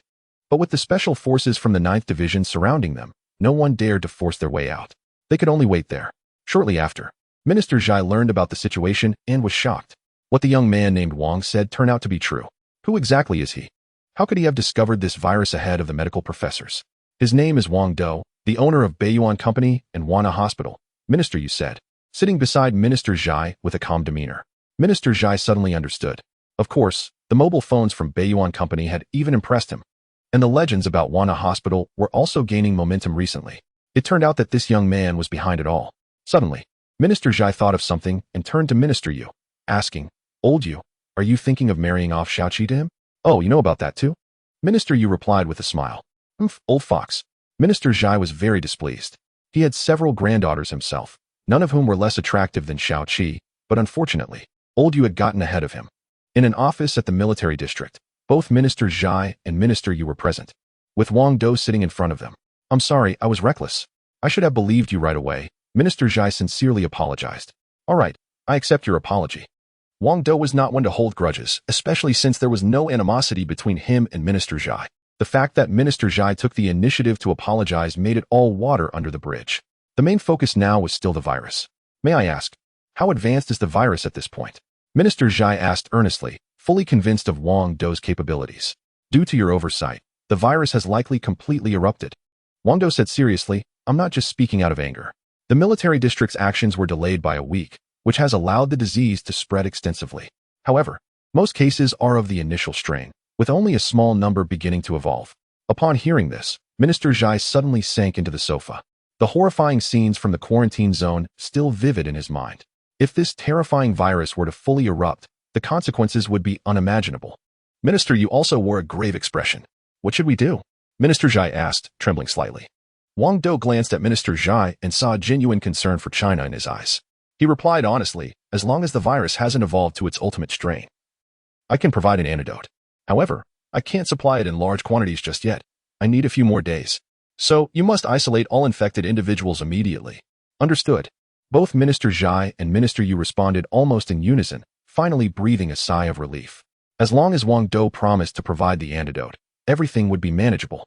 However, Wang Dou suddenly smiled and added, producing the antidote also requires significant resources. Haha. Ministers Zhai and you both laughed heartily. Don't worry, Xiao Wang. We won't shortchange you. We'll purchase all the antidotes at cost. All right. That's what you said, not me trying to profit from this. Wang Dou feigned an innocent expression, though he felt quite pleased inside. After all, he could save patients and make money. What could be better? Soon after, the 9th Department launched a large-scale operation, codenamed Reaper, aimed at isolating all infected patients across the country. Panic swept through the populace as everyone feared they might be infected. Yet, there was nothing they could do but wait and see.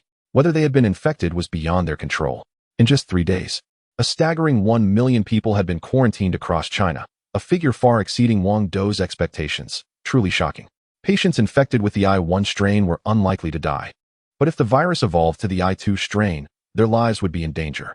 The death rate for the I-2 strain was 20%, while the I-3 strain had a 30% mortality rate. With each evolutionary step of the virus, the death rate increased by 10%. And by the time it reached the final level, the I-6 strain, the death rate soared to 100%, with no antidote available. As those in quarantine learned about the severity of the I-strain virus, panic set in. Especially when they witnessed those around them succumbing to the illness, fear intensified. Was this the end of the world? Was humanity doomed? Some desperate patients even began to entertain such thoughts. Suddenly, a shocking piece of news spread through the quarantine zone. The antidote had arrived. A hospital named Wanha had actually developed an antidote, saving the future of humanity. This antidote was incredibly effective. Once injected, patients would recover within 3 days with no side effects, and they would even develop antibodies against the virus. In no time, countless people began speculating about the origins of Wana Hospital and its mysterious owner. It was truly remarkable. However, no matter how much people inquire, there is no trace of Wana Hospital. It's as if it doesn't exist at all. Fortunately, Minister Yu has sealed off information about us, or we would be in big trouble. Wang Dou, wearing a white coat, stood in front of Xia Wan with lingering fear. When the first batch of antidotes was produced at Wanha Hospital, he specifically asked Minister Yu to keep their news under wraps. Otherwise, countless reporters would have swarmed here. We absolutely need to keep a low profile from now on. Wang Dou mumbled, then turned to Xiao Wan and said, we still want to have children and live a normal life. It would be a hassle if we were constantly chased by reporters. Who said anything about having kids with you? Xiao Wan replied, feigning annoyance. Well, my dear, that is not up to you. The day after tomorrow, my mother and I will move in with you, and then I'll be stealing your heart. Wang Dou said with a big grin. Chapter 45, causing panic a few days ago, Wang Dou had planned to move to Xiao Wan's place. But he got delayed by so many things and never managed to make the move. You can move if you want. Xiao Wan put on a nonchalant expression, but surprisingly didn't he outright refuse this time, which caught Wang Dou off guard. She should have been proud and reserved. There must be some pressure on her. Xiao Wan noticed that the number of women around Wang Dou was increasing, yet she still wasn't officially his woman, which surely added to her pressure. It was a terrifying thought. Hiki. Wang Dou found it amusing. Xiao Wan couldn't stand Wang Dou's smug demeanor and suddenly asked, Boss Wang, what are you going to do about the other countries? Her words hit Wang Dou like a bolt from the blue. This virus outbreak wouldn't be limited to Huaxia. It was likely a global issue, and right now, only Huaxia had the cure, while other countries had nothing. In fact, they hadn't even realized what was happening yet. If the virus broke out in other countries, it would undoubtedly spread back to Huaxia, so they had to save them. But would they believe in the cure produced by Wang Dou? Many countries still harbored biases against Huaxia, viewing it as a backward nation. However, Wang Dou couldn't afford to think about that right now. He and Xiao Wan quickly took action and released this information across medical forums worldwide. In no time, the global medical community was shocked by the news. Have you heard? A hospital in Huaxia has issued a warning about a virus outbreak. Huaxia? Oh, I remember. That's the backward country that dared to issue such a warning. What a joke. Most countries didn't believe this warning, thinking that people from Huaxia were just daydreaming. In their eyes, Huaxia was a very backward nation, especially in terms of technology. Therefore, their medical technology must also be quite primitive and not worth mentioning. The warning they issued was utterly ridiculous. The message Wang Dou and Xiao Wan released was like a stone tossed into the ocean, creating only a few splashes before everything fell silent. It seemed as if nothing had happened. However, after Wang Dou's sampling and testing, it became clear that most countries around the globe were infected with this virus. Even more frightening was that the virus seemed to have become smarter. It had gone dormant, quietly mutating without showing any symptoms. Wang Dou estimated that at least 10 million people worldwide were infected with this virus. That was a staggering number. If these people didn't receive treatment, the death toll would be comparable to that of a small-scale world war. Don't blame me. Blame yourselves for not believing me. Wang Dou could only mumble this to himself. However, Mr. Benji contacted Wang Dou immediately. Since Benji was managing Wang Dou's phone, he was currently using a device from Beiyuan Company and directly opted for the holographic 3D video call function. Ben's holographic image stood right in front of Wang Dou, making it feel as if they were having a face-to-face conversation. Ellie was also next to Ben. Mr. Wang, you were the one who issued the virus warning, weren't you? Ben immediately thought of Wang Dou.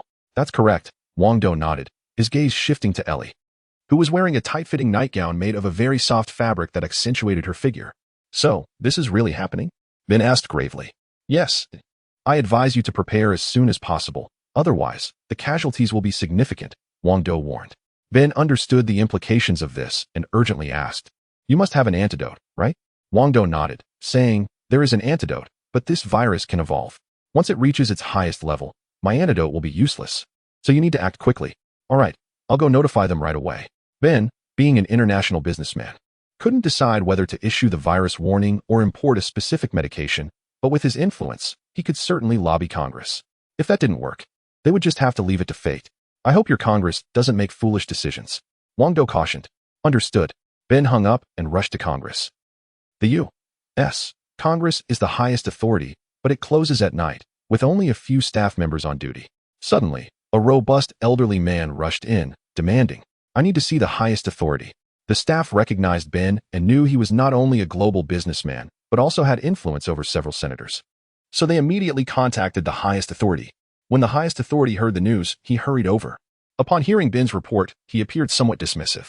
Mr. Ben, are you perhaps overreacting? The highest authority said, annoyed that someone would come to him in the middle of the night for what seemed to be mere speculation. After all, he was the highest authority, wasn't he? You know my reputation, Mr. Highest Authority. Have I ever lied? Ben replied with utmost seriousness. The highest authority pondered for a moment and ultimately decided to issue an executive order to investigate the matter immediately. Soon, the entire country was mobilized, deploying numerous medical experts to look into the situation. Initially, when these medical experts were called out of their warm beds, they were quite disgruntled, thinking the highest authority had lost his mind to allocate such resources for a warning from a Chinese individual. They found the Chinese to be utterly detestable. However, after just half a day's research, they were shocked to discover that indeed, a viral storm was spreading rapidly. Moreover, this virus was an unprecedented strain, and no one understood it. The entire medical community was left in utter disbelief. How did the Chinese know about this before us? Aren't their medical technologies years behind ours? It must be a coincidence. It has to be a coincidence. Meanwhile, after the incident was exposed, it caused an unprecedented panic in the United States. The American people were dissatisfied with Congress and immediately took to the streets demanding an antidote. But where would they find an antidote now? Mr. Chief, over in China, they have already developed an antidote. All you need to do is give me an approval document, and I can immediately secure enough of the antidote, Benji said earnestly. In any country, obtaining medication requires proper authorization. Without it, no one can secure supplies, and Benji was no exception. The chief surprisingly showed a sarcastic expression and said, Mr. Benji, let me remind you that our medical technology is the most advanced in the world. If the Chinese can produce an antidote, so can we. Besides, how can you be sure that the Chinese are not lying? Just because they claim to have developed an antidote, does that mean it's true? I believe them. Benji replied with utmost seriousness. The chief waved his hand dismissively and said, While I appreciate you providing information about the virus outbreak, I'm afraid we will not be importing Chinese medications. We can develop our own. I can only express my regrets. Although Benji was filled with dissatisfaction, he had no choice but to accept this. After all, he was speaking with the chief, and it was already a privilege to meet him. He could only leave feeling dejected. Chapter 46. I'm just the middleman. After returning home, Benji called Mr. Wang. Mr. Wang, I'm really sorry, but the top management hasn't approved the import of your medication. Oh, what a pity, Wang Dou replied, slightly disappointed. However, it wasn't really about the money. While exporting the medication to the U.S. could be quite profitable, that didn't matter now. The most important thing was human life. Americans are people too. But Benji revealed a sly smile. I can smuggle a small quantity of the medication. Fine, Wang Dou said helplessly, but he agreed nonetheless. Benji wanted to smuggle some medication for two reasons. First, he managed a large corporation with many employees who desperately needed these drugs. Second, he knew that these medications would definitely be profitable in the future. The next day, Wang Dou smuggled a portion of the antidote as per Benji's request. Of course, all of this was orchestrated by Benji, so Wang Dou didn't have to do anything. Meanwhile, the Americans were tirelessly researching the antidote, but were making no progress whatsoever. They couldn't fathom that this virus, discovered by the Chinese, was so mysterious that, with current technology, finding a cure was nearly impossible. Oh God, this is just too difficult. The medical community in the U.S. was at a loss. How could there possibly be a cure for this virus? During this time, Benji met with the top management several more times, trying to persuade them to officially import Wang Dou's antidote, but each attempt was met with rejection. Their pride was simply too great. Suddenly, those infected with the virus began to show severe symptoms. Countless people started dying unexpectedly, and it was completely uncontrollable. Some people began bleeding profusely while eating, others suddenly went mad and attacked those around them, and some collapsed mid-stride, their bodies resembling decaying corpses, weak and fragile. Regardless of the cause, those who exhibited symptoms were all doomed to die. The speed of death was alarming. Within just a few days, tens of thousands had perished. The entire nation was engulfed in extreme panic. Yet, even at this point, the medical community in the U.S. still had not developed an antidote. God save us, cried the infected. Just when everyone was losing hope, a miraculous antidote surfaced on the black market, seemingly capable of curing this affliction. However, the antidote hadn't been approved by Congress and was being sold illegally. It was a no-brainer. Purchase this antidote to save lives or wait for death. Naturally, they chose to buy it. This antidote was the one Benji had purchased from Wang Dou and smuggled in. Ironically, the first person to buy this contraband was a female doctor. Her husband had also contracted the virus and was on the brink of death. So she had no choice but to take the risk and buy the antidote from the black market. However, to her surprise, the black market dealer informed her that the medication originated from the East, from China. Upon hearing the name China, she hesitated for quite some time before finally deciding to make the purchase. Due to the long-standing tensions between the United States and China, the media often portrays China in a negative light, leading most people to have a limited understanding of the country. Many still perceive China as a backward nation. When the female doctor obtained the antidote, her husband was on the brink of death, and without hesitation, she injected him with the serum.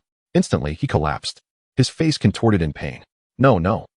The doctor feared that the medication wasn't working, as she could see the anguish in his eyes.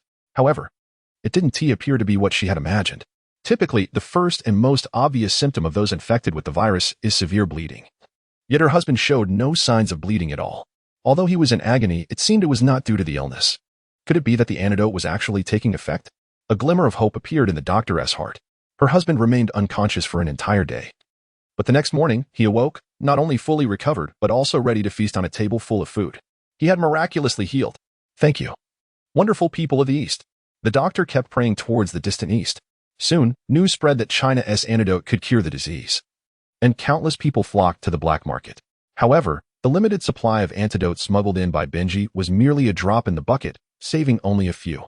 Consequently, many began to protest, demanding the importation of Chinese medicine. Tensions escalated to the point where serious shooting incidents broke out between the public and the police. Ultimately, the highest authority, setting aside his esteemed status, approached Benji and said, "Tell the gentleman from China that I agree to import his medicine." Benji quickly shook his head, replying, "That gentleman said that if you wish to import his medicine, you must come and negotiate with him in person." This had all been prearranged by Wang Dou. What a joke. The medicine from my great China isn't something you can just import at will. It requires sincerity and a fair price. Isn't he being a bit too arrogant? The highest authority seemed somewhat displeased. Benji shook his head again, saying, "I apologize, but I'm just the intermediary. This is not my decision." After much hesitation, the highest authority finally said, "All right, please connect me with him." Now that's more like it. Benji smiled as he took out his phone and dialed Wang Dou's number, opting for a holographic 3D video call. In the next moment, a holographic 3D image appeared before the highest authority. He was utterly astonished. Although Benji was acting on behalf of Wang Dou's phone, the limited production of North Yuan's devices meant that very few people knew of its existence, including the highest authority. What is this?" he exclaimed in surprise. "This is the gentleman's product." Benji explained briefly. "How is this possible? How can this be?" The highest authority was deeply overwhelmed by the technology of the phone, his body trembling in realization that China's technology had been ahead of theirs for so many years. On the other end of the line, Wang Dou had just finished his breakfast and was casually picking his teeth with a toothpick. With a laid-back attitude, he said, "What's up?" When he realized he was speaking to someone who seemed to be a high-ranking official, he was slightly surprised but continued to pick his teeth. So what if they were a high-ranking official? They still needed him, right? "May I import your antidote?" the official asked politely. Wang Dou pretended to look troubled. "Mr. Wang, rest assured, we won't shortchange you on the price," the official replied earnestly.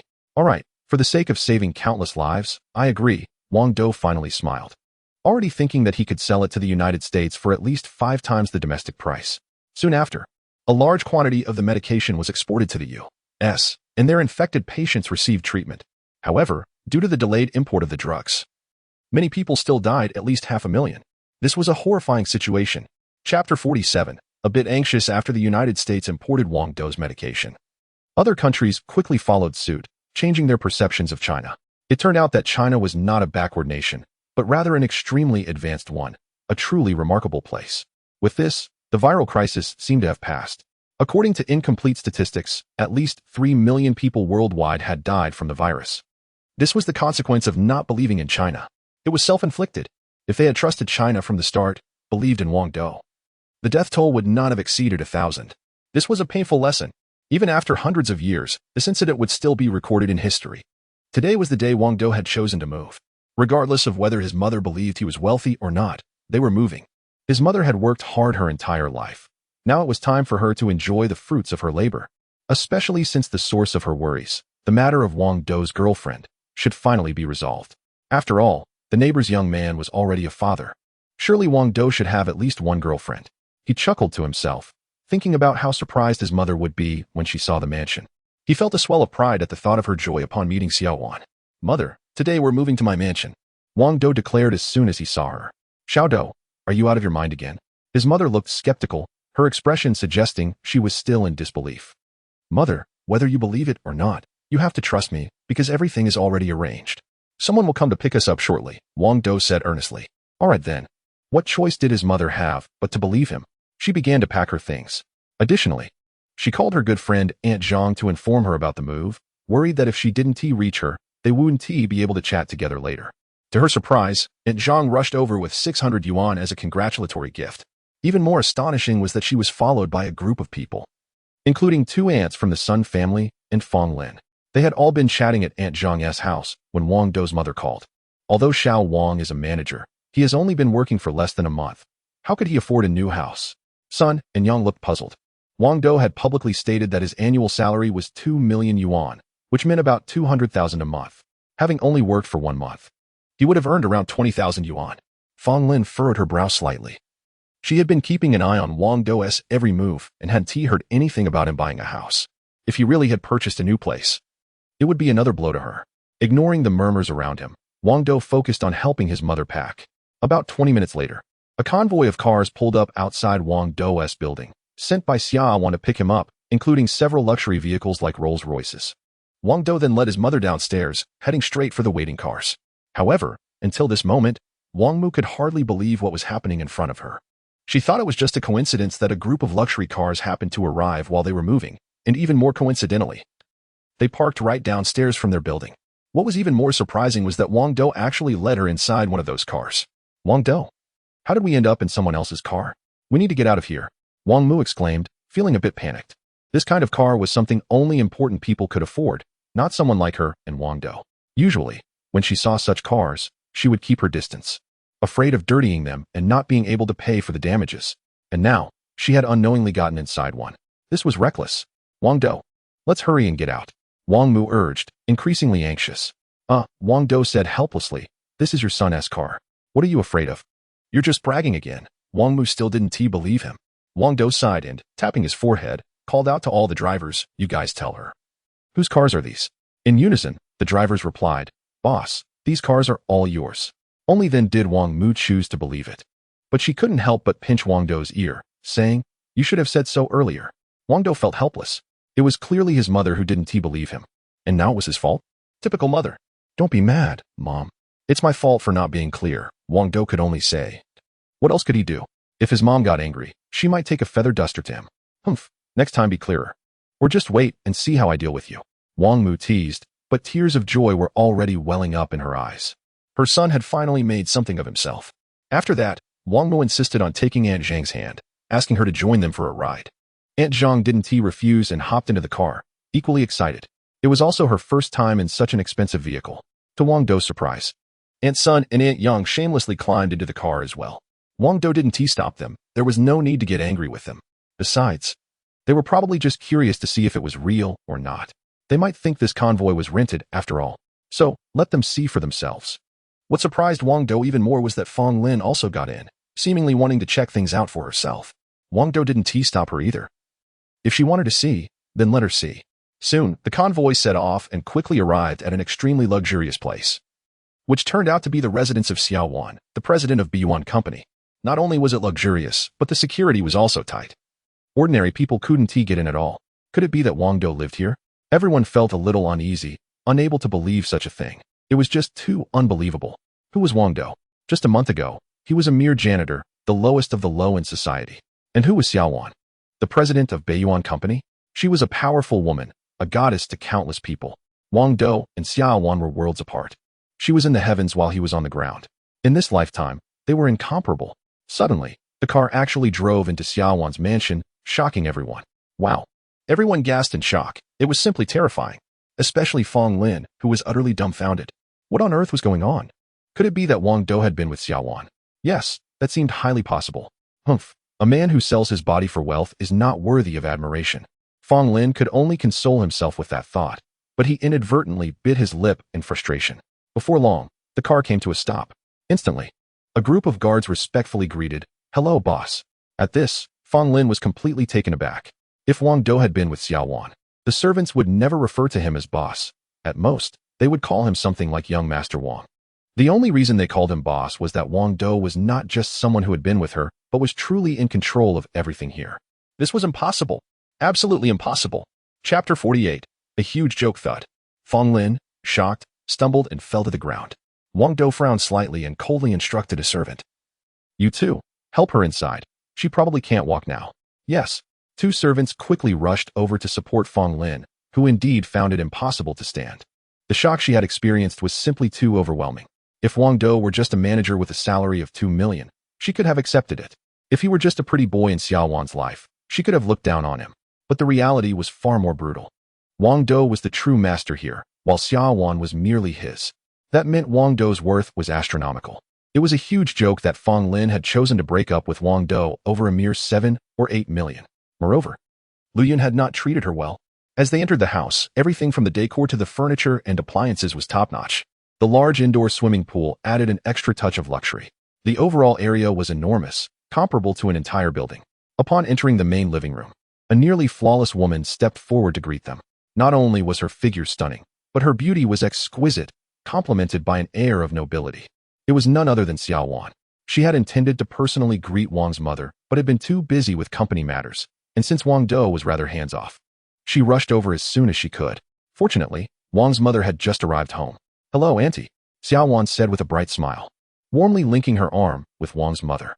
After all, this was going to be her mother-in-law. She couldn't afford to be negligent. "And you are?" Wang's mother asked, slightly frowning. Xiaowan replied, "I am Wang Dou's girlfriend." Upon hearing this, Wang's mother was instantly delighted, circling around Xiaowan and exclaiming, "She must be great for childbearing." Xiaowan could only shoot a glance at Wang Dou. He then deliberately said, "Mother, I've intentionally found you a daughter-in-law who is great for childbearing. Are you satisfied?" "Haha, satisfied, very satisfied." Wang's mother finally smiled, looking genuinely happy. However, not far away, Fang Lin was completely drained, slumped on the sofa. It was confirmed. This house indeed belonged to Wang Dou, and Xiaowan was truly his girlfriend. Fang Lin felt a burning shame on her face, wishing she could leave immediately, but she was too weak to move even an inch. "Who is this?" Xiaowan looked at Fang Lin, initially intending to insult her for Wang Dou, but was stopped by him. "All right, Fang Lin is a bit pitiful. If we keep attacking her, it might lead to serious consequences." Although Wang Dou despised Fang Lin, he still recognized her as a human being. Xiaowan, being extremely intelligent, understood Wang Dou's intention and decided to let it go. On the other side, Inzhang was beaming with joy. She was a good friend of Wang's mother and naturally wished for her well-being. If Wang's mother became wealthy, it could benefit her greatly, so she was very happy. However, Sun and Yang were not as pleased. They were filled with regret. "If I had known earlier, I would have built a better relationship with the Queen Mother. Her son is so wealthy now that he could easily support them a little, and they wouldn't even spend it all." After everyone finished dinner, they left one by one, while Fang Lin was taken out by someone, having not eaten a single bite. Once everyone was gone, Xiaowan pulled the Queen Mother aside, chattering away with an excited expression, especially thrilled when she saw the robotic butler, Xiaomei. It turned out that the big boss Wang had such a remarkable gadget. She had no idea what it was for. Late at night, the Queen Mother went to bed alone. Her bedroom had been prepared by Wang Dou and Xiaowan well in advance, and it was absolutely luxurious, with dedicated servants attending to her. Meanwhile, Xiaowan sneaked into her own bedroom and quickly shut the door, saying, "Boss Wang, I think Xiaomei is great. Let her keep you company." Wang Dou gritted his teeth in frustration, but Xiaowan had locked the door tightly, and he couldn't get in. But this was his wife. How could this be? Suddenly, Wang Dou seemed to have an idea and gently activated the short-range transporter. This device could not only transport him to the United States, but also directly into Xiaowan's room, unaffected by walls. Haha. Wang Dou laughed heartily and found himself right in front of Xiaowan. At that moment, Xiaowan was changing into her sleepwear, completely undressed, with her sleepwear not yet on. Xiaowan was shocked, unable to comprehend how Wang Dou got in, but since he was already there, well, why not? Wang Dou embraced Xiaowan triumphantly, saying, "I always keep my promises." Humph. Xiaowan looked defiant but didn't resist too much. The next day, Wang Dou and Xiaowan finally got out of bed around 10 o'clock. Xiaowan usually had the habit of waking up early, getting up at 6 every morning. But today she just couldn't get up. Wang Dou looked at Xiaowan with a proud smile. "You're still smiling." Xiaowan had a cold expression but merely teased him. "If you're not going to smile, then don't." Wang Dou pretended to look very scared. Suddenly, Xiaowan seemed to think of something and frowned, asking, "How did you get in yesterday?" Wang Dou smiled and explained, "I secretly made a copy of the key to your room, so I came in easily last night." Xiaowan didn't believe this explanation at all. She had not only locked the door but also blocked it with a sofa, which was still there. This meant that Wang Dou hadn't entered through the door at all. How did he get in? It was truly baffling. Seeing Xiaowan's disbelieving expression, Wang Dou said again, "I came in through the window." "Yeah, right." Xiaowan threatened, "You can say whatever you want, but if you don't tell me the truth, you won't be sleeping in this bedroom again." What? Wang Dou had no choice but to surrender, saying, "All right, I admit it, I have a short-range transporter." He then detailed the functions of the device to Xiaowan, but she seemed somewhat skeptical. Such an incredible piece of high-tech gadgetry was just too hard to accept. The smartphones produced by Beiyuan Company and the medical technology at Wani Hospital, although impressive, pale in comparison to the short-range transporter, they seem insignificant by comparison. What's the difference between a short-range transporter and the portals described in novels? I don't believe it. Xiaowan gritted her teeth. Hee, I can give you a demonstration, Wang Dou said, wrapping one arm around Xiaowan's slim waist while using the other hand to activate the short-range transporter, inputting a random coordinate. Whoosh. In an instant, the world went dark, and without any discomfort, Wang Dou and Xiaowan found themselves transported to an unfamiliar location. Before them was a large pool of water, steaming and seemingly a hot spring. Chapter 49. Counterattack. The hot spring is filled with beautiful women bathing, and I immediately screamed. This time, they were unexpectedly transported to a hot spring in the island nation. Wang Dou frowned, wondering why it was always so coincidental. Was he somehow fated to end up in women's bathhouses? The women in the pool were all pointing at Wang Dou and Xiaowan, clearly dissatisfied. But Wang Dou didn't understand a word. He was unfamiliar with the language. However, Xiaowan seemed to grasp what they were saying and looked quite embarrassed. Humph. Wang Dou, are you doing this on purpose? Xiaowan suspected Wang Dou had intentionally brought them here, as he must enjoy this kind of setting. It was a misunderstanding. Completely a misunderstanding. Wang Dou quickly explained and then restarted the transporter to take them back. However, he truly hadn't meant to end up there, as he wasn't very sensitive to Earth's coordinates and only remembered two, one for the hospital and one for Xiaowan's room. What he input earlier was indeed random. Whoosh. Wang Dou and Xiaowan returned to their bedroom, and Xiaowan was utterly shocked. Why was her man so mysterious? It seemed like he could get his hands on any high-tech product. Was he a reincarnated deity? Wang Dou, who exactly are you? Xiaowan stared intently at Wang Dou. Captivated, Wang Dou embraced Xiaowan and said, "I'm your man." Not saying anything would have been better. Xiaowan broke free from Wang Dou's grasp and left the bedroom, planning to cook with Wang's mother.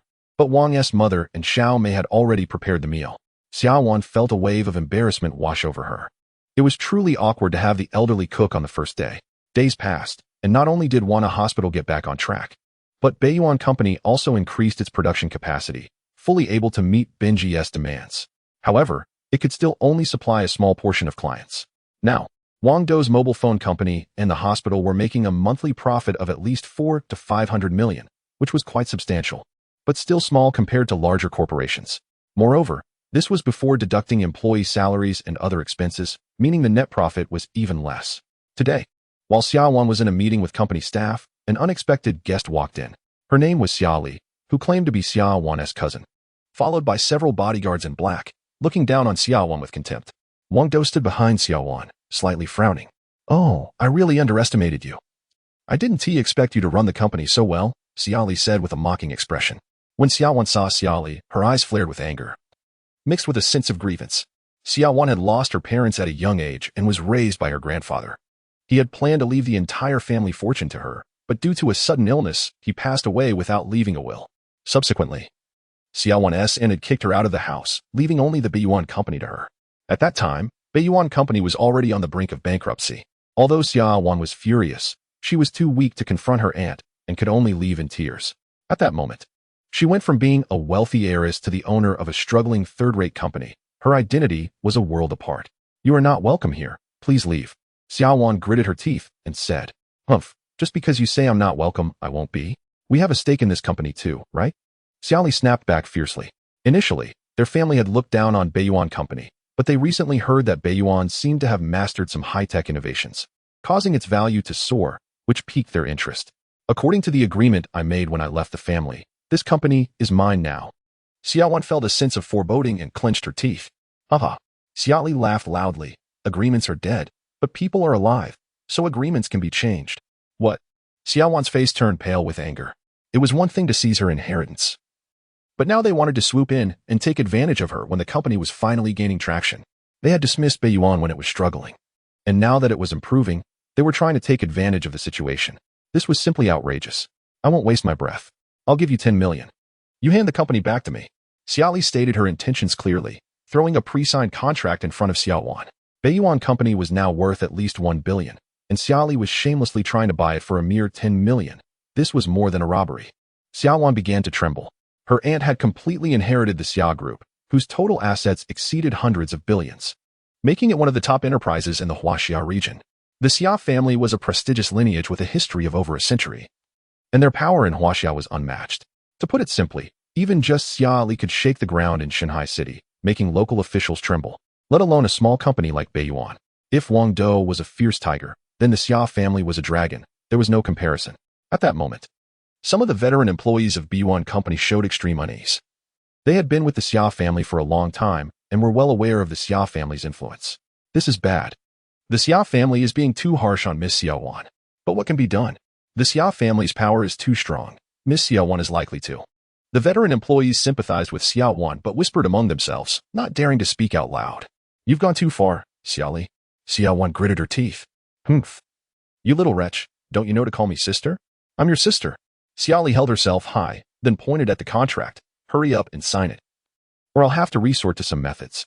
As she said this, the bodyguards in black behind Xiaoli shifted slightly, implying that if Xiaowan dared not to sign, she would face their wrath.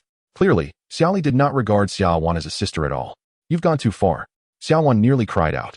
In truth, she didn't care about her identity as an heiress or the billions of assets. What she truly valued was a harmonious family, a group of loving elders, and siblings who cared for her. But everything felt so unreal. After her grandfather passed away, she not only received no love, but was also subjected to humiliation at every turn. In fact, her entire family conspired to usurp her inheritance. Everything fell apart. It seems like you don't want to sign.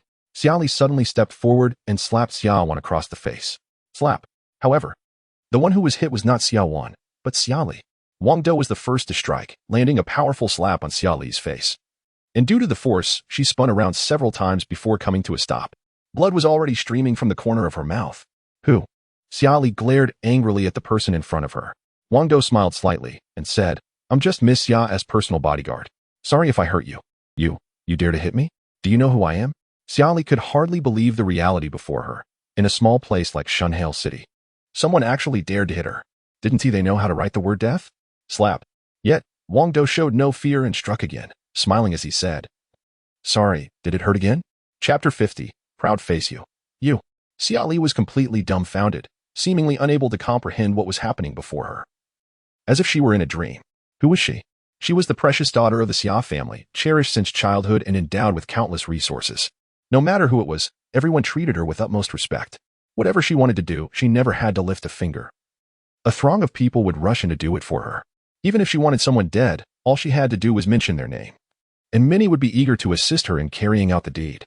Yet now, she had been struck by an apparently ordinary man. Moreover, this man claimed to be Xiaowan's personal bodyguard. Wasn't that a humiliation to her mother? How dare a mere bodyguard of Xiaowan hit her? Ah, I will kill you. Xiaoli screamed like a madwoman, filled with rage. Slap. Slap. Wang Dou unexpectedly struck her twice more, disdainfully remarking, Your screams are unbearable. Even a pig sounds better. Xiaowan was amused by Wang Dou's antics. Kill him. Xiaoli quickly summoned the bodyguards behind her. Just moments ago, these bodyguards had been taken aback, never expecting that someone would dare to hit Xiaoli, causing them to react a beat too late. Seeking death.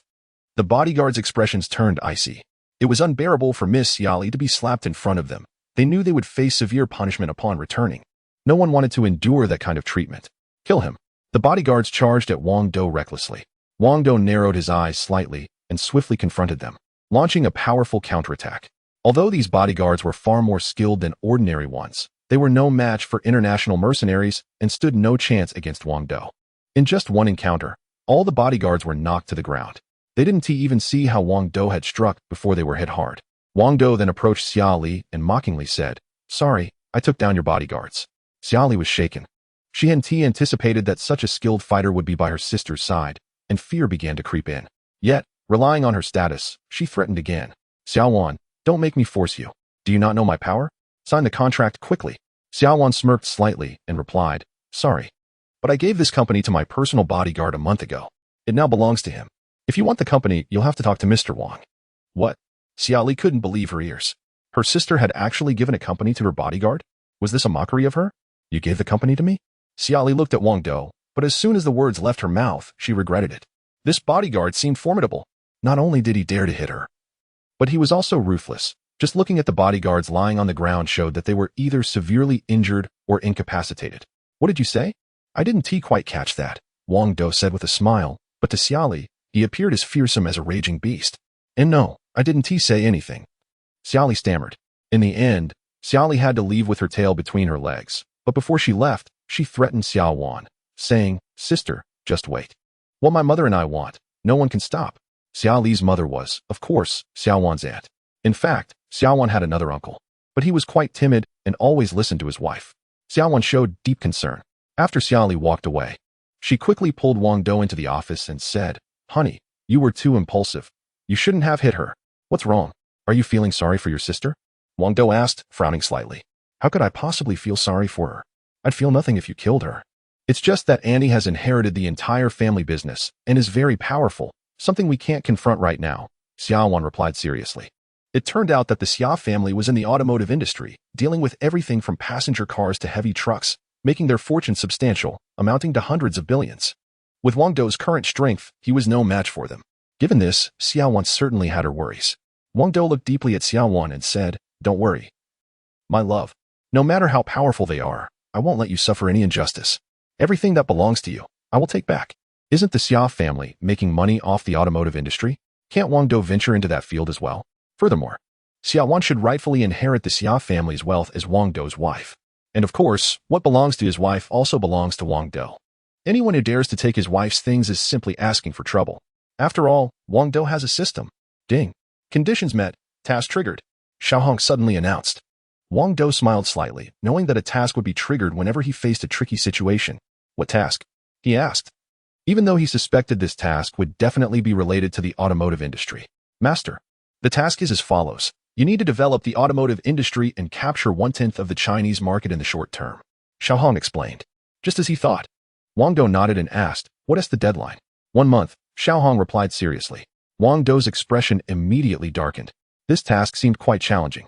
The previous 2 tasks were about a mobile phone company and a hospital, but neither required capturing a specific market share, making them relatively simple. However, this time there was a clear requirement to capture 1/10 of the Chinese automotive market, and the deadline was only 1 month.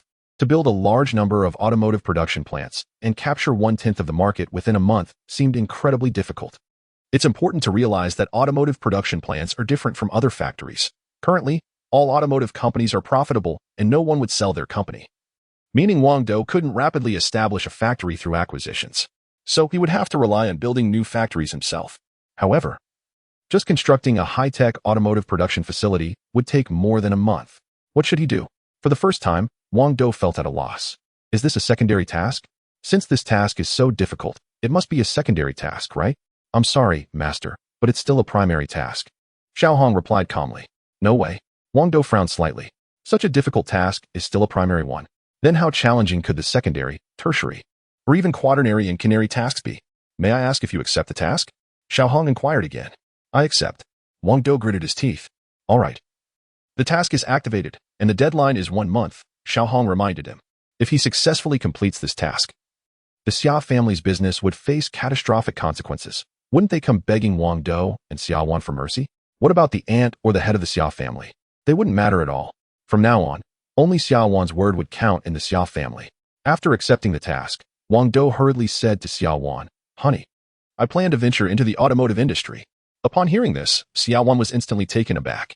In reality, although Wang Dou's company is currently profitable, that's before deducting various expenses.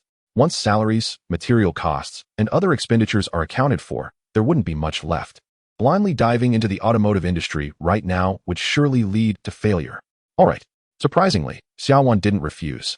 Because she understood that Wang Dou was doing all of this for her, and no matter what she said, it wouldn't change his mind. Thank you for your support. My dear, Wang Dou said with a beaming smile. I love you, hubby. Xiao Wan buried her head in Wang Dou's embrace. Wang Dou felt a sense of pride. Chapter 51. The mysterious man. If one wants to enter the automotive industry, the first step is to build a factory. And the first step in building a factory is to secure land. Without land for construction, everything else is off the table.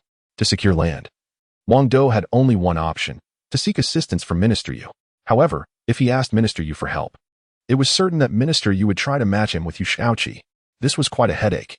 Nevertheless, Wang Dou finally smiled and said, Since you're offering, I'll gladly accept. Who is Wang Dou? He is someone who will one day unify the galaxy. Surely, he doesn't fear having more women around him? As long as they are beautiful, he welcomes them all. So what if it's the fiery Yu Shaoqi? He would take her. Wang Dou went straight to Minister Yu and explained his intentions. I want to enter the automotive industry, so I need a lot of industrial land. Can you help me out? Minister Yu was taken aback. This young man was indeed extraordinary. His words were already shaking the world. He casually acquired a mobile phone company and turned a simple product into a groundbreaking high-tech device. Then he acquired a hospital, advancing human medical standards by centuries. If he were to build a car company, wouldn't that be even more astonishing? Just the thought of it sent chills down Minister Yu's spine. Indeed, chills. Who knows what kind of cars Wang Dou would produce? Flying cars, perhaps? No, flying cars would be child's play. Wang Dou's vehicles would surely be even more remarkable. I not only can help you, but I also fully support you. Minister Yu readily agreed. In his eyes, Wang Dou was a Chinese national. And all the technological advancements he created would ultimately benefit China. With Wang Dou around, it was only a matter of time before China unified technology across the globe. Not long ago, wasn't there a certain country trying to impose a technology blockade on China? They even flaunted a few outdated aircraft carriers along the coast. Once Wang Dou develops, those aircraft carriers will be nothing. Minister Yu then called Jia in Shahale City. A friend of mine needs several plots of industrial land to build a factory. Please prepare that. Jia seemed to frown slightly. Minister Yu, you might not be aware of the current market situation. It's really difficult to secure industrial land right now. Many people are competing for it, and our city probably doesn't have any extra land available. What? Minister Yu replied, mildly angered. Jia, are you not planning to give me some face? I may need to look into your background. We have land. We can provide as much as you need. Jia hurriedly responded, cold sweat breaking out on his forehead. How dare he let Minister Yu investigate? A casual inquiry could cost him his position and even land him in prison. That's more like it. Tomorrow, Xiao Wang will meet you. Give him however much land he wants. Minister Yu said slowly. Okay, you can rest assured. We have plenty of reserve land. In reality, Shunhale City wasn't entirely devoid of extra industrial land, but it had all been sealed off, waiting for land prices to skyrocket. Thank you. Wang Dou slightly bowed to Minister Yu and was about to leave. Hold on. Minister Yu stopped him. Wang Dou immediately felt something was off. It must be about Yu Shaoqi again. Xiao Wang, it seems that your last meeting with Shaoqi didn't go well. She has been sulking at home since she got back and seems really sad, Minister Yu said with a smile. Wang Dou didn't know how to respond. In fact, the last time he met Yu Shaoqi, everything went well. They even got to the point of chatting in a hotel room. But unfortunately, Xiaowan had suddenly appeared and disrupted everything. The moment Xiaowan showed up, Yu Shaoqi realized that Wang Dou was still the same flirt, unchanged. However, she was a very conservative girl, which made her quite upset. How about this? The moonlight is nice tonight. Take Shaoqi out for a walk, but don't rush back. You two need to communicate more. Minister Yu emphasized the last few words, hinting at something. All right. Wang Dou could only agree. Then, Minister Yu brought Shaoqi in front of Wang Dou and said to her, Shaoqi, why don't you go for a walk with Xiao Wang? Don't just stay cooped up at home. Who wants to go out with him? Yu Shaoqi pouted, looking unwilling. For some reason, she didn't dare to look Wang Dou in the eye, just staring at her clothes and nervously fiddling with the hem. Her cheeks even turned slightly red. Since Shaoqi was in the mood to go out, Wang Dou politely declined. That won't do. Minister Yu glared at Shaoqi. Are you ignoring your grandfather's words? Humph. Fine, I'll go. Yu Shaoqi stomped her foot in agreement. Under the moonlight, Wang Dou and Yu Shaoqi were walking in a secluded park. There were plenty of benches around, but not a single person in sight. What happened that day was actually an accident, Wang Dou explained.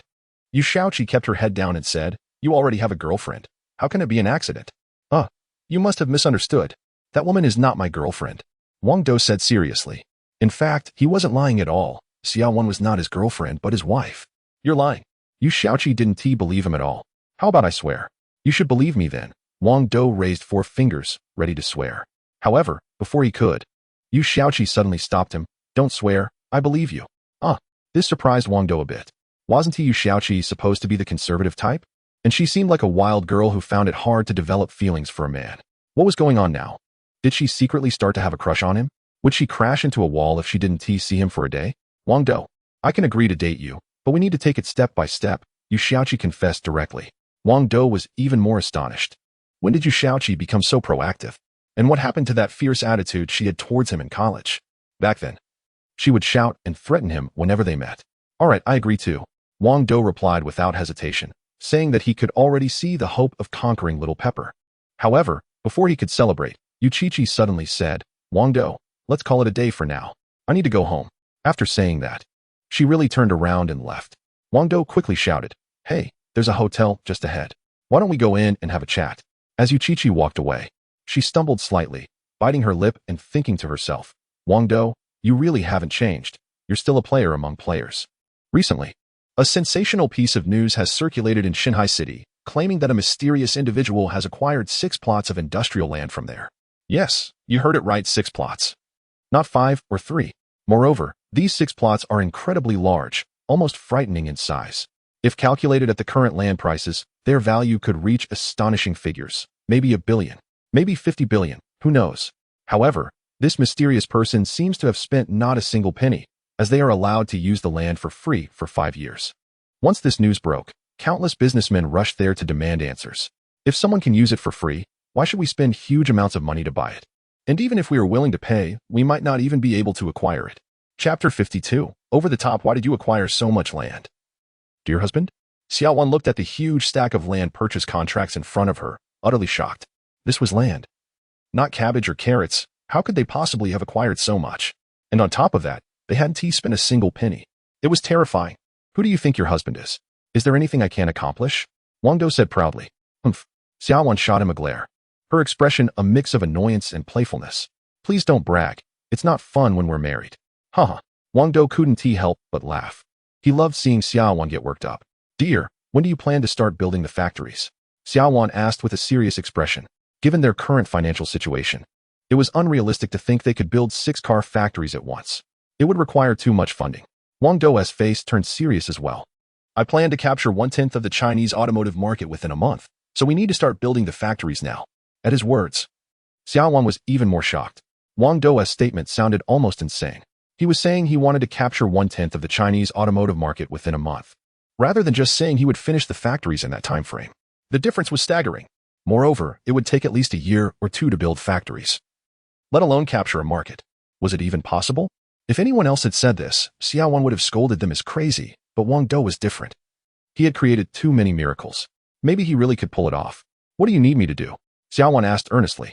I need you to buy as many construction materials as possible at the fastest speed. The quicker, the better. Wang Dou gave a firm order. Got it. Xiaowan immediately set off to take care of this, skipping her meal. She understood that everything Wang Dou was doing was for her, and she had to work hard. Wang Dou had his own plan for constructing the 6 car factories. First, he used the remaining system coins to purchase a large number of construction robots, the kind that were massive and comparable to giant mechs. With these advanced robots, they could build the factories in the shortest time possible. However, when these robots were revealed to the public, it would definitely cause a sensation. Secondly, Wang Dou needed to buy a large amount of basic building materials. Although the quantity would be significant, these materials weren't too expensive, and Wang Dou's current funds were more than sufficient. Xiaowan was already on it. Finally, there were the production equipment, which was the most crucial part. Wang Dou planned to purchase all of this with system coins, estimating that he would need a total of 3,000 system coins.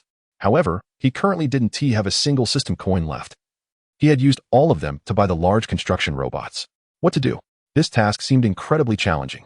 Xiaohong, is there any way to earn system coins quickly? Wang Dou asked nervously. Well, Xiaohong pondered for a moment and said, given the current situation, the best option is to take on some small tasks. Small tasks? It turns out that Wang Dou can accept not only large tasks but also some smaller ones. The small tasks are quite simple and don't take much time, making them a great way to earn system coins. It's similar to side quests in a game. All right, let's do it, Wang Dou said eagerly, as he desperately needed system coins. Master, you can now choose from the following small tasks. The first is to hatch a furry beast with a reward of 500 system coins. The second is to clone an ancient ice jade maiden, rewarding 1,000 system coins. The third is to build a basic parallel space, which rewards 2,000 system coins. Upon hearing these tasks, Wang Dou displayed a look of shock.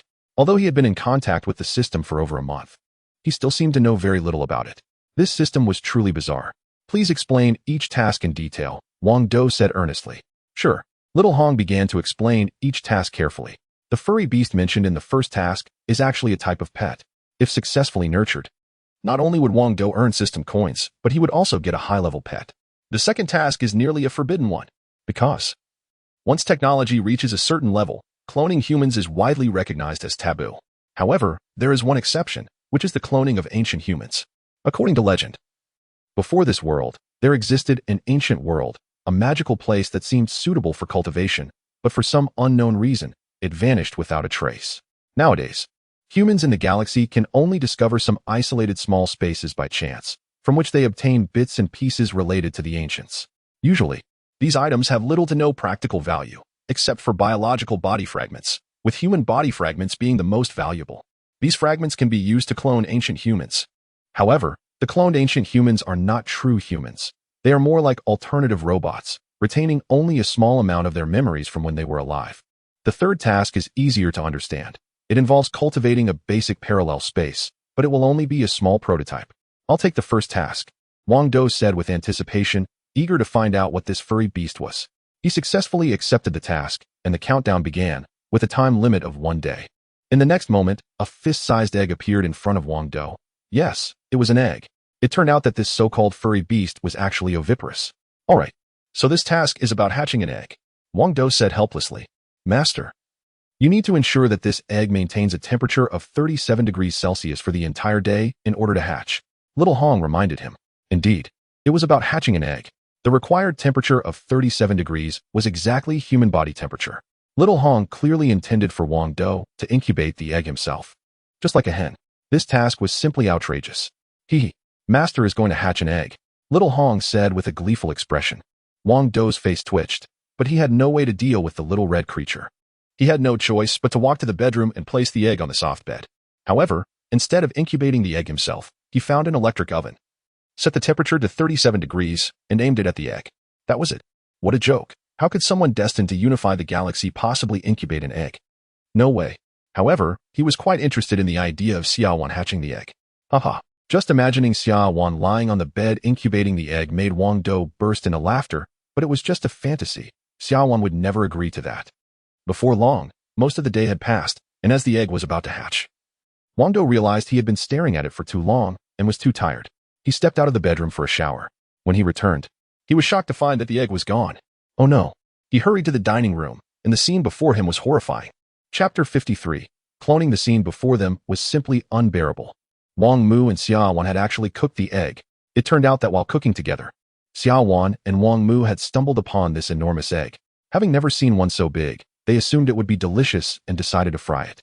Wang Dou felt a twitch at the corner of his mouth. He was at his wit's end. As the pillar of the family, he had worked tirelessly to incubate this egg, and they had just gone ahead and eaten it? It's pretty good, Wang Mu exclaimed, praising Xiaowan for how delicious the fried egg was. Xiaowan humbly replied, It's all thanks to your great teaching, mother. Suddenly, they both noticed Wang Dou and called out in unison, This egg is so tasty. Come join us. Eat? They might as well eat me instead. Wang Dou felt utterly disheartened. He had no appetite and quickly retreated to his bedroom, saying to Xiao Hong, What do we do now? Seeing that the bedroom was empty, Xiao Hong manifested a holographic image, even drooling a little. I've wanted to eat that egg for ages, but I didn't dare, she muttered. Then reassured Wang Dou, Don't worry, master. For the first task, you have 2 chances. You still have one more opportunity. Wang Dou was overjoyed. It turned out this task was the easiest one with the least rewards, hence the 2 chances. However, future tasks would only offer 1 chance. Then, Xiao Hong provided Wang Dou with another egg, but warned sternly, This is your last chance. Make sure you don't get eaten. Alright. Wang Dou gritted his teeth. This time, he locked himself in another bedroom, determined not to come out until he successfully hatched a furball beast. This time, without any mishaps, he successfully hatched a furball beast. This little creature was only the size of a palm, resembling a small white dog, but rounder and with much more fluff. Its bark even sounded like a dog's. If Wang Dou hadn't said anything, everyone would definitely think it was just an ordinary dog. However, after studying it for a long time, Wang Dou couldn't figure out what was so special about it. Wasn't it supposed to be a furball beast? Any animal with a connection to beasts should be impressive, right? Woof woof. The furball beast kept barking joyfully. It was indeed very cute, but just cute. Xiao Hong, isn't this little dog supposed to be powerful? Wang Dou frowned. Humph. Master, don't underestimate it. It's actually very impressive. Xiao Hong reminded him. It's just a dog, Wang Dou scoffed. Ding. Task completed. Reward, 500 system coins. At that moment, Wang Dou finally received the task reward, which was just plain system coins without any random prizes. Small tasks only rewarded system coins, not random items. And the amount of system coins was less than that of the main tasks. Main tasks not only rewarded system coins, but also random items, And more importantly, every time Wang Dou completed a task, he could earn a lot of money. Completing a phone task made him worth over 100 million, and finishing a hospital task skyrocketed his worth to over 1 billion. Master, would you like to accept the second small task now? Xiaohong prompted. Wang Dou glanced at the little dog in front of him and said, wait a moment, I need to take care of this little dog first. Master, it's not a dog, it's a fluff beast, and it's quite fierce, Xiaohong reminded him. However, Wang Dou didn't take her seriously. He grabbed the creature by the scruff and headed outside, planning to gift the fluff beast to his mother. Recently, both Wang Dou and Xiaowan had been busy with work and didn't have time to spend with Wang's mother. So getting her a pet dog seemed like a good idea. Besides, Wang's mother loved animals. She just hadn't had the time to care for one before, as she had been focused on earning money to help Wang Dou find a wife. Mom, look what I brought you, Wang Dou said with a smile as he presented the fluff beast to his mother. She was instantly delighted, and even Xiaowan, sitting beside her, found it charming. Soon, Wang's mother and Xiaowan not only bathed the fluff beast, but also fed it a substantial amount of food. It was astonishing how much it could eat. This little creature, no bigger than a palm, devoured an entire basin of food. Wang's mother and Xiaowan were both stunned, but as long as it was cute, they didn't mind. After all, they weren't short on money. After that, Wang Dou quickly accepted his second task, to clone the Xianbing Yunu. The task duration was still 1 day. Master, please receive the physical fragments of the Xiantian Yunu, Xiaohong said with a serious tone, indicating that even the system placed great importance on these ancient human remnants. They were exceedingly rare. A glass vial, about the size of a thumb, appeared in front of Wang Dou. Upon closer inspection, he found a single white hair inside. This so-called physical fragment turned out to be just a strand of hair. However, even that was incredibly valuable. The ancient era was eons ago, and it was already remarkable to have any trace left behind, let alone more. The existence of that so-called world was still an enigma. Since the cloning operation required hospital equipment, Wang Dou headed straight to the hospital. Typically, the cloning process took about 3 days, so he needed to speed things up and utilize a large amount of cloning fluid. The cloning began. Wang Dou first filled the entire cloning chamber with cloning fluid, then placed the white hair inside, and finally activated the cloning system. The chamber started the cloning process, but that wasn't enough. Because this cloning method required 3 days, Wang Dou had to add a dose of cloning catalyst. This catalyst sped up the cloning process, but was quite expensive. He wouldn't have used it if he weren't in such a hurry. Starting cloning. Time set for 23 hours. The mechanical voice of the cloning chamber announced. This meant the cloning had successfully commenced. It was just a matter of time now. Master, I'm quite curious too. At that moment, Xiaohong suddenly appeared in front of Wang Dou, eagerly staring at the transparent glass of the cloning chamber. Cloning ancient humans was an incredibly rare occurrence, even on the most advanced technological planets, because ancient human fragments were exceptionally hard to come by. Moreover, cloning humans is a forbidden territory no matter where it takes place. It is said that ancient people practice Taoism. Could that really be true? Wang Dou looked at Xiaohong seriously. According to some legends, ancient times were a world of cultivation, rich in spiritual energy, so people of that era must have known some form of Taoism. Plus, with a name as grand as Xianbing Yunu, she must have been an extraordinary figure back then, surely skilled in Taoist practices. If she truly possesses such abilities, wouldn't she be the ultimate fighter? With her by his side, who would Wang Dou have to fear? Moreover, through her, could Wang Dou also learn some cultivation methods? Would this mean he could embark on his own journey of cultivation? Just thinking about it is incredibly exhilarating. Chapter 54, Success Now. Although Wang Dou could soar through the sky, he still needed to rely on some technological products. But if he were to learn the Tao, wouldn't he be able to fly purely with his own spiritual energy? That would be even more exhilarating. Well, haha. The more Wang Dou thought about it, the more excited he became. Suddenly, Xiaohong said, Master, I'm not trying to dampen your spirits, but the chances of the Xianbing Yuna mastering the Tao are extremely low. Why? Wang Dou asked, puzzled. Isn't the cloned Xianbing Yunu just another version of the Xiantian Yunu? If that is the case, she should definitely retain her abilities from her previous life. Master, cloning humans is a forbidden area in science. Not only is it incredibly difficult to succeed, but it also comes with many side effects. After Xiaohong's explanation, Wang Dou finally understood. A cloned individual can only possess a small portion of the original's memories, and even those are only instinctual memories. Therefore, it would be very challenging for her to master any complex Tao techniques. Furthermore, the clone and the original are fundamentally different individuals.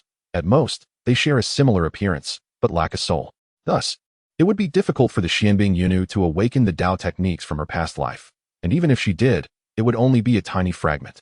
5 hours later, the skeletal structure of the Xianbing Yunu had fully formed. After 10 hours, her nerves and blood vessels took shape as well. By this time, she had achieved a human form, though her bloodied appearance was somewhat terrifying. 15 hours later, her muscles had completely formed, and while she still looked bloodied, she now exuded an enchanting beauty. Her body was truly captivating. If she were fully cloned, she would undoubtedly be a breathtaking beauty that could topple kingdoms. Moreover, she was an ancient practitioner, far superior to modern humans, even surpassing Xiao Wan.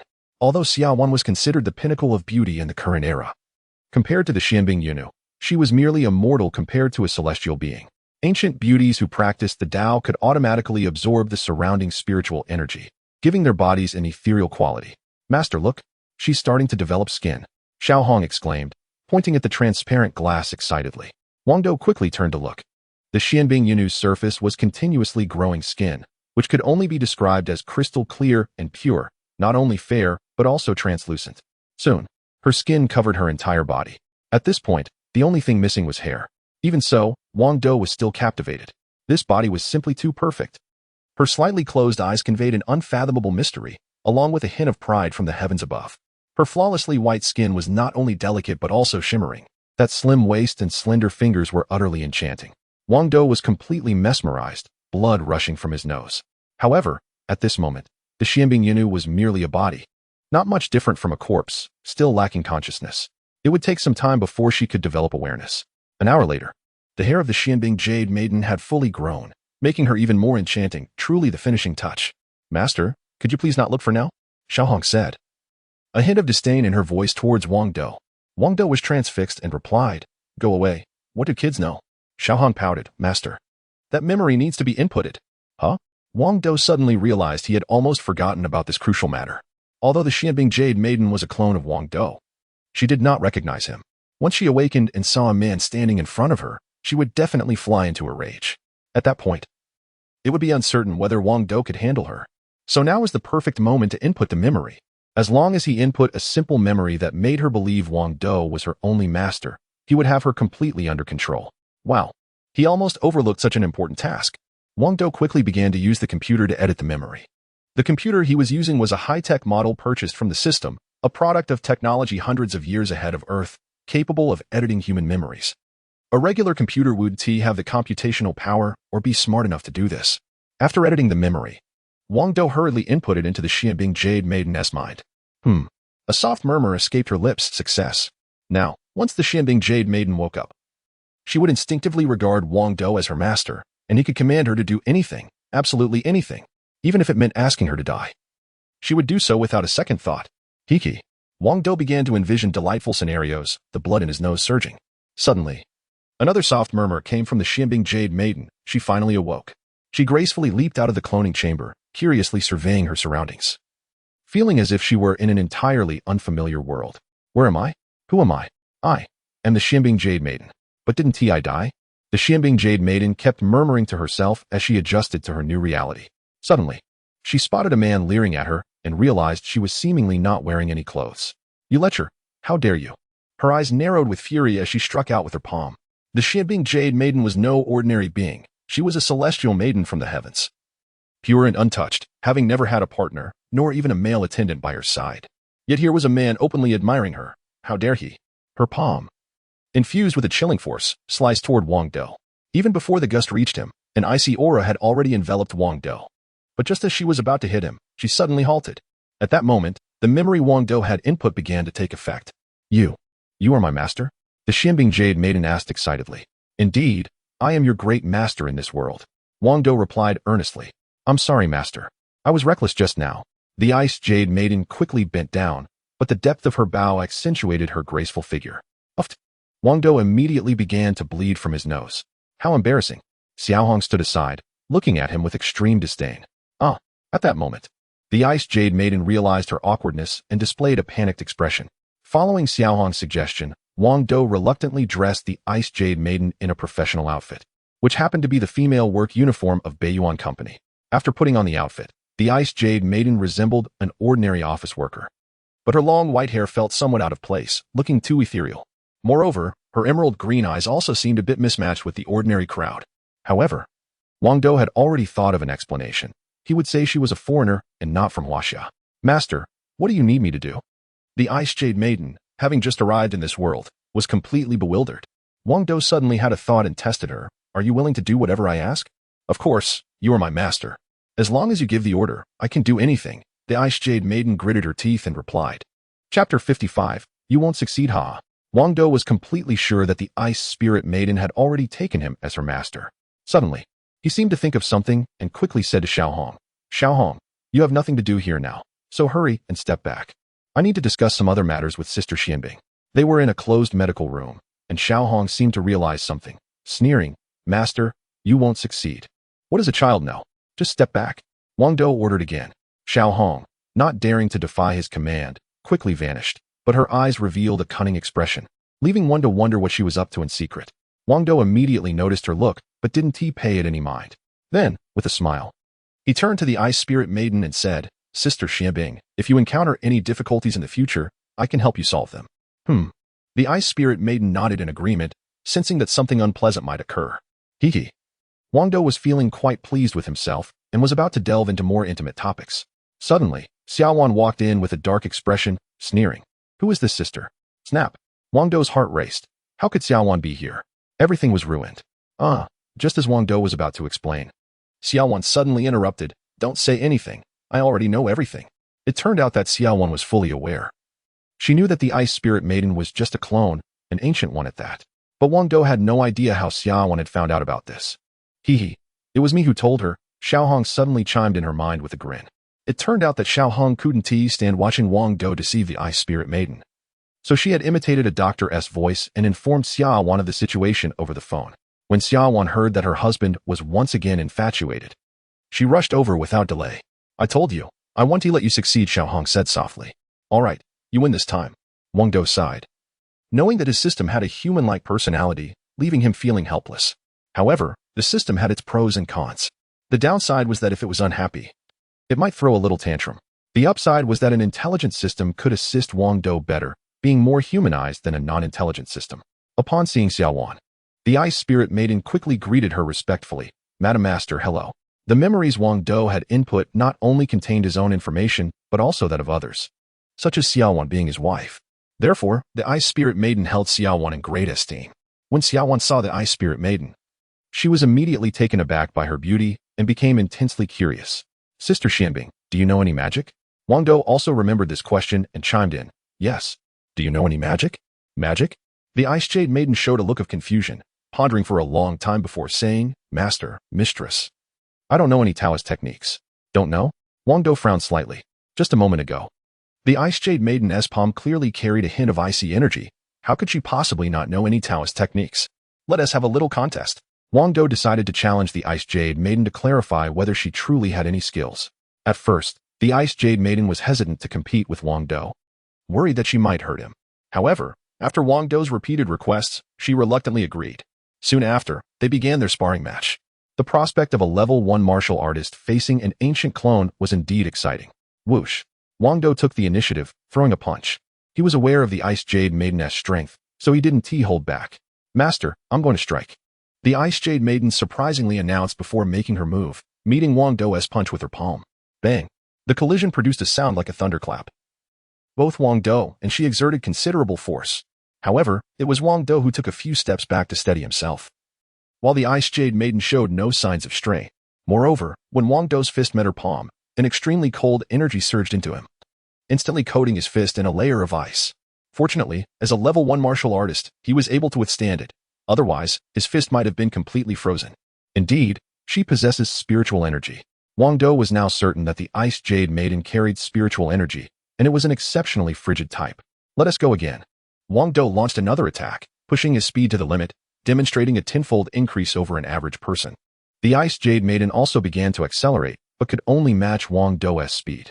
However, after some time of engagement, she gradually adapted to her current body and instinctively executed a set of footwork, her form becoming erratic and extremely unpredictable. At this point, Wang Dou found himself at a distinct disadvantage. This must be Taoist technique. Footwork is indeed a form of Taoist technique. Therefore, the Ice Jade Maiden could certainly perform other techniques, but it seemed she could only do so instinctively and not at will. Wang Dou felt a slight disappointment. The inability to actively use Taoist techniques indicated that the Ice Jade Maiden couldn't recall any. making it seem like a wild dream to expect her to provide insights into cultivation methods. Nonetheless, although the Ice Jade Maiden had yet to reach the level of a level 2 martial artist, she was already much stronger than a level 1 martial artist and had room for growth. Once she fully adapted to her body and could instinctively perform other techniques, she would make for a formidable ally. Stop. Wang Dou, being a level 1 martial artist, couldn't possibly match the Ice Jade Maiden, so he had to call it off. He had already gauged her abilities, and there was no need to continue the contest. Yes, master, the Ice Jade Maiden replied respectfully. Shortly after, Xiaowan directly took the Ice Jade Maiden home. With only Xiaomei as a mechanical butler at home, it was clearly insufficient, and they also needed a skilled bodyguard. Of course, the most important thing is that Xianbing Yunu has an incredible figure, which makes Xiaowan feel a bit jealous. How could she possibly let her husband spend time alone with her? Besides, she is a clone, not a real person. Just thinking about it feels wicked. Although Wang Dou is very reluctant, the Queen Mother is currently very fond of Xiaowan, so he has no choice but to comply. Ding. Task completed. You have earned a reward of 1,000 system coins. The distribution of system coins is now starting. System coins have been fully distributed. Please check. Xiaohong emitted a series of mechanical sounds. Whenever it comes to reminders or similar matters, Xiaohong immediately becomes cold and robotic. Master, congratulations on completing the task. After finishing the reminder, Xiaohong returned to her intelligent demeanor, resembling a cute little girl. All right. Wang Dou casually checked his system coins and saw that they had indeed increased to 1,500 points. Now, he just needs to complete one last small task to earn another 2,000 system coins. At that point, he will have enough coins for the car company task, with some leftover as well. Chapter 56, A Seed Accepting the Next Task. Wang Dou said to Xiaohong without any hesitation, time is everything.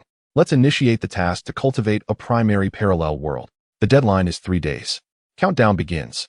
Xiaohong emitted a series of sounds. All right. Wang Dou nodded. Master, the system will provide you with a seed for a primary world. You just need to awaken it, Xiaohong explained earnestly. As she spoke, a glass sphere about the size of a fist appeared before Wang Dou. However, it wasn't an actual glass ball. It had no weight at all and floated in midair. In fact, when Wang Dou reached out to grab it, it felt like he was grasping at air, as if it were non-existent. What is going on? Wang Dou was puzzled. Xiaohong immediately clarified. It's not a solid object. It's just a projection, which is why you can't hold it. Only you can see it. Others cannot. Then how do I take it with me? Wang Dou was even more confused. Xiaohong explained again, you don't need to hold it. It will always follow you. Now it made sense. Wang Dou finally understood that this seed for the primary world was merely a projection, and its essence was not in this world at all. That's why it had no weight, and no one could grasp it. How can I cultivate it? That was the crucial question, and Wang Dou was quite eager to know. Master, you can use various data from Earth to awaken it. Xiaohong provided a detailed introduction, and Wang Dou finally grasped the concept. He could use Earth as a blueprint, collecting various data such as terrain, plant, animal, and human data, and input all this information into the world seed, allowing it to evolve automatically. The key to this task lay in collecting a vast amount of data, and time was limited to just 3 days. Oh man, this is too difficult. Wang Dou suddenly realized the challenge of the task. Collecting the data itself wasn't hard, but the short time frame made it daunting. Gathering big data about various aspects of Earth in just 3 days was indeed a tough task. However, for the sake of system coins, he had to go for it. Master, let's get started. Xiaohong reminded him. Okay. Wang Dou immediately sprang into action, wasting no time. He first input the terrain data of Earth, and the world seed trembled slightly, indicating a reaction, though not a significant one. Master, just inputting terrain data isn't enough. You also need detailed soil and climate data. Xiaohong prompted. Got it. Wang Dou quickly grabbed a mini-computer and left the lab, heading to a barren area to collect soil and climate data. Afterward, he input that data into the seed, but this was only the data from Shenhui City, far from encompassing the entire Earth. In the end, Wang Dou had no choice but to activate the short-distance transporter and start traveling around the world. Whoosh. He first teleported to a city in the south to begin collecting data. Wang Dou was in a northern city, having just collected data from that region, and now he needed to gather data from the south. After finishing the data collection there, he activated the short-range transporter again and was transported to central Huaxia to collect more data, followed by the western regions. In just half a day, he completed the collection of soil and climate data for the entire Huaxia. Master, you need to hurry and collect data from outside Huaxia, urged Xiaohong. Without time to rest, Wang Dou quickly made his way to the United States, where he started gathering data furiously. In less than a day, he had collected data from all the countries, thanks to the short-range transporter. Without it, this task would have been impossible. Master, You still can't rest. You need to collect data from the Arctic and Antarctic. Wang Dou felt overwhelmed but had no choice but to start the teleportation again. He first arrived at the Antarctic and, unfortunately, landed right at a certain country's research station there. Oh my god, who is that person? While Wang Dou was crouched down collecting soil data, he was spotted by the researchers at the station. To their surprise, he was wearing very light clothing. Even though the temperature there was around -40 degrees Celsius. Can this guy even survive? Hey, what are you doing? If you don't want to freeze to death, come over here. The researchers, with good intentions, were planning to let Wang Dou into the research station to warm up. However, Wang Dou wasn't cold at all, as his Y1 armor had already activated, providing a level 1 energy shield and insulation.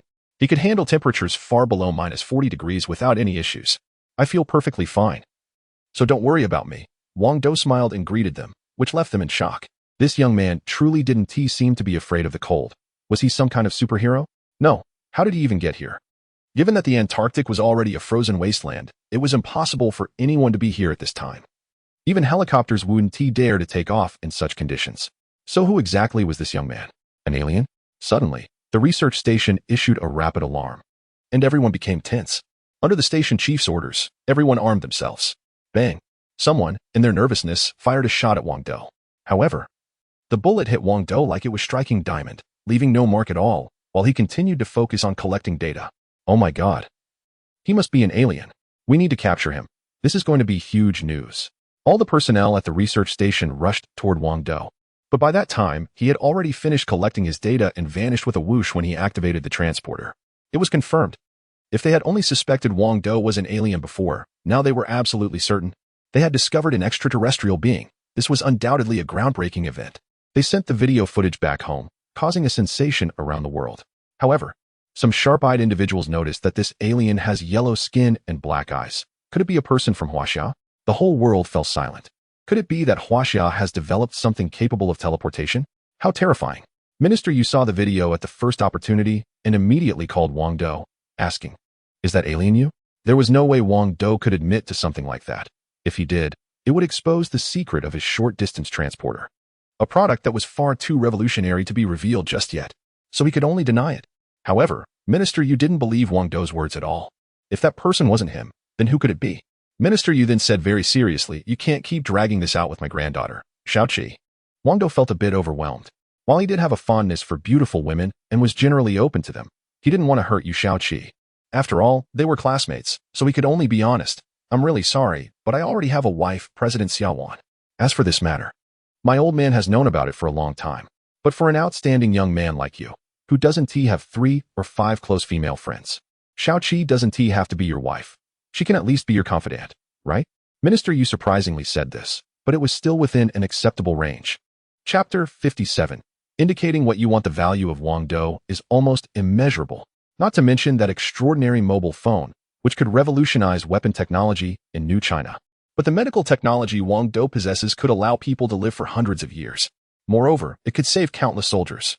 Minister Yu's troops are engaged in the most dangerous missions, and each year, the sacrifices are so numerous that he hasn't had a single peaceful night's sleep. Night after night, he weeps in sorrow. But they are soldiers. Soldiers are here to protect their homeland and are willing to sacrifice everything, including their lives. Now, a monumental opportunity lies before them. If Wang Dou can promote this medical technology to the 9th Military District, the number of special forces that can be saved each year would be astonishing.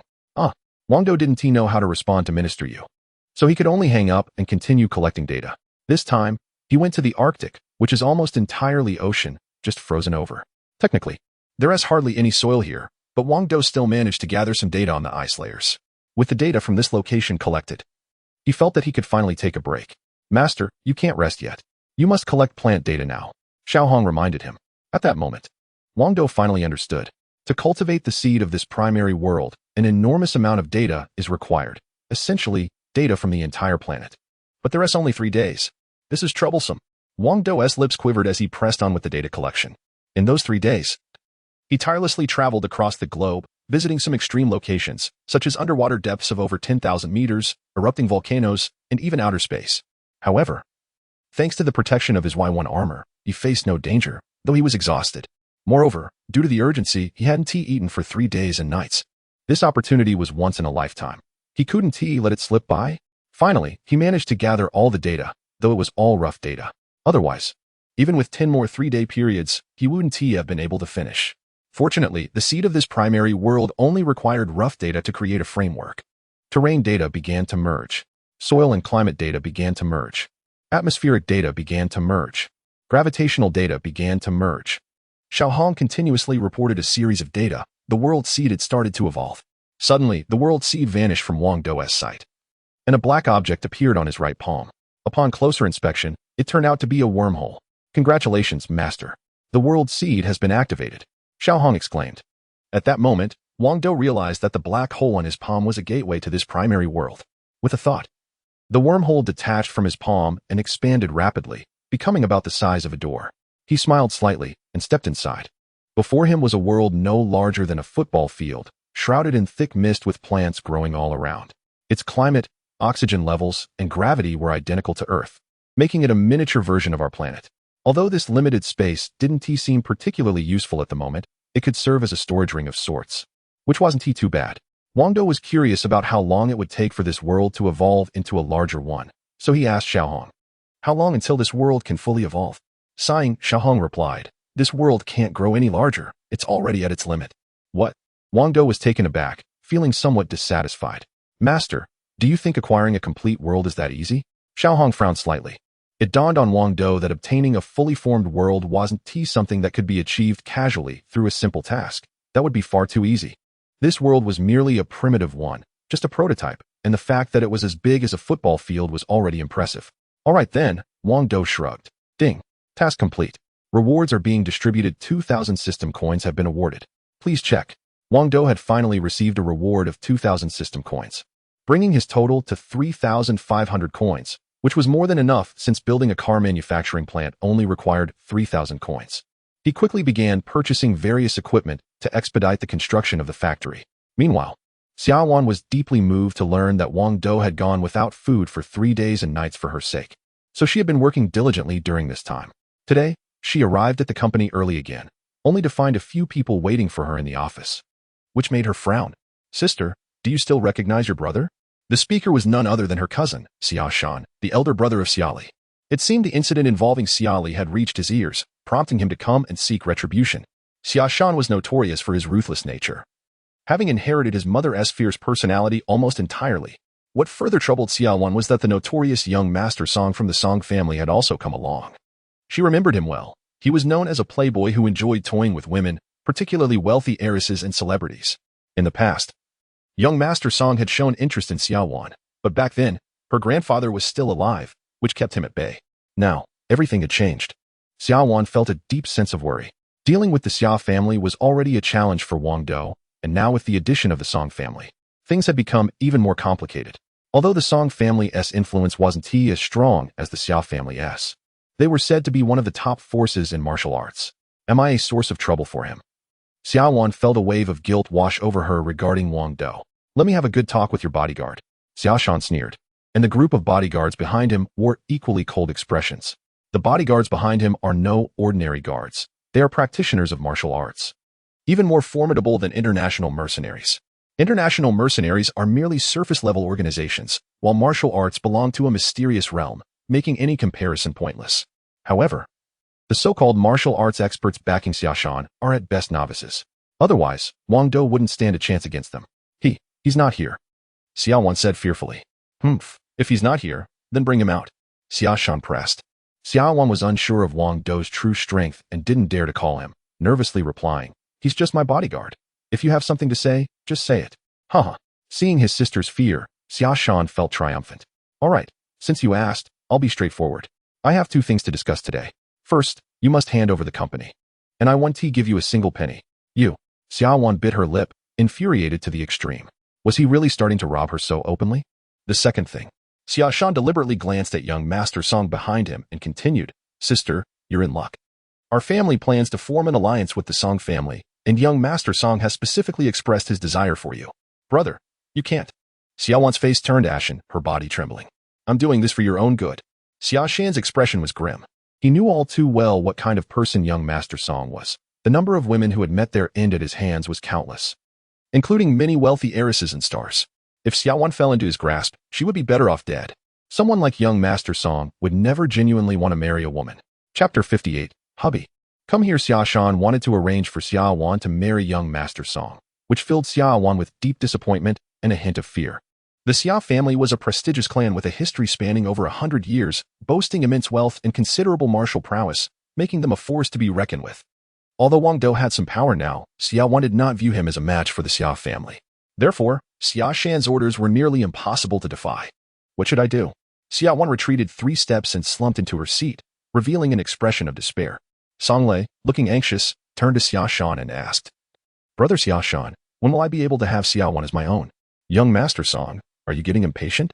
The Xia and Song families were nearly equal in status, so Xia Shan placed great importance on maintaining a good relationship with the Song family, willing to do whatever it took to satisfy young Master Song's desires. I've been eager for this for a long time. Young Master Song's face showed a greedy expression. This stunning woman had been his dream since childhood, and now that he finally had the chance, he was naturally anxious. Fine. Do as you wish. You can treat her however you like. Xia Shan didn't see Xia Wan as a sister at all, but merely as a commodity to be traded, disposable for the sake of profit. Is it okay to do it here? Song Lei glanced around the office, finding it suitable for his plans. Haha. If you want to try it out here, then go ahead. Xia Shan nodded and then turned to the office staff, saying, Did you all hear that? Young Master Song wants to do some things with my sister here. Do you want to watch? As soon as he said this, the employees panicked and fled, fearing Xia Shan's wrath. Quick, get out of here. Miss Xia Wan is going to suffer today.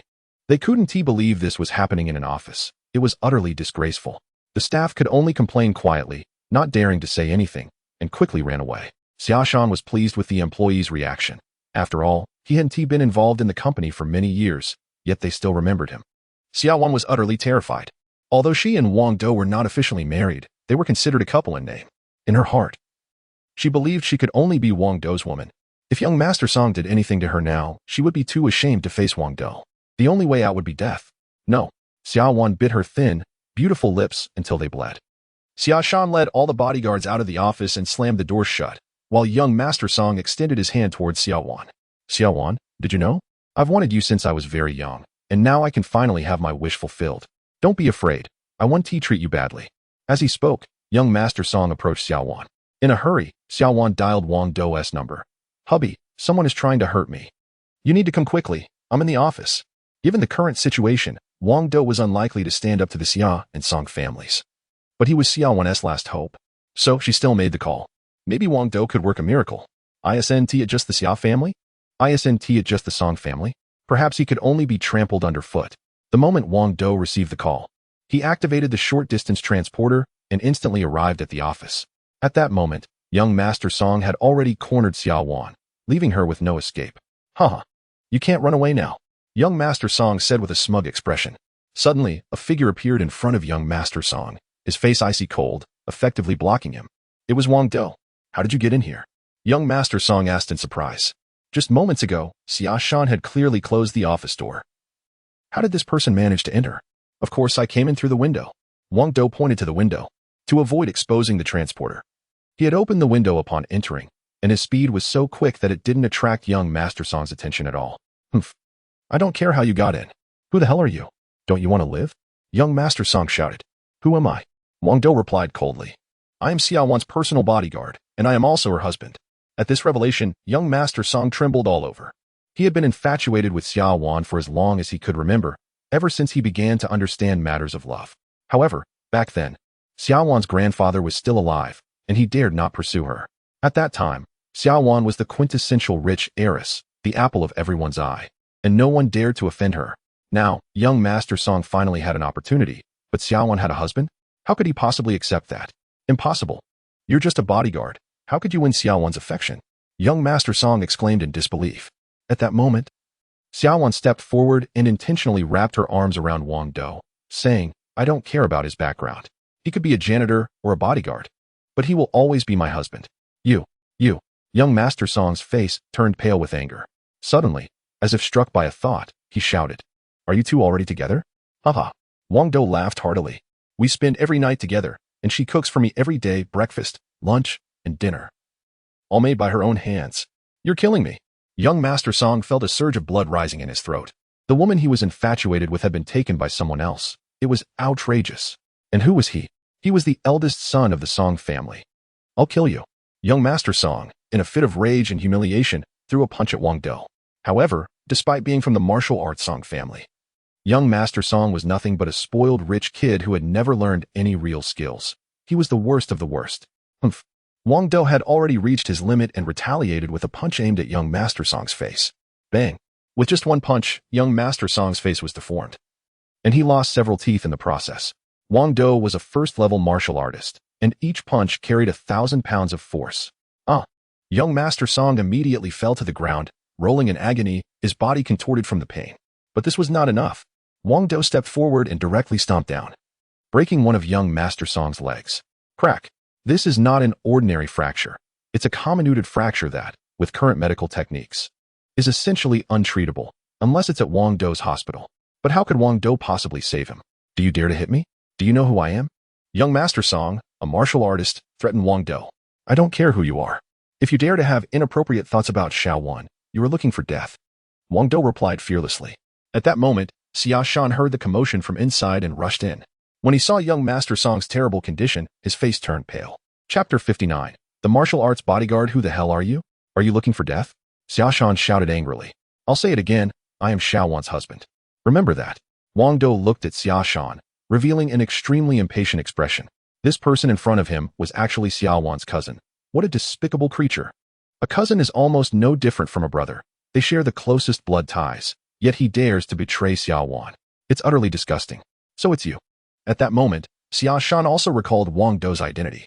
It was this person who had injured Xia Li that day, and it seemed his strength was quite extraordinary. But so what? Today, Xia Shan and the bodyguards brought by young Master Song were all martial artists from the Song family, specifically there to deal with Wang Dou. Haha. Now I'm giving you two choices, Xia Shan said with a furious laugh. First, hand over Beiyuan Company and apologize with your life. Second, be tortured to death by us. Choose. The purpose of Xia Shan's visit was twofold: to acquire Beiyuan Company and to arrange for Xia Wan to marry young Master Song. Now that Wang Dou had injured young Master Song, he had to deal with him first. He must die. However, there are many ways to die, such as dying peacefully or being tortured to death. Obviously, the former is painless, while the latter is excruciating. Xia Shan even planned to slice Wang Dou's flesh piece by piece to make him suffer. Oh, so you want me dead? Too bad. I'm not ready to die yet. Wang Dou wore a mocking expression, clearly insulting Xia Shan. Good. Very good. Xia Shan turned to the bodyguards behind him and ordered, kill him. Instantly, a group of martial arts bodyguards surrounded Wang Dou, their demeanor chillingly cold. These martial arts bodyguards were not ordinary. They were even stronger than international mercenaries, posing a significant threat to Wang Dou. He couldn't help but show a serious expression. This was his first encounter with martial artists. Kill. The group of martial arts bodyguards had completely surrounded Wang Dou, leaving no escape route. You're dead for sure. Xia Shan didn't believe Wang Dou stood a chance against them, a cruel smile spreading across his face. Whoosh. However, Wang Dou's agility startled Xia Shan. He leaped lightly and vanished from everyone's sight, his speed astonishingly fast. Nonetheless, despite this remarkable speed, it was still insufficient in the eyes of these martial artists. Their skills were not to be underestimated. They quickly closed in on Wang Dou again, trapping him in the center and stripping him of any advantage. But Wang Dou struck first, delivering a heavy punch to one of the martial arts bodyguards. However, this punch did not kill. The man managed to block Wang Dou's blow with sheer force. Wang Dou couldn't help but frown slightly. Soon, the group of martial arts bodyguards began their attack, and within seconds, they had exchanged blows with Wang Dou multiple times, creating a dizzying display of skill. Although Wang Dou was holding his own against the martial arts bodyguards, he felt immense pressure. In the next moment, Wang Dou's gaze turned icy cold. To think they wanted to claim Xiao Wan for themselves and send a group of skilled fighters to kill him was simply outrageous. They would have to pay the price for their arrogance. Ding. Without hesitation, Wang Dou activated the Y1 armor, triggering its energy shield function. Before activating the Y1 armor, he had some reservations, but now he felt no fear at all. The Y1 armor was a powerful tool capable of stopping bullets. So how could a few martial arts bodyguards, who were even true martial arts masters, break through his defenses? Humph. Wang Dou stopped dodging and allowed the bodyguards to attack him while he unleashed a flurry of punches. One punch might not take down a bodyguard, but after several strikes, even a steel man would be unable to withstand it. Wang Dou's punches packed a force of 1,000 pounds. Before long, several martial arts bodyguards were knocked to the ground, clearly unable to continue. Wang Dou had been an ordinary person, just a janitor who didn't particularly enjoy killing. But this time was different. They had crossed the line. So, Wang Dou held nothing back. Anyone who was knocked down was essentially dead. How could this be? The bodyguards were dumbfounded, never expecting Wang Dou to be so powerful, and they were baffled as to why he wasn't afraid of their attacks. In a short time, more bodyguards fell, some with crushed chests and others with shattered faces. Blood pooled on the ground. In the end, the remaining bodyguards had no choice but to cease their attacks, utterly terrified. For years, they had been the ones to take lives, and no one had ever harmed them in the slightest. Now, faced with death, they were forced to feel fear. Why you? Xia Shan also showed a look of fear. Wang Dou stepped closer to Xia Shan, revealing a murderous intent. He might spare young Master Song, but someone like Xia Shan deserved to die. How could he send his own cousin off as a trade? That was truly despicable. What do you want? Do you know who I am? I am the heir of the Xia family. Originally, the heir was supposed to be Xia Wan. But after her aunt seized the family assets, the title went to Xia Shan. Xia Shan's words only intensified Wang Dou's murderous intent. Stop. To everyone's surprise, Xia Wan spoke up to stop Wang Dou, causing him to frown slightly. After all, he is my brother, Xia Wan said weakly, revealing her kindness and her desire not to provoke the Xia family too much. Oh, then I'll listen to my wife. Wang Dou suddenly softened his icy expression, smiling at Xia Wan. However, he had no regard for the Xia family. Whether to spare Xia Shan's life or not would depend entirely on his mood. The only reason he was considering sparing Xia Shan was because of Xia Wan's influence. Get lost, Wang Dou shouted at Xia Shan. Fine, just wait. You'll regret crossing the Xia family. Xia Shan retorted angrily before hastily leaving with young Master Song. Outside, the piercing screams of young Master Song could still be heard. How did I do, my dear? Wang Dou asked with a beaming smile. It was passable, Xia Wan replied, gazing intently at Wang Dou with an infatuated expression. Indeed, he was her last support. However, she furrowed her brows slightly and said, What should we do now? The Xia family is quite powerful, and the Song family is no pushover either. Right now, you've offended both the Xia and the Song families. We don't need to worry about the Song family, Wang Dou analyzed confidently. Aren't they reliant on martial arts? I'm not necessarily weaker than them. Although the Song family was a top martial arts clan, Wang Dou had access to a system. If he wanted, he could purchase a level 2 warrior evolution liquid right now and instantly evolve into a level 2 warrior, whose strength is twice that of a level 1 warrior. If a level 2 warrior still can't handle the Song family, then he could just buy a level 3 warrior evolution liquid and evolve directly into a level 3 warrior. After all, in terms of martial strength, Wang Dou wasn't afraid of anyone. Chapter 60, please explain. It's rare for Xia Wan to trust Wang Dou, appearing like a delicate little bird. This is quite unusual, as her usual demeanor is that of a strong woman. Wang Dou continued his analysis. As for your Xia family, there's no need for us to be afraid, because our car factory is already built and will soon be operational. By then, we will be able to completely outmaneuver their industry. Although Xia Wan wanted to believe this, deep down, she still had her doubts. Wang Dou was building 6 factories, all of which were top-tier facilities. Not only were they massive, but their design requirements were also the highest standards. What was more alarming was that only 5 days had passed since construction began. Who could believe that 6 state-of-the-art car production factories could be completed in just 5 days? Even though Xia Wan knew that Wang Dou could create many miracles, she still found it hard to accept this fact. What's wrong? You don't believe me? Wang Dou asked with a smile. No, I don't. Xia Wan deliberately stretched out her words. It's a pity that my wife doesn't believe in her husband. Then I'll take you to see it for yourself. Wang Dou wrapped his arm around Xia Wan's slim waist and intended to take her to the new factory to witness this miracle. Driving to the factory site, they arrived at a row of brand new factories. Not only were they neat and clean, but the landscaping was also well done. However, this used to be an empty lot. Generally, whether constructing factories or residential areas, landscaping is done last. Once the greenery is in place, it signifies the completion of the project. If the landscaping is done here, does that mean the factory is finished? Is that even possible? Xia Wan furrowed her brows deeply. Come on, dear, Wang Dou said, making an inviting gesture. Xia Wan gently stepped forward and walked inside. Inside the factory, there were rows of new production facilities, all filled with massive machines. It seemed that with a single command from Wang Dou, they could start operating. These machines were not only the most advanced, but were also hundreds of years ahead of Earth's technology. All of them were crystal clear, as clean as glass, made from a high-tech synthetic material that Earth currently didn't possess. Moreover, these machines were enormous, towering over 10 meters high. Everything felt like magic, appearing out of thin air. Xia Wan was genuinely shocked. She had overseen the construction of the Beiyuan company, so she wasn't too surprised by that. But the factory before her was built by Wang Dou, and that left her in awe. Am I dreaming, husband? Xiaowan was in a daze. When Wang Dou mentioned entering the automotive industry and defeating the Xia family, she didn't fully believe it at the time, but now she did. What couldn't Wang Dou accomplish?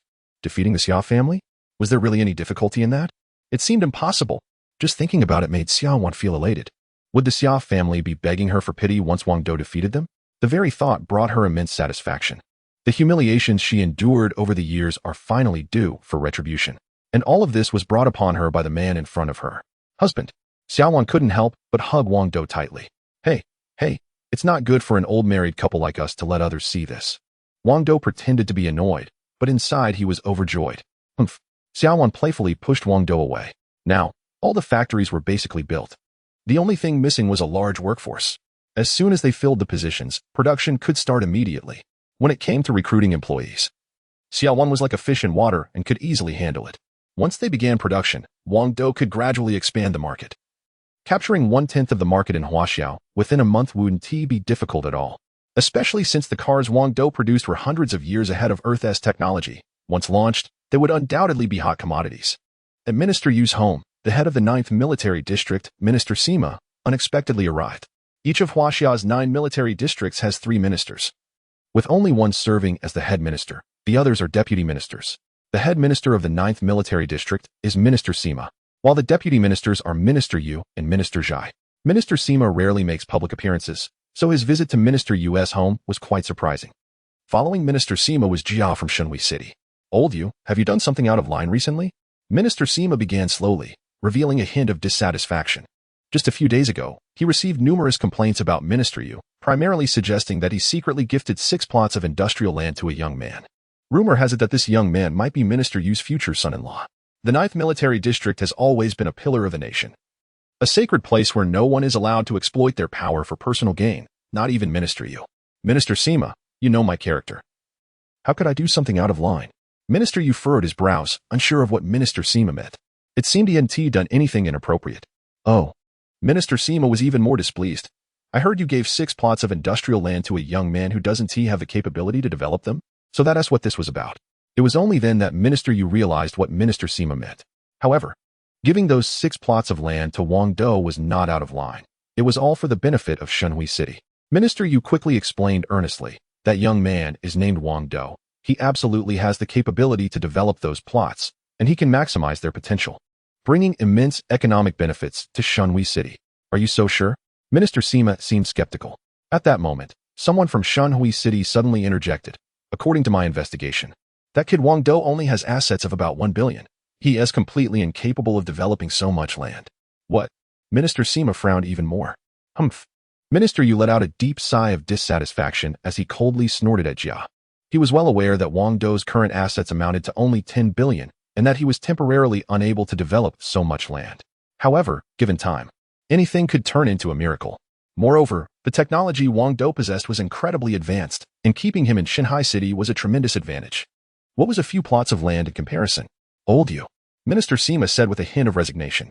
I understand that you have the country's best interests at heart. However, as you know, there have been numerous complaints against you lately, and it's put me in a difficult position. How about this? You come with me to check on those industrial plots. If that young man is actively developing them, we can continue to allocate the land to him. If not, we'll have no choice but to reclaim it. Minister Sima was trying to give Minister Yu some leeway. He merely stated that as long as the young man was making progress in development, the land would remain his. But if he hadn't started any work by now, it would be considered land hoarding, and they would have to take it back immediately. He is definitely hoarding land, just waiting for it to appreciate in value, with no intention of developing it. Jia interjected once more. Chapter 61. Observation and Fact.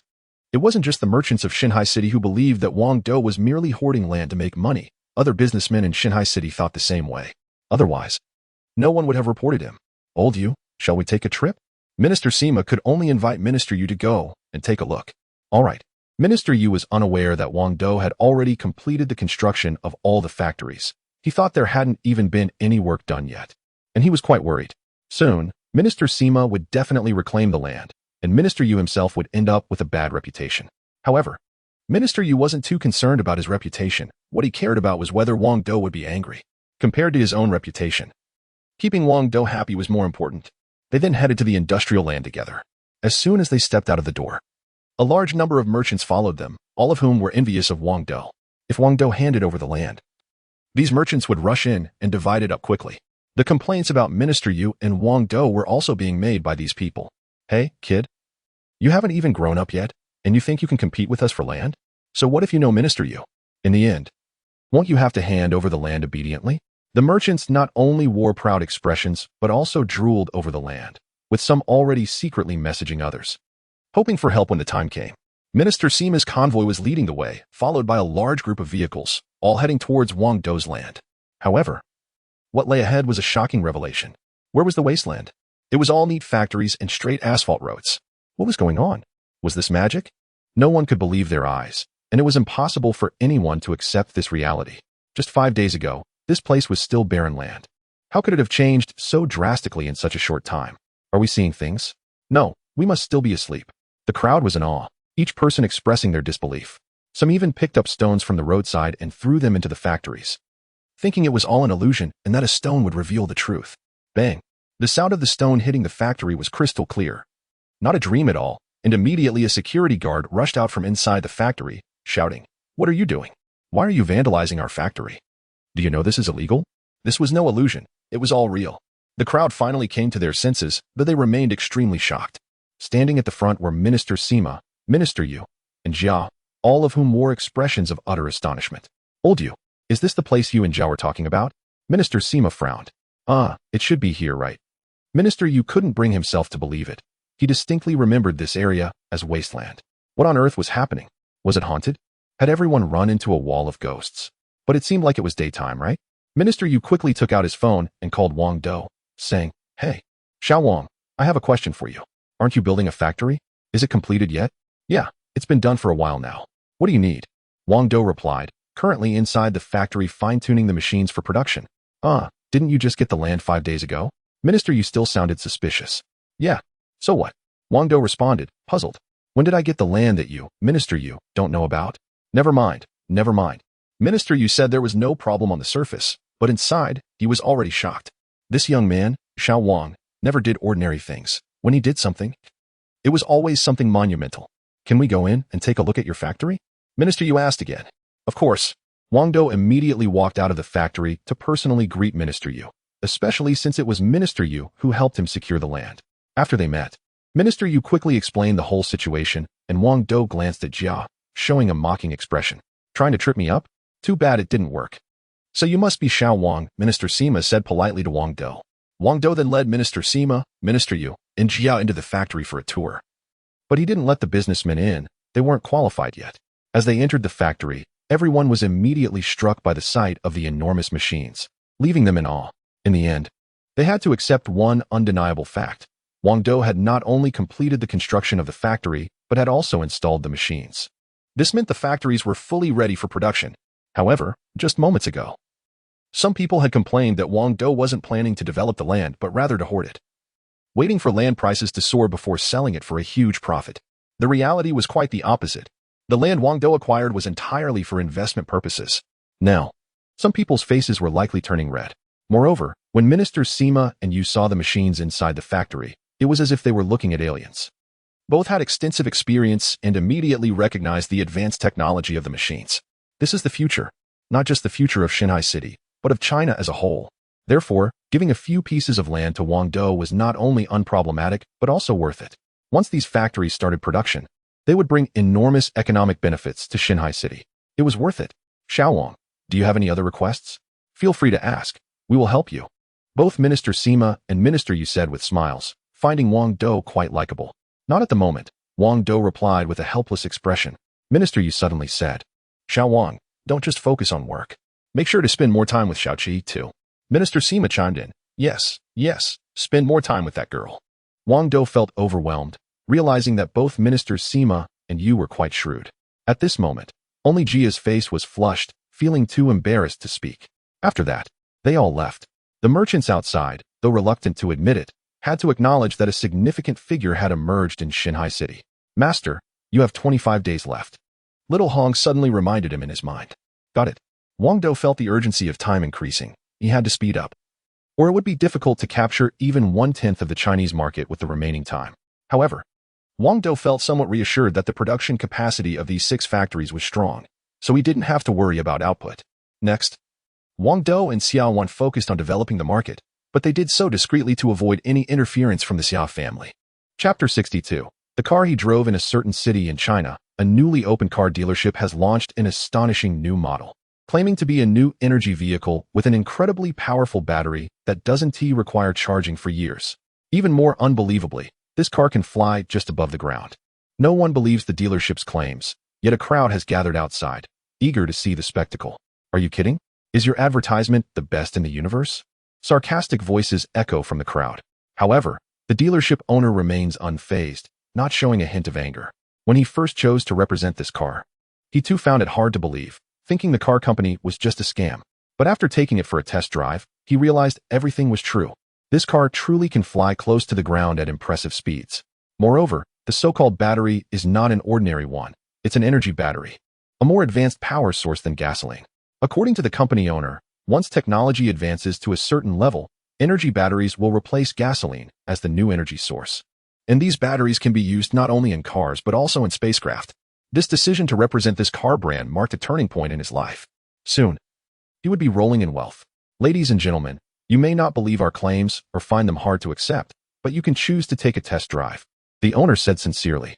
Is the test drive free? The crowd still looked skeptical. Of course, how could we charge for a test drive? The owner replied with a smile. Eventually, someone stepped forward to take the first test drive. He became the first person on Earth to drive this car, a moment that could be recorded in history. The test drive commenced.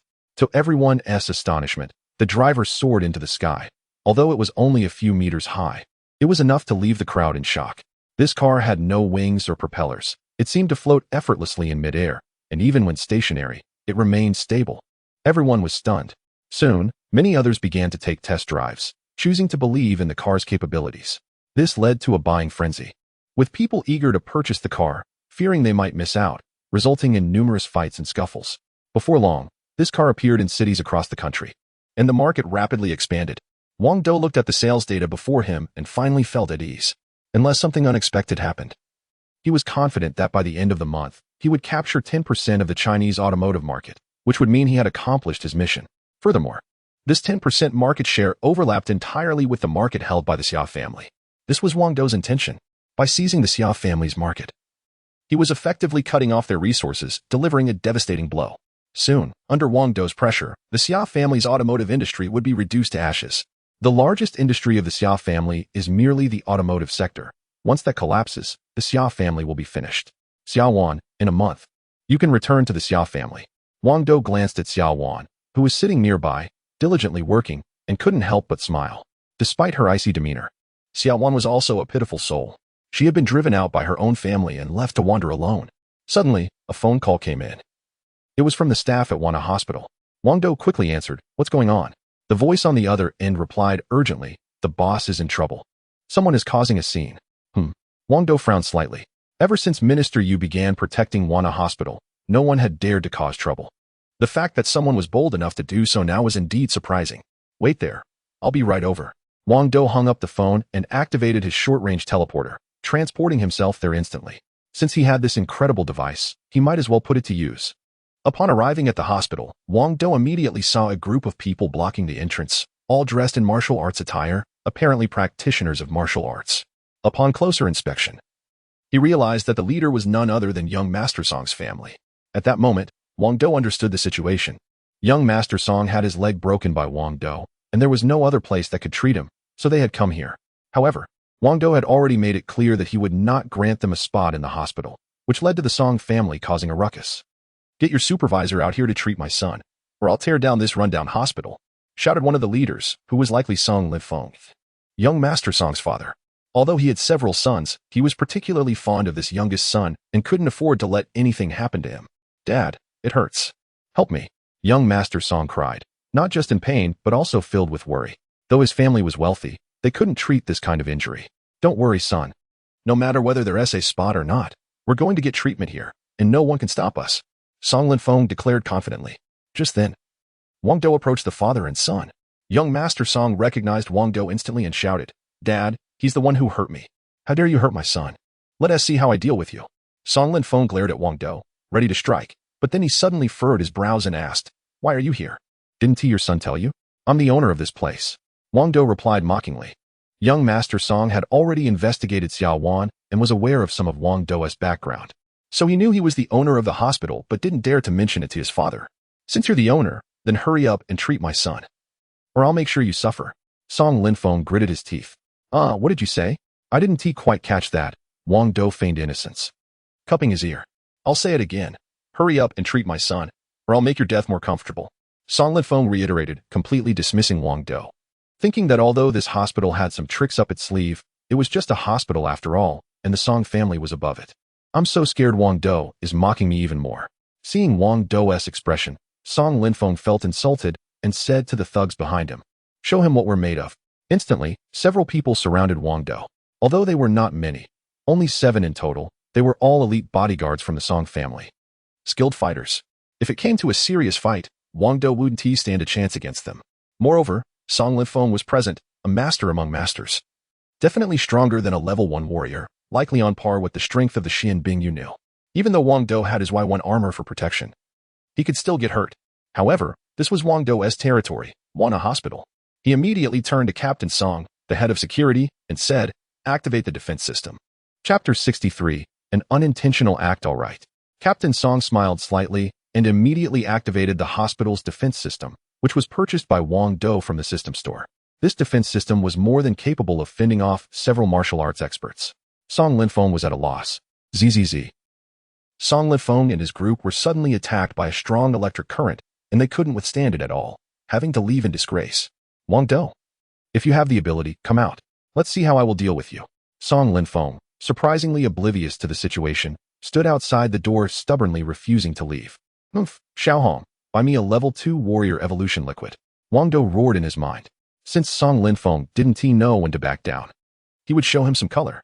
If a level 1 warrior was a match for Song Linfeng, then Wang Dou would directly evolve into a level 2 warrior. All right. Deducting 300 system coins, leaving 200 coins. Wang Dou was taken aback to find that a level 2 warrior evolution liquid actually cost 300 system coins. But such things were inherently expensive, so the price was reasonable. The level 3 warrior evolution liquid was even pricier, reaching a staggering 3,000 system coins, 10 times more. Starting evolution. Wang Dou then found a secluded spot to begin his evolution. Evolving into a level 2 warrior was much slower than evolving into a level 1 warrior. Yet it took him less than an hour, and he felt no discomfort during the process. A level 2 warrior's strength was double that of a level 1 warrior, equivalent to the power of 20 ordinary people, with each punch capable of delivering around 1,000 pounds of force, along with enhancements in other aspects.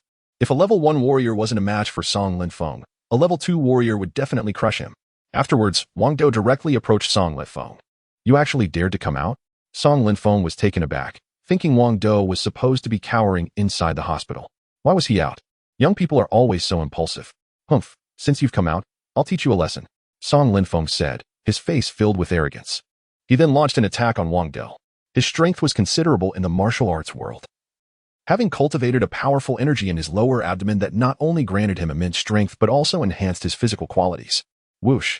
Song Linfeng moved swiftly, striking towards Wang Dou with a palm infused with a fierce energy, which even had some properties of spiritual power, capable of inflicting unimaginable damage on his enemy. An ordinary person struck by this palm would surely be split in half. Wang Dou narrowed his eyes. He had never encountered a martial arts expert before and was astonished by the level of strength he displayed. Moreover, Song Linfeng was not even at the peak of martial arts. He was merely a junior expert. How formidable must the top experts in martial arts be? Wang Dou also struck out with a palm. Bang! The two palms collided, resulting in a stalemate, equally matched. Song Linfeng frowned slightly. According to previous intelligence, Wang Dou was definitely not his opponent, and he shouldn't even be able to withstand a single blow, yet the current situation was far from that. Wang Dou not only caught his strike, but also remained completely unscathed. His hands were as hard as steel. Song Linfeng launched another attack on Wang Dou, constantly changing his techniques and pushing the energy within him to the limit. However, he still couldn't do anything to Wang Dou.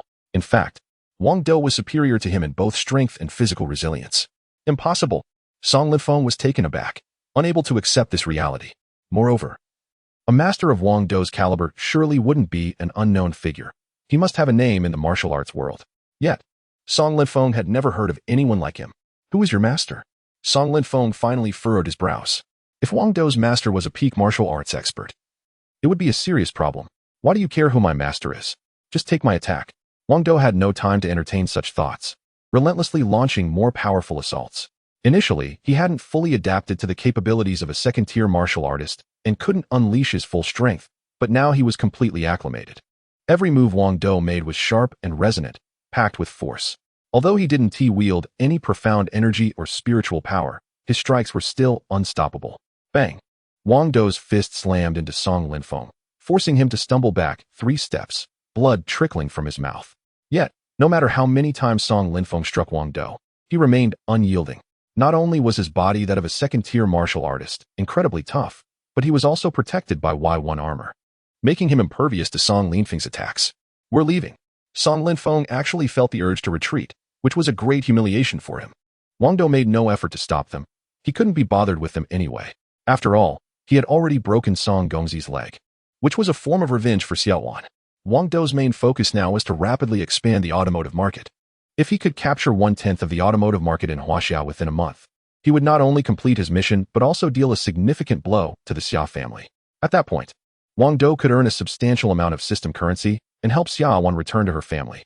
Wang Dou's automotive model had only 2 versions, the standard model PG1 and the VIP model PG2. The use of the letters PG as a code was derived from the word Pangu, as these cars were revolutionary masterpieces akin to Pangu creating the world. Both the PG1 and PG2 models utilized energy engines, which were the top engines in the galaxy, not only powerful but also adaptable to any environment.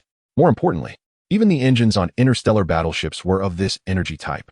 With the technology of such energy engines, humanity could venture beyond Earth and soar into interstellar travel. The PG1 and PG2 models also featured a crucial technology, energy batteries. These batteries were not ordinary. They stored harmless nuclear energy instead of electricity. Furthermore, they were compact yet capable of storing an astonishing amount of energy. The batteries in the PG1 and PG2 cars can last for over 3 years, which means they don't need to be replaced or recharged during that time. Furthermore, after 3 years, replacing the battery is a breeze. Just 2 simple steps. First, remove the old battery, and second, install the new one. That's it. This energy battery technology is truly revolutionary. According to the system AI, Xiaohong, the energy engine and energy battery technologies mark the beginning of a planet's journey into interstellar civilization. However, given Earth's current rate of development, it would take at least 500 years to achieve these 2 technologies.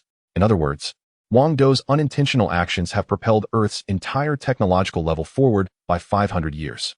Chapter 64.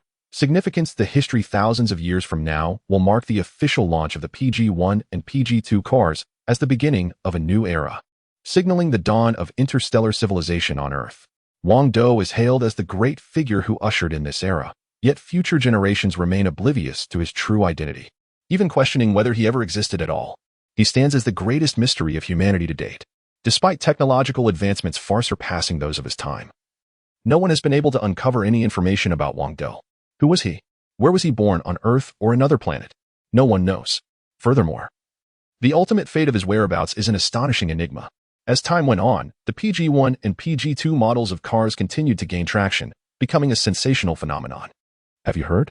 A mysterious company has released a terrifying car that can actually fly. Impossible, right? With our current technology, how could such a vehicle exist? A massive wave of public discourse erupted, with countless people weighing in on the car's capabilities, and naturally, some believed while others did not. However, as more individuals purchased these vehicles, an increasing number of people came into contact with them, leading to a growing belief in their performance. It truly can fly. It genuinely doesn't require refueling or recharging for 3 years. Furthermore, at speeds under 200 miles per hour, whether in a side or head-on collision, it guarantees absolute safety for the driver. These 3 key technologies are the dream of countless automotive enthusiasts, and no matter the price, they are worth buying. A car that can fly, doesn't need fuel, and is completely safe. Could it be the ultimate vehicle? The best part is that the PG1 model is priced at merely 200,000. Just 200,000. Forget the million-dollar luxury models or the tens of millions spent on high-end vehicles. They pale in comparison. They can't compete in speed, they lack the technology to fly. And in terms of safety, they are utterly inferior. No luxury car could withstand the impact of a collision at 200 miles per hour. Regardless of whether it's worth millions or tens of millions, it would end up as nothing but a pile of scrap metal. However, the PG-1 car is entirely different. It's practically a miracle. The PG-2 model is even more impressive. It's the VIP version that not only possesses all the features of the PG-1 but also includes another terrifying capability. It can deploy a level 1 energy shield. This energy shield can effectively defend against any firearm attacks, even those from light missiles. It is undoubtedly a personal defense tool for some high-profile individuals. Of course, it comes at a steep price of $10 million, specifically designed for a select clientele. Whoever owns such a vehicle symbolizes status and security. Soon, countless people began purchasing these cars, but unfortunately, the production capacity of Wang Dou's automotive factory could not meet the overwhelming demand, only satisfying 1/10 of the market in Huaxia. Forget about overseas. People in China can't even get their hands on it yet. We're just a little bit short. Wang Dou sat in his office, staring at the data screen, finally feeling relieved. Now, with just 2 percentage points left, he could capture 1/10 of the automotive market in China, and there were still 5 days left before the deadline. So, he had plenty of time. Essentially, he was on track to complete his task. His total assets were already over 2 billion, and they would increase even more once he accomplished his goal. Haha. After working hard for more than half a month, he finally saw results. He was overjoyed. The key was that having money felt great. Ding. Suddenly, Minister Yu's call came through. Wang Dou quickly answered, and he immediately heard the impatient voice of Minister Yu on the other end. Xiao Wang, you need to tell me right away, is the PG model car produced by you? That day, Minister Yu and Minister Sima had merely toured Wang Dou's factory. But they had no idea what kind of cars were actually being produced, and they never expected production would ramp up so quickly.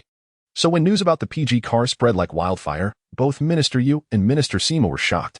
What kind of technology does the PG model car use? It employs energy engines and energy battery technology, which means what? It means that applying these two technologies to military applications would be nothing short of revolutionary. If fighter jets were equipped with energy batteries, there would be no need for gasoline, reducing the weight of the aircraft by nearly half. Moreover, their cruising time wouldn't just be a few hours anymore. It could extend to days, weeks, or even months. Just imagine. An aircraft that can fly for months without needing to refuel or land for gasoline. What a concept. And the energy engine is even more terrifying. It could elevate the speed of the aircraft to an unimaginable level. Perhaps missiles would only be left trailing behind, collecting dust. Quickly, tell me. Is this car really produced by you? Minister Yu spoke to Wang Dou in an unusually commanding tone, clearly anxious.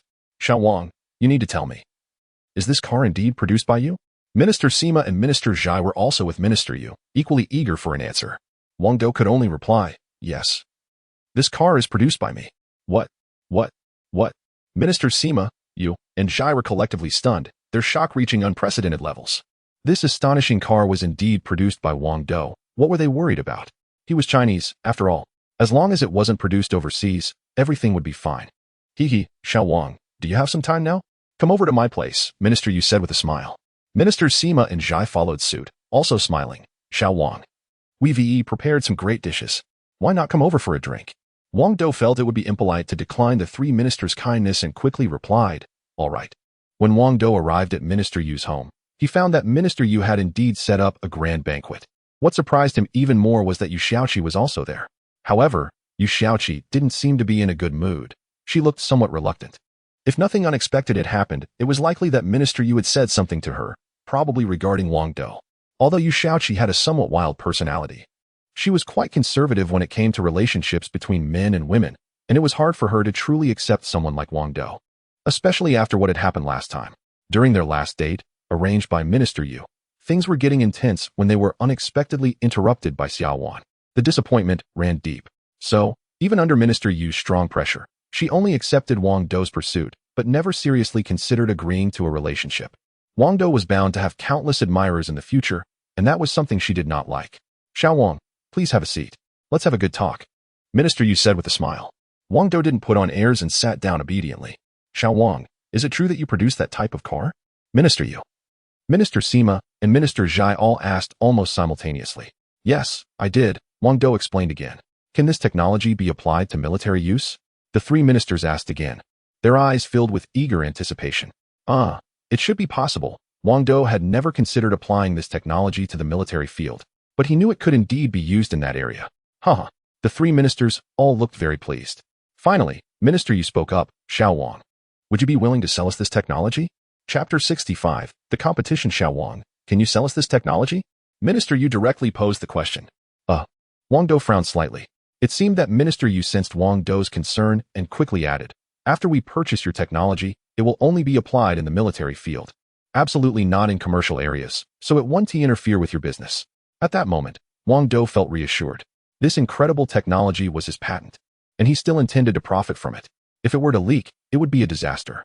Now, with Minister Yu's promise, he had nothing to worry about. Moreover, Wang Dou could very well give it away for free. Although he liked money, he was willing to make this sacrifice for the greater good of China. All right. I can provide the technology to you for free, Wang Dou said seriously. This statement took the three ministers by surprise. As a businessman, Wang Dou should have been motivated by profit, but they didn't expect him to be so generous. Great. The three ministers were overjoyed. The substantial funds they had prepared would not be needed after all. However, they had secretly resolved to compensate Wang Dou in other ways in the future. The compensation from the three ministers would certainly not be lacking, and they would provide Wang Dou with many conveniences. So in that sense, he wouldn't be at a loss. Xiaoqi, quickly pour some wine for your brother Wang, Minister Yu said with a smile to Yu Xiaoqi. Yu Xiaoqi didn't dare defy Minister Yu and hurriedly poured wine for Wang Dou, but she pouted and looked quite unhappy. I hope you choke on it. Yu Xiaoqi mumbled under her breath while pouring the wine, looking displeased, which made Wang Dou find it quite amusing. Back in college, Yu Xiaoqi wouldn't have just poured wine for Wang Dou. She would have been more likely to throw him into a vat of wine. She was quite the queen bee in college, and no boy dared to ask her to pour drinks. After pouring the wine, Yu Xiaoqi tried to return to her room, but was stopped by Minister Yu, who said, Xiaoqi, your brother Wang has come all this way. You should at least drink with him. Yu Xiaoqi looked reluctant, but still sat beside Wang Dou, casting him a glare that could kill. Wang Dou chose to ignore her. Xiao Wang, I want to beat around the bush. I'm thinking of arranging a marriage between you and Xiaoqi. Minister Yu unexpectedly announced this intention in front of everyone. Wang Dou didn't expect Minister Yu to be so straightforward and ended up spitting out the wine he had just sipped.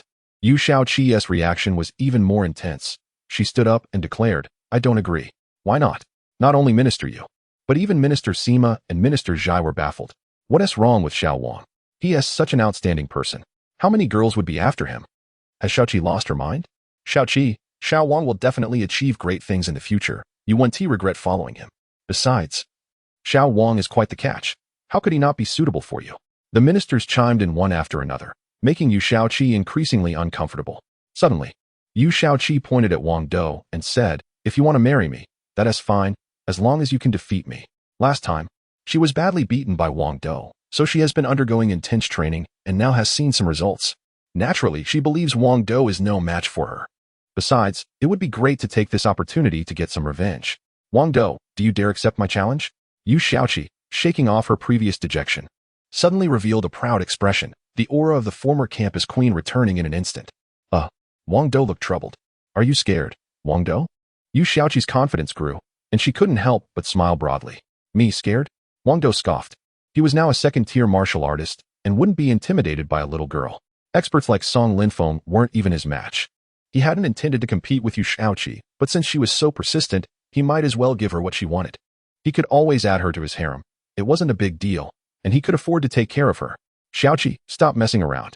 Just as Wang Dou was about to agree to the challenge, he was suddenly interrupted by Minister Yu. Minister Yu only knew that Wang Dou was strong in technology and had no idea about his martial prowess. He feared that Wang Dou might get hurt competing against Yu Xiaoqi, so he quickly intervened to stop the match. Ministers Sima and Zhai also doubted Wang Dou's ability to defeat Yu Xiaoqi and were reluctant to let them compete. Yu Xiaoqi, unable to defy Minister Yu, immediately deflated like a punctured ball. Wang Dou felt a bit disappointed. He was so close to getting this little firecracker. Xiao Wang, don't mind Xiaoqi. She has been spoiled since childhood and has a bit of a wild personality. It's fine if she doesn't agree now. She will definitely come around in time. Minister Yu said apologetically. It's fine, it's fine. Wang Dou could only respond in that manner.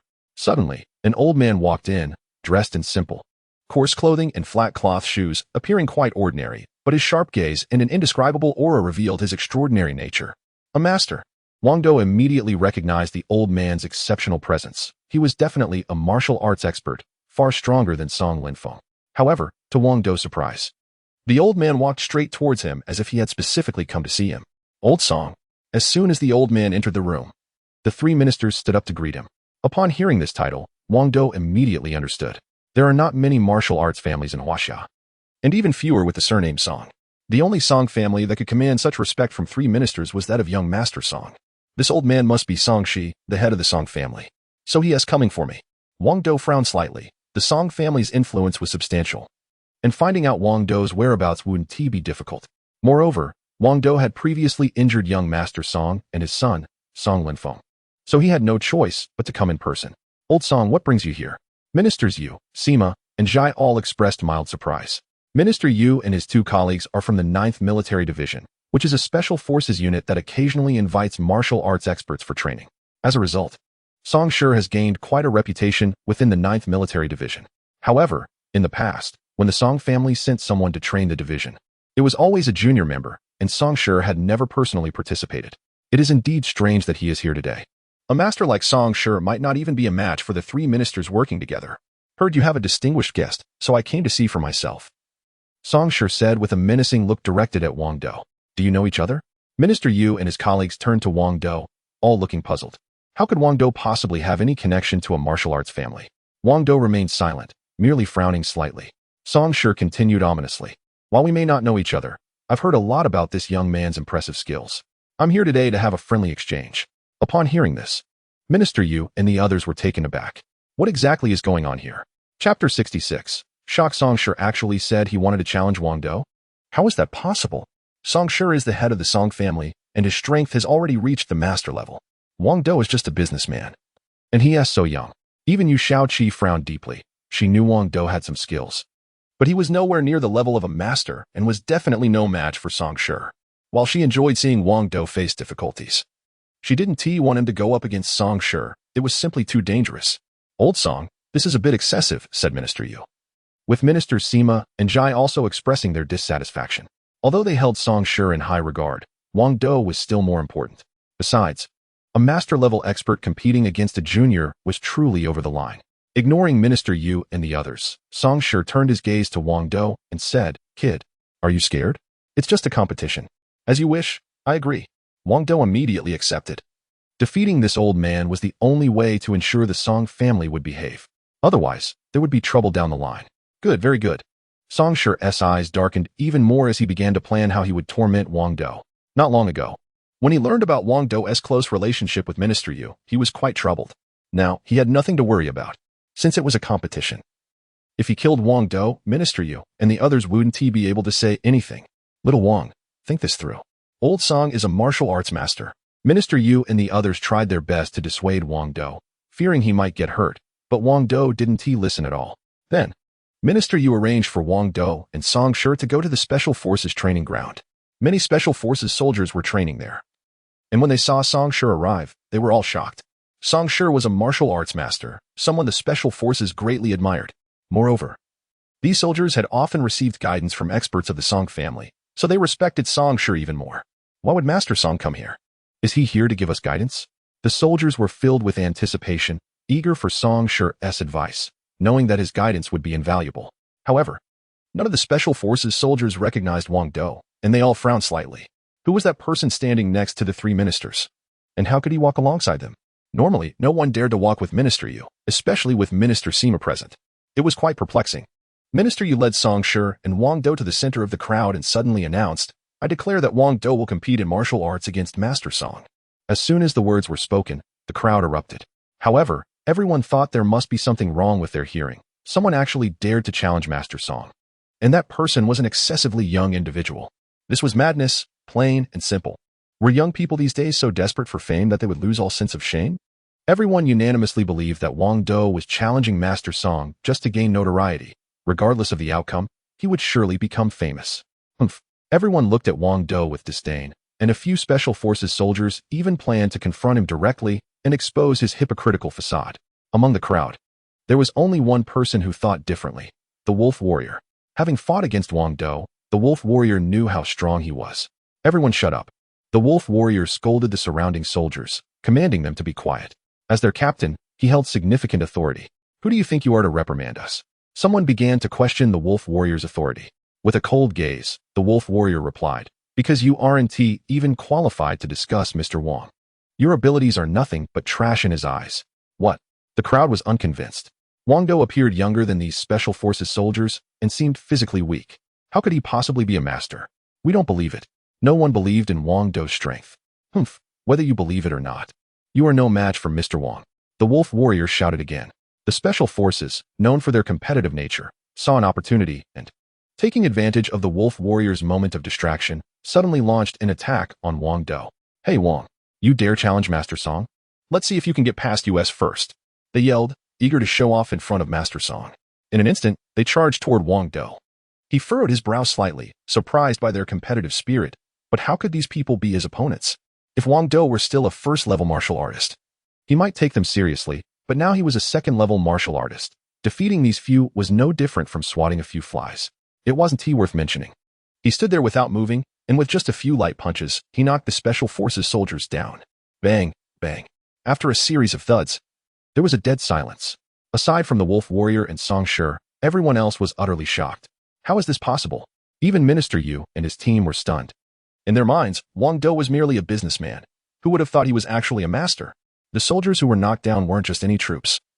They were elite members of the 9th Division. Otherwise, they wouldn't be part of the Wolf Warrior's team. Yet, even these elite soldiers were taken down by Wang Dou in an instant. It was effortless. Yu Shaoqi was also taken aback. Just moments ago, she had been considering challenging Wang Dou, only to have her face slapped by reality. Her face felt hot and flushed. Moreover, if Wang Dou had accepted her challenge, she would have definitely lost and would have had to agree to Minister Yu's request to marry Wang Dou. It was far too dangerous. But just a few days ago, Wang Dou's strength had been on par with hers. How had he become so powerful now? It was terrifying, truly terrifying. At this moment, the Special Forces finally looked at Wang Dou with a newfound respect. Respect is respect, but I still don't think Wang Dou is a match for Master Song. Master Song is a genuine martial arts master, reputed to have the power to unleash his inner strength, making him incredibly formidable. I have to admit, you do have some skills, but in my eyes, you're still too inexperienced. Song Shi looked at Wang Dou with disdain, completely unconvinced that he could defeat him. Soon enough, he would make Wang Dou kneel and beg for mercy, then obediently treat his grandson. As for how to deal with Wang Dou after the treatment, he hadn't quite figured that out yet, but he definitely intended to extort a hefty compensation. He wanted to see just how much money Wang Dou really had. Let's get started. Song Shi was already itching to begin. All right. Wang Dou put on a serious expression. He didn't have complete confidence in defeating Master Song and knew that winning would require a tremendous effort. Chapter 67. Martial arts. The strength of a martial arts master is roughly comparable to that of a level 2 warrior, perhaps even slightly stronger. However, with the Y1 armor protecting him, Wang Dou's power levels out, making it difficult for either side to claim victory. But a draw is not what Wang Dou desires. If he is going to fight, he wants to humiliate his opponent and achieve a decisive win. Xiao Hong, besides the level 3 evolution liquid that can boost my strength, are there any other ways to enhance my power? Wang Dou quickly inquired in his mind. If Wang Dou could evolve into a level 3 warrior, he would undoubtedly defeat Song Shi with ease. Unfortunately, the level 3 evolution liquid costs 3,000 system coins, and Wang Dou only has 200 left, far from enough. Thus, he can only purchase other items to enhance his strength. Of course, you can buy the Galaxy's beginner combat technique. Xiao Hong's melodious voice chimed in his mind. Still as pleasant as ever. Although this is just the beginner combat technique of the Galaxy, it is quite formidable. Once mastered, it can double his strength. And this technique is not only effective against humans but also against other beings. Initially designed for military personnel, it eventually spread beyond that. All right, purchase it immediately, Wang Dou said, his eagerness evident. Purchase successful. 100 system coins deducted. Remaining balance, 100 coins. Wang Dou felt a pang of regret. This combat technique costing 100 system coins was quite a hit to his wallet. It seems that not only life-related items are expensive, but even those that enhance strength come with a hefty price. Beginning transmission of beginner combat technique. Xiao Hong immediately began sending the information to Wang Dou's brain, which would only take a minute. However, at that moment, Song Shi had already launched his attack. You're dead meat. Song Shi advanced step by step, appearing slow but moving at lightning speed. A faint glow emanated from his body, resembling both a gas and a form of energy. If nothing unexpected happened, this was what they called internal energy projection. Martial arts cultivate a form of qi, which transforms into energy for the warrior's use. Song Shi had reached the stage of externalized internal energy, which could also be seen as the physical manifestation of qi. Quite impressive indeed. Humph. Song Shi struck toward Wang Dou with a powerful palm. infused with a fierce energy and a hint of the surrounding gas. Wang Dou was still receiving the beginner combat technique and could only evade for the moment. Bang!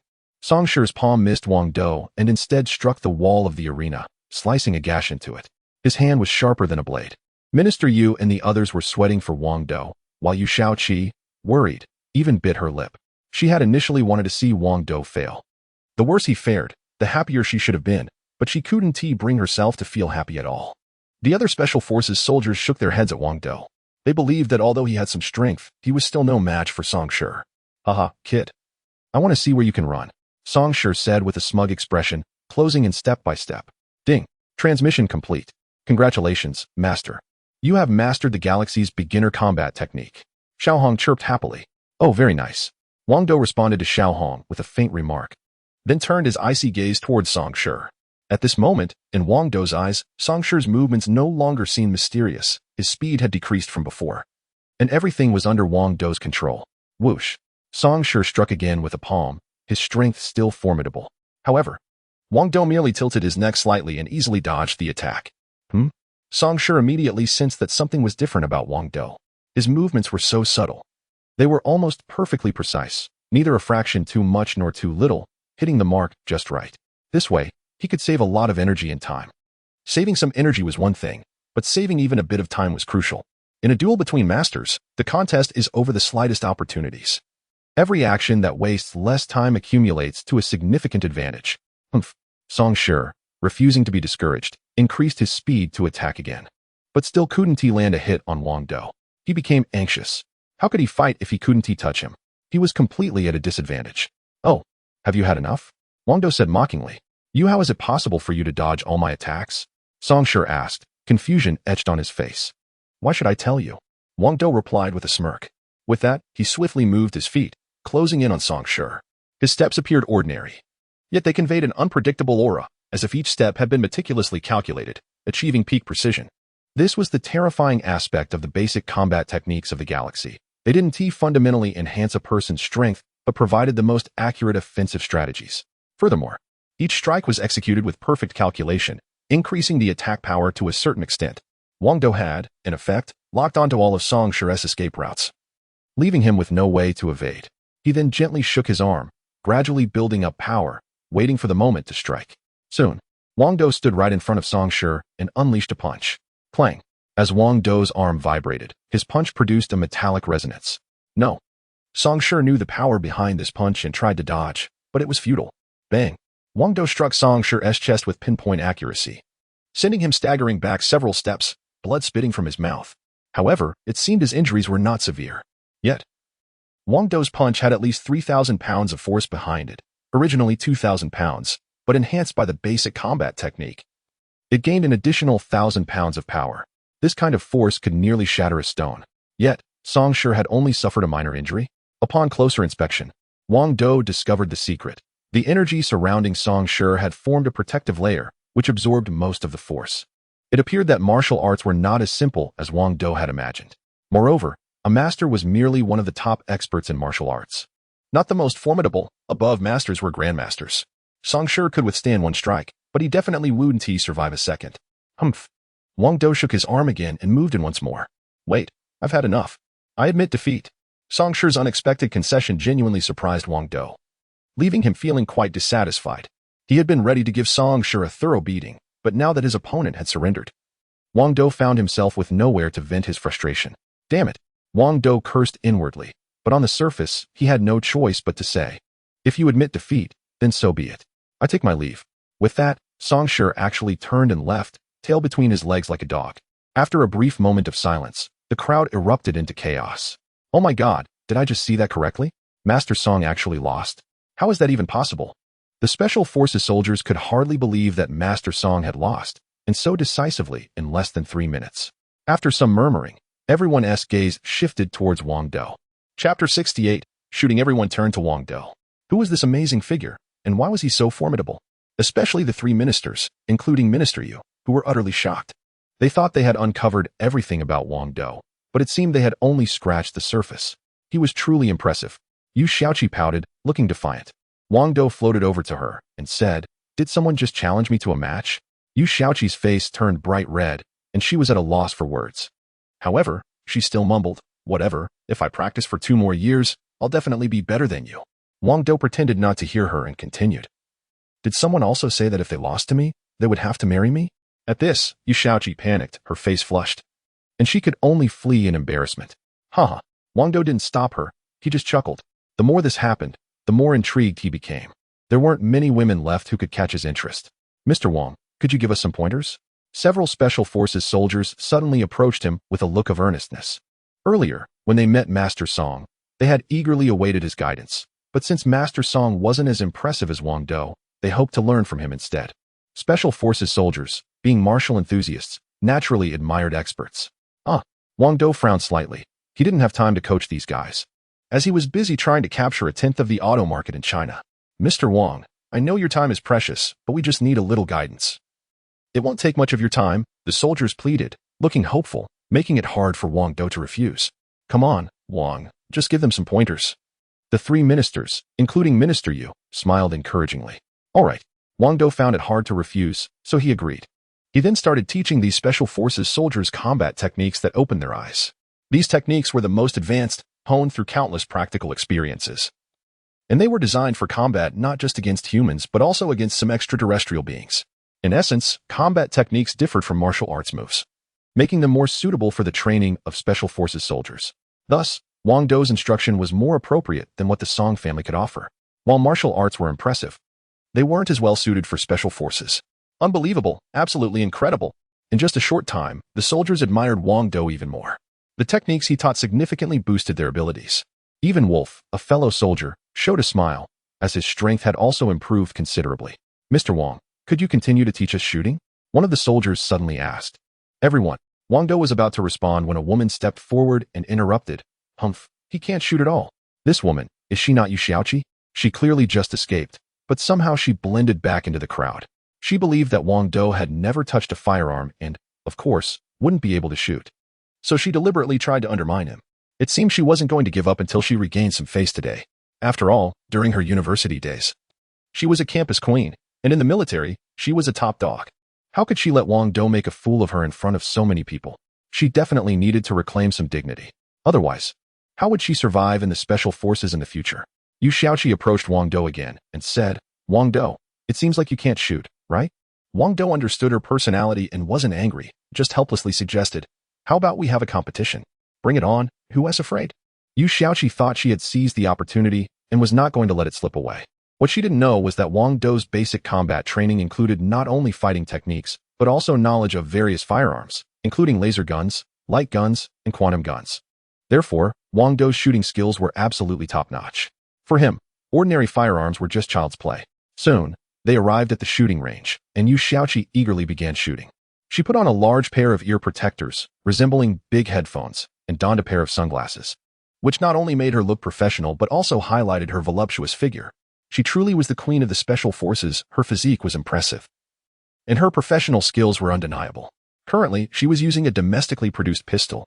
She held the gun with both hands, her chest slightly puffed out, and started shooting. After 10 consecutive shots, the results came out quickly. Remarkably, she hit the bullseye every time. The crowd was taken aback. Yu Xiaoqi was indeed an elite among the Special Forces, excelling in both agility and marksmanship. Even the war wolf nodded slightly in approval. "Wang Dou, it's your turn now, right?" Yu Xiaoqi looked at Wang Dou with a smug expression, waiting for him to make a fool of himself. She believed that not only would he fail to hit the bullseye, but he might not even be able to shoot at all. She was determined to recover her dignity today. However, Wang Dou's next move completely stunned Yu Xiaoqi. He confidently loaded the magazine with bullets, expertly chambered the round, and then, shockingly, closed his eyes. Yes, he was going to shoot with his eyes closed. What was going on? Yu Xiaoqi's eyes widened in disbelief, as if she had seen a ghost, but she quickly regained her composure. She thought Wang Dou must be pretending. He wouldn't hit anything with his eyes open, so he might as well shoot blind and have an excuse ready. After all, if everyone missed while shooting blind, it wouldn't be embarrassing for him. Despicable. Yu Xiaoqi looked at Wang Dou with deep disdain. However, the next moment, she was completely dumbfounded. Bang, bang. After a series of smooth shots from Wang Dou, the voice system immediately reported the results. Every shot was a bullseye. Incredible. Yu Xiaoqi was completely convinced. There was no room left for argument or debate. She had been utterly defeated. It was the kind of defeat that left her entirely conquered, with no lingering thoughts of resistance. In her eyes, Wang Dou had become the perfect man. Suddenly, a terrifying thought crossed Yu Xiaoqi's mind. Was Wang Dou still the same Wang Dou she once knew? If it was just about personality, he hadn't changed at all. But in every other aspect, he was completely different. Back in college, Wang Dou was never a match for her. Every time they had a quarrel, he ended up at a disadvantage. He had no knowledge of martial arts back then, and he didn't even know how to throw a punch. Yet now, he was more skilled than Master Song. He had never fired a gun before, not even held a real one, but now he seemed like a sharpshooter. Was he still the same Wang Dou? Chapter 69. The Empress Mother, what are you thinking? Are you planning to run away again? Wang Dou approached Yu Xiaoqi once more. Yu Xiaoqi, feeling anxious, asked, what do you want? Just now someone mentioned that if they lost, they'd have to marry me. Wang Dou whispered in Yu Xiaoqi's ear. Despite his lower voice, the other Special Forces members still overheard him. Haha, they all chuckled quietly. Who said that? That was then, and this is now. Yu Xiaoqi hurriedly ran away, her cheeks flushed to the extreme, and her heart racing wildly. Wang Dou did not stop her from escaping, as he felt that it was not yet the right time to win her over. When the moment is ripe, she would definitely not be able to escape his grasp. Afterward, Wang Dou carefully explained some shooting techniques to everyone before leaving. From that day on, Wang Dou became a distinguished guest of the 9th Military Division, earning immense respect from everyone. 5 days later, Wang Dou finally captured 1/10 of the automotive market in Huaxia, completing his mission. This made him very happy. Completing the task not only granted him a hefty reward in system coins, but also allowed him to undermine the Xia family, enabling Xia Wan to return to her family as the rightful owner. However, one must take things step by step. This was just the beginning. Master, congratulations on completing the mission. Little Red appeared immediately, still in her adorable lowly form, which was very endearing. At that moment, Wang Dou was in his bedroom, with no one else around, so Little Red dared to show herself. Starting to distribute rewards, 5,000 system coins have been awarded. Please check. Wang Dou immediately saw his system coin balance increase to 5,100. Next, he would surely receive a random item, which he was also looking forward to. For his first mission, he received a beautiful mechanical housekeeper, and for the second, a set of Y1 armor. Although neither of these items was particularly precious, they were quite useful. Especially the Y1 armor, which was impressive. It could activate a level 1 shield and also had an invisibility feature. However, with Wang Dou's current strength, he had yet to use the invisibility function, as he found it unnecessary. Now, selecting a random item. Selection successful, you have received a bug egg. Starting to distribute the bug egg. After completing such a challenging mission, receiving a bug egg as a random item left Wang Dou feeling quite dissatisfied. What use is a bug egg? You can just pick up a bunch if you take a stroll outside, right? Isn't that a bit excessive? Hee. This is no ordinary bug egg, it's a queen bug egg. You're very lucky. Little Red surprisingly expressed excitement for Wang Dou. What SA queen? Wang Dou asked, puzzled. Little Red looked a bit disdainful, but explained nonetheless. A queen bug is the emperor of the bug race. Not only can she breed countless bugs, but all the bugs she breeds will obey her commands unconditionally. Upon hearing this, Wang Dou was finally astonished. If what Little Red said was true, then he had undoubtedly obtained a treasure of immense value. A Zerg queen can breed countless Zergs. So having one queen is equivalent to possessing an endless army of Zergs. Haha. Wang Dou couldn't wait to exclaim, let's get this started. Alright. Little Red seemed quite interested in this queen egg as well, quickly initiating the release procedure and presenting the egg in front of Wang Dou. This egg was astonishingly the size of an adult. If the egg is this big, how massive will it be when it matures? Wang Dou felt a wave of shock. Typically, insect eggs are quite small and barely noticeable, but this egg was simply enormous. How do we hatch it? Wang Dou asked. Little Red pondered for a moment and replied, according to the system data, you don't need to do anything special. It will hatch naturally. It turns out that the Zergs have a strong life force and don't require special care. They can hatch on their own. Moreover, Little Red mentioned that once the queen hatches, she will consider the first person she sees as her master. However, there's a time limit of just 1 minute. If she sees someone else after that, it won't count. This means Wang Dou must stay close to the egg, or he might miss that crucial minute. Wang Dou summoned the wormhole on his right hand, entered his own little world, and placed the egg inside, the safest place for it. Without Wang Dou's permission, no one could enter this space. Little Red, how long until the egg hatches? Wang Dou was eager to know how long he would need to stay here. If it took too long, it would be a problem. He still had many matters to attend to, with the most pressing being to take down the Xia family, along with various company issues that required his attention. Master, the egg was activated when the system released it, and it will hatch automatically within a day, Little Red explained. Wang Dou felt relieved. He could wait a day. Soon, a day passed, and cracks began to appear on the queen egg, looking ready to break open at any moment. Wang Dou was excited. What would this Zerg queen look like? Would she be a bloody insect, a fierce creature, have wings, or sharp horns? He was also curious about what kind of food she would prefer. Crack. The egg was finally about to break, and the cracks widened.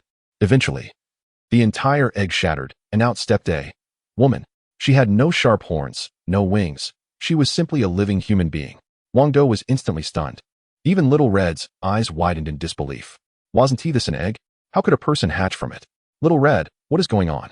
Wang Dou asked, utterly perplexed. Little Red also looked confused, quickly starting to search the database.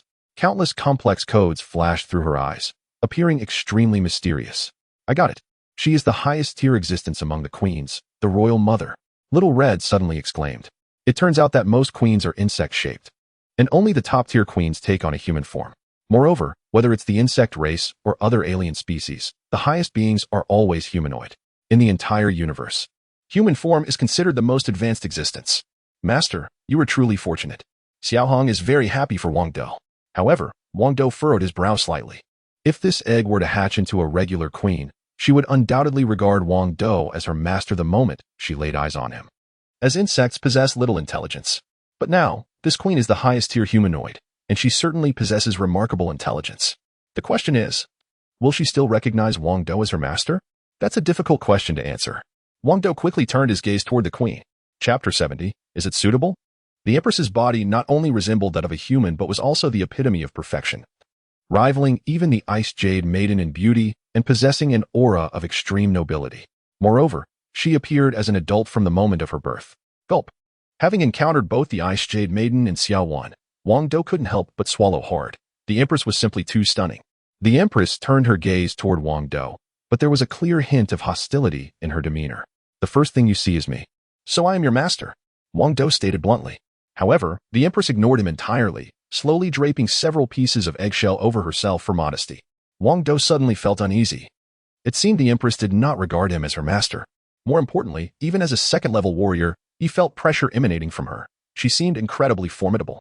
Xiaohong, too, was frightened and had actually hidden behind Wang Dou, which nearly made him explode in anger. Xiaohong was a system. How could she be afraid? Besides, even if she were not a system, her form was illusory. Why be scared? Did you not hear me? I am your master. Wang Dou tried one last time, testing her resolve. If this didn't work, he would have no choice but to eliminate the Empress. Right now, she was still undeveloped and easy to deal with. Once she matured, he wouldn't be able to control her at all. You want to kill me? To Wang Dou's shock, the Empress spoke, and her words were coherent, sending a chill down his spine. How could she possibly speak human language, and how did she know he wanted to kill her? This being was too bizarre to be left alive. Wang Dou stepped closer to the Empress, his expression turning icy. Master. However, just as he was about to make his move, the Empress unexpectedly referred to him as her master. At that moment, Wang Dou finally felt reassured. It was the best outcome for her to acknowledge him as her master. Killing her would indeed be a pity. Hee hee, Wang Dou exclaimed excitedly. The system was right. After hatching, the first person she sees becomes her master. You are mistaken. It's not like that, the Empress countered, her tone dripping with sarcasm. Wang Dou tensed again. What do you mean? You humans are always so self-righteous. The reason I acknowledge you as my master is not because you were the first person I saw, but because if I don't, you will kill me. And besides, you are the only person I know on this strange planet. Her simple words made Wang Dou feel an even greater sense of dread. Not only could she sense his hostility, but she could also gather information about the entire planet and quickly acquire useful knowledge, such as the Chinese language. I'm not at ease with you, Wang Dou replied, revealing his cold demeanor once more. The Empress looked at him with disdain. We insectoids are a race that keeps our promises, unlike your human race, which is full of deceit. No way. Wang Dou still felt uneasy. Could he truly control her simply based on a promise? That seemed utterly unreliable. All right. The Empress Mother unexpectedly grabbed one of Wang Dou's hands, lightly broke one of his fingers, and then let the blood from that finger drip onto her forehead. Following that, Wang Dou clearly felt an inexplicable connection established between him and the Empress Mother, through which he could completely control her. Only at that moment did Wang Dou finally feel at ease. At this time, the Empress Mother still looked at Wang Dou with disdain. She was proud and seemed to look down on him. Just wait and see how I handle you later. Wang Dou didn't care about the Empress Mother's contempt because she was now entirely his personal possession, to be commanded at will. If she misbehaved, he could scold her. If she dared to resist, he could punish her. So, would Wang Dou still care about that disdainful gaze? From today on, your name will be Xia Xin, Wang Dou said in an authoritative tone. The Empress Mother could only nod and reply, all right. Wang Dou felt a bit satisfied, thought for a moment, and suddenly asked, how many bugs can you breed in a day? The Empress Mother's primary function was, of course, to breed a large number of bugs. Only by breeding a vast army of bugs could Wang Dou have a powerful force at his disposal. Xia Xion's face instantly turned red. And she almost gritted her teeth as she said, our bug race Empress may not breed even a single offspring in her lifetime. What? Both Wang Dou and the little red figure behind him looked astonished. Then the little red figure quickly searched the database and soon said, she's not wrong. It turns out that there is a difference between a bug race Empress and a queen. The queen is a low-intelligence creature that can only rely on reproduction to gather a bug army, while the Empress is a higher life form that cannot breed many offspring. They can only create bugs. They just need to drop a drop of blood to transform into a bug. 2 drops of blood create 2 bugs. However, their speed of creating bugs is much slower than that of the queen. What a pity. All right, then drop a drop of blood and help me create a bug to see. Wang Dou was very interested and hoped that Xia Xin would immediately create a bug. Xia Xin furrowed her brow tightly but still dropped a drop of blood. However, she didn't drop it onto the ground. Instead, she dropped it onto a piece of wood. The blood instantly fused with the wood, and then quickly formed a bug beast. It was only the size of a palm, and its flesh resembled wood. Yet it was not wood. It turned out that Xia Xion's blood could only transform into a bug beast when combined with another type of material. And the abilities of the bug beast were related to the material it was combined with, but there was also a degree of randomness. The bug beast that had just formed seemed to have bad luck. It had no special abilities and could only grow large. Wang Dou felt slightly disappointed and said to Xia Xion again, create another one for me. However, at this moment, Xia Xion's face turned pale. And she was already too weak to create another bug beast. Although her appearance was that of an adult, she had just been born, and her vitality was extremely limited. Just 1 drop of blood was too much for her to bear. Forget it. Wang Dou quickly canceled the order. Xia Xion immediately started eating her own eggshell, which was the most nutritious part. Wang Dou watched her nibble on the eggshell and felt a pang of sympathy. He had been so caught up in his own happiness that he forgot to prepare food for her, leaving her with only the eggshell to supplement her nutrition. Don't worry. From now on, you can stick with me, and I won't let you go hungry, Wang Dou vowed confidently. Xia Xion glanced up at him, feeling a bit wronged, but still nodded in agreement. Just then, Xiaohong suddenly asked curiously, Sister Xia Xion, what kind of requirements do you have for a husband in the future? Xia Xion was taken aback, her face flushing as she replied, I don't really know. Anyway, there aren't many noble bloodlines suitable for me. Xiaohong then mischievously said, what about my master? Do you think he would be suitable for you? Wang Dou immediately felt overwhelmed. Xiaohong was trying to matchmake him with Xia Xion, which was just too outrageous. Although Xia Xion looked human, she was still part of the insect race. Wang Dou, on the other hand, was a real human. Chapter 71. Do you dare to hit me? Xiaohong seemed to understand Wang Dou's inner thoughts and defended. Sister Xiaxin is a Zerg Queen Mother. In terms of bloodline, she is no less than a human. Moreover, Zerg Queen Mothers have always mated with other races. Wang Dou looked surprised. There has never been a precedent of a human mating with a Zerg Queen Mother. If you two were to combine, wouldn't your offspring unify the entire universe? Xiaohong asked curiously. No matter which race mates with a Zerg Queen Mother, the offspring fall into 2 categories. The first is a new Queen Mother, and the second is a remarkable figure.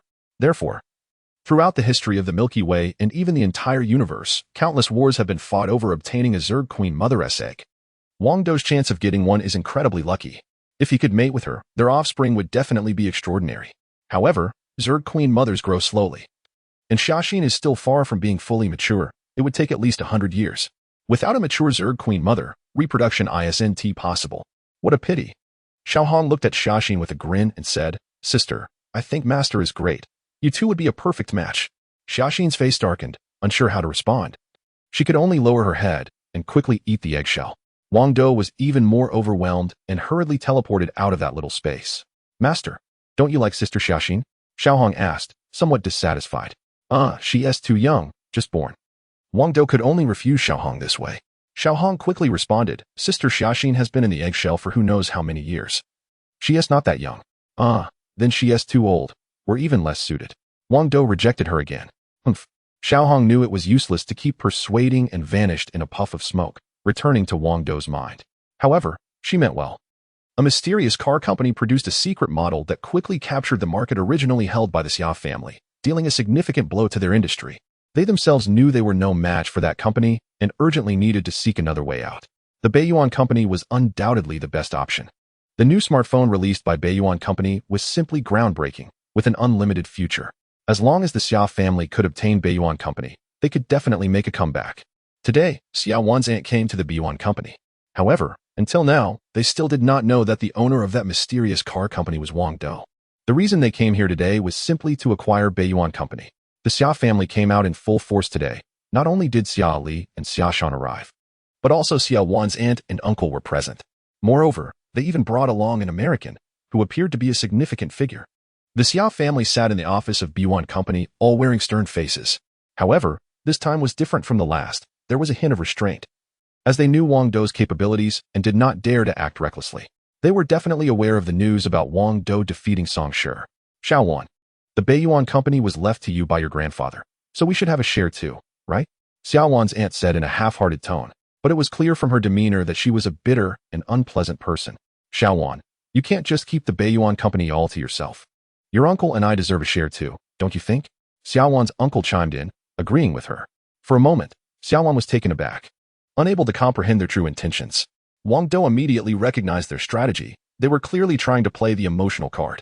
Xiao Wan, your aunt isn't asking for much. Just half of the shares will do. Xiao Wan's aunt revealed her true intention, which wasn't genuine. She aimed to gradually take over the entire company through that half share. Xiao Wan looked at the relatives in front of her, utterly speechless, her eyes brimming with tears of grievance. She wasn't particularly greedy and didn't desire much inheritance. She just wanted to live a stable life, like an ordinary person. If she could give them half of the Baiyuan shares and they would accept her, that would be fine. But all of that was just a fantasy. She knew her aunt and uncle's true nature all too well. The Baiyuan Company was left to me by my grandfather, and you have no claim to it. Don't think you can get even a fraction of the shares from me. Xiao Wan coldly refused. You. Xiao Wan's aunt's expression changed rapidly as she pointed at Xiao Wan, saying, so you've grown some wings, huh? You dare to oppose me? We're only asking for half the shares out of pity. Otherwise, we'll take the entire Baiyuan Company today. The rest of the Xia family also pointed at Xiao Wan, saying, don't refuse a toast only to drink a forfeit. Xiao Wan was startled and quickly took a few steps back, her fist clenched tightly. Memories of past humiliations flooded back. The tears she had shed, especially the day she was driven out of the Xia family, were vividly etched in her mind. Humph, this is the Baiyuan Company, not your Xia family. So show some respect. Xiao Wan, fueled by an unexpected surge of courage, finally dared to stand up to the Xia family. Wang Dou slightly nodded at her, feeling a sense of relief that she had emerged from her shadow. Now, let me handle everything from here on. What do you think you are? Causing a scene in our company? Wang Dou stepped forward and positioned himself in front of Xiao Wan. The Xia family turned their attention to Wang Dou, all in unison saying, this is a family matter for the Xia family. What does it have to do with you? Get lost. How dare you tell me to leave? Are you still half asleep? Wang Dou pointed at the Xia family coldly, saying, you better realize this. This is Baiyuan Company. It belongs to me and Xiao Wan. And you're the ones who should leave. It was at this moment that the Xia family recognized Wang Dou's identity. He was the one who had injured young Master Song and defeated Song Shi. Moreover, according to the Song family, this Wang Dou was apparently Xiao Wan's husband. But so what? The Xia family felt that it was still not his place to interfere in their family matters. Get lost, or else. Xiao Wan's aunt exclaimed in frustration. Slap. Wang Dou didn't feel like arguing with this shrew and simply slapped her across the face. Xiao Wan's aunt immediately felt a ringing in her ears and dizziness, blood trickling from the corner of her mouth. Wang Dou had held back intentionally. Otherwise, that single slap could have cost the shrew her life. Why you dare hit me? Xiao Wan's aunt exclaimed in disbelief. Who was this Wang? And why was he so bold as to strike without hesitation? Someone get him killed. She yelled at the bodyguards behind her. Chapter 72. Stunned upon hearing Aunt Xiao Wan's command, a group of bodyguards surrounded Wang Dou, with Xia Shan and Xia Li joining in as well. However, not a single one dared to strike. Song Shi was no match for Wang Dou. How could they possibly have the guts to make a move? That would be courting death. Wang Dou, instead of being angry, chuckled. You want to fight? I love a good brawl. Are you planning to take me on one at a time, or all at once? I'm ready for either. Why you shouldn't be so arrogant. We gentlemen use words, not fists, one of the bodyguards stammered. At that moment, Aunt Xiao Wan recalled Wang Dou's formidable reputation and could only order her men to stand down. However, the hand covering her face trembled incessantly. This was a tremendous humiliation. As the head of the Xia family, being humiliated like this without daring to retaliate was utterly disgraceful. But what could she do? Wang Dou could easily take down all of them. Moreover, he was known for being ruthless. Once he struck, the consequences would be unpredictable. Not fighting anymore? What a letdown. Wang Dou feigned disappointment. The Xia family was infuriated, but could only hold back their anger. We're not here to fight. We're here to discuss serious matters. Realizing that threats of violence wouldn't intimidate Wang Dou and Xiao Wan quickly shifted her strategy. Speak. Wang Dou replied. Reclining on the sofa with a smug expression, even pulling Xiao Wan down beside him, as if to say, Xiao Wan is my wife. I'll protect her. So you all better watch yourselves. I plan to buy half of your shares and develop Beiyuan Company together, Aunt Xiao Wan said through gritted teeth. Earlier, she had thought of taking half of Beiyuan Company's shares for free, but now she had changed her tune to a purchase, clearly intimidated by Wang Dou. Why should we sell you half of our shares? Wang Dou replied sarcastically. Beiyuan Company was thriving. And he was short on money. What reason would he have to sell shares? You don't have a say in this. Aunt Xiao Wan threatened directly. Before coming here, we already negotiated with all your suppliers. From now on, without our consent, no one will sell you production materials. At this, Xiao Wan's face turned pale. Although Beiyuan Company had the most advanced technology in the world, it still required a significant amount of production materials to operate. Without them, production would come to a standstill. With the Xia family's influence, they could indeed pressure those suppliers not to sell materials to Beiyuan Company. How could production occur without materials? This was a direct blow. Wang Dou frowned slightly. Seeing the reactions of Wang Dou and Xiao Wan finally wore a smug expression and continued. I heard you even sold your phones to the U.S. Unfortunately for you, we also brought in a big shot from the U.S. As long as he makes a move, no one in the U.S. will dare to import your phones.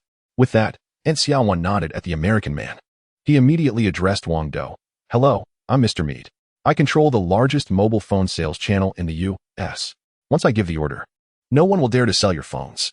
I must say, Xiao Wan's aunt is indeed not a simple character. She handles things with meticulous precision. Knowing that Wang Dou is quite skilled, she initially had no intention of resolving the issue through force, opting instead for alternative methods. Her approach is indeed impressive. However, to Wang Dou, it's nothing more than a joke. Ha! Wang Dou laughed heartily, saying, It seems you're quite pleased with yourself? Well, I've cut off all your escape routes. You have no choice but to cooperate with me. Xiao Wan's aunt exuded confidence. Mr. Wang, think carefully. Without our cooperation, you won't be able to sell a single phone. Xia Shan and Xia Li glared with intent. Your tactics are commendable and certainly caught me off guard. But I fear you might be disappointed, Wang Dou replied without a hint of panic. He simply took out his phone and gently dialed Zhang Lang's number. Brother Zhang Lang, I need your help. What can I do for you? Zhang Lang responded courteously. Wang Dou stated directly, Someone is threatening my material supplier. Can you handle it? Got it. Give me 10 minutes. Zhang Lang, the captain of the special forces in Xinhai City, might not have significant power, but dealing with such a minor issue was well within his capabilities. Furthermore, threatening a material supplier was a clear violation, making it part of Zhang Lang's responsibilities. Thus, he would resolve it quickly, within 10 minutes at most. Soon after, Zhang Lang sprang into action, and the sounds of sirens echoed throughout Xinhai City, accompanied by gunfire. Immediately, Xiao Wan's aunt received a report from her subordinate. The head of the family is in trouble. Our people have been captured by the military, and many brothers have been killed. Crash. Xiao Wan's aunt dropped her phone, utterly stunned. She never expected Wang Dou to possess such strength or to have connections with the 9th Military Department. The fact that he could mobilize them with just a phone call was terrifying. The 9th Military Department is the most powerful and mysterious military branch in China, composed entirely of elite special forces. In China, very few dare to offend them. No way. This can't be happening. Xiao Wan's aunt could hardly believe the reality before her. Just then, Wang Dou's phone rang. It was Zhang Lang calling. Brother Wang, the situation has been resolved. All material suppliers will continue to provide you with supplies. Great, thank you. Wang Dou replied with a smile. After handling the material supplier issue, Wang Dou glanced at the American named Mike with a cold smile. He then pulled out his phone and called Benji. Mr. Benji, there's someone named Mike who seems to want to threaten our business. Which Mike? Hold on a second. Benji hung up the phone and immediately began searching for information on Mike. Such a minor character didn't catch his attention, so he didn't recognize the name and needed his subordinates to look into it. Within just a minute, Mike received a mysterious call, and his face immediately turned pale. Mr. Wang, I truly didn't recognize your greatness. Please spare me, Wang Dou? Mita immediately knelt before Wang Dou. This left Aunt Xia in utter shock. Could it be that Wang Dou's influence has even reached overseas? Isn't that just terrifying? Wang Dou pulled out a knife and tossed it in front of Mida, saying, "Cut off one of your arms, and I'll let you go." No. Mida's face was filled with reluctance, but he still picked up the knife, gritted his teeth, and severed his own arm. "I'm sorry, Mr. Wang." Mida apologized to Wang Dou while covering his wound as he left.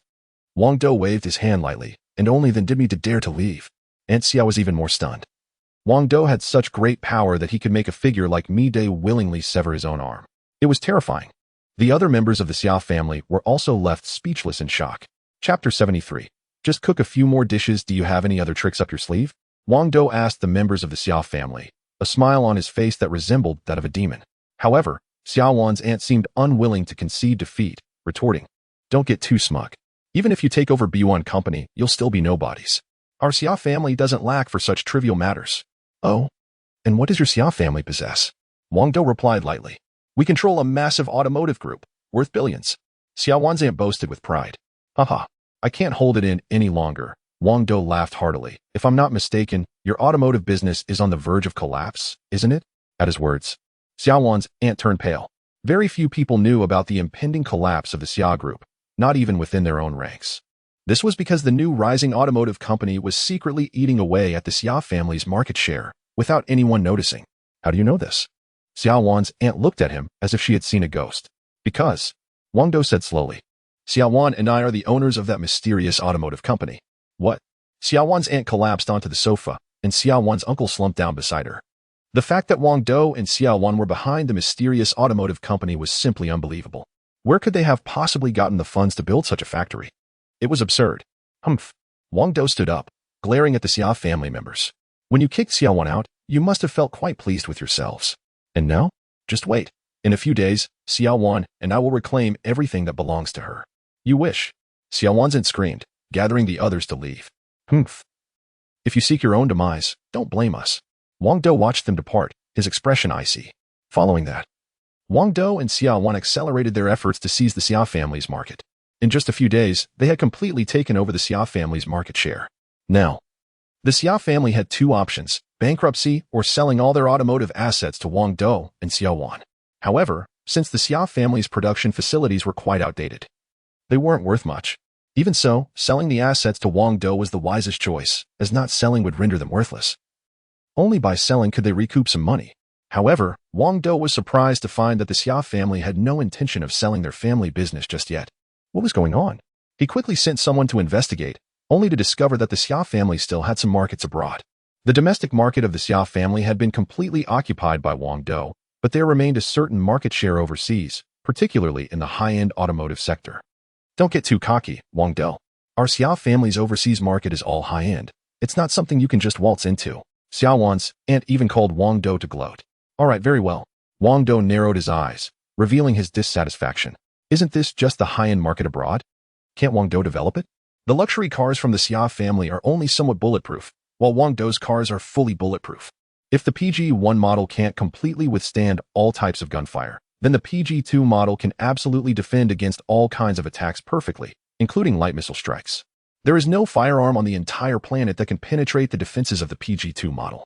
Therefore, as long as Wang Dou markets this car to the Xiao family's foreign clients, they will undoubtedly abandon the Xiao family and choose Wang Dou instead, because owning a PG-2 vehicle is equivalent to having an indestructible fortress. Unless heavy missiles are used, its defenses cannot be breached. Just wait and see. Next, Wang Dou and Xiao Wan quickly began to develop the foreign market, and within less than a month, they had taken over all of the Xiao family's overseas markets. Although the PG-2 is priced at a staggering 10 million, it still did not deter the frenzy of wealthy buyers. In fact, one king even purchased 10 of these cars in one go. Just from that single order, Wang Dou made a profit of 100 million. However, despite its high price, the PG-2 car has received overwhelming satisfaction from all its customers. For example, a prince from one country bought this car and coincidentally encountered an assassination attempt the next day. The assailants fired an AK-47 at the car for half an hour without managing to penetrate it. In fact, not even the windows were shattered. Another wealthy individual from a different country accidentally encountered a landslide while driving this car and was pinned underneath by massive boulders, yet emerged completely unscathed. In a short time, the PG-2 car became a symbol of nobility, with every wealthy individual wanting to own one. However, due to its low production volume, it was difficult to acquire, which left many feeling regretful. A month later, the Xia family's business completely collapsed and was on the brink of bankruptcy. Xiao Wanzan had no choice but to agree to sell the business to Wang Dou, as their market had been firmly occupied by him, and no one else dared to make a purchase. Today, Wang Dou and Xiao Wan arrived early at the Xia family's headquarters, an old house that appeared quite ordinary. This old house was the ancestral home of the Xia family. Not only did Xiao Wan's grandfather live here since childhood, but Xiao Wan herself also grew up here. This place held a lot of emotional significance for her. "Grandpa, I'm back." At this moment, Xiao Wan dressed formally, her expression serious, as she had been looking forward to this day for a long time. However, she had never imagined she would have the chance to return until she met Wang Dou, which sparked a glimmer of hope in her. "Thank you, my dear." Xiao Wan looked at Wang Dou with deep affection. Wang Dou replied earnestly, "You don't have to be too polite. Just cook a few more dishes tonight." "Hiki, I want to prepare a big feast," Xiao Wan said, finally showing a rare smile. In the old house, the Xia family was already waiting there. As soon as Wang Dou and Xiao Wan entered, they eagerly asked, "How much do you plan to offer to buy our business?" Wang Dou calmly sat down, took a sip of his drink, and then slowly raised one finger, saying, "This is the amount. 1 billion? Wang Dou shook his head slightly. The Xia family's enterprise is enormous, consisting of dozens of automobile manufacturing plants and a large workforce, which indeed justifies its value. However, no matter how vast the industry is, it has lost its worth. 1 billion? Xiao Wan's aunt nearly spat out that figure through gritted teeth, as it was simply too low. In the past, the Xia family would have never considered such a paltry sum. Nevertheless, Wang Dou shook his head in response. "Don't push it too far."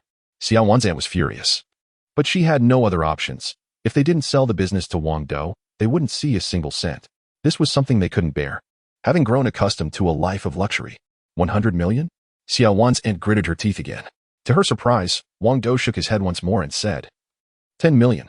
Chapter 74. The offer. We don't sell. When Wang Dou stated his offer, the Xia family immediately disagreed, finding it far too low. In the past, their assets were worth at least 10 billion, and even now, on the brink of bankruptcy, they could still sell for 3 to 5 billion, enough to cover their living expenses for the rest of their lives. But 1 million was simply too little. Wang Dou remained expressionless as he said, "When you drove Xiao Wan away, the things you gave her were worth at most this amount. Now, I can only offer you this. If you're unwilling, the deal is off. But I must warn you, once you go bankrupt, you'll have nothing left." Xiao Wan's aunt was furious and felt wronged. Over 100 billion in assets had vanished within a month. Fine. In the end, Xiao Wan's aunt agreed to the price. Good, great. Wang Dou finally smiled. Not only had he regained control of the Xia family for Xiao Wan, but he had also acquired a considerable amount of assets. Although the Xia family's industries were not worth much anymore, with a little restructuring, Wang Dou could still make a decent profit. At that moment, Wang Dou suddenly wondered how much he was worth now. He owned a mobile phone company, a state-of-the-art hospital, an automobile group, and had taken over all of the Xia family's assets. Altogether, it exceeded 5 billion. For the previous Wang Dou, this was an unimaginable figure. And now it felt so real. Ding! Little Hong suddenly chimed in. "Congratulations, master. You are now the 600th richest person in China." Wang Dou was overjoyed but also felt a deep sense of pressure. With total assets of 5 billion, he was only ranked 600th, and that was in China alone. If he considered the wealth of other countries, he wouldn't even make the top 600. However, his car factory had just started operations, and there would be a substantial influx of wealth in a short time. In just a few months, his assets would definitely double, and he would break the 10 billion mark. Wang Dou was eager to see if he could make it into the top 300 of China's rich list. It seemed he hadn't spent much money yet. Wang Dou chuckled to himself. Ever since he acquired the system, he had been busy with various tasks and hadn't had the chance to enjoy the perks of wealth. So he decided he would try spending some money soon. Should he go to a nightclub? Yes, a nightclub. There are so many beautiful girls there, and now that he had money, why not enjoy himself a bit? What am I thinking? Better head home quickly. Xiao Wan frowned at Wang Dou, seemingly seeing through his thoughts, and shot him a disdainful look. I wasn't thinking about anything. Afterward, Wang Dou had no choice but to follow Xiao Wan back home. The Xia family's old residence needed renovations before they could move in. But Wang Dou didn't like it there and could only accompany Xiao Wan occasionally. Don't do anything to let me down. Xiao Wan gave Wang Dou a warning in advance. Wang Dou was taken aback. How did she see through his thoughts? That night, he planned to sneak out to the nightclub for a little fun, to experience the thrill of splurging in the arms of pretty girls. However, he was unexpectedly blocked at home by Xiao Wan. Left with no choice, Wang Dou had to open a live streaming app and watch some streams instead. Well, since he couldn't go to the nightclub, he might as well enjoy some live broadcasts. A few tips here, and there wouldn't be too bad either. Heh. Wang Dou casually clicked into a live stream, and a young girl appeared on his screen. To his surprise, it was Xiao Jia. Xiao Jia came from an average family, and with her father just recovering from a serious illness and unable to work. Their finances had been tight lately, so she turned to live streaming to earn some money to help support her family. Thank you, big brothers, for supporting Xiao Jia, she said. Her streaming name was also Xiao Jia, which wasn't bad. She had always been quite reserved and a bit shy, and her nervousness during the streams only made her more endearing. Hey, you look quite charming. How old are you? One viewer typed in the chat. Xiao Jia immediately tensed up. I'm 19 this year. Wow, only 19. Have you got a boyfriend yet? The same person asked again. And no. Not yet. Xiao Jia's face turned crimson. Haha. How about I be your boyfriend? The man suddenly proposed. Xiao Jia had never encountered such a bold approach and was momentarily stunned, but then she bit her lip and said, if you tip me a lot, I might consider it. In the past, she would have ignored such a lewd comment completely, but times were different now. She really needed the money. Okay. I'll tip you. The man replied, and indeed, he sent a flurry of virtual gifts, but the total value was only a few dozen yuan, really stingy. So, can I be your boyfriend now? He boasted. Xiao Jia sent a crying emoji. You're too cheap. To her surprise, the man got angry. Stop pretending. Just tell me how much I need to pay for you to be my girlfriend. You. Xiao Jia was already shy, and after mustering the courage to ask for tips, she was now flustered by his insults. Come on, just tell me. How much do you want? He pressed on. At this point, many others chimed in. Come on. How much for you to be his girlfriend? Someone even asked directly, how much to sleep with you? Xiao Jia's eyes turned red. She wanted to shut down the stream immediately, but felt bad about taking their tips, so she hesitated. However, she couldn't bear to hear those comments any longer. Stuck in a dilemma. Suddenly, a user named Earth Emperor shouted, if you want Xiao Jia to be your girlfriend, it will cost at least 200,000. Huh? The viewers were taken aback. Why should Xiao Jia, who wasn't a celebrity, be worth that much? Are you crazy? Is this girl really worth 200,000? She's at most worth 5,000. Everyone was mocking the person called the Earth Emperor. Am I foolish? Or is it that you all are just broke? The Earth Emperor, unfazed, even sent a dismissive emoji. This person was, of course, Wang Dou. You're tough? Go ahead and see if you can spend 200,000. The crowd didn't believe the Earth Emperor would dare to give such a large tip. However, just a second later, the Earth Emperor indeed tipped 200,000 without a moment's hesitation. My little sister Jia isn't worth just 200,000. I think she's worth at least 5 million. Wang Dou murmured, staring at his phone screen, convinced that Jia was purer and more beautiful than any star. The crowd gasped in astonishment. Chapter 75. Which one will you choose? Someone protested, aren't you rich? Why don't you try donating again? Ding, ding. Without hesitation, Wang Dou donated twice more, each time for 200,000, adding to the previous donation for a total of 600,000. For a new streamer, receiving 600,000 in donations was an unprecedented event. Sure enough, the streaming platform immediately sent congratulations to Xiao Jia and featured her live stream on the homepage. Xiao Jia was taken aback. Meanwhile, others fell silent, especially the man who had only donated a few dollars. How could he have the nerve to ask Xiao Jia to be his girlfriend with such a meager contribution? That was incredibly shameless. Suddenly, Xiao Jia sent a private message to Wang Dou. Thank you for your generous donation. But 600,000 is really too much for me to accept. Wang Dou was stunned. Was there really a streamer who thought a donation was too much? It seemed Xiao Jia was truly innocent. He quickly replied, 600,000 is not too much at all. You're worth every penny. But it's still too much. Xiao Jia was still in shock and felt a bit overwhelmed. Xiao Jia, don't bring this up again. If you do you believe I'll keep donating?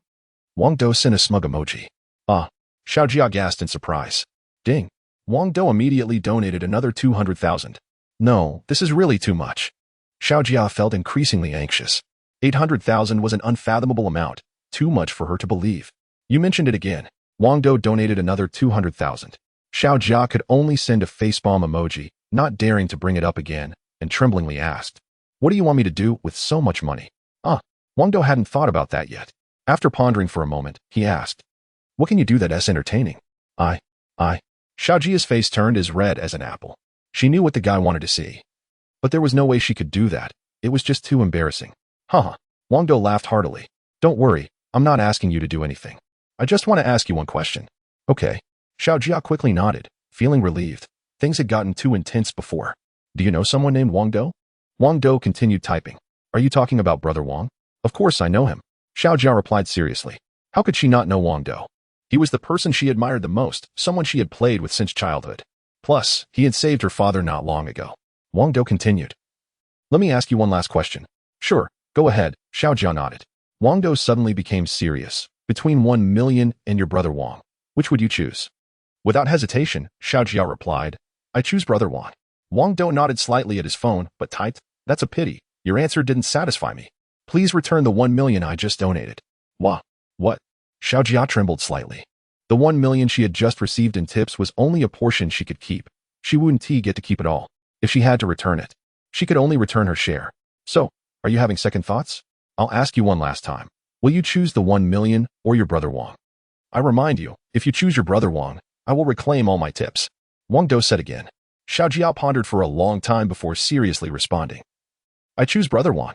Then, to everyone's surprise, she returned her share, which was only 500,000, as the other 500,000 already belonged to the platform. In truth, she didn't have to return it at all, but she was simply too naive. Once the money was given as a tip, how could there be a reason to take it back? I'll find a way to repay the remaining 500,000, Xiao Jia said, feeling very disappointed. Wang Dou fell silent for a moment. Suddenly, a flurry of tip notifications flooded Xiao Jia's live stream. Ding ding ding. The notifications dominated the screen for a full minute. Xiao Jia received a total of 3 million in tips, all from the same person. The one called Earth Emperor. Xiao Jia was completely stunned and quickly messaged Earth Emperor. You asked me to return the money, so why are you tipping me again?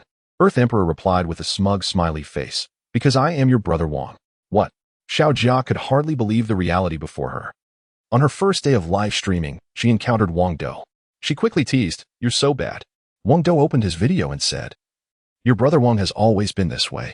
I'm ignoring you. After seeing Wang Dou's true face through the video, Xiao Jia felt even more annoyed. Her lips pouting.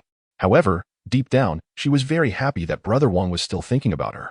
But she could only keep 150,000 of that 3 million, and the rest felt like a waste. She complained, Brother Wang. You gave 150,000 to the platform. What a pity. Pfft, your brother Wang has plenty of money. I'm not worried about this little amount. Wang Dou declared confidently. Xiao Jia was completely dumbfounded by Wang Dou, her face turning red as she said, From now on, I want to marry you. What? Wang Dou quickly tried to explain something, but Xiao Jia had already closed the live stream. She was so nervous. This was something she had wanted to say for years. And today, she finally mustered the courage to say it. However, Wang Dou had always seen her as a sister and didn't have those kinds of thoughts, leaving him feeling overwhelmed. After exiting the live stream, Wang Dou wanted to spend some money to enjoy the feeling of spending. But he couldn't think of anywhere to spend it. He was so used to his former poverty that he couldn't adapt to the lifestyle of the wealthy. Having money also brought its own headaches. He had to think about how to spend it every day, which was exhausting. At that moment, he suddenly thought of Zhang Lingling and became interested. He activated the short-distance transporter and arrived by her side in an instant. At that time, Zhang Lingling was in the United States, within Wang Dou's private territory. Although it was far away, using the short-distance transporter made it feel like just a moment. Here stands an old castle, but the interior is anything but outdated, featuring a modern decor style with sofas, a fireplace, and air conditioning. Wang Dou's landing spot is precisely in the room of Zhang Lingling within the castle, a coordinate he had obtained in advance. He had specifically requested this location when Zhang Lingling first came here. It was all for today. Splashing sounds can be heard. Zhang Lingling is taking a shower in the bathroom, and through the glass, her graceful silhouette can be faintly seen. Haha. What a nice surprise to arrive and be greeted with such a view. Wang Dou gently settled onto the sofa, opened a bottle of red wine, and began sipping while waiting for Zhang Lingling. After about 10 minutes, Zhang Lingling finally emerged. The moment she saw Wang Dou, her eyes widened in shock, followed by a look of playful reproach, and her eyes even turned a bit red. She had been waiting for his arrival for quite some time. Chapter 76, The Troublesome Servant. Humph, you remember me, right? Zhang Lingling stomped her foot, embodying the thoughts of a little girl. I've been thinking about you all along, just took some time to earn you some money, Wang Dou replied with a beaming smile, pulling out a bank card and handing it to Zhang Lingling. Looking at the card with a pouting expression, Zhang Lingling asked, What's this? Wang Dou casually replied, This is the money I've earned for you, 1 million in total. Consider it your pocket money for this month. What? Zhang Lingling had never seen so much money before, her eyes sparkling with delight as she carefully tucked the card into her pocket. Is this enough? Wang Dou gently wrapped an arm around her slim waist while his other hand began to wander. Enough. But, don't move. Zhang Lingling's face turned crimson, yet she made no effort to resist. She had secretly harbored feelings for Wang Dou, and becoming his woman was nothing short of a dream come true. Wang Dou had long considered her as his own, and he had no intention of letting her down in the future. As their desires ignited, they could no longer control themselves, and Zhang Lingling's shy demeanor was cast aside. Wake up, you sleepyhead. The next morning, Zhang Lingling rose early to wake Wang Dou, having prepared breakfast for him. Reluctantly, Wang Dou got out of bed to eat, looking at her with a proud expression. Back in college, their school had 3 campus beauties, and Zhang Lingling was one of them. Now, she was finally his. The other beauty, Yu Shaoqi, would soon be in his embrace as well. The last one he had never interacted with, which he somewhat regretted. Yu Shaoqi, you won't escape my grasp either. Wang Dou thought to himself, a smug grin on his face. Brother Wang, after breakfast, how about I take you to meet the Gijue family? Zhang Lingling asked seriously. This private territory was a gift from Benji to Wang Dou, along with the family that guards this land, the Gijue family. The surname Gijue is quite rare in America, primarily found only here. However, their appearances are quite remarkable, especially the women who were stunning.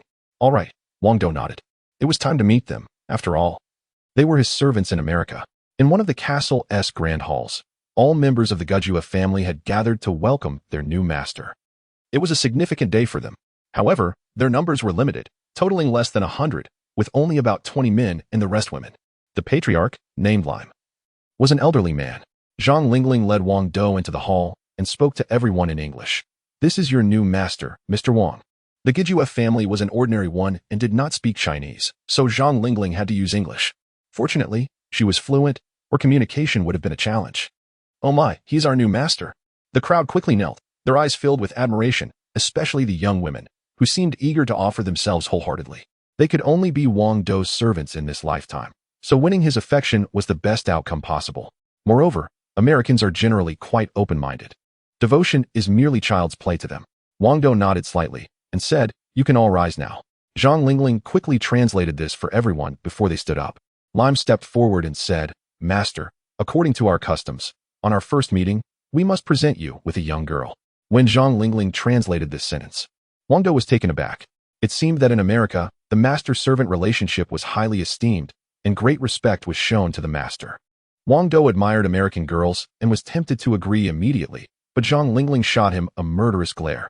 Suddenly, a young girl approached Lime and stood there, slightly bowing to Wang Dou.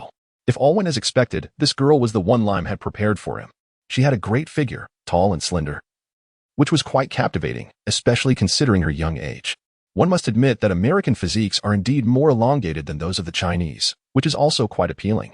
Master, my name is Anna. It is an honor to serve you, Anna said respectfully, her eyes filled with admiration and warmth. Wang Dou swallowed hard and couldn't help but say, well, I guess I'll accept it reluctantly. Humph. Zhang Lingling was dissatisfied. Wang Dou was truly losing control. But she still translated his words to Anna. Once she did, Anna excitedly moved closer to Wang Dou, as if she wanted to sit on his lap. Stop.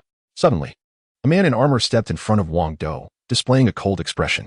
He was also from the Gijue family and Wang Dou's servant, but something seemed off. Lime and the other family members were clearly displeased. Wang Dou frowned slightly. Anna is my woman. She cannot be offered to you, the armored man declared. It was evident that he had feelings for Anna and did not want her to be given to Wang Dou. Wang Dou glanced at him, then at Anna, finding himself in a difficult position. He was not a heartless person. If Anna and this man were a couple, he wouldn't force them apart.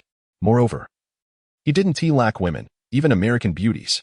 Still, he asked Anna, do you like him? Anna quickly shook her head, saying, no, I don't like him.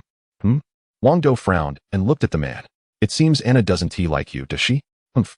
The man responded loudly. I don't care if she likes me or not. I like her, and I'm challenging you right now. The winner gets Anna. Wang Dou was taken aback. It turned out this guy was looking for trouble. He had his eyes on Anna, but she didn't seem to reciprocate his feelings. Moreover, this man dared to challenge Wang Dou, who was his master. This person cannot be allowed to remain. You're crazy. Mr. Wang is our master.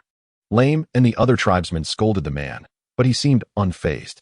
Accept my challenge, he declared confidently, dismissing the strength of the Huaxia people. Judging by Wang Dou's appearance, he clearly thought he was just a weakling. Of course, the other tribesmen shared this sentiment, as Wang Dou's small stature made him look far from formidable. All right. I accept your challenge, Wang Dou said, narrowing his eyes, ready to show everyone what he was capable of. He wanted to make it clear that just because Huaxia people might appear weak, it didn't mean they lacked strength. That was merely superficial. Lame and the others looked worried but dared not defy Wang Dou's orders, so they reluctantly allowed the competition to proceed. Chapter 77. Virtual World. Haha. Anna is mine now. The man immediately launched an attack on Wang Dou, seemingly already envisioning the scene of defeating him. Wang Dou was his master, and the thought of knocking down his master was exhilarating. However, the outcome was utterly unexpected. Wang Dou merely threw a casual punch, which precisely struck the man's chest. Crack. The armor he wore shattered instantly, debris scattering everywhere, and his chest caved in, leaving him severely injured. He was simply no match. This made Wang Dou frown. He had initially thought it would be a warm-up, but to his surprise, it ended with one punch and nearly resulted in death. He was not a cold-hearted person and generally avoided killing unless absolutely necessary.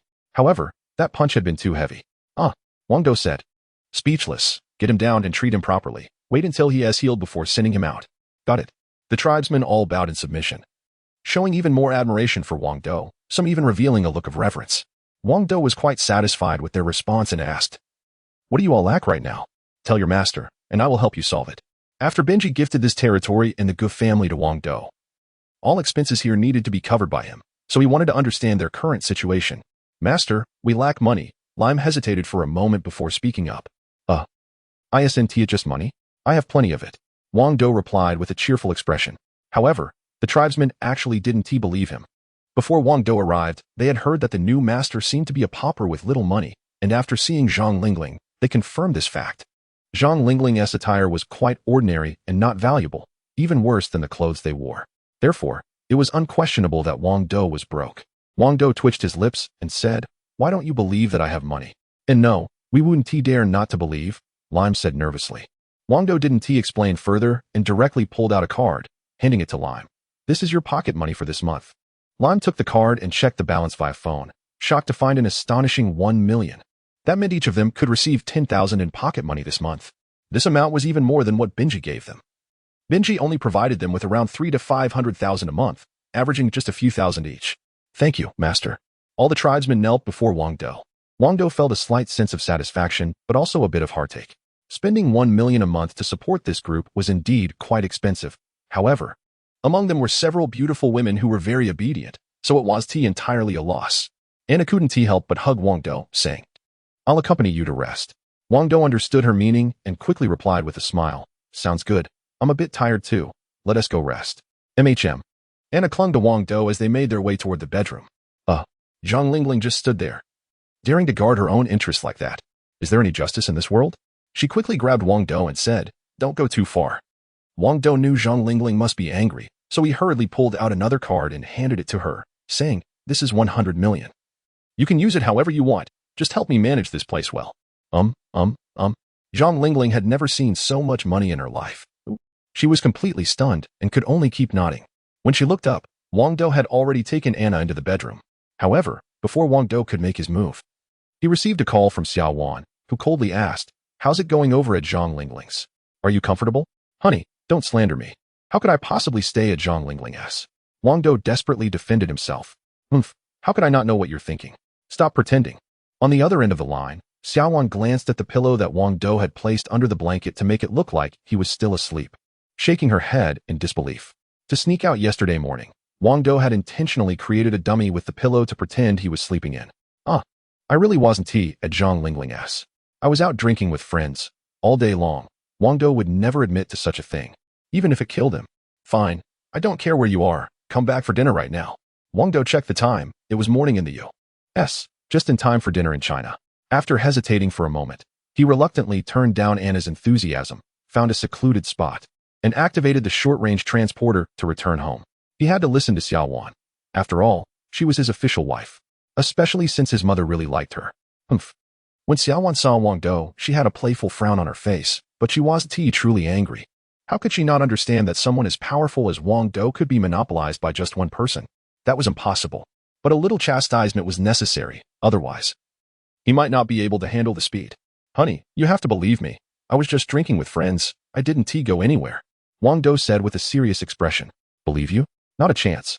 Xiao Wan silently scoffed but maintained a gentle tone, saying, Hurry up and eat. I made dinner myself. Okay. Wang Dou quickly went to eat.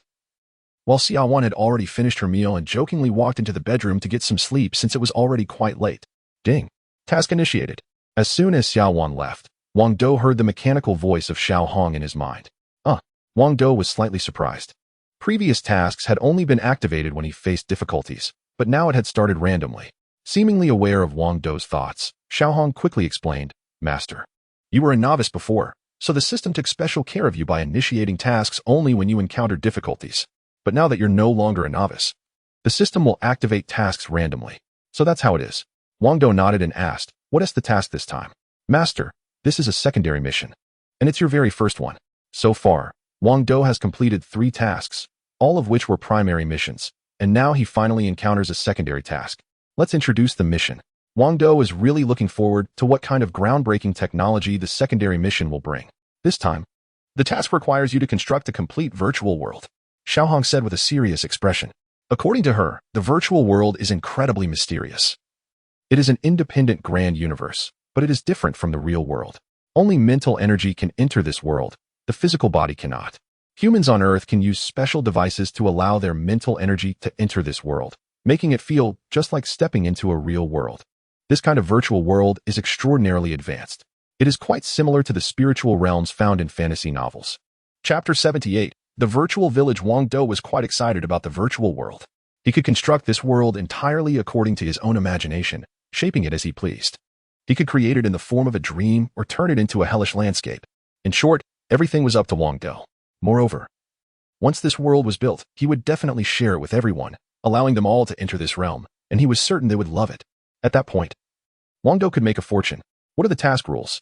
Wang Dou quickly inquired. Master, this task has no time limit and no other rules. Xiao Hong replied with a cheerful smile.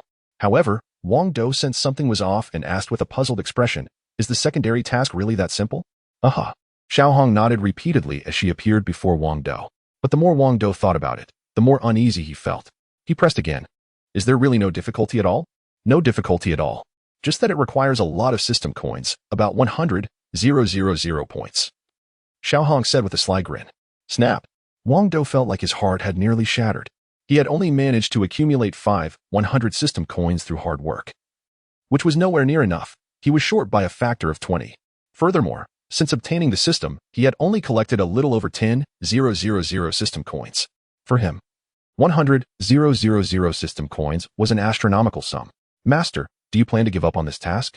Xiao Hong asked, slightly furrowing her brow. What happens if I give up? Wang Dou gritted his teeth. According to the system's rules, no task can be abandoned. Xiao Hong replied with a mischievous smile. Fine, I accept. Wang Dou had no choice but to grit his teeth and agree. Task initiated. At that moment, the task officially began. Master, I recommend that you first build a virtual village and then gradually expand it. Don't be too greedy, Xiao Hong reminded him. All right. Wang Dou felt that Xiao Hong's advice was sound. Building a complete virtual world required an immense amount of resources, so he needed to take it step by step, starting simple and then moving to complexity. Master, you only need a supercomputer server to create a virtual village, Xiao Hong continued to advise. Okay, purchase it. Purchase successful.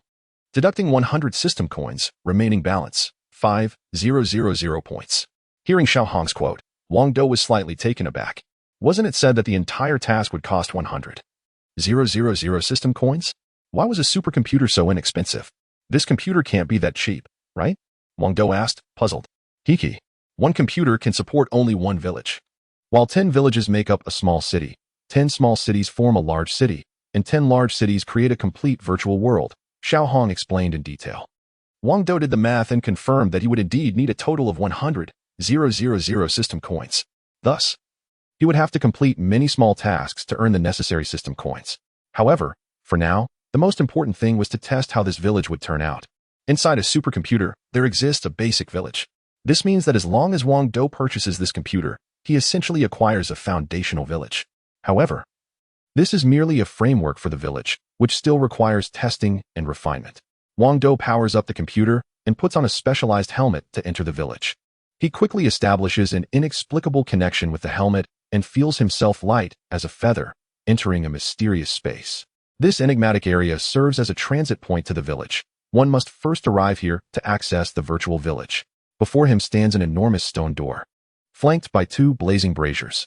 The scene resembles the entrance to a game. If Wang Dou hadn't known where he was going, he might have thought he had stepped into a real game. He squints his eyes and quickly checks his body. To his surprise, he realizes that his body is not an illusion. It is entirely physical, with weight, perfect senses of smell and touch. Yet, his physical body is still seated in front of the computer, and only his mental energy resides in this place. Moreover, this virtual space feels just like the real world. How strange. Welcome. How may I assist you? A voice comes from nearby. As he turns to look, he sees a guide named Nuke, dressed in a stunning red chi-pao that accentuates her curves beautifully.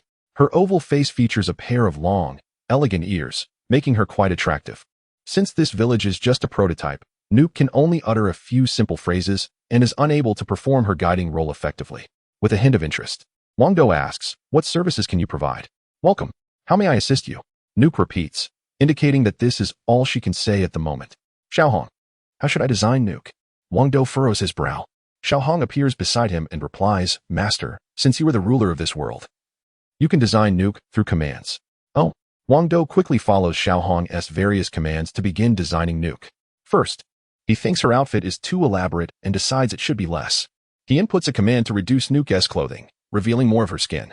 At this point, Nuke becomes even more alluring. Next, Wang Dou issues another command to endow her with human-like intelligence. "Hello, Master. I am your guide, Xiaoming. Please take good care of me." Xiaoming is the name Wang Dou chose for Nuke, simple yet pleasant. Her expression now mirrors that of a human. Not stiff but sweet and full of spirit.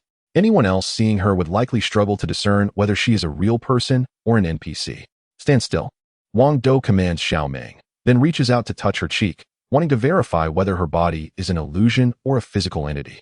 As expected by Wang Dou, Xiaoming's body was exactly like that of a real person. In fact, it felt even better to the touch. "Master." Xiaoming surprisingly displayed a shy demeanor, seeming quite bashful when Wang Dou touched her cheek. Her expressions were even richer than those of a real person. Not bad at all.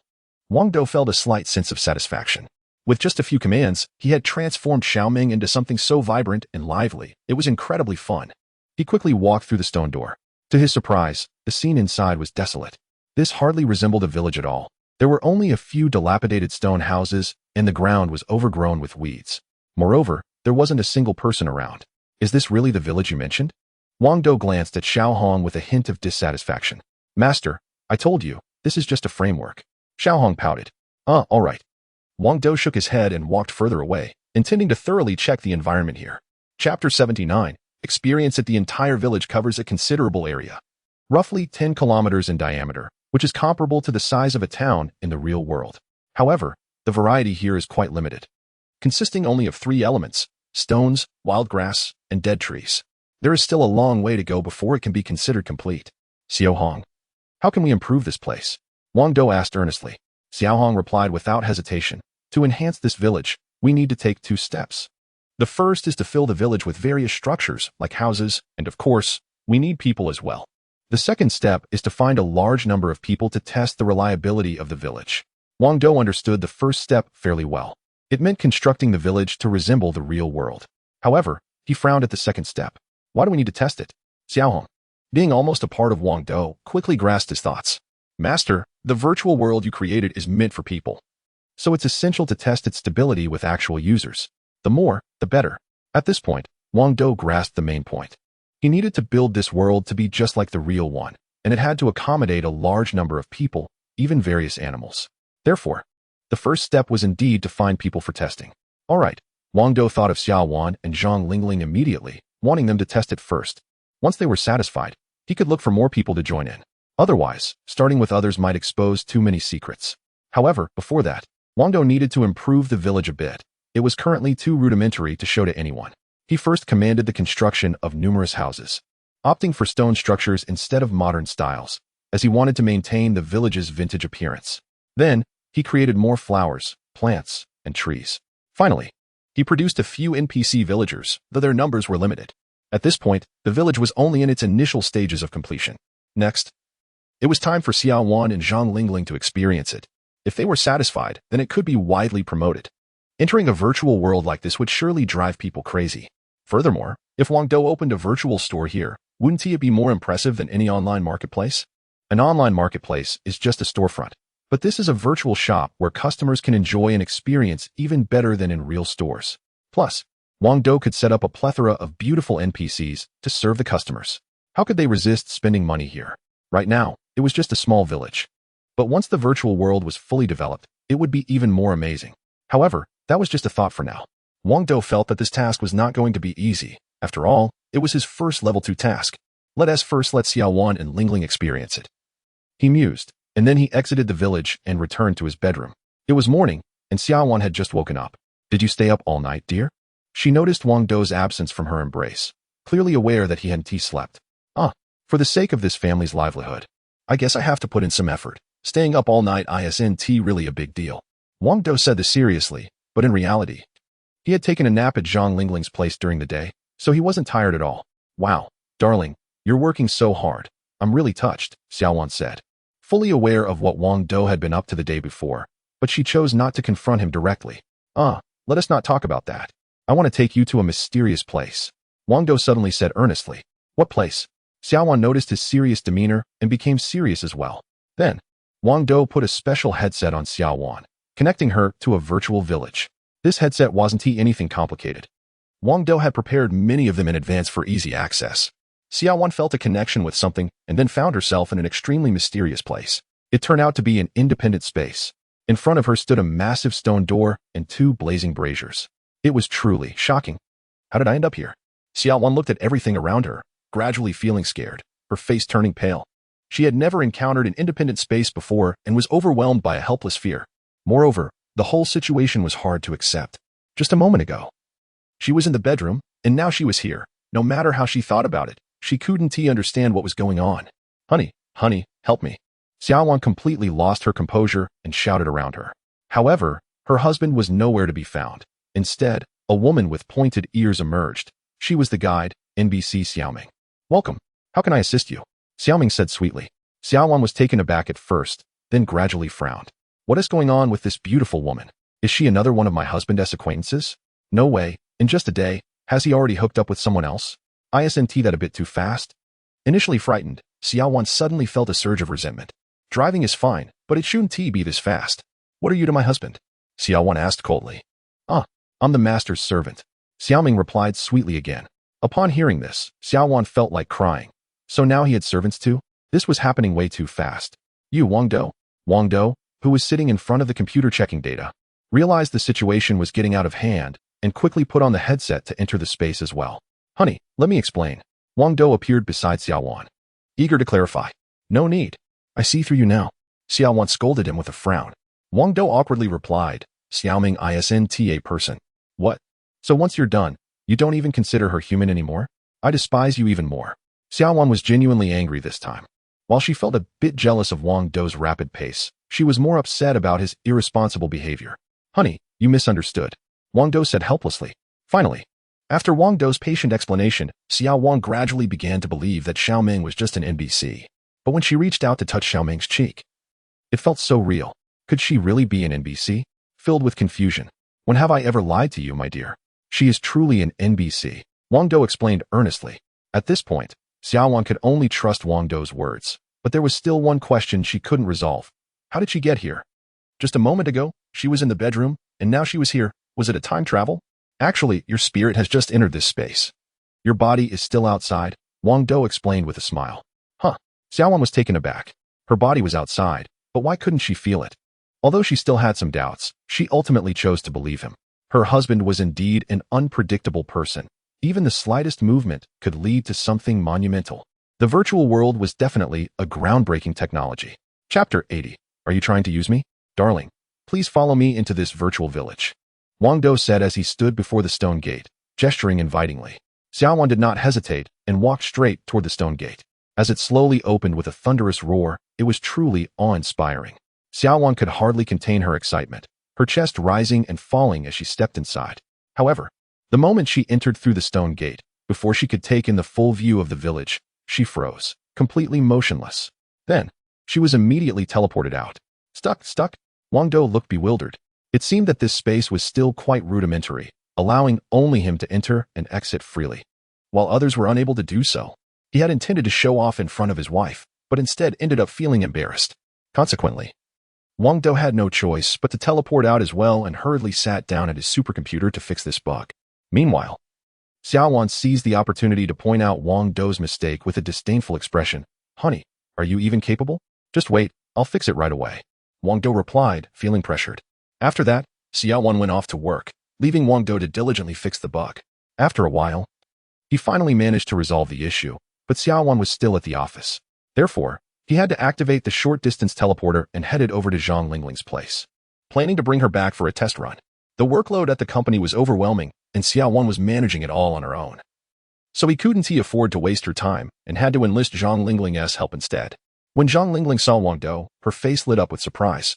He had just flown back to the country yesterday, and now, only a few hours later, he was right in front of her again. Could it be that he couldn't bear to be apart from her? She felt so touched. However, when Wang Dou explained his purpose, she felt a slight disappointment. She had expected him to come looking for her help, rather than out of longing. Sigh. What do you need me to help with, Brother Wang? Zhang Lingling asked curiously. Wang Dou replied earnestly, I need you to come back to the country to help me test a product. Okay. Zhang Lingling immediately started to gather her belongings, but Wang Dou stopped her. What's wrong? She asked, confused. Don't we need to bring some personal items for such a long trip back to the country? Actually, we don't need to fly back, Wang Dou said slowly, wearing a mysterious expression. How do we get back if we're not flying? Zhang Lingling was puzzled. Without further explanation, Wang Dou wrapped his arms around Zhang Lingling's slender waist and activated the short-distance teleporter, instantly transporting them to his home in Huaxia. Zhang Lingling was utterly shocked. What else could she feel? The distance from the U.S. to Huaxia was almost half a globe away. How could they have returned in an instant? It was simply mind-blowing. Zhang Lingling stood there, dumbfounded. However, deep down, she admired Wang Dou even more, considering him a godlike figure. Brother Wang, you are amazing, Zhang Lingling exclaimed with admiration. Soon after, Wang Dou took Zhang Lingling to the virtual village, first arriving at the transit station. Zhang Lingling was once again shocked, her expression numb. However, when she saw NBC Xiaoming, she felt a slight twinge of jealousy, just like Xiaowan. Wang Dou had to explain again. And only then did she understand that Xiaoming was not human at all. When Zhang Lingling entered the virtual village, there was no lag. So this bug seemed to be resolved. However, Wang Dou was still unsure about how many people the system could handle. He needed more people to test it. But finding enough volunteers for testing was a bit tricky. Master, you could temporarily turn this village into a game, Xiaohong suddenly suggested. Wang Dou had a moment of realization. He could develop a virtual game based on this village. Finding people for testing would be much easier this way. Gamers would come in droves, especially for such a realistic game that felt almost identical to the real world. All right, let's do it. Wang Dou decided on the spot. He quickly sent Zhang Lingling away, intending to focus on game development. Since Wang Dou was using a supercomputer, developing the game was not difficult, even for him alone. This marked the birth of the first virtual game in Earth's history, a significant event that would be recorded in the annals of time. The virtual game was vastly superior to ordinary games. The experience of regular games was lacking. Graphics were merely displayed on a monitor, and controls were limited to a keyboard and mouse. This game offered an immersive experience, with real people participating. Moreover, getting injured or dying in the game posed no real consequences. Players could enjoy themselves without any worries. Additionally, while ordinary games' NPCs could only display subtitles, this game's NPCs could engage in voice conversations and even flirt with players. They were as lifelike as real people. However, they wouldn't get angry or disobey. They could only follow orders. Once this game was launched, there would undoubtedly be a rush to experience it, and even the beta version would require payment. This way, Wang Dou could make some money. Although he didn't plan to charge much, mainly to test the virtual village, any income was better than none. Excited, Wang Dou got to work on developing the game. He started by adding more NPCs and many monsters. However, both the NPCs and monsters were still computer-generated, lacking the intelligence of real people, which slightly diminished the experience. To address this issue, Wang Dou went directly to see the Empress, Xia Xian. Since she was capable of creating insect beasts, it was the perfect opportunity to utilize her skills. This virtual village could connect not only humans but also other races, including insect beasts. Having a few insect beasts as bosses would be ideal.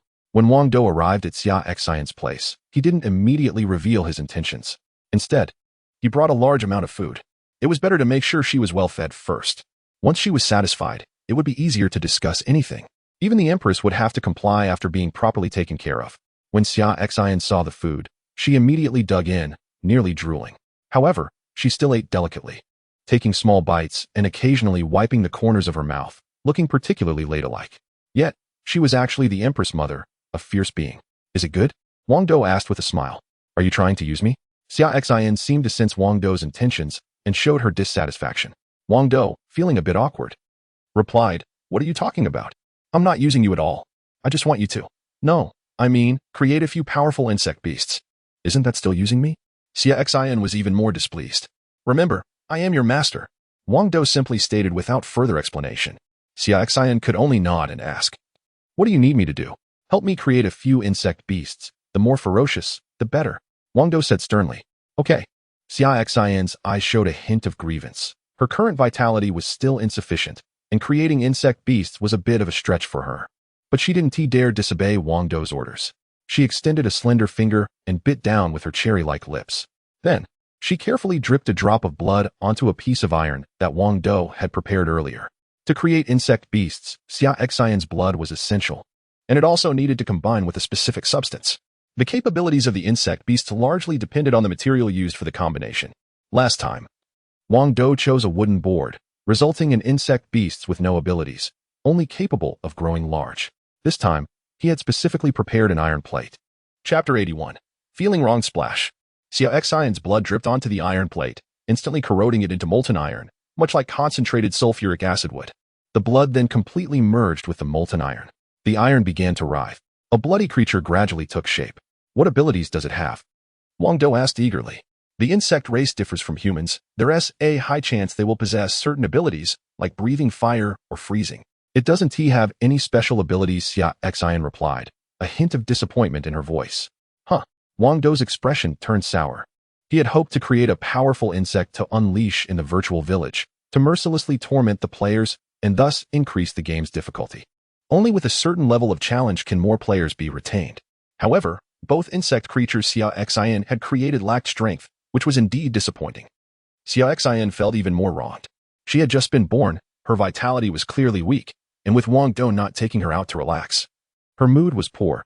It was no surprise that the insect creatures she produced weren't exceptional.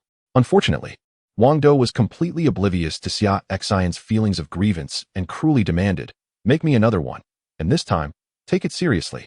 Xia Xin pouted and bit another slender finger, letting a drop of blood fall onto a different iron plate. Soon enough, another insect creature was born. But it still lacked any special abilities. You're a bit disappointing. Wang Dou finally showed his dissatisfaction. Tears almost fell from Xia Xin's eyes. But she remained cold and replied, if you're disappointed, I'm actually quite happy. Wang Dou was somewhat irritated and was about to say something harsh, but suddenly noticed Xia Xin's aggrieved expression, prompting him to swallow his words. She was still young. He had acted rashly. You humans are all wicked beings. Though Xia Xin felt wronged inside, she still looked at Wang Dou with a cold glare. It was then that Wang Dou realized Xia Xin had two distinct personalities. One was that of a little girl, and the other was an incredibly proud sovereign. When she was happy, her little girl persona emerged. But when she was angry, her demeanor turned icy. Earlier, she hadn't seen Wang Dou for several days and was genuinely happy to see him, so her little girl side showed. But when he asked her to create the insect creatures, she became upset, reverting to her cold demeanor, especially when Wang Dou reprimanded her. Wang Dou found himself at a loss for words. He had initially wanted her to create a few more insect creatures to enhance the atmosphere, but now it seemed inappropriate to bring it up. With Wang Dou silent, Xia Xin ignored him as she sat there, nibbling on her food. After a while, Wang Dou suddenly said, in a few days, when I have some free time, I'll take you out to relax. Immediately, a pair of bright, watery eyes looked at Wang Dou, filled with anticipation, but just as quickly, she turned cold and said, who cares? Yet inside, she was bursting with hope. Ever since she hatched, she had been trapped in this small space, feeling not only constrained but also incredibly lonely. Therefore, going out for a change of scenery was something she longed for. Not wanting to go out, Wang Dou said dismissively and turned to leave. Wait. Xia Xin suddenly blocked his path. I want to go out. Wang Dou couldn't help but laugh inside, but he maintained a serious expression and replied, sure. But you need to fatten up these 3 bug beasts first. Okay. Xia Xin nodded earnestly. The bug beasts were different from other creatures. They grew rapidly. And with enough food, it was possible for them to become massive within a day. The limiting factor for the bug beast's growth wasn't time, but food. All right. Xia Xin responded coldly, but inwardly she was quite pleased, her cherry lips involuntarily lifting into a slight smile. A day later, Xia Xin indeed managed to fatten the 3 bug beasts. The one fused with wood was as large as a cow. while the two fused with iron were about the size of small cars. At this point, they had reached adulthood, but that was their maximum size. Nevertheless, it was sufficient. Their fierce appearance, combined with their large size, would certainly be intimidating enough to deter those players. Afterward, Wang Dou checked all the settings in the virtual village. And once he was satisfied, he began to experience the game. The game was relatively simple for now, with only 5 levels, and it wasn't an upgrade type game, but rather a level clearing type. However, if this game tested well, a large-scale upgrade type game could be launched immediately. In short, this game was just to test the stability of the virtual village. The first level involved collecting items to sell for money, then buying starter equipment, with the primary goal being to earn cash. The second level was about battling humanoid monsters, but their attack power was weak, serving as a transitional level. The third level was more challenging, featuring all plant-based monsters, like man-eating trees. The fourth level included monster-type creatures, which were quite strong, but they were computer-controlled and had low intelligence. As long as players moved skillfully, it would be easy to clear this level. The final level featured the 3 bug beasts, numbered 1, 2, and 3. Their attack power was not only high, but their intelligence was also impressive. Bug creatures were not any less intelligent than humans, especially with Xia Xin guiding them from behind. Thus, setting them up as the final boss was the best choice. Wang Dou breezed through the first level and reached the second. The strength in the virtual world matched that of the real world. In reality, Wang Dou was a level 2 warrior with considerable strength, so there was no need for him to earn money for equipment in the game. He could just clear the levels directly. He passed the second level in a flash, facing no difficulty. The third level posed no challenge either, and he cleared it just as quickly. The fourth level was slightly more difficult, but still manageable. In the final level, Wang Dou had to put in a bit of effort, especially against the second and third bug beasts, which had bodies as hard as iron and were indeed tricky. He estimated their strength to be equivalent to that of a level 1 warrior. After completing the test, Wang Dou immediately asked Xia Wan to publish information about the game, which sparked yet another wave of excitement. A game comparable to reality would surely be exhilarating to play. Everyone could experience the thrilling sensation of being fully immersed in the action. However, since this was the first test, Wang Dou only opened 500 registration slots. Getting a registration number was purely a matter of luck. Those who were fortunate enough to get one would be considered lucky winners. Even if they didn't play the game themselves, they could sell their registration numbers for a nice profit. There are plenty of wealthy individuals out there, so naturally, some would be willing to pay a high price for them. Additionally, to spark interest, Wang Dou announced that anyone who successfully passed the initial challenges would be rewarded with a brand new smartphone from B1 Company, a model that had just been developed and had yet to be released. It was quite valuable. 3 days later, all the registration numbers were distributed, and the first batch of 500 players began to log in. Of course, to access the game, they had to use a special helmet, which Wang Dou mailed to them as soon as they received their registration numbers. Once they logged into the game, everyone first arrived at the transfer station. Chapter 82 leaves the area of the transit station wasn't very large, only about the size of half a football field. The most eye-catching features were, of course, the enormous stone door and the torch beside it. Upon seeing everything before them, the players were left speechless, utterly amazed. Most of them experienced a strange illusion, feeling as if they had crossed over to another world. However, it wasn't entirely an illusion, as this place was indeed a special world, not much different from the real one. The only distinction was that in the real world, everyone had a physical body, while here, everyone existed solely as a manifestation of mental energy. It was almost like a parallel universe. The visuals were strikingly realistic. The tactile sensations felt just as real. Whether it was the surrounding light or the objects present, everything gave an impression of being indistinguishable from reality. I love this game. I want to spend my whole life in it. Everyone was quite satisfied. Suddenly, an NPC with pointed ears emerged, gracefully saying, "Welcome to Retro Village, I am your guide." Little dream. Everyone was startled. Could there really be living beings in this world? But then they relaxed. It was just an NPC. However, this NPC was stunningly beautiful, resembling a legendary elf. Moreover, she radiated a vibrant energy. Alright, we've fallen in love with her. Is it possible to buy one as a pet in the game?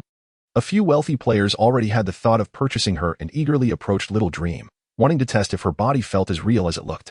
If she looked good and felt like a real person, wouldn't that be perfect? Owning such a pet in game would mean they wouldn't have to do anything else, just enjoy her presence. Ah no. As a few wealthy players were about to close in on Little Dream, she let out a frightened cry. Hey, don't scream. The more you scream, the more we're tempted. The rich players grinned with smug satisfaction. Little Dream was merely a guide and had no combat abilities, making her completely vulnerable. One player grabbed her ear, while another took hold of her delicate hand. Some even dared to extend their hands with more sinister intentions. It felt real, astonishingly real. The tactile sensation was incredible. The wealthy players became even more excited. Wang Dou stood a short distance away, frowning. The fact that the guide, Little Dream, had no means of defense was clearly a bug, an enormous one at that. How could such a cute guide become an easy target for everyone? Health reduced by half. Wang Dou immediately input a command to cut the health of those wealthy players in half and directly immobilized them for at least half an hour. An ancient voice echoed around them. Being unreasonable towards a guide is considered a violation. Only then did the players behave themselves. It turned out NPCs could be formidable too. Once everyone had gathered, Wang Dou entered a command to open the enormous stone door. Creak. The stone door slowly opened, revealing a village steeped in retro charm. Not only were there ancient stone houses, but also dense forests, and a faint mist enveloped the surroundings, adding to the air of mystery. The overall environment was breathtaking, almost dreamlike. Such a place could never be found in reality. But in the virtual world created by Wang Dou, anything was possible. If he wished, he could even conjure up a paradise. How beautiful! The eyes of the players sparkled with fascination. Eagerly, they began the game. The first step, of course, was to collect various items to sell for money. Then purchase equipment from NPCs. It was a simple setup, but the players were thoroughly engaged. The simplicity didn't matter. What counted was the immersive experience. Wang Dou, hidden in the shadows, felt satisfied watching the joyful expressions of the players and noting that there were no lag issues so far. At that moment, many players had already passed the first level and were pushing toward the second. These were seasoned gamers, and the initial challenges posed no difficulty for them. Suddenly, a little girl, about 5 or 6 years old, was found hiding in the bushes, crying. She was the youngest player among them. Wah! She clutched a few leaves in her hands, sobbing uncontrollably, as if deeply saddened. Wang Dou quickly revealed himself, transforming into an ordinary player and approaching her. When the little girl saw him, her crying intensified and she choked out, You're all so mean, stealing my stuff." Wang Dou immediately understood the reason for her tears. This was a competitive game that allowed players to snatch items from one another. Since everyone had just entered the game without any equipment, making money was the top priority. It was entirely normal for someone to steal her items to progress. She was so small, only 4 or 5 years old. What kind of combat power could she possibly have? Wang Dou looked at the little girl clutching her leaves tightly, feeling a twinge of sympathy. "Don't worry, little sister, I want to take your things. I'm a good person," he said earnestly. "Okay, I like good people, not bad ones." The little girl surprisingly believed Wang Dou, loosening her guard, though she still occasionally sniffled, having just been bullied by others. But was she really so easily trusting? "My name is Wang Dou. What's yours?" he asked again. The little girl wiped her tears and replied, "My name is Miao Xiaoxin." Given the current situation, this girl named Miao Xiaoxin would definitely struggle to pass the second level on her own, as any valuable items she collected would likely be snatched away. Without valuable items, there would be no coins. Without coins, she couldn't buy starter equipment, and without equipment, she would be easily defeated by monsters. Therefore, if she ventured into the second level's area, she would undoubtedly be eliminated. Wang Dou thought for a moment. "How about we play together?" "Okay, you lead me," Miao Xiaoxin exclaimed with excitement, seemingly having found a protector. However, Wang Dou purposely said, "I'm the last one to join the game, so I don't understand anything. You'll have to lead me. You're so clueless, but you have to listen to me." Miao Xiaoxin replied, a bit annoyed but even more excited. Guiding someone through a game can be quite fun, especially when it's someone much older than herself. It felt more rewarding. I really am a bit clueless," Wang Dou said helplessly. He was pretending to be clueless to hide his identity as the GM, but mainly he just wanted to have some fun. "Big brother Wang, this leaf is worth 1 copper coin, so make sure to collect it. And this wild grass is worth 5 copper coins, so you should collect that too." Miao Xiaoxin waved the items in her hand, chattering away as she introduced them to Wang Dou. At that moment, Wang Dou began to suspect that Miao Xiaoxin didn't know much about the game either. Leaves and wild grass were the least valuable items. Usually no one wanted them. Wang Dou twitched the corner of his mouth and casually dug up a medicinal herb worth 500 copper coins, asking, "How much is this worth?" Chapter 83. Not seeing clearly? "I don't know," Miao Xiaoxin said, furrowing her small brow, completely unaware of the value of the herbs in Wang Dou's hands. At that moment, Wang Dou finally confirmed that Miao Xiaoxin had no understanding of the game at all. The herb he held was the most common type, yet it was worth much more than any leaves or wild grass. This herb was worth 500 copper coins. Wang Dou felt utterly speechless. Miao Xiaoxin felt embarrassed, but quickly added, "Oh, I remember now. It is indeed worth 500 copper coins. I just forgot earlier. Ah, Miao Xiaoxin seemed to have a strong sense of pride, and Wang Dou could only shake his head slightly. Isn't that how young girls are? Afterward, Wang Dou and Miao Xiaoxin started collecting items together, then headed to the village to find NPCs to sell them in order to buy some starting equipment. However, to speed things up, Wang Dou had to split up from Miao Xiaoxin to collect items. She was just too slow. No matter what she saw, she was curious and had to study it for a long time, even pulling out a notebook to meticulously take notes. She even insisted on drawing pictures of the items. But hey, it's just a game. Everyone has their own way of playing. Some enjoy leveling up and fighting monsters, some like trading. And there are a few special ones who just love to research this and that. It's all for fun, as long as everyone enjoys it.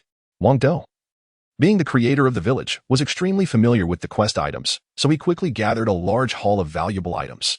Enough for both him and Miao Xiaoxin to purchase equipment.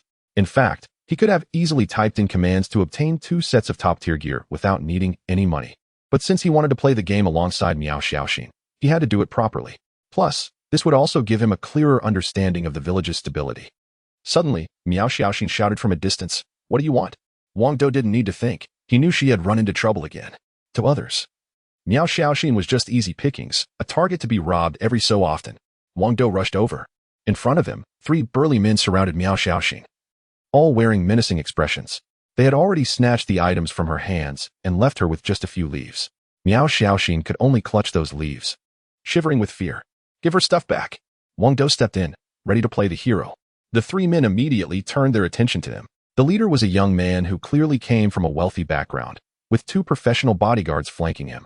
They had already bought quite a bit of equipment, significantly boosting their strength, which made them quite arrogant. "What are you to talk to me like that?" The rich kid sneered. Wang Dou frowned slightly. "Isn't it a bit too much to rob a little girl?" "Haha." The rich kid laughed. "Not only will I rob her, but I'll also rob you." Wang Dou felt utterly speechless. It was incredibly foolish for a kid to provoke someone without knowing the consequences. "I'm giving you a chance. Hand over everything you have." The rich kid demanded again. Wang Dou shrugged. "What if I don't?" The wealthy heir patted his copper sword and said, "If you don't hand it over, I'll kill you." As soon as he said this, Miao Xiaoxin panicked and urged, "Brother Wang, you don't have to worry about me. Just run. They will kill you." At that moment, the heir and his 2 bodyguards charged forward. The heir wielded a copper sword, while both bodyguards carried stone axes. All 3 weapons were sharp, and any ordinary person would definitely be killed by them. However, in Wang Dou's eyes, such weapons were nothing but a joke. Whoosh! Wang Dou swiftly appeared before them, defeating them effortlessly in just a few moves. They were merely ordinary people, far too weak. Moreover, he killed them directly. In the game, when killed, players would be instantly transported out, and their real bodies would feel a slight discomfort, but they wouldn't be injured. "Ah, I can't accept this." The wealthy heir shouted angrily. In reality, there was only one chance to participate in this game. Once killed, it was over. To join again, he would have to wait for another opportunity. In the village, Miao Xiaoxin looked at Wang Dou with admiration, her mouth forming an O shape. "Why is this big brother so powerful? I admire him so much." Without hesitation, she hugged Wang Dou's leg and exclaimed, "Big brother, I like you." Being hugged by a little girl like that wasn't exactly comfortable. It felt like she was clinging on like a sticky plaster, which was particularly uncomfortable for Wang Dou. He felt overwhelmed and said, "Let go. Let me go." No matter how he tried to shake her off, Miao Xiaoxin wouldn't budge. However, when he mentioned sharing the spoils, she immediately released him. According to their earlier agreement, they would combine the items they had collected and let Miao Xiaoxin distribute them. Initially, Miao Xiaoxin imagined that she would have gathered more items than Wang Dou, so splitting them evenly would mean Wang Dou would benefit. That would give her a little sense of pride. However, the reality was different. She had only scavenged a pile of leaves and wild grass, while Wang Dou had gathered a significant amount of valuable items. If they split it evenly, she would actually come out ahead, which severely bruised her ego. Yet, the pile of items was so tempting. How should she divide it? Miao Xiaoxin hesitated. "Have you figured out how to divide it?" Wang Dou asked with a smile. Miao Xiaoxin stuck a finger in her mouth, looking conflicted. Haha. Wang Dou couldn't hold back his laughter any longer and said, "Since we agreed, let's just split it down the middle. I don't want to take advantage of others." Miao Xiaoxin lowered her head, looking quite embarrassed. "It's fine. Just treat me to a meal some other day," Wang Dou said casually. Miao Xiaoxin took him seriously, her face lighting up with excitement as she exclaimed, "It's a deal."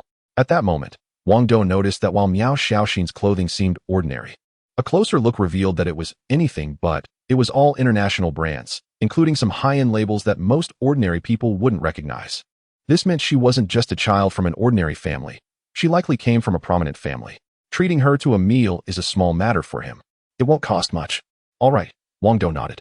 Suddenly, whoosh, an arrow shot through the air, and someone had launched a sneak attack.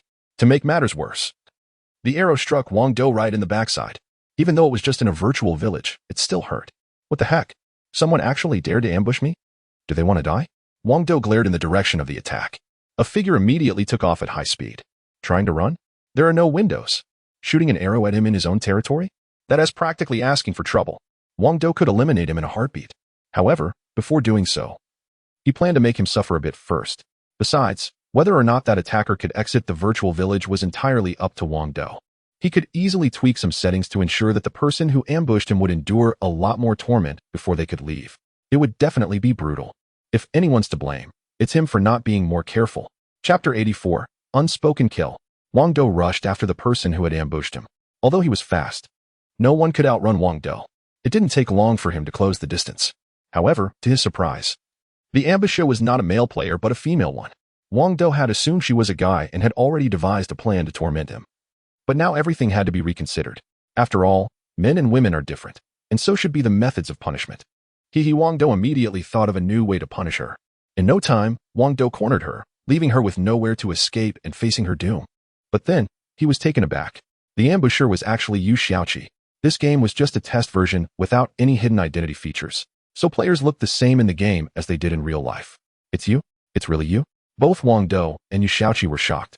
The person who had ambushed Yu Xiaoqi was Wang Dou, the very person she disliked. What a strange world, Wang Dou. This game has rare gear. And you wasted one of my arrows. How infuriating. Yu Xiaoqi was the first to launch an attack. What the? Wang Dou was dumbfounded. He had been shot with an arrow, and she was complaining? The arrow was still stuck in his backside. He was furious, absolutely furious. Just as he was about to explode, he held back. After all, Yu Xiaoqi was one of his designated love interests. How could he stay mad at her? Fine, he thought. I'll endure this for now and deal with her later once she's part of my harem. With a swift motion, Wang Dou pulled the arrow from his backside and handed it to Yu Xiaoqi, saying with annoyance, "Here." Yu Xiaoqi pouted as she took it, but the blood on it made her feel a bit guilty toward Wang Dou. Even though it was just a game, it must have hurt. "I'm really sorry for messing up your arrow," Wang Dou said, still dissatisfied. I was wrong." Yu Xiaoqi unexpectedly apologized, catching Wang Dou off guard. To his surprise, she pointed at his backside and said, "Let me bandage it for you?" "Sure." Although it was just a game, and he didn't really need any bandaging, drinking a potion would suffice. He thought it would be best to let Yu Xiaoqi take care of him. "You can do whatever you like. I don't mind." Then, Yu Xiaoqi earnestly began to bandage Wang Dou's backside, her cheeks turning as red as apples.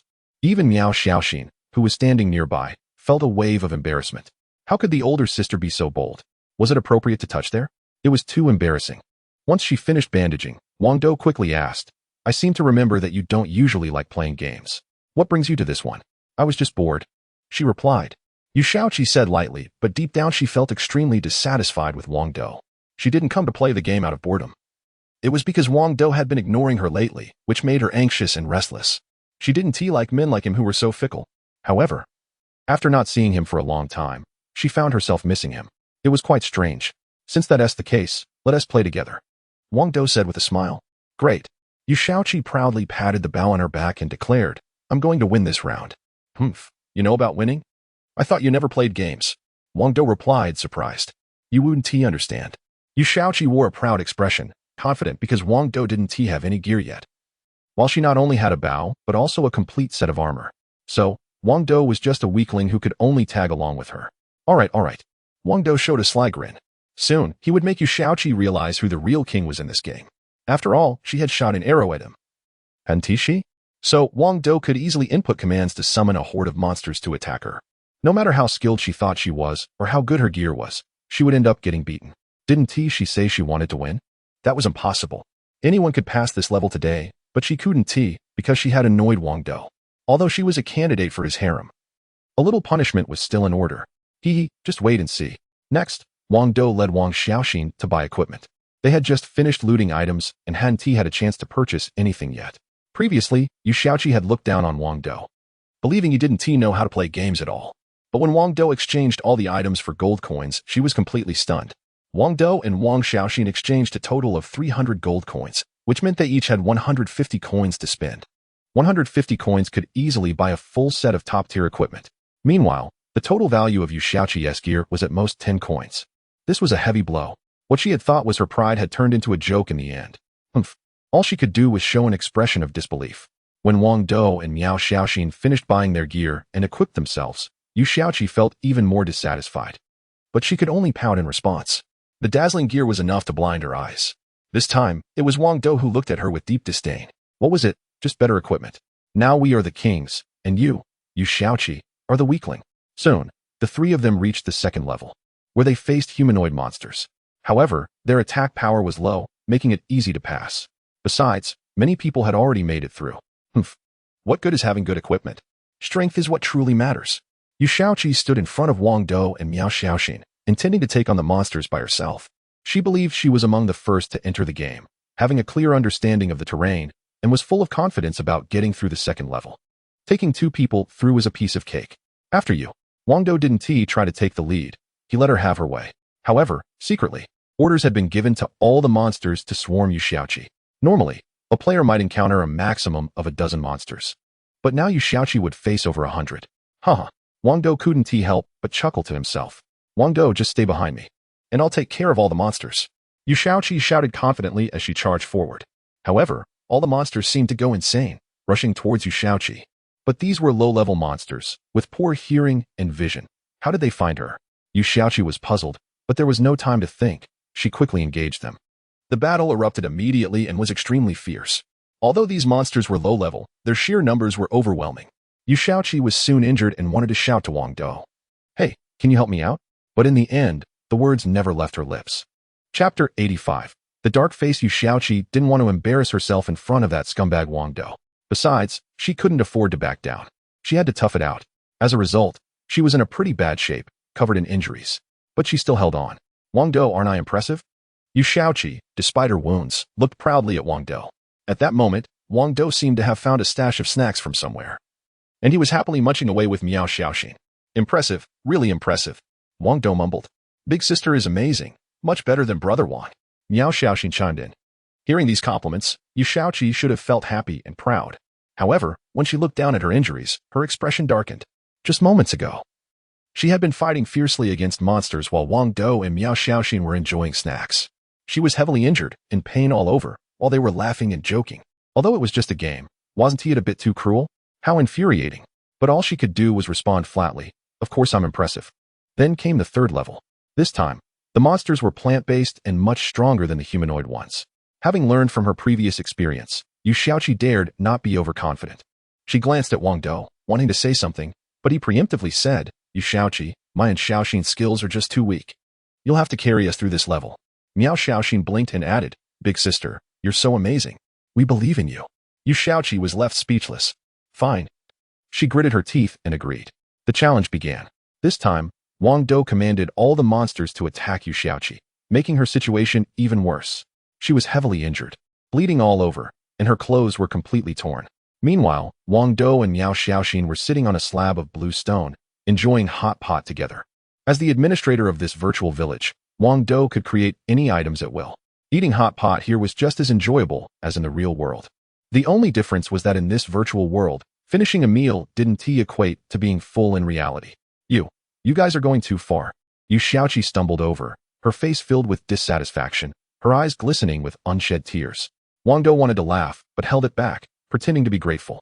Thank you so much, you're really amazing. Thank you, big sister. Miao Xiaoxin added. Yu Xiaoqi was left again without words. When they reached the fourth level, before Wang Dou and Miao Xiaoxin could speak, Yu Xiaoqi declared, I'm a bit tired. You two handle the monsters this time. Aren't you the expert? Do you really need us to step in? Wang Dou provoked. Yu Xiaoqi, too injured to continue, gritted her teeth and replied, even experts get tired sometimes. All right, we'll take over. Wang Dou agreed, but secretly he had already adjusted all the monsters, reducing their combat power by 90%. However, Yu Xiaoqi was unaware of this and still believed that the fourth level was more dangerous than the previous ones. She thought that Wang Dou and Miao Xiaoxin would definitely get hurt, and it was even possible they could be killed. Let them enjoy hot pot, while I watch monsters tear them apart. Yu Xiaoqi watched as Wang Dou and Miao Xiao Xian headed towards the battlefield, eagerly anticipating the scene of their torment. However, reality was far from her imagination. The monsters in this level were almost all dim-witted. Even when Wang Dou and Miao Xiao Xian approached them, they remained unfazed, barely putting up any resistance when attacked. As a result, Wang Dou and Miao Xiao Xian effortlessly began a slaughter. Miao Xiao Xian was even having a blast, gleefully shooting arrows with a small crossbow, completely immersed in the fun. Wow, this is so much fun. Miao Xiao Xian was like a butterfly flitting about. Yu Xiaoqi was utterly dumbfounded. What was going on? Was this too unfair? When she cleared monsters, they were tough, but when it came to Wang Dou and Miao Xiao Xian, they turned into easy targets. Her expression darkened. Yu Xiaoqi's face was almost the color of charcoal. Wang Dou and Miao Xiao Xian quickly cleared this level. It was a piece of cake for them. Next up was the final level. At this point, Yu Xiaoqi seemed to have realized something. Did the monsters' attacks decrease as they progressed to the final level? If that were the case, were the monsters in the final level weaker than those in the fourth? Wait a minute, let me take this one, Yu Xiaoqi said, stepping in front of Wang Dou. Wang Dou frowned and asked, aren't you tired? How could a skilled player be tired? Yu Xiaoqi replied, regaining her confidence. Are you sure you want to take this on? Absolutely, I'm very sure. Then go ahead. Wang Dou gestured for her to proceed. Excited, Yu Xiaoqi dashed forward. This was the final level, and her long-desired phone was within reach. She loved the phones from Beiyuan Company but could never get her hands on one, which had always been a sore spot for her. Although she knew Wang Dou was the manager of Beiyuan Company and had a good relationship with Xiao Wan, which meant he could easily help her get a phone, she had never dared to ask, especially since she couldn't lose to Xiao Wan. Now, she could finally have what she wished for because according to the game company's rules, as long as she cleared the final level, she would receive a phone from Beiyuan Company, and it would be the latest model. Here I come, adorable phone. Yu Xiaoqi's lips curled up as she saw the light of victory. However, a huge claw suddenly came crashing down, knocking her out of the game in an instant. The attacker was, of course, a bug beast. They were the most formidable creatures in the entire game, with an overall power level equivalent to that of a first-tier martial artist. Although Yu Xiaoqi's strength was also equivalent to a first-tier martial artist, she was too severely injured to withstand a single blow. No. Yu Xiaoqi's vision faded to black, and she returned to reality, feeling a deep sense of regret. She had worked so hard, endured such heavy injuries, only to be eliminated. In the virtual village, Wang Dou wore a blank expression. He had originally planned to slowly punish Yu Xiaoqi, but unexpectedly, she was eliminated in one swift move. That was a bit too ruthless, wasn't it? Wang Dou quickly contacted Xiao Xian, feeling somewhat dissatisfied. The three insect beasts only followed her commands, and she had been the one directing everything behind the scenes. The woman you like, I can't stand her. Xiao Xian unexpectedly said something so baffling before cutting off the communication. This left Wang Dou confused. Why was she angry? In the end, he could only guide Miao Xiaoxin through the game, and they were the only ones to make it through. Brother Wang, I'll treat you to a meal another day, Miao Xiaoxin said earnestly. Sure, Wang Dou nodded in agreement. Afterwards, they both returned to the real world, and Miao Xiaoxin was soon thrilled to receive the latest phone from Beiyuan Company. Instead of heading home, Wang Dou took another phone and used a short-distance transporter to arrive at Yu Xiaoqi's location. All right, punishing her earlier was indeed satisfying, but I also feel a bit heartbroken. After all, she is one of my choices for the harem. So, he figured he needed to comfort her a bit. Chapter 86. The choice. Yu Xiaoqi squatted in the corner of her bedroom, wearing a thin nightgown, looking utterly wronged. Although she was a fierce little pepper, the leading figure in the military, and had trained hard, her abilities were on par with any special forces soldier. Even the legendary wolf warriors regarded her with respect. But even she had moments when her heart was hurt. Today, she had faced a significant blow. It wasn't a big deal that she hadn't passed the game. Getting battered in a game was nothing to worry about. It was just a game after all. The real reason for her distress was that the jerk had laughed at her. Fine, she couldn't accept Wang Dou, but she actually cared about him. At that moment, even though she hadn't cried, she felt incredibly wronged. Suddenly, someone appeared silently in front of her. Who else could it be but Wang Dou? But she had locked the door. Moreover, this was a military family residence. With strict security measures in place, no one could sneak into her bedroom unnoticed. Was she hallucinating? Had she really become so pathetic that she was imagining that jerk? Yu Xiaoqi couldn't help but self-deprecate. Can I say something? Wang Dou said softly. Don't speak. You're just an illusion. Please leave. Yu Xiaoqi muttered, looking down. Wang Dou reached out and lifted her chin, saying, I'm not an illusion. I'm real. Cut it out. That jerk Wang Dou could never think of me. You're just an illusion. Stop pretending. Yu Xiaoqi still didn't believe him. Of course, it wasn't entirely her fault. She was exhausted from the game, and had drained a lot of mental energy, needing some time to recover. Plus, she felt very wronged. So it was understandable that she couldn't distinguish reality from illusion, especially since Wang Dou had come through a short-distance transporter, which felt very strange. Wang Dou felt a bit helpless, but looking at the beautiful woman before him sparked a wicked thought. This was the moment when Yu Xiaoqi was least on guard. It was a perfect opportunity. So, Wang Dou gently opened his mouth and kissed her. To his surprise, Yu Xiaoqi didn't resist at all. However, just a moment later, she suddenly realized that this wasn't an illusion. It was real. Yu Xiaoqi's scream shattered the silence, startling Wang Dou. He had quietly transported here using the short-distance device. If Minister Yu found out, it would be a disaster. The secret of the short-distance transporter would be exposed.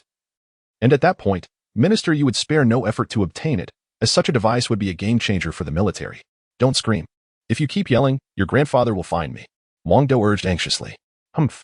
You're nothing but a lecher, entering my room with ill intentions. Yu Xiaoqi ignored Wang Dou and continued to scream. Xiaoqi, what are you yelling about? At that moment, Minister Yu finally heard the commotion from upstairs and was about to come up. Not only him, but Yu Xiaoqi's father and mother also heard the screams. If they all found Wang Dou in Yu Xiaoqi's bedroom, there would be no way to explain it, even if they jumped into the Yellow River. If Minister Yu finds out about me, he will lock me up. Wang Dou said this on purpose. In reality, even if he were discovered, Minister Yu wouldn't imprison him. But getting the short-range transporter was a hassle. Wang Dou didn't want to expose too many of his secrets. Sure enough, a lecher, Yu Xiaoqi said with a malicious look. At that moment, Minister Yu and his team approached. Now Yu Xiaoqi had two choices, to expose Wang Dou or to remain silent. Which would she choose? I'm fine, just had a dream, Yu Xiaoqi called out to the door, opting for the latter. After Minister Yu and the others left, Wang Dou smugly said, looks like you really care about me, huh? TCH, who cares about you? Yu Xiaoqi replied, looking unconvinced. Wang Dou suddenly asked, if I were a real lecher, would you expose me? Yu Xiaoqi fell silent. Her choice earlier had already made everything clear. She wouldn't expose him at all. So, in her heart, she had already acknowledged Wang Dou's status. Wang Dou reached out a mischievous hand toward Yu Xiaoqi, and surprisingly, she closed her eyes, seemingly waiting for something. But Wang Dou only pulled out a prepared phone and said, this is for you. Yu Xiaoqi thought something was about to happen, but it turned out to be just a phone, leaving her slightly disappointed. However, she still took the phone. When she realized that this phone was the latest model from Beiyuan Company, she became extremely excited and hugged Wang Dou, saying, thank you. You're welcome, my wife. Wang Dou replied with a smile. Humph, who asked your wife? Yu Xiaoqi pouted playfully. After that, she began to play with the phone, completely engrossed, seemingly forgetting Wang Dou's presence. Wang Dou could only leave quietly. It was that he didn't want to truly have Yu Xiaoqi. It was just too dangerous here. He couldn't stay long. If Minister Yu and the others found out, it would be bad. So he decided to talk about it another time. When Yu Xiaoqi looked back at Wang Dou, he had already walked far away. Is he leaving just like that? She showed deep dissatisfaction. Wang Dou's reason for transforming the virtual village into a game was merely to test the stability of the village, as finding players was simply too easy. However, since the game could make money, earning a little extra was also nice. Thus, Wang Dou launched various game items, such as attractive outfits and sharp weapons. As a result, everyone went crazy again, even more so than when the phone was released. In no time, a piece of clothing in the game was auctioned off for over 100,000, not to mention the weapons. Wang Dou couldn't understand why these young people were so obsessed with games. Well, making money was essential. Wang Dou immediately built 2 more villages, temporarily turning them into games as well, allowing for more people and more profit. However, as the number of players increased, bugs kept appearing, and Wang Dou could only work hard to fix them. Of course, this was also what he hoped for.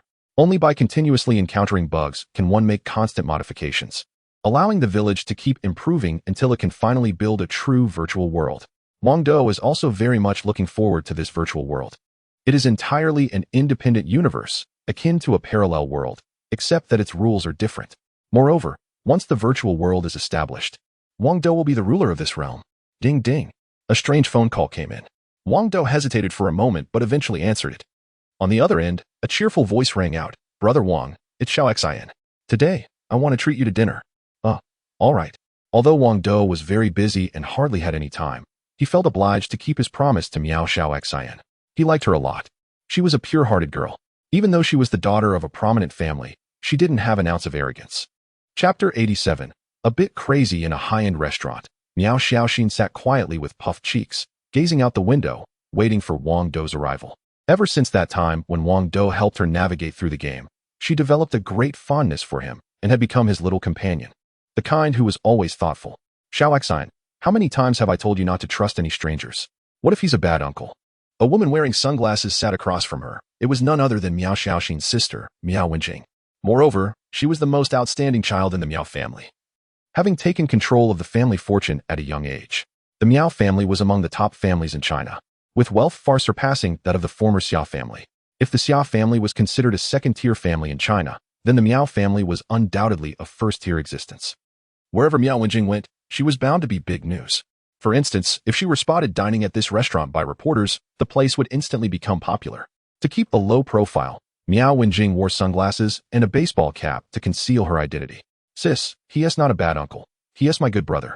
Miao Xiaoxin replied dismissively to Miao Wenjing's warning. Who even believes in good people these days? He must know your identity and has ulterior motives, Miao Wenjing sneered. Her words held some truth, as their identities were indeed too sensitive. Particularly, the entire Miao family had no male heirs, just the two of them. Whoever could win Miao Wenjing's heart would undoubtedly inherit the vast family fortune. Previously, many had tried to get close to Miao Wenjing through the innocent Miao Xiaoxin, and it had happened more than once. Thus, Miao Wenjing also regarded Wang Dou as one of those people. At that moment, a man in plain clothes walked in. It was Wang Dou. He always kept a low profile, wearing the most ordinary clothes that could cost no more than 200 yuan in total. In other words, he dressed the same way he did when he worked as a cleaner. Wang Dou, I'm over here. Miao Xiaoxin spotted Wang Dou and rushed to his side, wrapping her arms around his leg. Let go, come on, let go. Wang Dou tried to pry Miao Xiaoxin off, but it was futile. He could only drag her along as he made his way to their table with great difficulty. Looking up, he was surprised to see a woman wearing sunglasses in front of him. He quickly extended his hand politely, saying, "Hello, I'm Wang Dou, a friend of Xiao. However, the woman did not seem interested in shaking hands and wore a cold expression. Wang Dou frowned slightly and studied her closely, only to be taken aback. She exuded an air of nobility and had an exceptional figure, not inferior to Xiaowan, while Xiaowan was generally on the cooler side. This beautiful woman seemed a bit more aloof. Nevertheless, both were captivating. You certainly know how to put on a show, Miao Wenjing remarked, her tone laced with disdain. Put on a show? What am I pretending about? Wang Dou asked, furrowing his brows in confusion. Miao Wenjing confidently stated, you must be trying to get close to me. And that's why you're cozying up to Xiaoxin, right? But this kind of trick is just too low level. I can clearly tell you now that you have failed. Wang Dou was left speechless. Miao Wenjing continued, if I'm not mistaken, you should be a young master from a second-rate family. But the clothes you're wearing are just common trash. It's obvious you're trying to gain my sympathy. Plus, you clearly know me but are pretending not to. Smack. Wang Dou slapped his forehead, even more at a loss for words. What's your last name, miss? Keep pretending. Miao Wenjing looked at him with disdain. This made Wang Dou somewhat angry. What was going on? They had clearly agreed to just have a meal, so why was it turning into something so unpleasant? Brother Wang. She's my sister, a bit crazy. Miao Xiaoxin suddenly interjected. Then what's your sister's name? Wang Dou asked Miao Xiaoxin with a smile. My sister's name is Miao Wenjing. She's 1.78 meters tall, her measurements are D, and she usually loves to wear tight purple clothes. Even her underwear is purple. Miao Xiaoxin thought Wang Dou would like to know these details and blurted everything out. Miao Wenjing felt embarrassed. This was her most private information. And now it was being shared with a strange man. Her expression darkened as she quickly covered Xiaoxin's mouth. Meanwhile, Wang Dou was left stunned. Was this some kind of perk? Miao Xiaoxin seemed quite clever, quickly freeing herself from her sister's grasp and continued to Wang Dou, Brother Wang. Many men like my sister. If you like her too, I can tell you more secrets. My sister every month. Don't say that. Miao Wenjing covered Xiaoxin's mouth again, growing even angrier. Xiaoxin really had no filter. Which day? Wang Dou asked, a bit curious. Woo. However, at that moment, Miao Xiaoxin was at a loss for words. Could you not be so disgusting? Miao Wenjing shot a disdainful look at Wang Dou. I'm disgusting? Are you out of your mind? Wang Dou was genuinely angry now. Had he done anything, it had been ridiculed by Miao Wenjing for a while. Ridiculous. It was then that Miao Wenjing realized she might have misjudged the situation. Wang Dou and Xiaoxin were simply friends. She had to apologize. I'm sorry, I was reckless. Forget it. You invited me to dinner, so let us get to ordering. Wang Dou could only acquiesce. If it weren't for Xiaoxin, he would have left right away. They started ordering, with Xiaoxin doing the choosing. She seemed to struggle with reading, just drawing circles on the menu, each circle representing a whole bunch of dishes. In the end, she ordered enough food for dozens of people, and all of it was the best. The bill for this feast would easily reach 2 to 300,000. In the past, Wang Dou would have been astonished or even scared, but now he just smiled slightly. To him, hundreds of thousands were merely pocket change. Miao Wenjing also just frowned slightly, not caring about the money at all. At that moment, Miao Wenjing seemed to remember something, furrowing her brows as she asked Wang Dou. Your name is Wang Dou? Wang Dou also frowned and replied, Yeah, didn't I just tell you that? Miao Wenjing couldn't believe her intuition, but still gritted her teeth and asked, What is your mother's name? Wang Dou put down his chopsticks, somewhat displeased, and said, Aren't we here for a blind date? Why are we checking family backgrounds? Please tell me your mother's name. Miao Wenjing insisted again, this time with even more seriousness than before. Initially, she thought Wang Dou was like other men, approaching her through Xiao, so she hadn't paid much attention to his appearance. It wasn't until the misunderstanding was cleared up that she began to notice him. And once she did, it nearly scared her to death. Because Wang Dou looked just like someone. That someone was the head of the Wang family, Wang Jinsan. Chapter 88. You're overthinking it. The Wang family and the Miao family are both top-tier families in China, each with assets in the hundreds of millions. However, the Wang family's wealth is at least double that of the Miao family. Many years ago, Wang Jinsan's youngest son ran away from home and never returned, seemingly having died from illness. However, it appears that this son has a descendant named Wang Dou.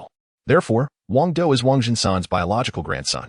To make up for his shortcomings towards his youngest son, Wang Jinsan even arranged a betrothal for the legendary Wang Dou, with the fiancé being Miao Wenjing. According to the agreement between the Wang and Miao families, as long as Wang Dou exists and is alive, Miao Wenjing must marry him, even if Wang Dou is destitute. Even if he has multiple wives, there can be no backing out. The only condition is that Wang Dou must exist and be alive.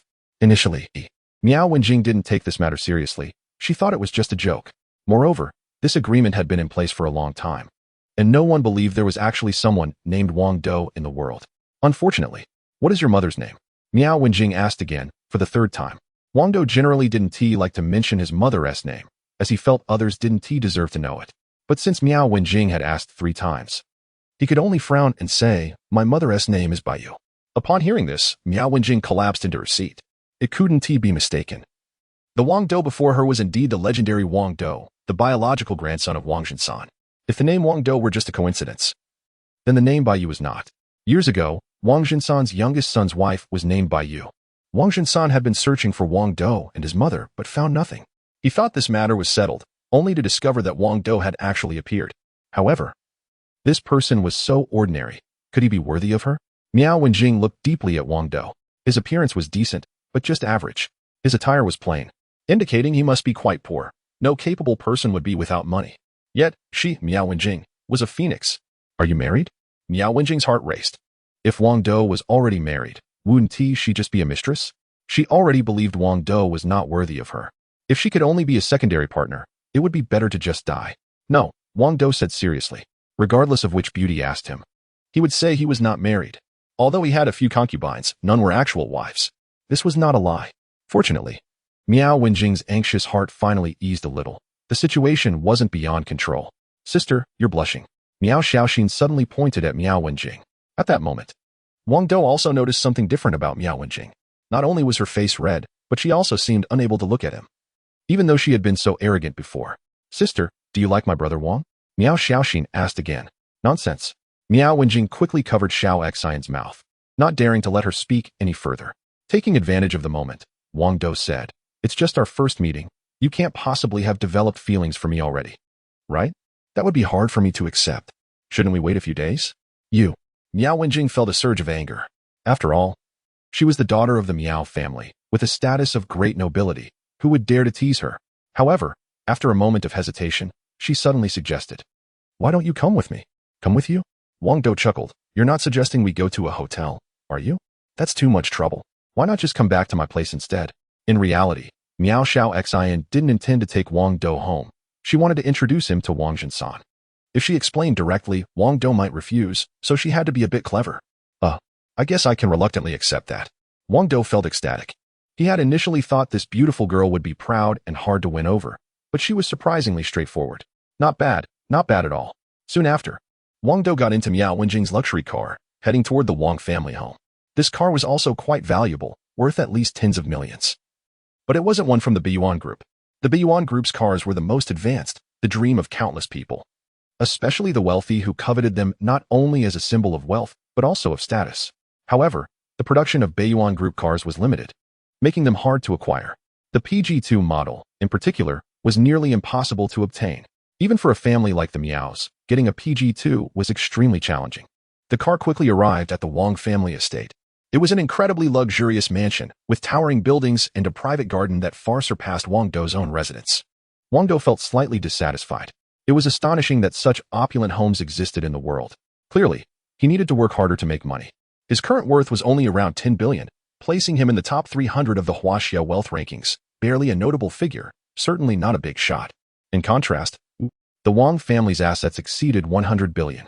Miao Wenjing led Wang Dou directly to the living room. Wang Dou frowned slightly and asked, "Aren't we going to the bedroom? What are we doing in the living room? You think too much."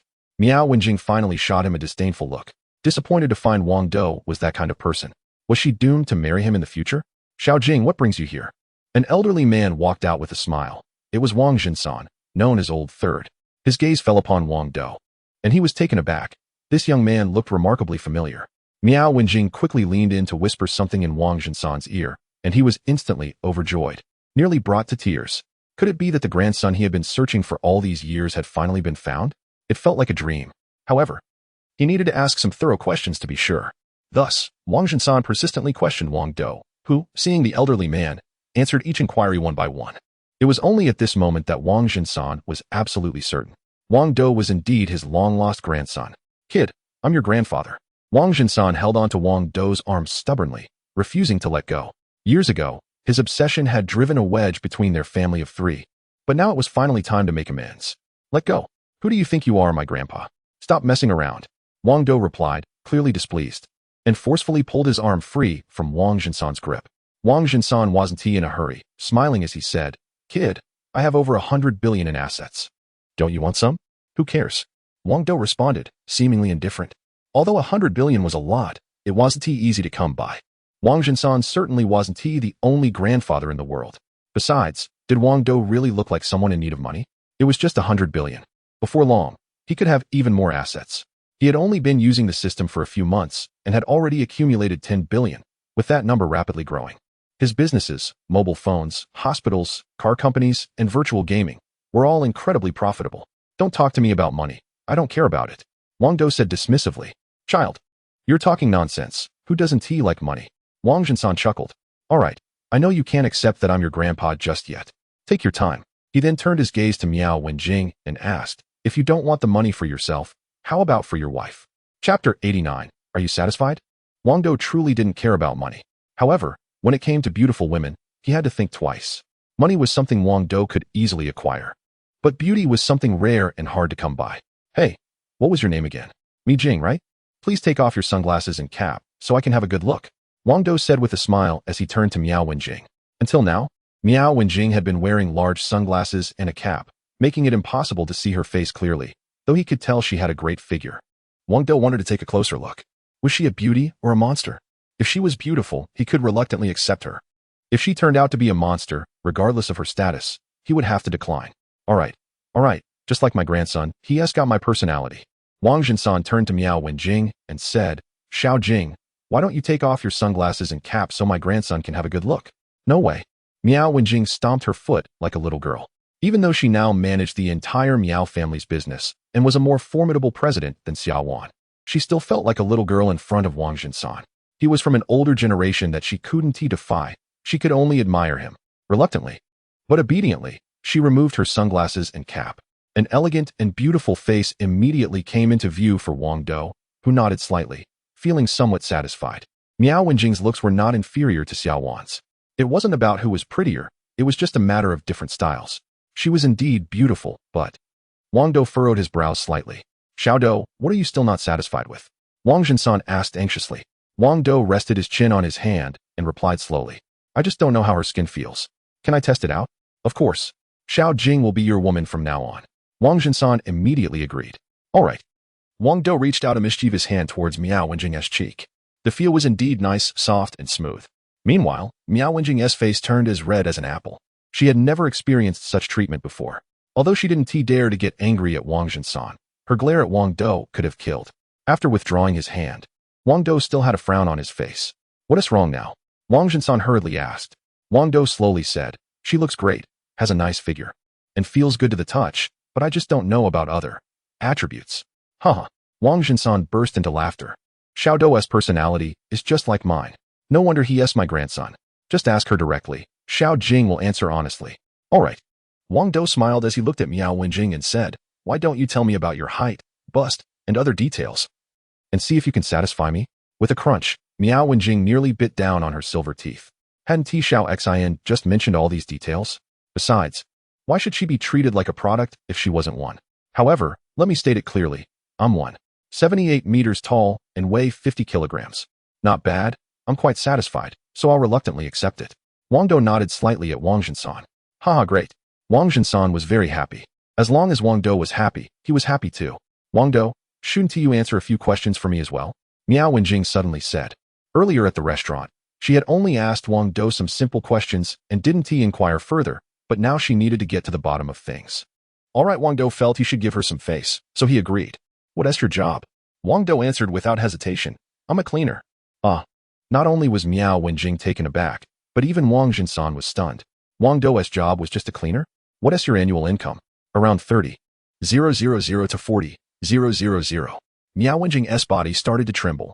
30,000 to 40,000 was even enough for her daily expenses. And that didn't include her pocket money. At that moment, she realized how different she and Wang Dou were. One was a wealthy person living high above, while the other was just an ordinary citizen. Their worlds were completely different. The world of the poor was unimaginable for the rich, and vice versa. How big is your house? About 60 square meters. Miao Wenjing nearly fainted. Wang Dou was so poor that it was beyond her imagination. In her eyes, a person like Wang Dou could only be a beggar. Do you have a car? Yes, a motorcycle. Miao Wenjing slumped down on the sofa, lost in thought. Was she really going to marry someone like this? Wasn't he this like a phoenix marrying an ant? Meanwhile, Wang Zhensan was in tears, not expecting his grandson to live such a miserable life. He started calculating how much pocket money to give Wang Dou. Was it 10 million or 50 million? Why don't you want to marry me?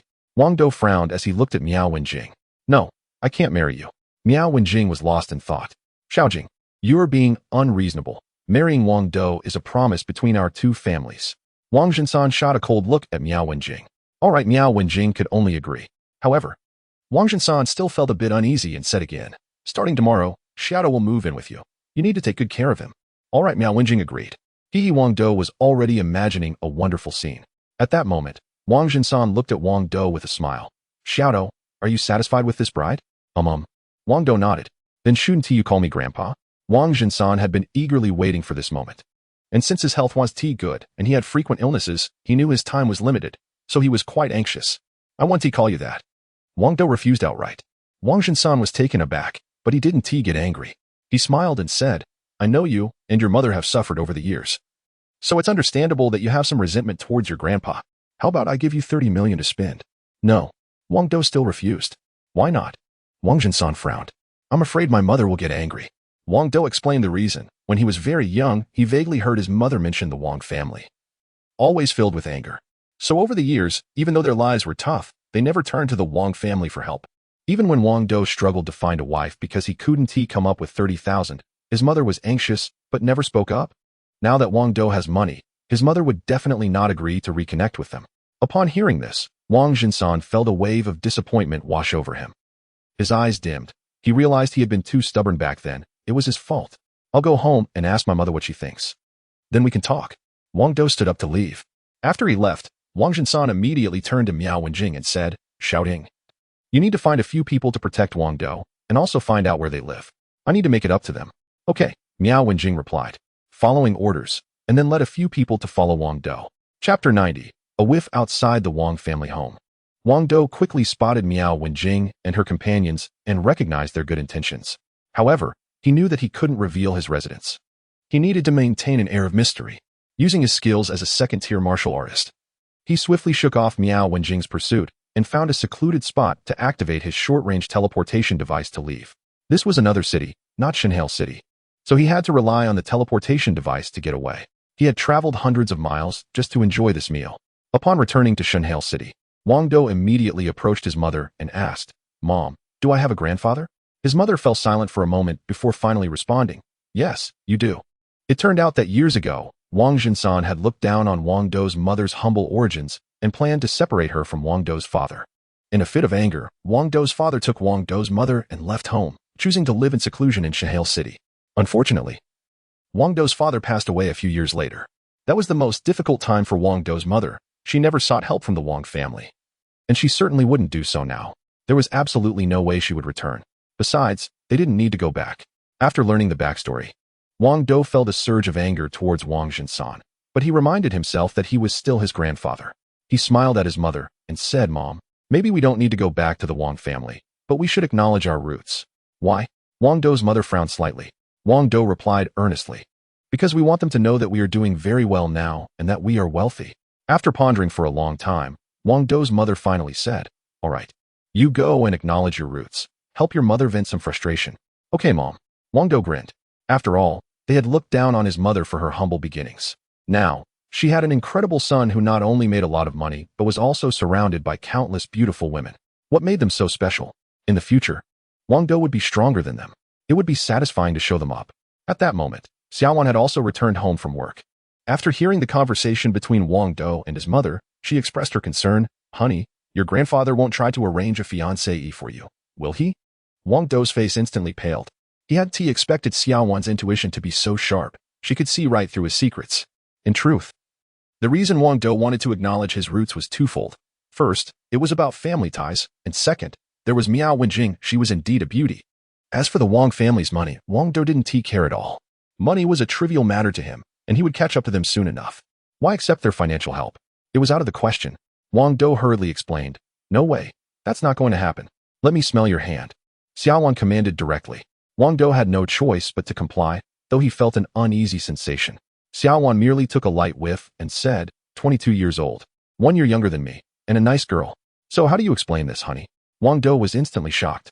Xiaowan only needed to catch a whiff of the lingering fragrance on his hand to know everything about Miao Wenjing. It was terrifying.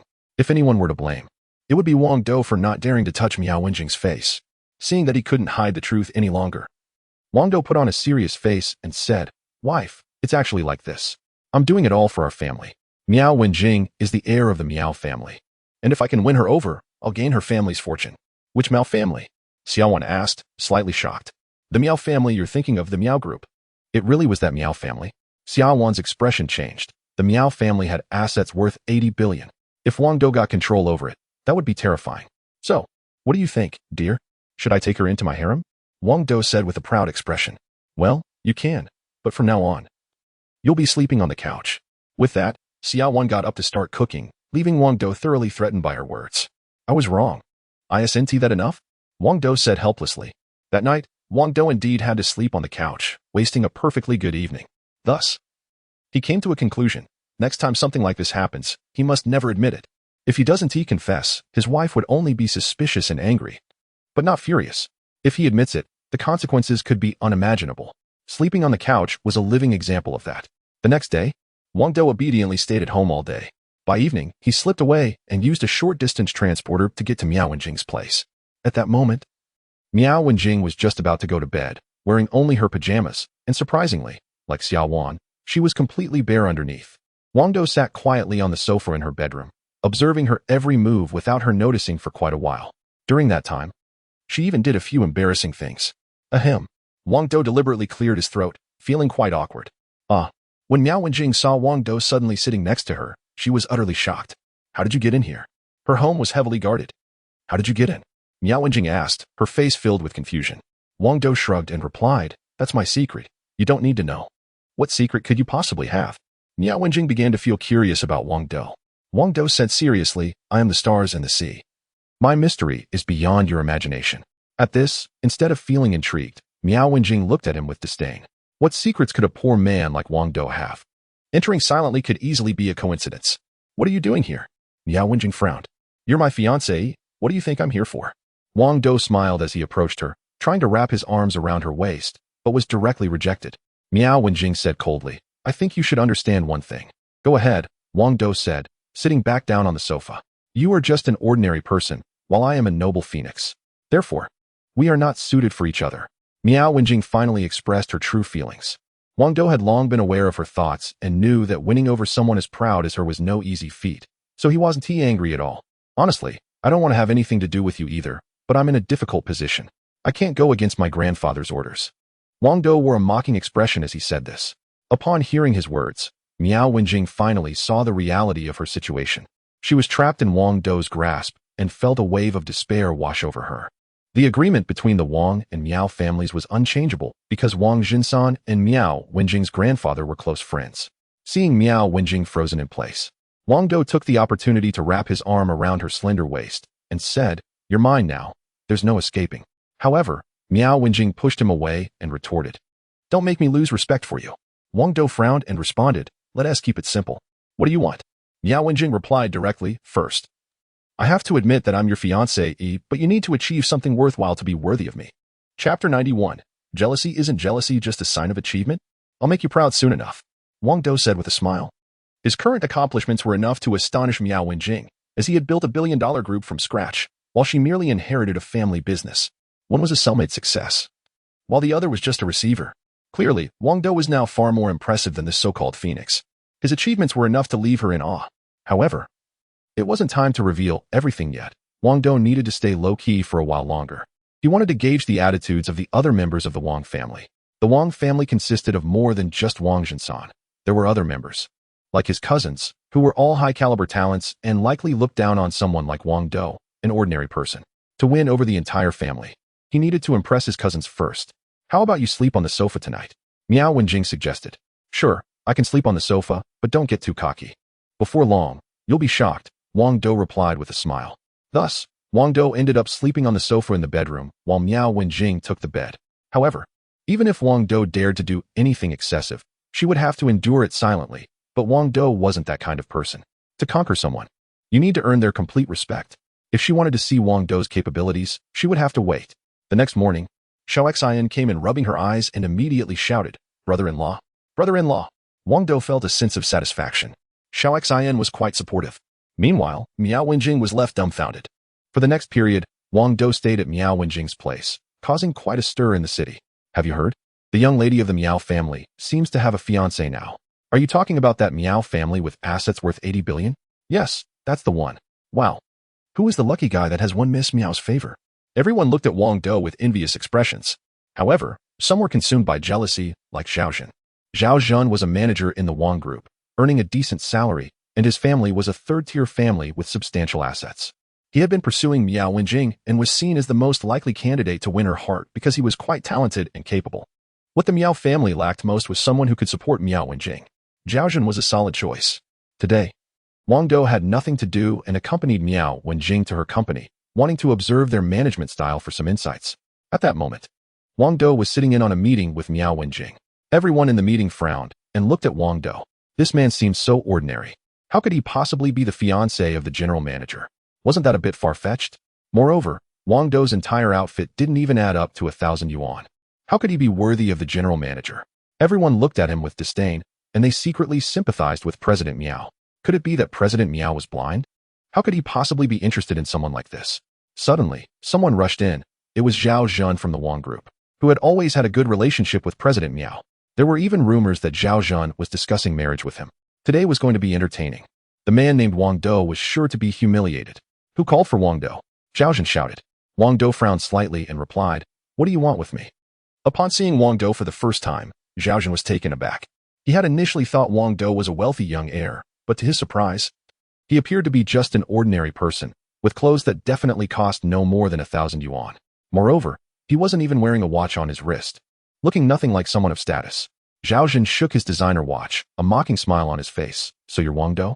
Were your ears not working? Didn't you hear what I just said?" Wang Dou didn't bother with a polite attitude either. Zhao Zhen got straight to the point. "I believe your status is not worthy of Wenjing. Her status is so high. What do you think you are?" At this, everyone in the conference room nodded in agreement. Wang Dou was just an ordinary person. How could he be a match for President Miao? Meanwhile, Zhao Zhen was a department manager at the Wang group with considerable family assets and was indeed worthy of President Miao. Furthermore, Zhao Zhen was one of the top talents in the industry, and any company would want to recruit him. If he were to marry into the Miao family, he could certainly help elevate their status. Mr. Wang's status was indeed too low to be a match for President Miao. It was a bit of a stretch for a toad to dream of eating swan meat. The office staff began to murmur again, clearly dissatisfied. Of course, this was all out of jealousy. Who wouldn't want to have someone as beautiful as Miao Wenjing? Not only was she stunning, but she was also the heir to the Miao family. Everyone around was probably dreaming about it. Thus, they couldn't accept that an ordinary person like Wang Dou could be with President Miao. Yet, Miao Wenjing said nothing, merely organizing the materials in her hands, seemingly eager to see how Wang Dou would handle the situation. It was a test. Oh, and what kind of person do you think is worthy of Wenjing? Wang Dou asked calmly, not angry at all. He was now someone of status himself. Why should he get worked up over a small fry?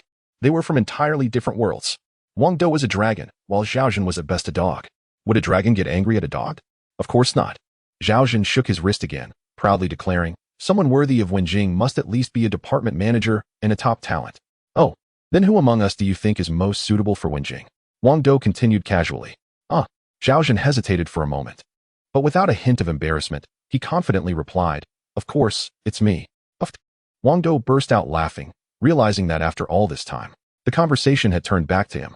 His audacity was astounding as he sarcastically remarked, what do you think you are? What do I think I am? No, I'm not just anything. I'm the department manager of the Wang Group. Zhaozhen, flustered with anger, struggled to articulate his words. Taken aback by Wang Dou's audacity to question him. Just an ordinary person. Where did he find the courage? Oh, so he's the department manager of the Wang Group. It seemed Wang Dou recognized the name Zhaozhen. He had started gathering information on the Wang Group yesterday and had already compiled a list of all the personnel within the company. After all, he was part of the Wang family, and it was essential to know a bit more about the family's business. Zhaozhen was just one of many department managers. And without thinking too hard, it was easy to forget about him. Let me tell you, the Wang Group is one of the strongest enterprises in Huaxia. And being a department manager here is a prestigious honor, Zhaozhen boasted proudly. Indeed, the Wang Group was a top-tier company, and holding any position there was an honor, let alone that of a department manager. But young Master Zhao was not just any department manager. He was the most outstanding one. The others in the conference room rallied behind Zhaozhen in support. Chapter 92. No need to hold back. Wang Dou frowned slightly as he glanced at everyone. Then turned his gaze back to Zhaozhen and asked, do you know who I am? You? Zhaozhen retorted sarcastically, why would I know someone as insignificant as you? Wang Dou shook his head and looked towards Miao Wenjing, saying, Wenjing, why don't you tell everyone who I am? Miao Wenjing replied nonchalantly. Young Master Wang is the direct grandson of the third master. They just recognized each other recently. As soon as these words were spoken, the room erupted. Members of the Wang family's direct line are all absolute big shots. Wherever they go, they become the focus of reporters eager to interview them.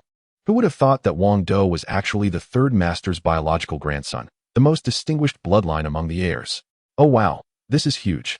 I can't believe young Master Wang has been so low-key while being such a significant figure. That seemingly ordinary outfit he is wearing is definitely not ordinary at all. It must be worth a fortune.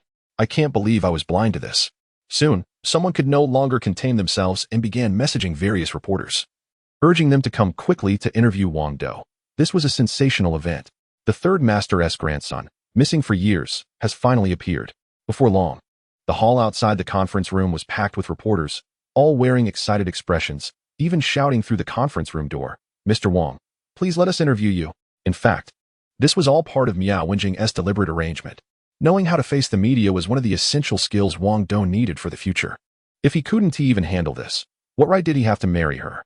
At this moment, Wang Dou had no interest in dealing with the reporters. Instead, he turned back to Zhaozhen and asked, do you understand my status now? Zhaozhen was genuinely shocked. When did the third master gain another grandson? This was truly unexpected. Moreover, he felt a deep sense of pressure. Competing with the third master's grandson for Miao Wenjing was indeed tricky. But he would not simply concede. Although Wang Dou's status was more distinguished, it didn't necessarily mean that Miao Wenjing liked him. Miao Wenjing preferred capable individuals. She desperately needed someone competent to support her. All right, I admit your status is higher than mine, and your clothes are worth more than mine, but so what? Winning Wenjing's favor is all about overall capability. Zhaozhen declared angrily, completely unaware of the agreement between the Wang and Miao families. Otherwise, he would have given up immediately. What blind eyes! Wang Dou secretly mocked. The clothes he wore were hardly valuable. They were just common items. Yet Zhaozhen thought they were worth a lot. Was it not blind to think so? I also enjoy comparing strength. What do you want to compete in? Wang Dou grinned. No need to compare professional skills. You're simply not up to par. How about we compare in Sanda instead? Zhaozhen was indeed very skilled. managing two departments, one in sales and the other in gaming. Both sales and game development were his proudest skills, and he didn't believe Wang Dou could compete with him. Thus, he could only suggest a Sonda match, as he had always been the Sonda champion in the city. Wang Dou, if you can't handle it, don't push yourself. I'm afraid you might get hurt. Miao Wenjing furrowed her brow slightly. Wang Dou was the apple of San Ye's eye. It was impossible to let him get hurt, as he was far too precious. Wang Dou was left speechless. If you're scared, just admit defeat. Zhao Jin said smugly. Scared? Are you joking? Wang Dou couldn't understand where Zhao Jin found the courage to challenge him to a fight, let alone why he was so pleased with himself. Wang Dou was a second-level martial artist, someone who could brave a hail of bullets. Be afraid of a mere Sonda champion? In his eyes, a Sonda competition was nothing more than entertainment, just a recreational event. All right, let's start the match. Zhao Jun immediately struck a pose, eager to make Wang Dou eat humble pie, as he was desperate to show off in front of Miao Wenjing. Wang Dou helplessly said, I'll give you half an hour. Go ahead and do your thing. What? Zhao Jun was taken aback. Was Wang Dou joking? In a contest between experts, even half a move could determine the outcome, let alone half an hour. Arrogant. He was far too arrogant. Not just Zhao Jun, but everyone else in the conference room felt that Wang Dou was overestimating himself. Zhao Jun was a well-known figure in the city, and everyone knew how formidable he was in Sonda. More than 10 people couldn't take him down. Yet Wang Dou was saying he would let Zhao Jun do whatever for half an hour. Surely he wasn't serious? Miao Wenjing was even more shocked, saying, boasting is not one of the skills you need to have in the future. Do you all not believe me? Wang Dou looked down on the crowd and said, fine, let me show you all something. With that, he casually poured himself a cup of coffee and began sipping it leisurely, telling Zhao Jun, you can attack now. No need to hold back. What a naive fool. Zhao Jun was infuriated and launched an attack. He executed a powerful whip kick aimed at Wang Dou. And if it landed, it would definitely hurt. However, he didn't dare to go all out. He was careful not to seriously injure Wang Dou. Yet, Wang Dou merely shifted his body slightly and dodged the powerful kick. Not even a hair on his body was touched. What is going on? Did I just imagine that? Zhao Jun had no idea that Wang Dou's speed was nearly equivalent to that of 30 ordinary people, and he had also learned basic combat techniques from the Milky Way. Dodging an attack like a whip kick was child's play for him. To Wang Dou, Zhao Jun's kick was as slow as a snail, with that kind of speed. Even if he practiced for a year, he wouldn't be able to hit him. Zhao Jun, undeterred, continued to attack. However, no matter how he struck, he couldn't land a hit on Wang Dou. But Wang Dou was just sitting there, still holding his cup of coffee. How could this be possible? How could this be? Zhao Jun was utterly despairing. Wang Dou was like an insurmountable mountain, clearly right in front of him, yet completely unreachable. Meanwhile, Miao Wenjing looked even more shocked than Zhao Jun. She had initially thought Wang Dou was just an ordinary person. Someone so unremarkable that you wouldn't even notice him in a crowd. At this moment, it suddenly dawned on him that Wang Dou was indeed quite mysterious. How could an ordinary person possess such exceptional skills? This level of skill was absolutely top-notch and could easily win the hearts of many beautiful CEOs. All right. I'll admit you have some talent. Miao Wenjing couldn't help but acknowledge that. However, Wang Dou was feeling quite displeased because Zhao Jun had suddenly stopped attacking. They had agreed on half an hour, and it had barely been 10 minutes. Hey, why aren't you fighting anymore? Wang Dou frowned. If Zhao Jun was attacking, he couldn't make his move either. I lost. I admit defeat. Zhao Jun gritted his teeth. Wang Dou frowned even more and said, you can't just give up. I haven't even made my move yet. No. You don't need to make a move. I'm conceding right now. Zhao Jun insisted again. Suddenly, Wang Dou rushed to Zhao Jun's side and landed a punch on his face, knocking him to the ground. You don't understand my point. Since this is a competition, how could I let you hit me while I just stand here?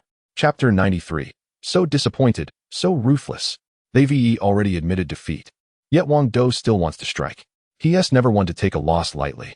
If you hit me, of course I'll hit you back. If you can't land a blow on me, that's just your lack of ability.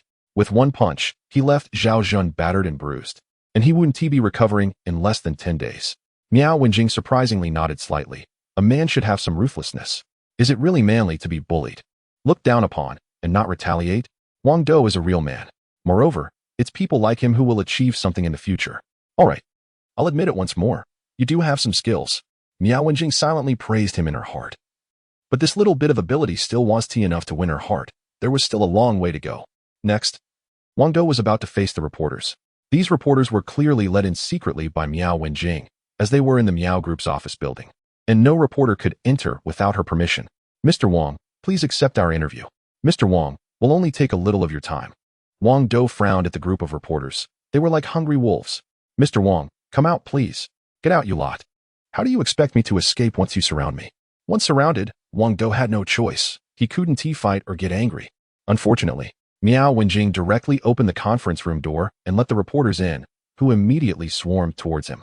Wang Dou almost lost his composure, but quickly regained his calm. "They're just reporters," Wang Dou thought to himself. He had his tricks. He quickly snatched Miao Wenjing's cap and large sunglasses from her and put them on. When facing reporters, the first rule is to avoid revealing your identity as much as possible. If you do, it could lead to more trouble in the future. Besides, Wang Dou had always preferred to keep a low profile. He wanted to stay under the radar. As Wang Dou donned the sunglasses and cap, the reporters had already approached him. "Mr. Wang, are you the grandson of the third master? Mr. Wang, what are your thoughts on the Wang family's fortune?"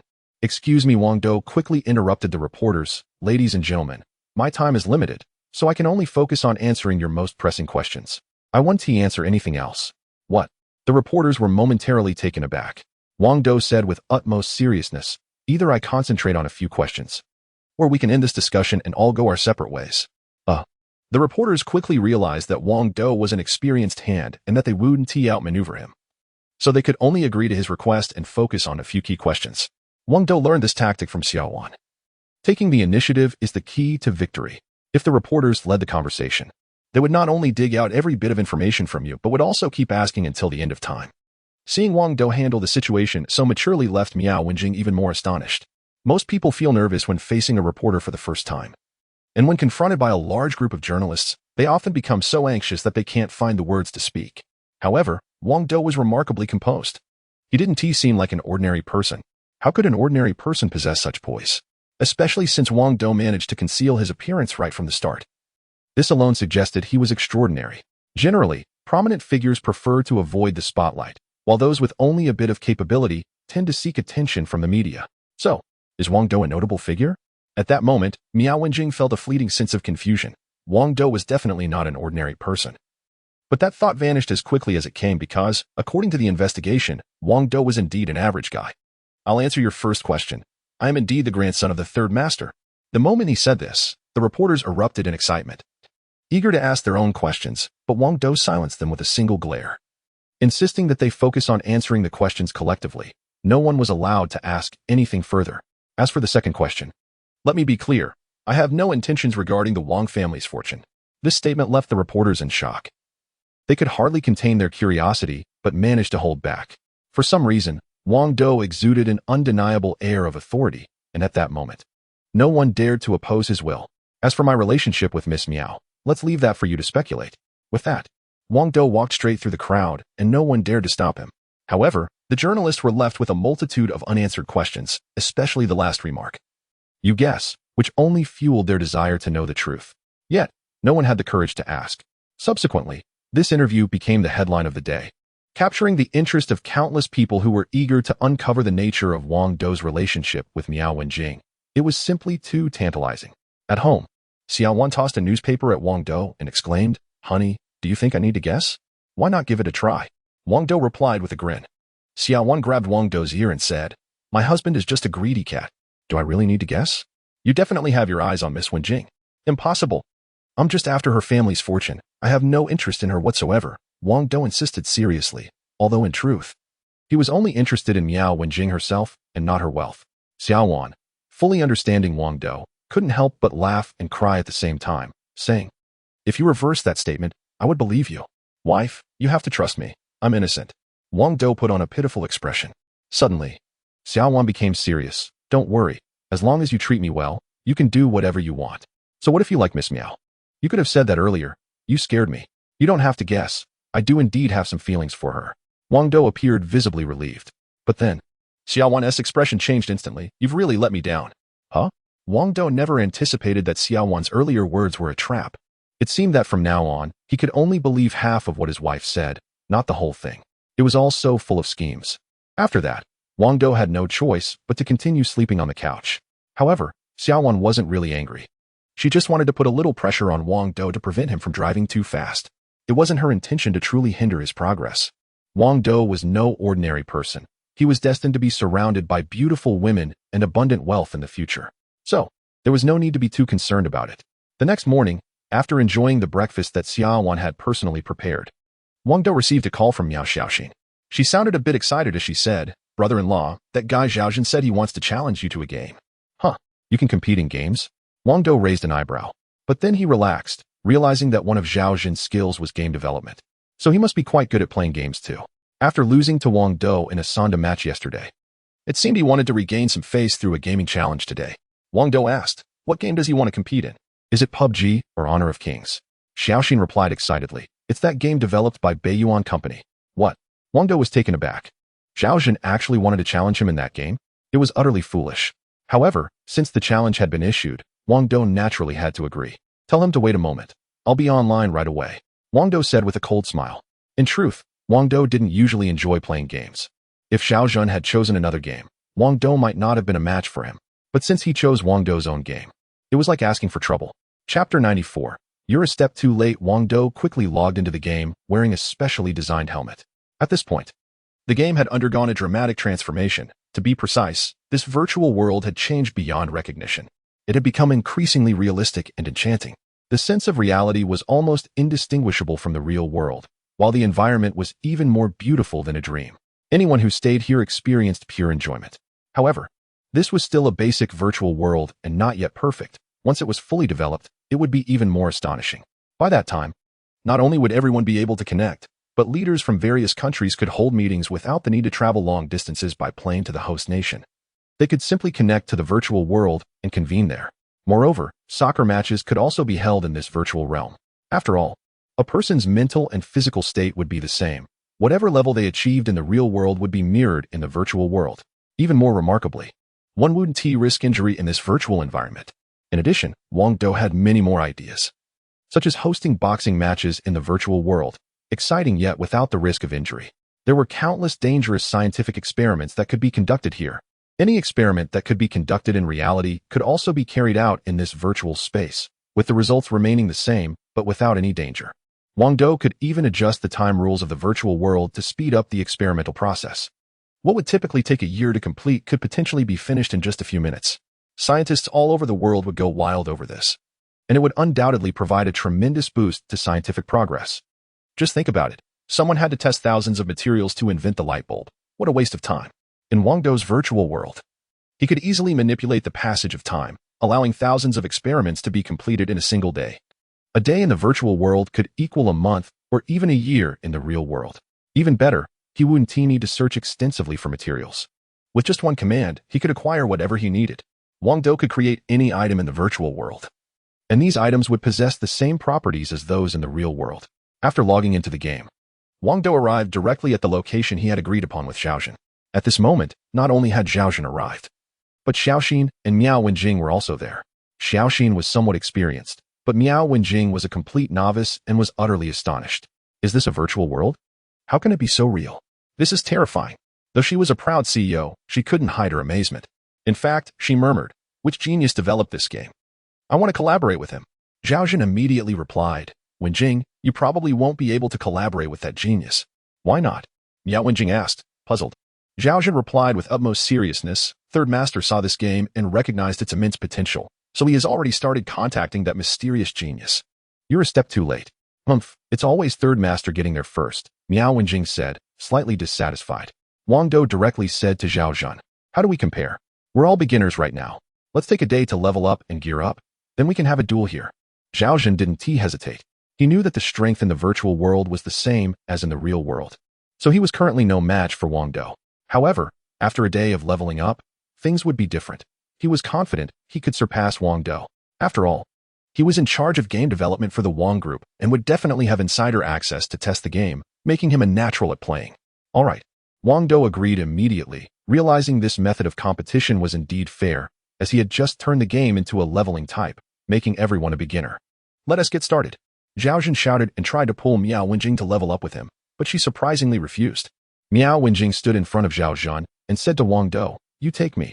Wang Dou felt a slight satisfaction. "Wenjing, why are you with him and not with me?" "I'm way stronger than he is," Xiaoxin said, puzzled. He not only believed he was stronger than Wang Dou, but he also had a great relationship with Wenjing. "I want to stick with Xiaoxin. I'm worried she'll get hurt," Miao Wenjing explained. The truth was, she was Wang Dou's fiancée, so how could she follow Xiaoxin? Although she still felt some resistance to this fact, it was ultimately futile. Therefore, she had to show respect to Wang Dou in public. As his fiancée, how could she play games with others in front of him? That would be a slap in the face. It was simply impossible. Fine, just wait.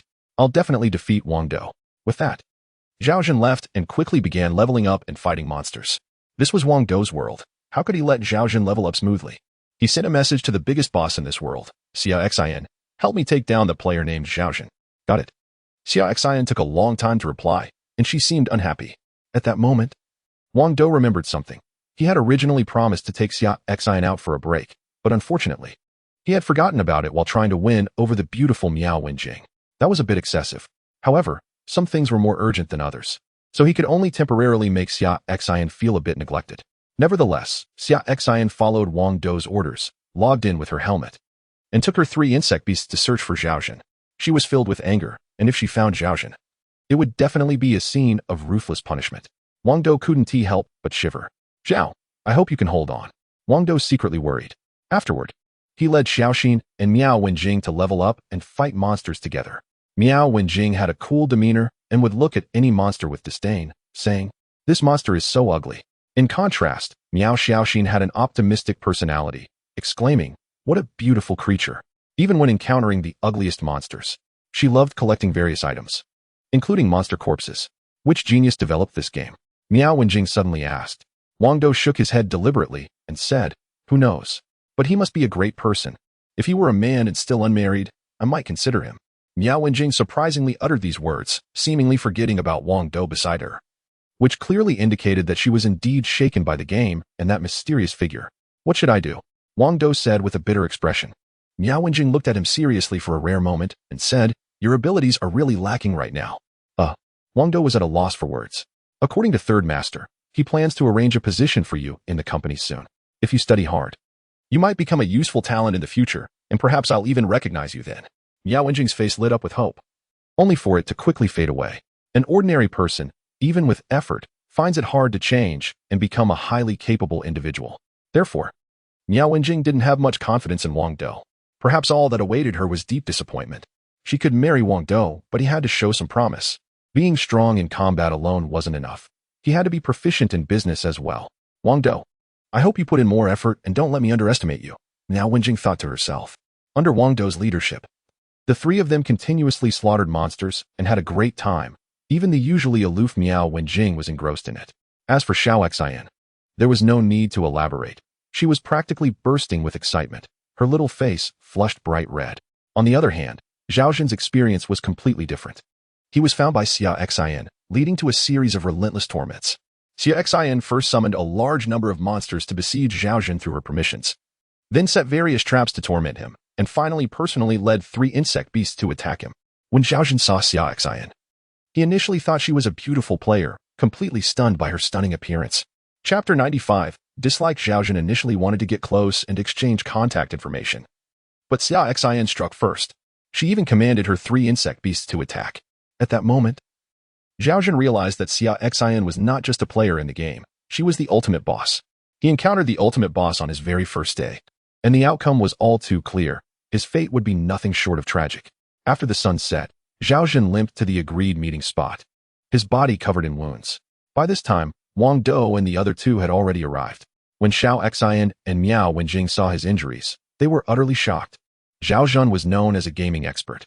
How could he be so badly hurt? Moreover, they hadn't noticed how strong the monsters were.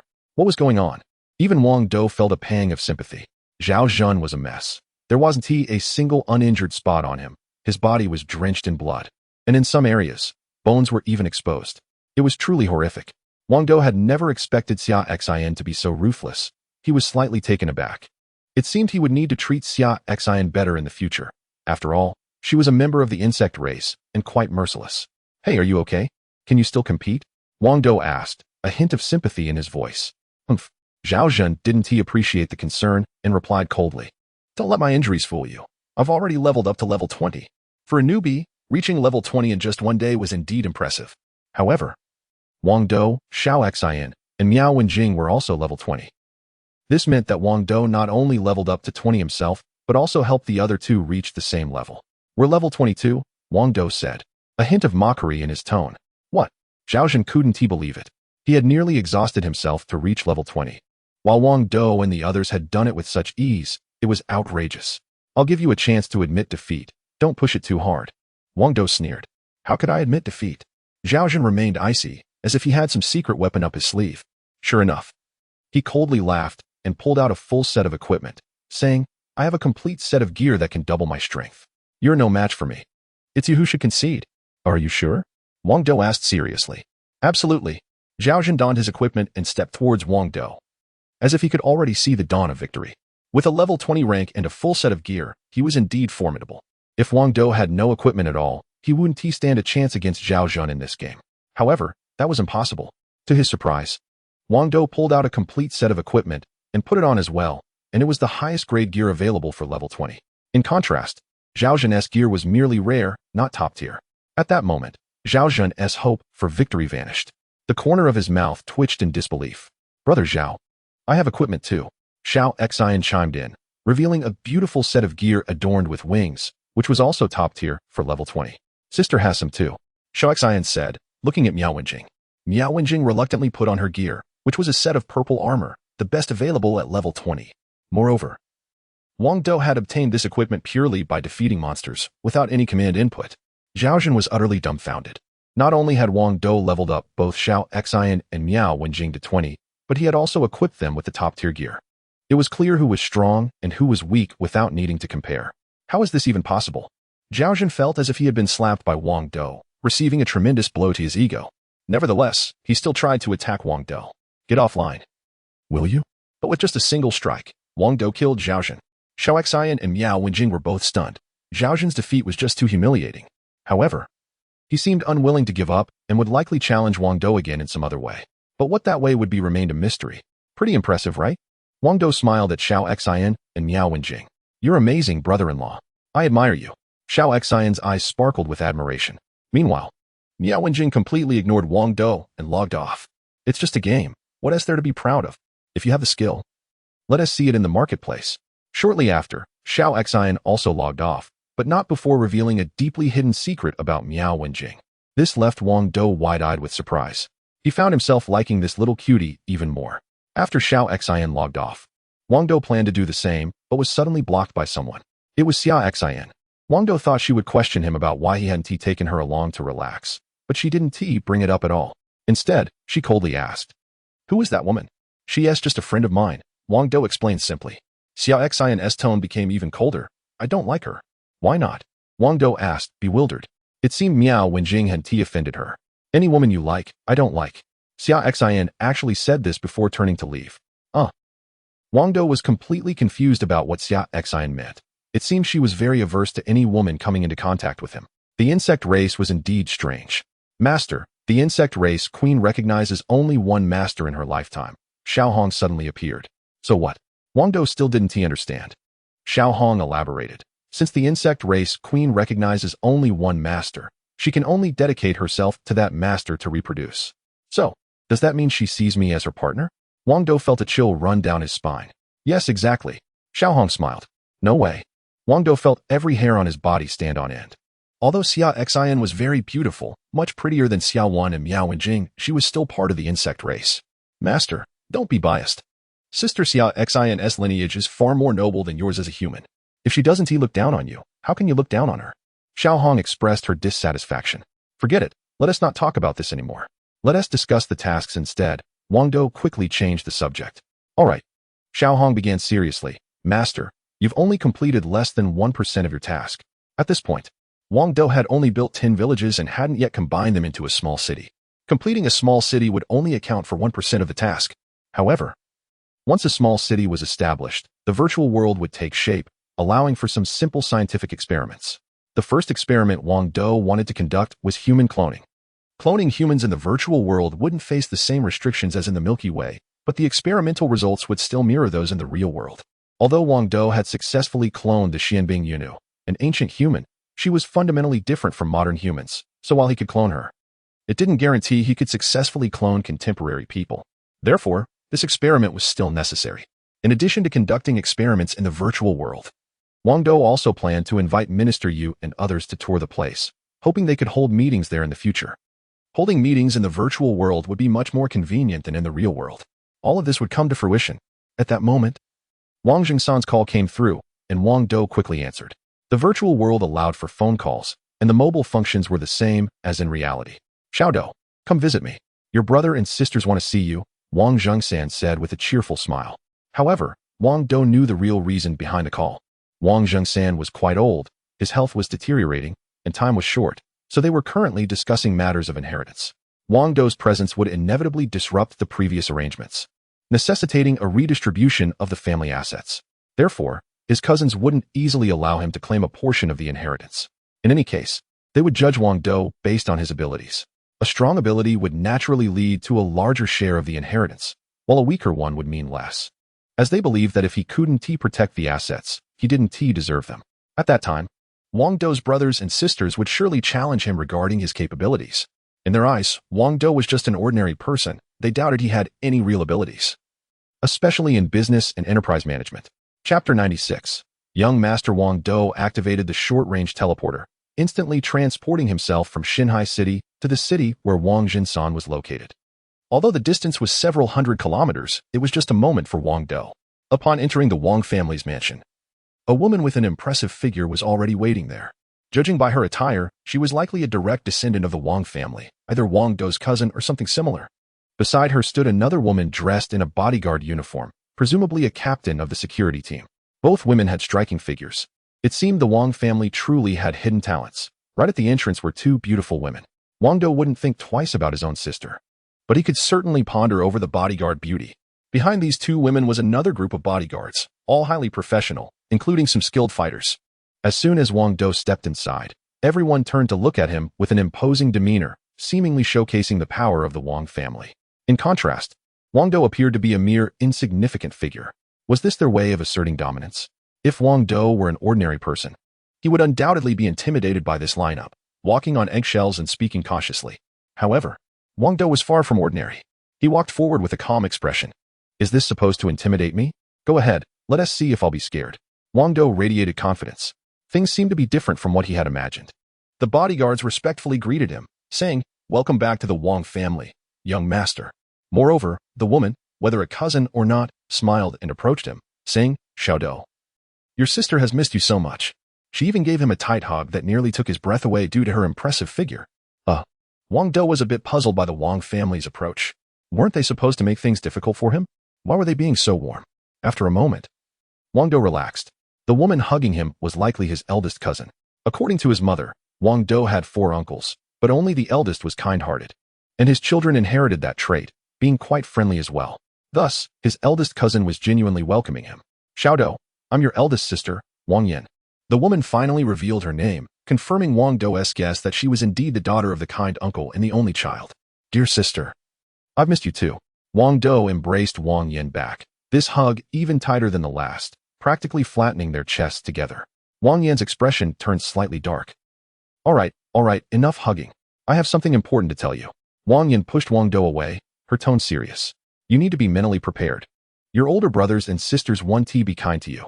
They've already planned how to deal with you." "I understand." Wang Dou was aware that his father was the youngest son of Wang Jingsan, which made him the youngest in the Wang family. Even so, others still want to deal with Wang Dou, which is truly disheartening. "Xiao Dou, our grandfather doesn't have much time left, so the competition within the family is fierce. You shouldn't hold a grudge." Wang Yan looked seriously at Wang Dou, feeling a pang of guilt. As the older sister, she hadn't guided everyone well, and she felt quite remorseful about it. "It's all right, I won't hold a grudge against any of them." Wang Dou nodded slightly, but thought coldly to himself, whether they will hold a grudge against me is another matter. What can a few older siblings do to Wang Dou? Who is Wang Dou? Since he plans to return to the Wang family, he should be more concerned about others than himself. When the time comes, who will hold a grudge against whom is hard to say. Did you say our grandfather doesn't have much time left?" Wang Dou frowned. Wang Yan's eyes dimmed as she replied, "Grandfather is very old and has overworked himself, resulting in numerous illnesses. I'm afraid he won't last much longer." "How long?" Wang Dou asked again. Wang Yan didn't want to discuss this, especially not let outsiders know about Wang Jingsan's health condition, as it would be detrimental to the Wang family. But since Wang Dou wasn't an outsider, she said seriously, "At most 3 months." 3 months. Wang Dou nodded slightly, but wasn't worried at all. After all, he was the owner of one hospital. Even if his grandfather could only hold on for 3 days, Wang Dou could easily save Wang Jinsan and even extend his life by several decades if needed. However, now wasn't the time to reveal his plans. Wang Dou wanted to understand Wang Jinsan's attitude towards him. Although he was Wang Dou's biological grandfather, he had indeed caused harm to Wang Dou's mother back in the day. So, it was better to wait a while. Xiao Dou, don't be sad. Everyone grows old eventually. Wang Yin patted Wang Dou on the shoulder, trying to comfort him. I'm not sad. Why should Wang Dou be sad? This illness could be cured easily, without any effort. Xiao Dou, look what your sister has prepared for you. Wang Yin directed her gaze to the beautiful bodyguard beside her. Wang Dou looked over as well but pretended to be clueless, saying, Sister, you didn't prepare a servant for me, did you? What can she do? Keep my bed warm. The female bodyguard immediately displayed a cold expression, and Wang Yin's face darkened. Her name is Lu Yin. She's not a servant, but your bodyguard from now on. Don't get the wrong idea. Wang Yin frowned, realizing her brother seemed to be a bit ridiculous. What a pity. Wang Dou shook his head. Wang Yin had no choice but to say again, Xiao Dou, our family is quite wealthy. If you like beautiful girls to keep your bed warm, I can find you some professionals another day. Really? Wang Dou looked eager. Of course, I can easily find you a whole bunch. But you need to take care of your health. Forget it. I'm not interested in superficial women. Wang Dou's gaze returned to Lu Yan, and he increasingly felt she was impressive. It was his first time seeing a bodyguard of her caliber. Lu Yan's body trembled slightly, but her icy demeanor intensified. Wang Yin was speechless and said, Xiao Dou, you can't have any thoughts about Lu Yan. She's been with me for nearly 10 years, and I've always regarded her as my sister. What a shame. Wang Dou pretended to show a disappointed expression. However, it was quite heartwarming that Wang Yin actually offered her personal bodyguard to Wang Dou. She truly is a great sister. Moreover, when she mentioned earlier that she could find a few warm companions for Wang Dou, she wasn't joking. Unfortunately, at this point, Wang Dou wasn't interested in the kind of woman. He had already raised his standards. Not every woman could enter his embrace. Those who could were truly lucky. Xiao Dou, Lu Yin is really capable and will definitely protect you well. Wang Yin said seriously.